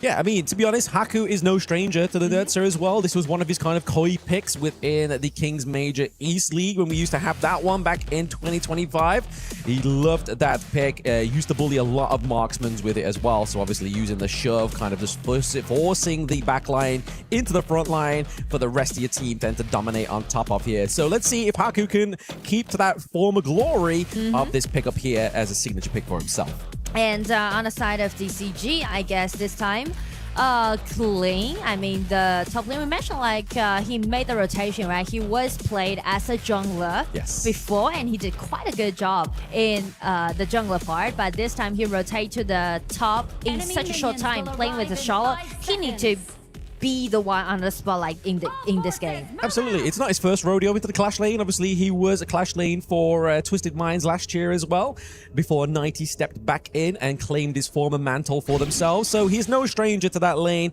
and I feel like maybe he's starting to form a home for himself. But obviously, look at the lower third, ladies and gentlemen. Make sure you are following HOK Esports for all the memes, all the updates on KWC 2026. Already going in for a bit of engage here. That's Flaming Palms is laying waste to Sun here, and obviously the bit of farewells is also keeping Sun in place. The HP trade, it goes to NS. I mean, like, because of the idea we mentioned about the controllability that this hero has, and also the sustainability that he can provide. Yeah, it's going to be tricky trying to get the takedown into this idea, especially when you have such a strong front line like the Nerdser, like the Byron as well. It's only going to kind of further the bruiser potential of these two picks. Yeah. It's kind of like a very strong draw at the bottom. I feel like maybe Godwoo, if he can land kind of like the CC move onto the Diadea, kind of keep it locked in place, try and kind of like separate it from any kind of ally so they can't use the Heart Step into the Heart Link into the enemy their own teammates there to get that escape. Could be a potential get out of jail card here for Namu, but we normally see Namu on these tanks, so I'm very interested to see how he plays this idea. And you mentioned about the Youngjin against this Daida, so we might possible to see a scene like this, like you land your mark upon this Daida, and right. Oh, missed that one. I mean, the thought was there. Nora like is the clearly pistol, right? an ex-pro player. She called the play, but it just didn't quite land the way that Godwoo wanted it to. He just flashed away, and that's what I'm talking about, right? The potential play that we might see is that once this Youngjin land the first skill, like the mark on this idea, and they might just brought Youngjin at the back. Yeah, exactly. Just bring him to the back, try and get the takedown to him, or I mean, they need to get like burst damage. Like I feel like for that they need Aoyin online. They need Siri to kind of have some serious itemization before I feel like that is going to be a reality for the side of Nongshim Red Force, but they're looking to go and get that space right. DCG claim it for themselves. Looking to play coy for these little points here, contesting for them, just to try and get the gold lead still in their favor here. Obviously, Nongshim are leading the gold lead ever so slightly, with around about 700 gold. Showing that they do have a good early game. And I think that's the kind of like the coin here for Nongshim Red Force, and the one that I've already always make a observation of. Nongshim Red Force, great early game, not so good late game, but after this kind of change of players, it's definitely gotten better. And how they got the goal lead in their game is because they built up such a strong side laning heroes on both side lanes. And it's kind of just guaranteed that Nerja will form up in quite a comfortable setting. Yeah. And obviously, having something like the Maestro, he doesn't necessarily need to farm up potentially, obviously, to get that early kind of utility onto the enemy team with level 4. Obviously, you're already seeing that she's level 5 now. Now we're going to start to see, obviously, the tome being built here for that lifesteal onto the side of Nongshim Red Force. Doesn't really need to go for the Venomous Staff, because in terms of healing, it's very slim pickings here. I mean, it's only Clean that's going to really be healing himself in this case.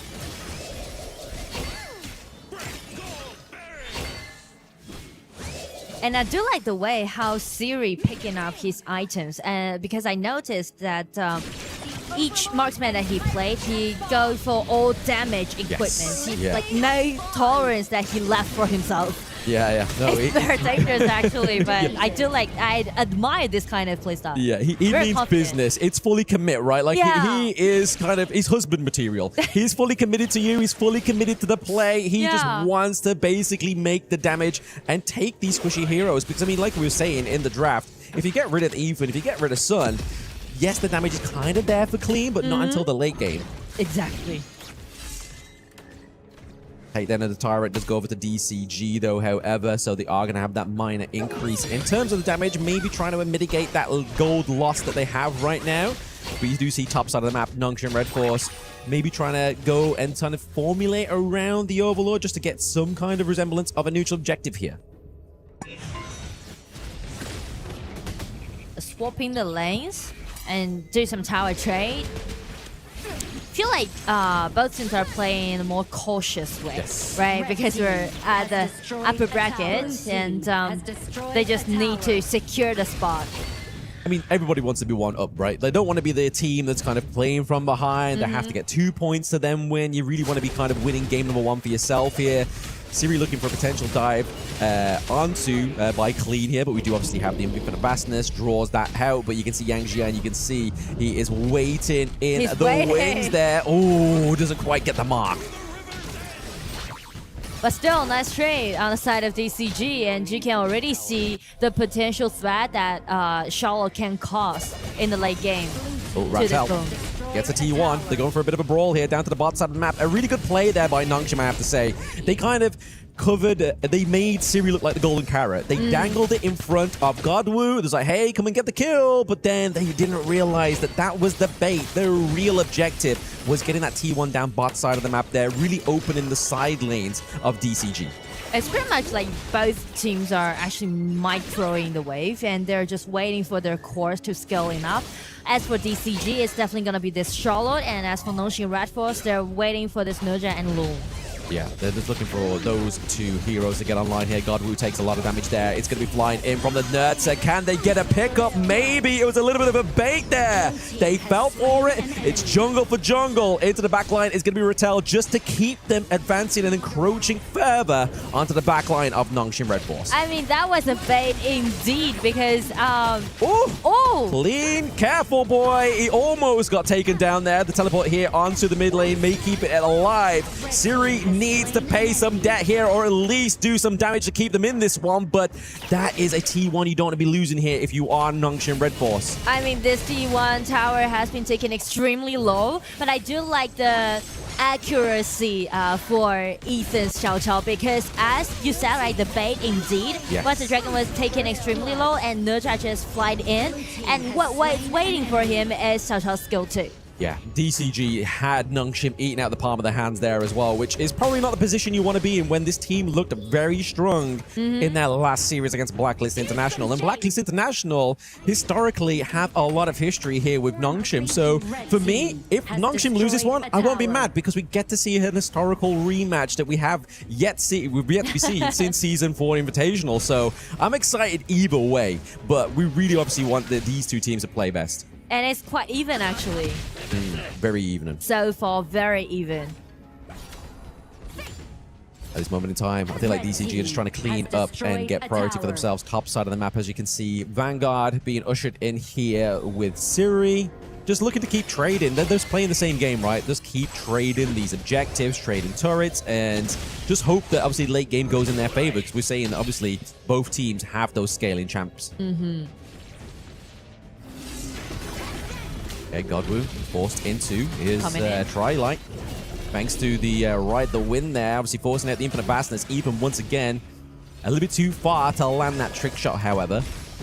But I do like the logic how DCG is trying to baiting out the ulti from Siri, Absolutely. right? No matter it's from Xiao Xiao or from Yang Jian, they're trying to force out Long's ulti before the skirmishes happen.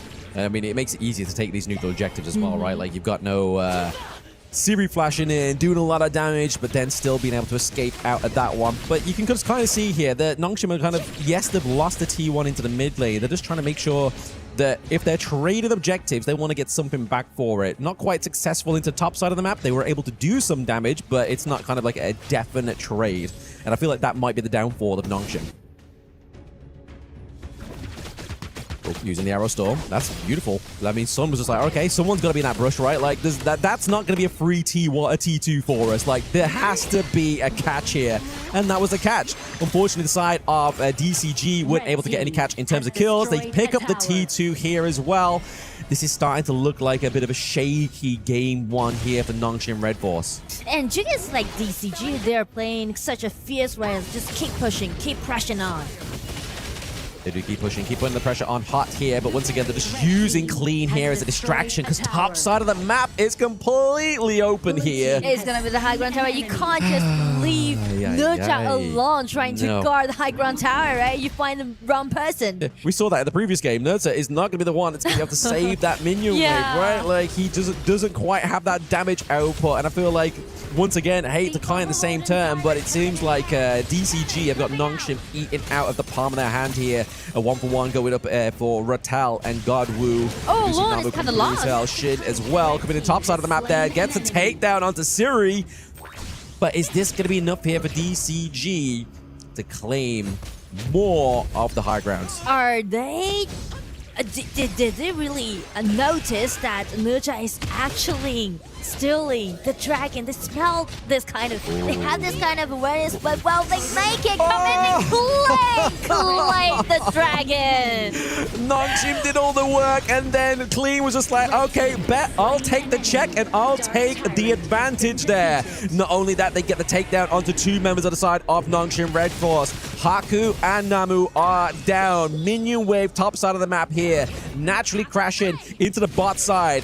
It's looking very hairy here for Nongshim Red Force. Another knock up by Xiao Qiao. Nice knock up, and the Vanguards are on their way. I feel like DCG is trying to close out the game. They are trying to make an early finish here. It's going to be 11 minutes so far. Vanguard's here as well, but they're looking just to prioritize that mid lane. They're like, okay, we're not going to quite get the push that we need in top side. Let's just take some more from our enemies enemy. Let's actually create that goal lead, right? Like, we were seeing a goal lead always steadily in the favor of Nongshim for the most of this game. Rattel into the backline here, looking to make a bit of a difference, and Siri is getting taken down, but claims Sun at the same time. This is a little bit too late to be making the trades. If you're Nongshim Red Force, diving into the backline here is Godwoo, is clean. Illusion is on the run. Namu gets back to base, but the Vanguards are here as well. Game 1 is looking like all she wrote for Nongshim Red Force as DCG are at the crystal. They're looking for more blood before they claim their victory. Stampede comes through here for DCG. And game number 1 goes over to DCG. And also the triple kill goes over to Godwoo. And I mean, like, for game 1, it's not like a typical fierce head-to-head competition that we thought it might be. On the other side, we would say, like, they just play it in quite a peaceful way. Everyone just microing the game and also do a lot of trades. I just want to make the point before we throw it over to the analyst. I feel like it's just, again, Nongshim's hindering here. They are able to play the early game, late game, not so good. What do you think, experts? Well, I sincerely believe that DCG just had an amazing performance, and this is a great win for them because they won the game in the Nongshim Red Force style. Like we were talking about how Nongshim Red Force, they want the game development. They want to be able to see, like, to push the game into the later stages of the game. And sincerely, it never just looked like, for me, like Deep Cross Gaming had an advantage at the beginning and then they just qualified. 10 minutes, everything just fell apart, one piece after the other. You gotta give props towards the drafting all around coming in for the side of Deep Cross Gaming, where the way that they actually pace it through the draft, you can see if for the side of Nongshim Red Force, they don't make a lead with 1 to 2,000 gold at a 10th minute mark and get that game-winning fight. It's extremely difficult for Nongshim Red Force to outscale Deep Cross Gaming here because take a look at Deep Cross Gaming here. You have the Flowball Marksman, you have the Charlotte, you have the Xiao Qiao. These are extremely good mid to late game heroes here. Yeah. Not only that, if you take a look at the gold they've managed to distribute throughout the entire roster, Godwoo, number 1, close to 11,000 gold. He was very close towards completing his 6th item here. So Godwoo was actually in a position where he didn't really have to give too much care. He could take the risk and still make it out alive. But more importantly, he was forcing Siri into very uncomfortable positions. And they were very patient because Nongshim had a very great start to this game. But that's the thing, right? You have a great start. You expended so much to catch off clean on that Charlotte in that bottom lane. And it was nearing 10 minutes here. So that 10 minute resulted in you having to force yourself to trade for the Shadow Overlord, which clean stole it away under your radar. And that game immediately ended for the side of Nongshim Red Force. Talking about that specific moment, right? Like, it's not that at the 10 minutes when they lose the Overlord, there's 2 things that happen before that. They lose the high ground on the Clash lane, and then after that they lose the Lung over there in the Zur Golem in the jungle. And then after that, clean steals the Overlord. So that was just like one after the other, like it's just disaster after disaster. It's a combination, right? So 1-2 punch or 1-2 kick. So it was the first one was a big blow already, right? When you lose a trade, in a sense where you take a kill from the opponent team, but you lose a T3 in that process, you will get the revive on the opponent, but you don't get your turrets back. And as of this point in the early game that you can see here, this is a specific game time here, 9:37 seconds here. Yes, you pick up a kill, but as of this point, your Lone has to walk all the way up because Godwoo was chasing you. And this forces Haku to start off this, but it gets stolen by Clean. This is a double objective pickup coming in from Deep Cross Gaming, which resulted in a 50-50 game to immediately explode into a one-off Clean push coming in for the DCG for the game-winning push. Yeah, and you know what, Sun? He was happy to be the bait there. He stood close enough so that the rest of Nongshim Red Force had to overcommit. And this last fight, you knew DCG had it in the bag already.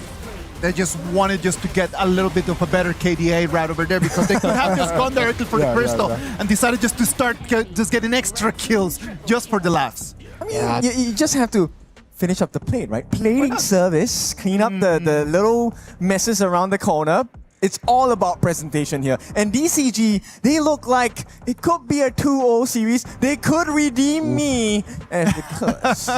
Let's hope and see what is going to happen, if this is going to be a 2-0 or if Nongshim Red Force is going to be able just to come in and take one game away from them. Let's go to a little break, and when we come back, we're going to have the action of game number 2.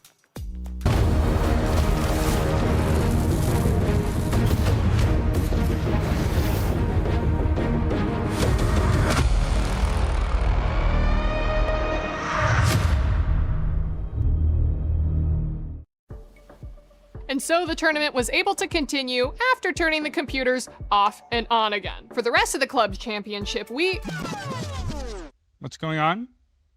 Guys, why did she stop talking? The rat got out again. Guys, let's reset the rat. Reset the rat. Come on. Under the couch. Under the couch. Oh, no, it went the triangle thing. Triangle thing. Do not let that rat find its family. Come on.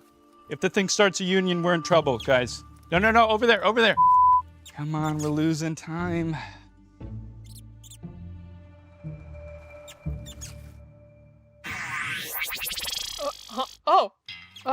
how long have I been out? Just a couple of seconds. The rat got out again. Oh, he's been doing that more and more recently. We're gonna get you a better hat. I think he may have peed a little bit. Oh yeah, there's a lot of pee right here if we can clean that up. Obviously, unless you can read the prompter without it. Well, are you crazy? I don't do my own stunts. Just give me some cheese or something. Okay, hey, cheese. Let's go.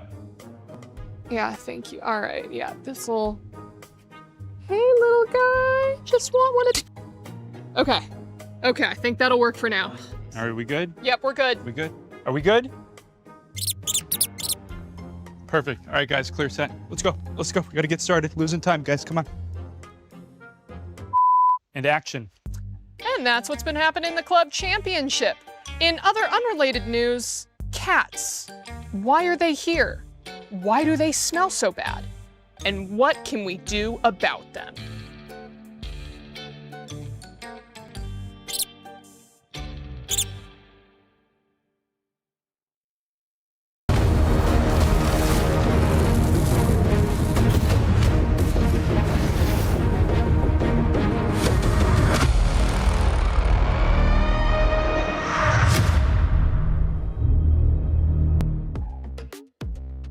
Welcome back. This is the KWC 2026, the upper bracket finals for Group B. This is day 1 of the play-ins. Deep Cross Gaming right now with a 1-0 lead on top of Nongshim Red Force. We're analyzing the BP, the choices of the heroes that we had over there in that game number 1, and we started finding out some very interesting picks, right? Yeah, exactly right. We were talking about some of these pickups here coming in for the side of the Nongshim Red Force. But like, Nerdzan seems pretty good. Yeah, We've seen pretty good performance coming in from Buriram's Valor. Although they did lose the game, they were finding pickups on towards the main carry here. But that's because it was against a Lapu in that Buriram game. But in this game itself, they drafted a Zhangfei, and you have Zhangfei's shield. I know true damage doesn't really block the shielding, but the physical damage, the full damage that charges on towards you, that can be blocked by shielding coming from Zhangfei. You have the redemption, the shields, the heals. So it's really difficult for the side of Haku to really get a pick off on that pick. Yeah, they lowered the value essentially of the draft. They understood what the win condition was, and also about the different actions they were trying to make. Right, that last moment where we got the clean steal on the Shadow Overlord, that was an important moment. But it is also due to here, we understand your draft, we understand your timing. They weren't rushing, right? They were waiting for the last possible moment, and Clean was ready to steal that last Overlord. I was talking to Sagi about that, and then we said, like, if Clean does not steal that Overlord right over there, maybe Nongshim Red Force could have just pushed it a little bit more. And I know that Nora had a very interesting point about that, because we know that the Yanjin, as time would keep passing, it would become less and less tanky, and then would become a lot more squishier, and then maybe that would have been the opportunity for Nongshim Red Force to actually take the game back. I mean, like, exactly, but after Klein just reclaimed that dragon, it just stopped that Nongshim Red Force to do what they want, yeah. So, I mean, like, even though they are picking out a really tricky composition on the side of DCG, but still, they are executing it quite well. They are, but I feel like Nongshim is the enabler, unfortunately, because like I said before the break, Nongshim have a good early game. They were able to maintain that goal lead for themselves, regardless of obviously losing skirmishes left, right, and center. But then really where it started to sort of like fall back was when they lost that T1 in mid lane. That's really where things started to just sort of like shake and wheels fall off the bike per se for Nongshim Red Force. So I feel like they're going to not enable themselves to lose the early game advantage that they do so well curing for themselves. Yeah, true. And I mean, like, also, maybe because of the positioning that Lone has. Yeah. Do you remember that gank that happened? Yes. I feel like Yeah. Siri's kind of lost at the bottom, right? He's trying to do the split push, but after he predict that it might be an enclose down by the other side of the team, he just a little bit panicked. Yeah. He just missed positioning and just gave the chance for DCG to get hands on him, and then got the choice to reclaim the dragon. So it's kind of like they need to play it in a more calm way, I would say. Yeah, I mean, to be honest, this isn't the stage where you start to panic, right? Like, this is, you can't afford to panic unless you're turning that stress into some kind of aggression, some kind of like confidence within your plays. But putting all that aside now, obviously game 1 is set and done. Obviously the global ban pick is coming into effect, so obviously there is picks from game number 1 that they cannot pick up here as well. So Deep Cross Gaming are going over to the blue side. They're looking to prio pick the Lapu Lapu here as well. As we've noticed in a best of 3, it's really kind of like tank meta down bot side here with your marksman for that crucial team fight potential. And also we see a lot of first time. That's what I'm talking about. Confidence. Angela with Quay. I mean, like, you should be very confident about your accuracy. Then you can go for this kind of duel. I mean, to be honest, the accuracy like needs to fall into place when you got up Yeah. against Jing and Mai Shurina. It's kind of like trying to get like a hook a duck, but you've had a few pints of lager. It's not quite going to happen the way you want it to, but it's going to be crazy. A lot of burst damage potential here onto the side of Deep Cross Gaming. Illusion being the third pick here as well. Obviously, they have their support. They have their anti-tank potential. They're going for some more late game here as well. Siri on Chano, I like it.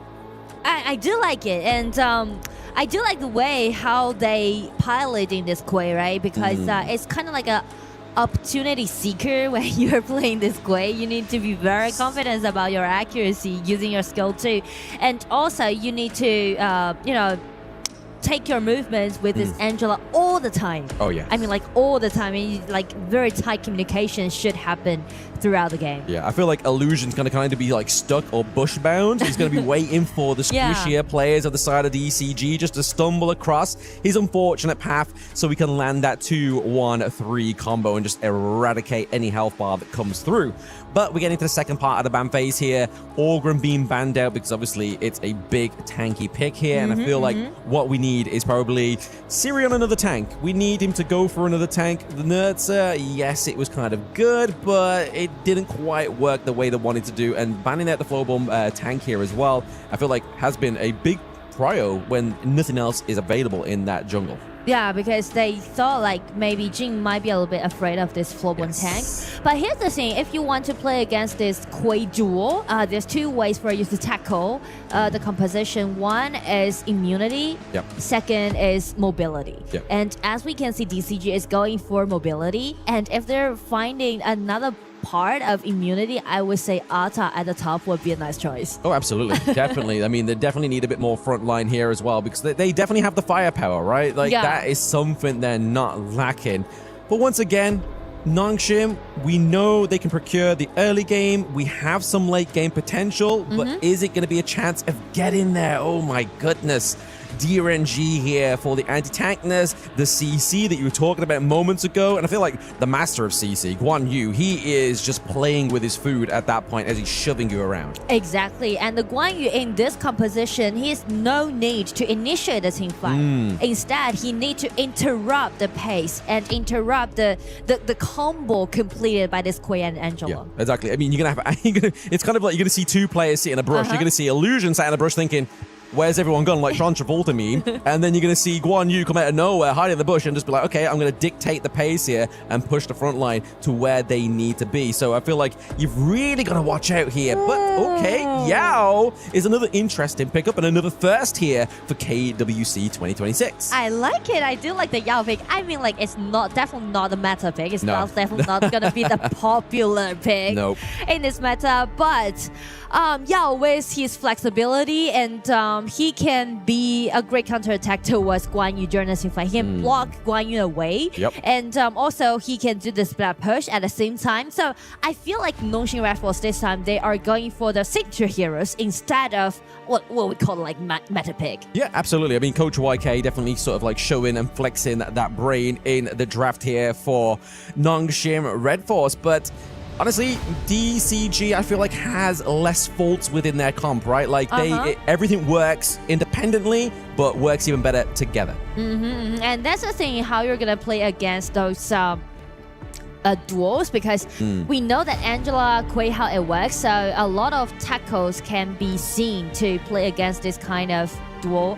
And in this game, I think DCG, they just need to pay attention to Quay's positioning, and it will be good for them to have this kind of composition. Yeah, I just really hope we see some showboating here from Nongxin Red Force in game number 2, because if they're not going to get a win, they may as well get some pizzazz here on the Gorge, right? The flash, the hook combo, I want to see some of that. I want to see the Void Caller here, just dragging everybody in, but not really being used the way we normally see Koi, right? Obviously, you kind of harass the enemy jungle, you pull away their blue buff before they can smite it, reset the jungle, slow them down a little bit. Yeah, he was blocked away by this Mai and also Lop at the first time. So they know what they're working with, right? DCG's like, okay, we've saw this. We've seen this in scrims. We've seen this in practice. We're not going to allow it to kind of flourish in the early game. And that's the reason why last Quay Xiaoqiao or Quay Angela duel can be seen right now. The bot side of the map here, just trying to get priority for Siri as well. I feel like Siri's kind of like, if he gets caught off here, like obviously he's going to be kind of the main target, I feel like, for everybody to dive, get on top of, because late game potential for the bot side of the map there is pretty scary if you start to see Siri get ahead on this pick here. But into the brush here, Shin gets kind of caught out with a 2v1. Not really the alleyway you want to be walking down late at night. I feel like that might be a hook from Namu, I guess. You know, the best thing to see a Quay player is not only use the skill 2, but combine with the flash. I mean, flash with skill 2. Wow, that is very stunning. That's what I was saying, right? Like, the showboating potential here for Namu 3 on this Koi is pretty crazy. You're just about missing out the hook there onto Clean. Could have really bought him in that T1 territory, but Guan Yu's not really giving the prize pony here. Illusion has to get the healing pool and gets out of Jing's ulti with a lick of health. I mean, like, the way that how God Wu is playing right now is just brought us the memory back. Like, how he shine in the previous games, right? We mentioned, like, when he's playing Jing, he's gonna be got like, ooh. Yeah, God Wu. I mean, I thought history was going to be made by Kindo Fu saying God Wu, but it doesn't quite get said there. But history's still being made here between these two teams. Will it be the first AOV team to make it into the group stage? DCG really hoping on that one. There's the hook once again. He doesn't have the flash to get out there. However, Shin is going to be the first blood. Not giving it over to Siri is probably the Brucey bonus here for the side of DCG, not giving it over to the carry. Yes, and he spot out the shortage of Lop is that when Lop is using skill 1st or skill 2, like he's gonna be a little bit immobile. Yeah, stuck. Paralyzed for like 1 second or like 0.5 seconds. Stuck in the middle with Nongxin, unfortunately, is going to be Shin there. I mean, there's worse people to be falling at the pre-4 minute mark, right? Obviously, Shin is definitely just going to be collateral damage at this point. But we are seeing a big rotation here from both mid laners on both teams, looking to try and set up that priority for the Tyrant of the first 4 minutes. They're preparing for it. They're setting up it's kind of like chess, right? They're putting all the pieces together to make that great move, hopefully here for Nongxin. I feel like they need to. If they don't quite acquire the Tyrant this time around, I feel like it makes this game a lot more trickier, especially with DCG slowly kind of cementing that gold lead for themselves. Yeah, and they still go for the multiple cores on the side of DCG, so they need time to scale up. But once maybe this Jing has got 2 items, he's already enough to, you know, just do the insta-kill. Very scary there. Almost just escape the clutches of the hook of Koi there. Namu is really kind of very close to getting the hit on the mark, but always missing it, which isn't a problem. It is a low cooldown. It's okay. But Haku dancing around the enemy team here, setting up prio into the mid lane. Hopefully Siri gets a little bit of help here before that comes through as well. But it looks like DCG are looking to try and just bait the Tyrant to their side because they have the priority down bot side.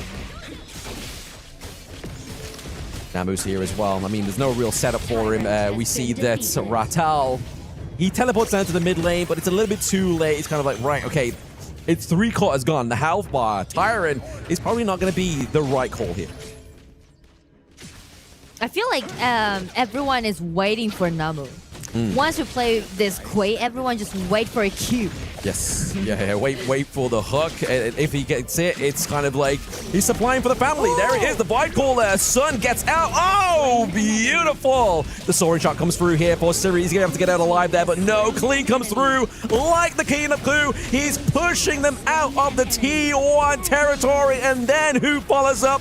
It's none other than Ethan with the double kill, but then falls to Illusion with a trade. I mean, that is a 3-3 trade, and it's not going to be the end of the team fight, I guess, because Jin is looking for the waves in the mid.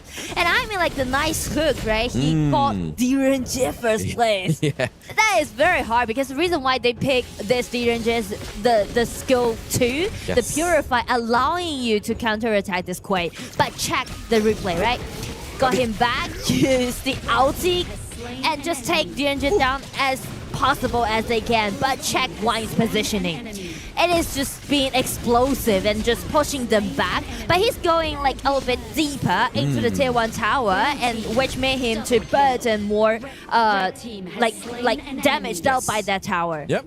And obviously, whilst we was looking at a beautiful replay there, we do see that Godwu actually got taken down onto the side of DCG. And then Haku picks up Sun as well. He's claiming the meal deal here onto the side of DCG, helping himself to their jungle, picking up the Crimson Golem. Is going to be taking away a little of that extended damage increase that Jing would love to have. Godwu is probably going to be missing that one quite a lot.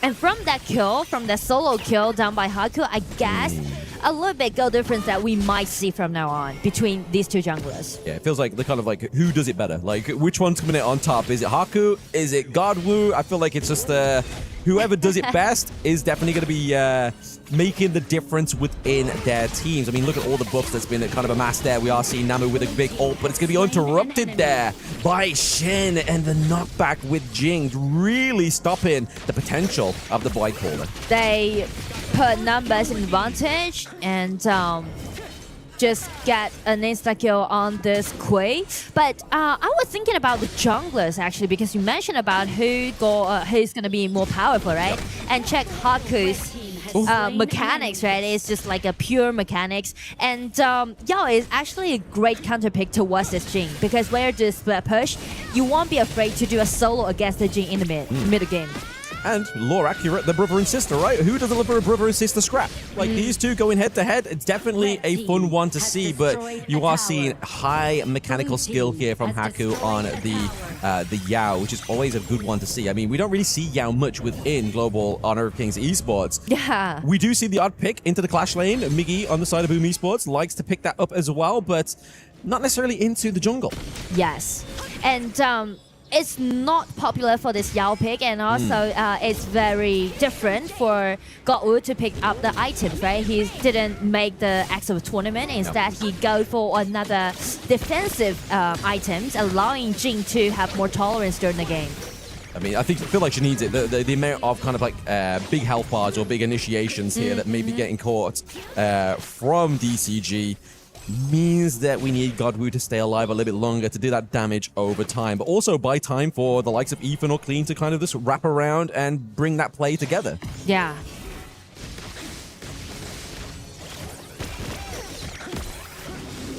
Looks like Illusion's just throwing out these second skills, you know, like just trying to get the catch. Like, just he's trying to be Namu, but not quite. There it is. Pick off once again. Ethan setting up that one, but Sun claiming the kill there as well. Shin looking pretty low, is able to charge out of that one alive. Nobody else falls on the side of the ECG. That's going to be a 1-0 trade, but Ratel's not happy with that. You see him prowling around topside jungle. I mean, like, Godwu's positioning was quite threatening, right? He just pretending that I'm gonna dash in and force out Namu's flash. And after that, ulti from Lop and also the flash by Ethan just make it happen.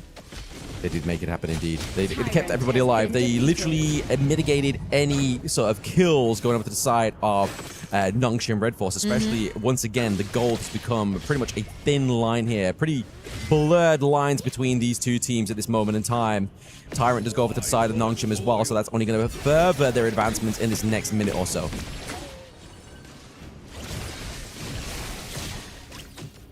And here's a trick when you're playing this Quay, because even though you're not using you're not unleash your skill 2, you can just, waving your hook, you're pretending that you're gonna, Yeah, but there it is. I mean, the taunt didn't quite work there, but it's going to be the Void Caller keeping the Jink in place, but the damage wasn't quite followed through there. We did see Illusion over the wall trying to use the Blazing Brilliance, but it did damage, but just not enough. And Haku falls as well. Not quite the outtake that Nongshim Red Force wanted in that fight. Both junglers are just trying to showcase themselves. Oh, absolutely. And Jin, the last movement that he did, he get out of his ulti and use his first ability to get the kill, was really nice. Very, very nice indeed. Just making sure he's out of the cone of effect there of Boy, so he's not going to get constantly CC'd there. Because, I mean, when you Jink, you want to be able to use that mobility. You kind of become useless if you don't have that mobility part of this hero. But we're going to take a look at that quick replay here as well. The potential here was pretty great, but then it was just soon turned around here for DCG. But as you can see, when God U is pressuring on the formation on the side of NS, they are kind of scattered by this Jin and make Haku to be isolated in that place. Yeah. I mean, to be fair, if I ever see a Jin come through, I'm pretty scared of that one. So I can see why Nongshim Red Force are taking.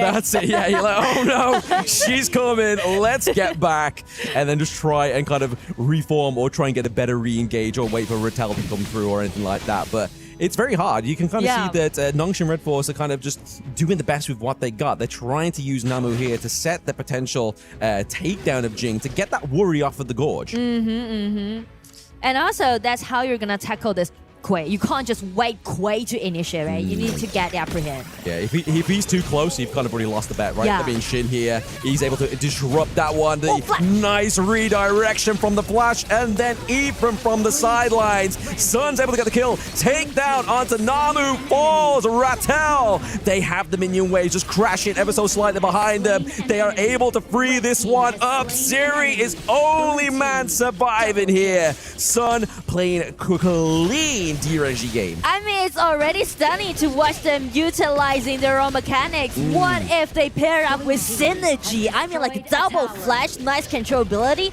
just allowing this Guan Yu to push two members back, and right now they're cleaning the battlefield and close out the game. A nice clean 2-0 win. Absolutely. I thought Siri just saw his life flash before his eyes there. It's kind of like that dog beam where he's kind of his eyes closed in the sunset. It's just that was it. That was the picture that was in my mind there. But Nongshim do fall into the lower brackets, and DCG, Deep Cross Gaming, are going to be your first AOV team to make it into the group stage, make history, and make this tournament even more interesting than it already is. And this is day number 1, ladies and gentlemen. We are going to pass this over to the experts to find out what they found interesting the most about this game. Just as Blam just exactly mentioned it, DCG, Deep Cross Gaming, is going to be our first AOB team qualified to the group stage. Congratulations to them. The 5 men that you can see on screens are already gonna take tomorrow as the day off, because the day after, they're going to be already in the group stages. They definitely feel good after that win, right? 2 back-to-back convincing wins here. We do see our first ever Angela Quay combo coming in towards this tournament, but it just didn't come to the effect that we actually expected here. And I like how they supplemented that Guan Yu by banning out the floorborne tank. As we know, usually you will want some form of roamer to be able to mark the Guan Yu here. So when you have the Quay, you don't have the best of the best mobility nor crowd control to stop a Guan Yu, and that Guan Yu was just stampeding towards the team fights.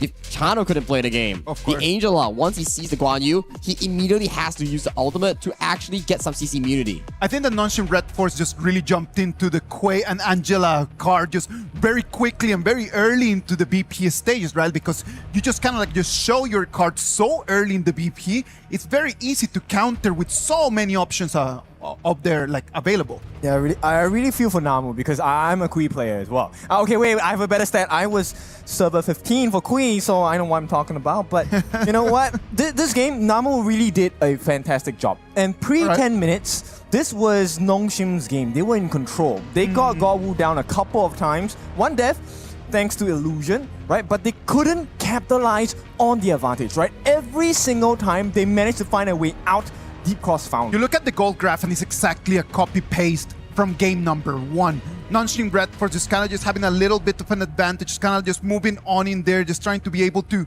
solidify a tiny bit, but then around the 9 minute, around the 10 minute, things just fall apart. And the team fights has been amazing coming in from Team Cross Gaming, right? Yes. You look over to the side of Non-Stream Redford, yes, you have to Quay, but the moment you release that hook, that's the moment that Deep Cross Gaming pounces on you because that's the only spell that they are afraid of. Once that's used, you gotta be wondering, who's gonna be stopping the Quay? Who's gonna be stopping the things like the Guan Yu? It's not gonna be the Quay.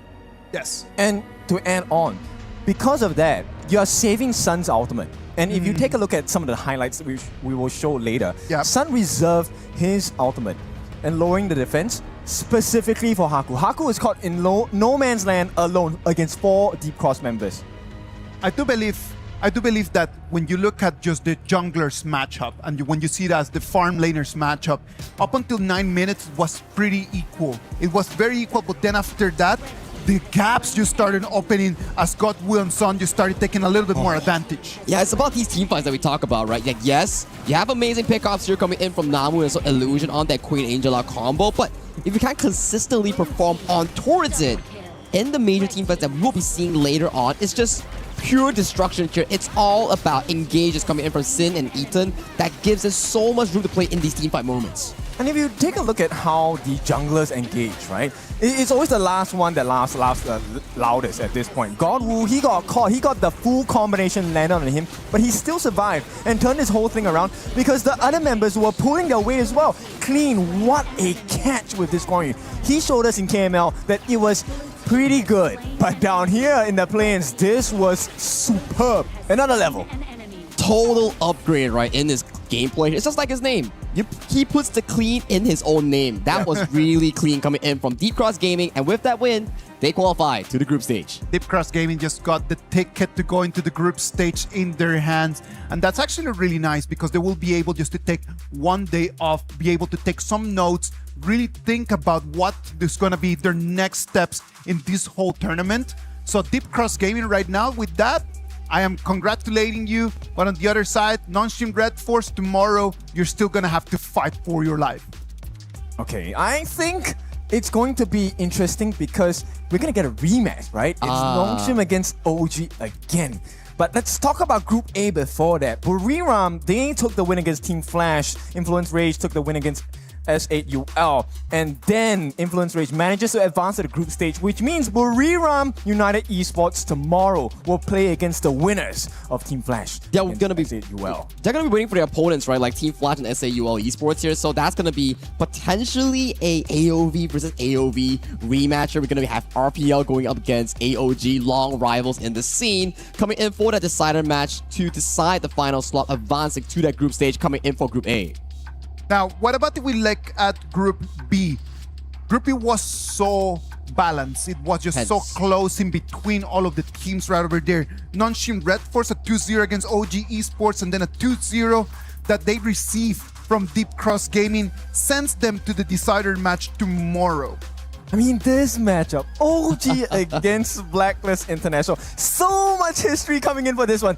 Once again, it is the region of IKL against PKL. Has the results been fun for IKL? Definitely not. So tomorrow, before they even meet Nongshim, who is their potential gatekeeper, both teams, they need to make it out of round 1 first. That's already a very good storyline, right? Like you mentioned, like PKL versus IKL, and then the gatekeepers coming in from Nongshim Red Force, and we've seen what happened in Asian Games qualifiers here, led by Cruz as well.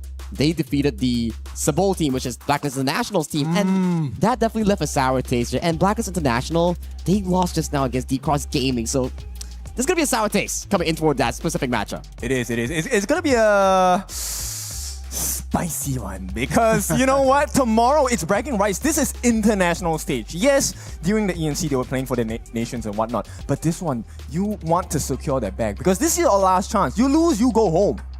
I'm really looking forward to play-ins tomorrow. Tomorrow we're gonna have day 2. Day 1 gave us already the first 2 tickets into the group stages. Tomorrow we're gonna have 4 matches that we're gonna be bringing to you. We're gonna have more action. We're gonna have 2 more tickets for that, and then right after we're gonna have the draw for this whole group stage. Ladies and gentlemen, thank you very much for being here with us. I am Isaac Peña, Sagi, Kin, thank you very much for being here. We're gonna see you tomorrow. Thank you very much.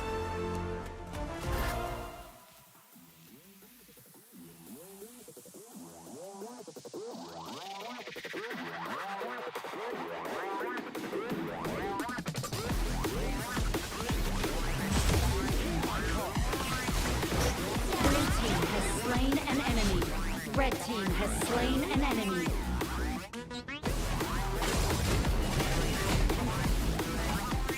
Red team has slain an enemy. Blue team has destroyed a tower.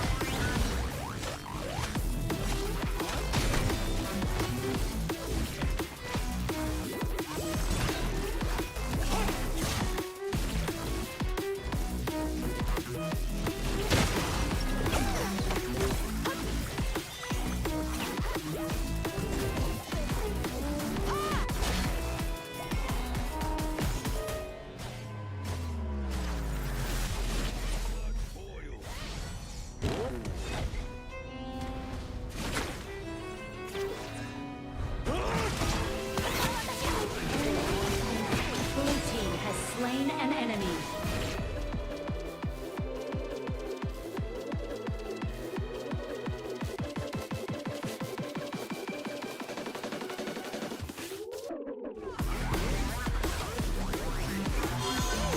Red team has slain an enemy.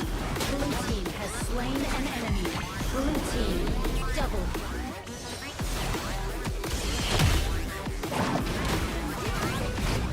Red team has slain an enemy. Red.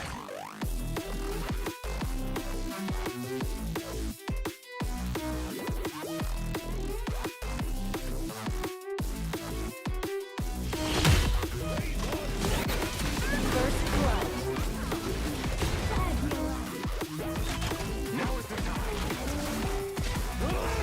Red team has. Blue team has destroyed a tower. Blue team has slain an. Blue team has slain an enemy. Blue team.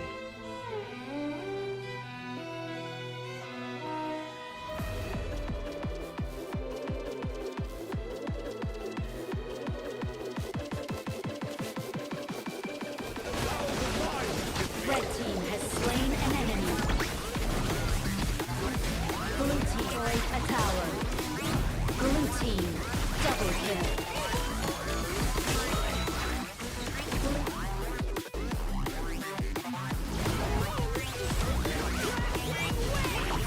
First blood. Shut down. Blue team has slain an enemy. Red team.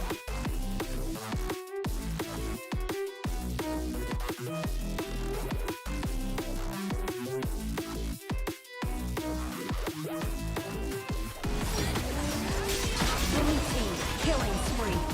Blue team double.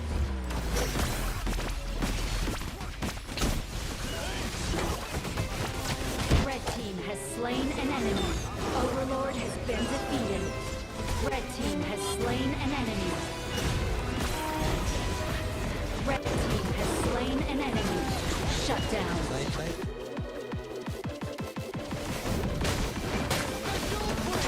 Red team killing spree. Red team has slain an enemy. Red team triple kill. Shut down.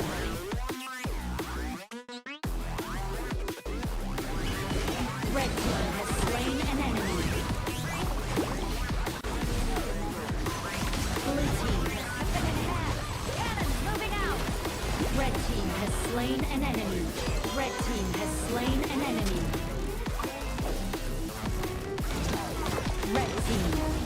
destroyed a tower. Red team has slain an enemy. Blue team has slain an Red team has slain an enemy. Blue team killing spree. Blue team double kill.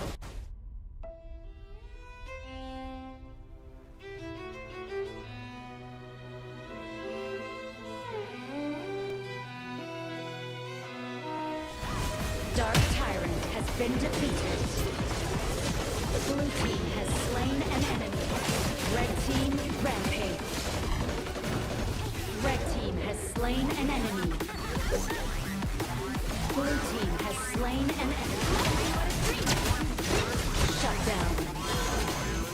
Red team has slain an enemy. Blue team has slain an enemy.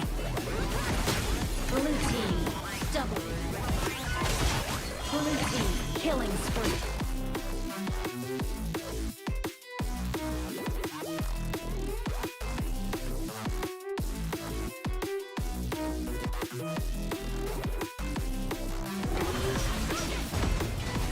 Blue team has slain an enemy.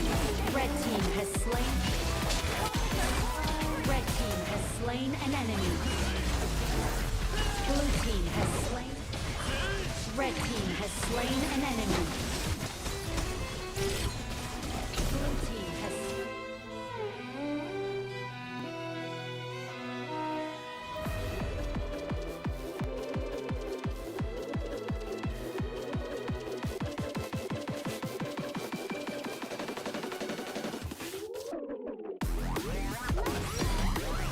Red team has slain.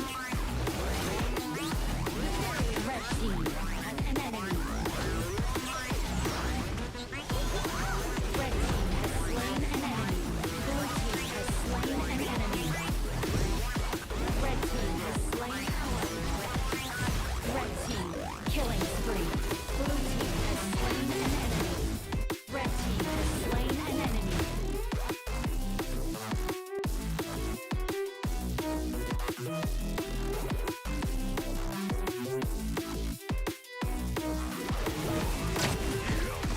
Red team has slain an enemy.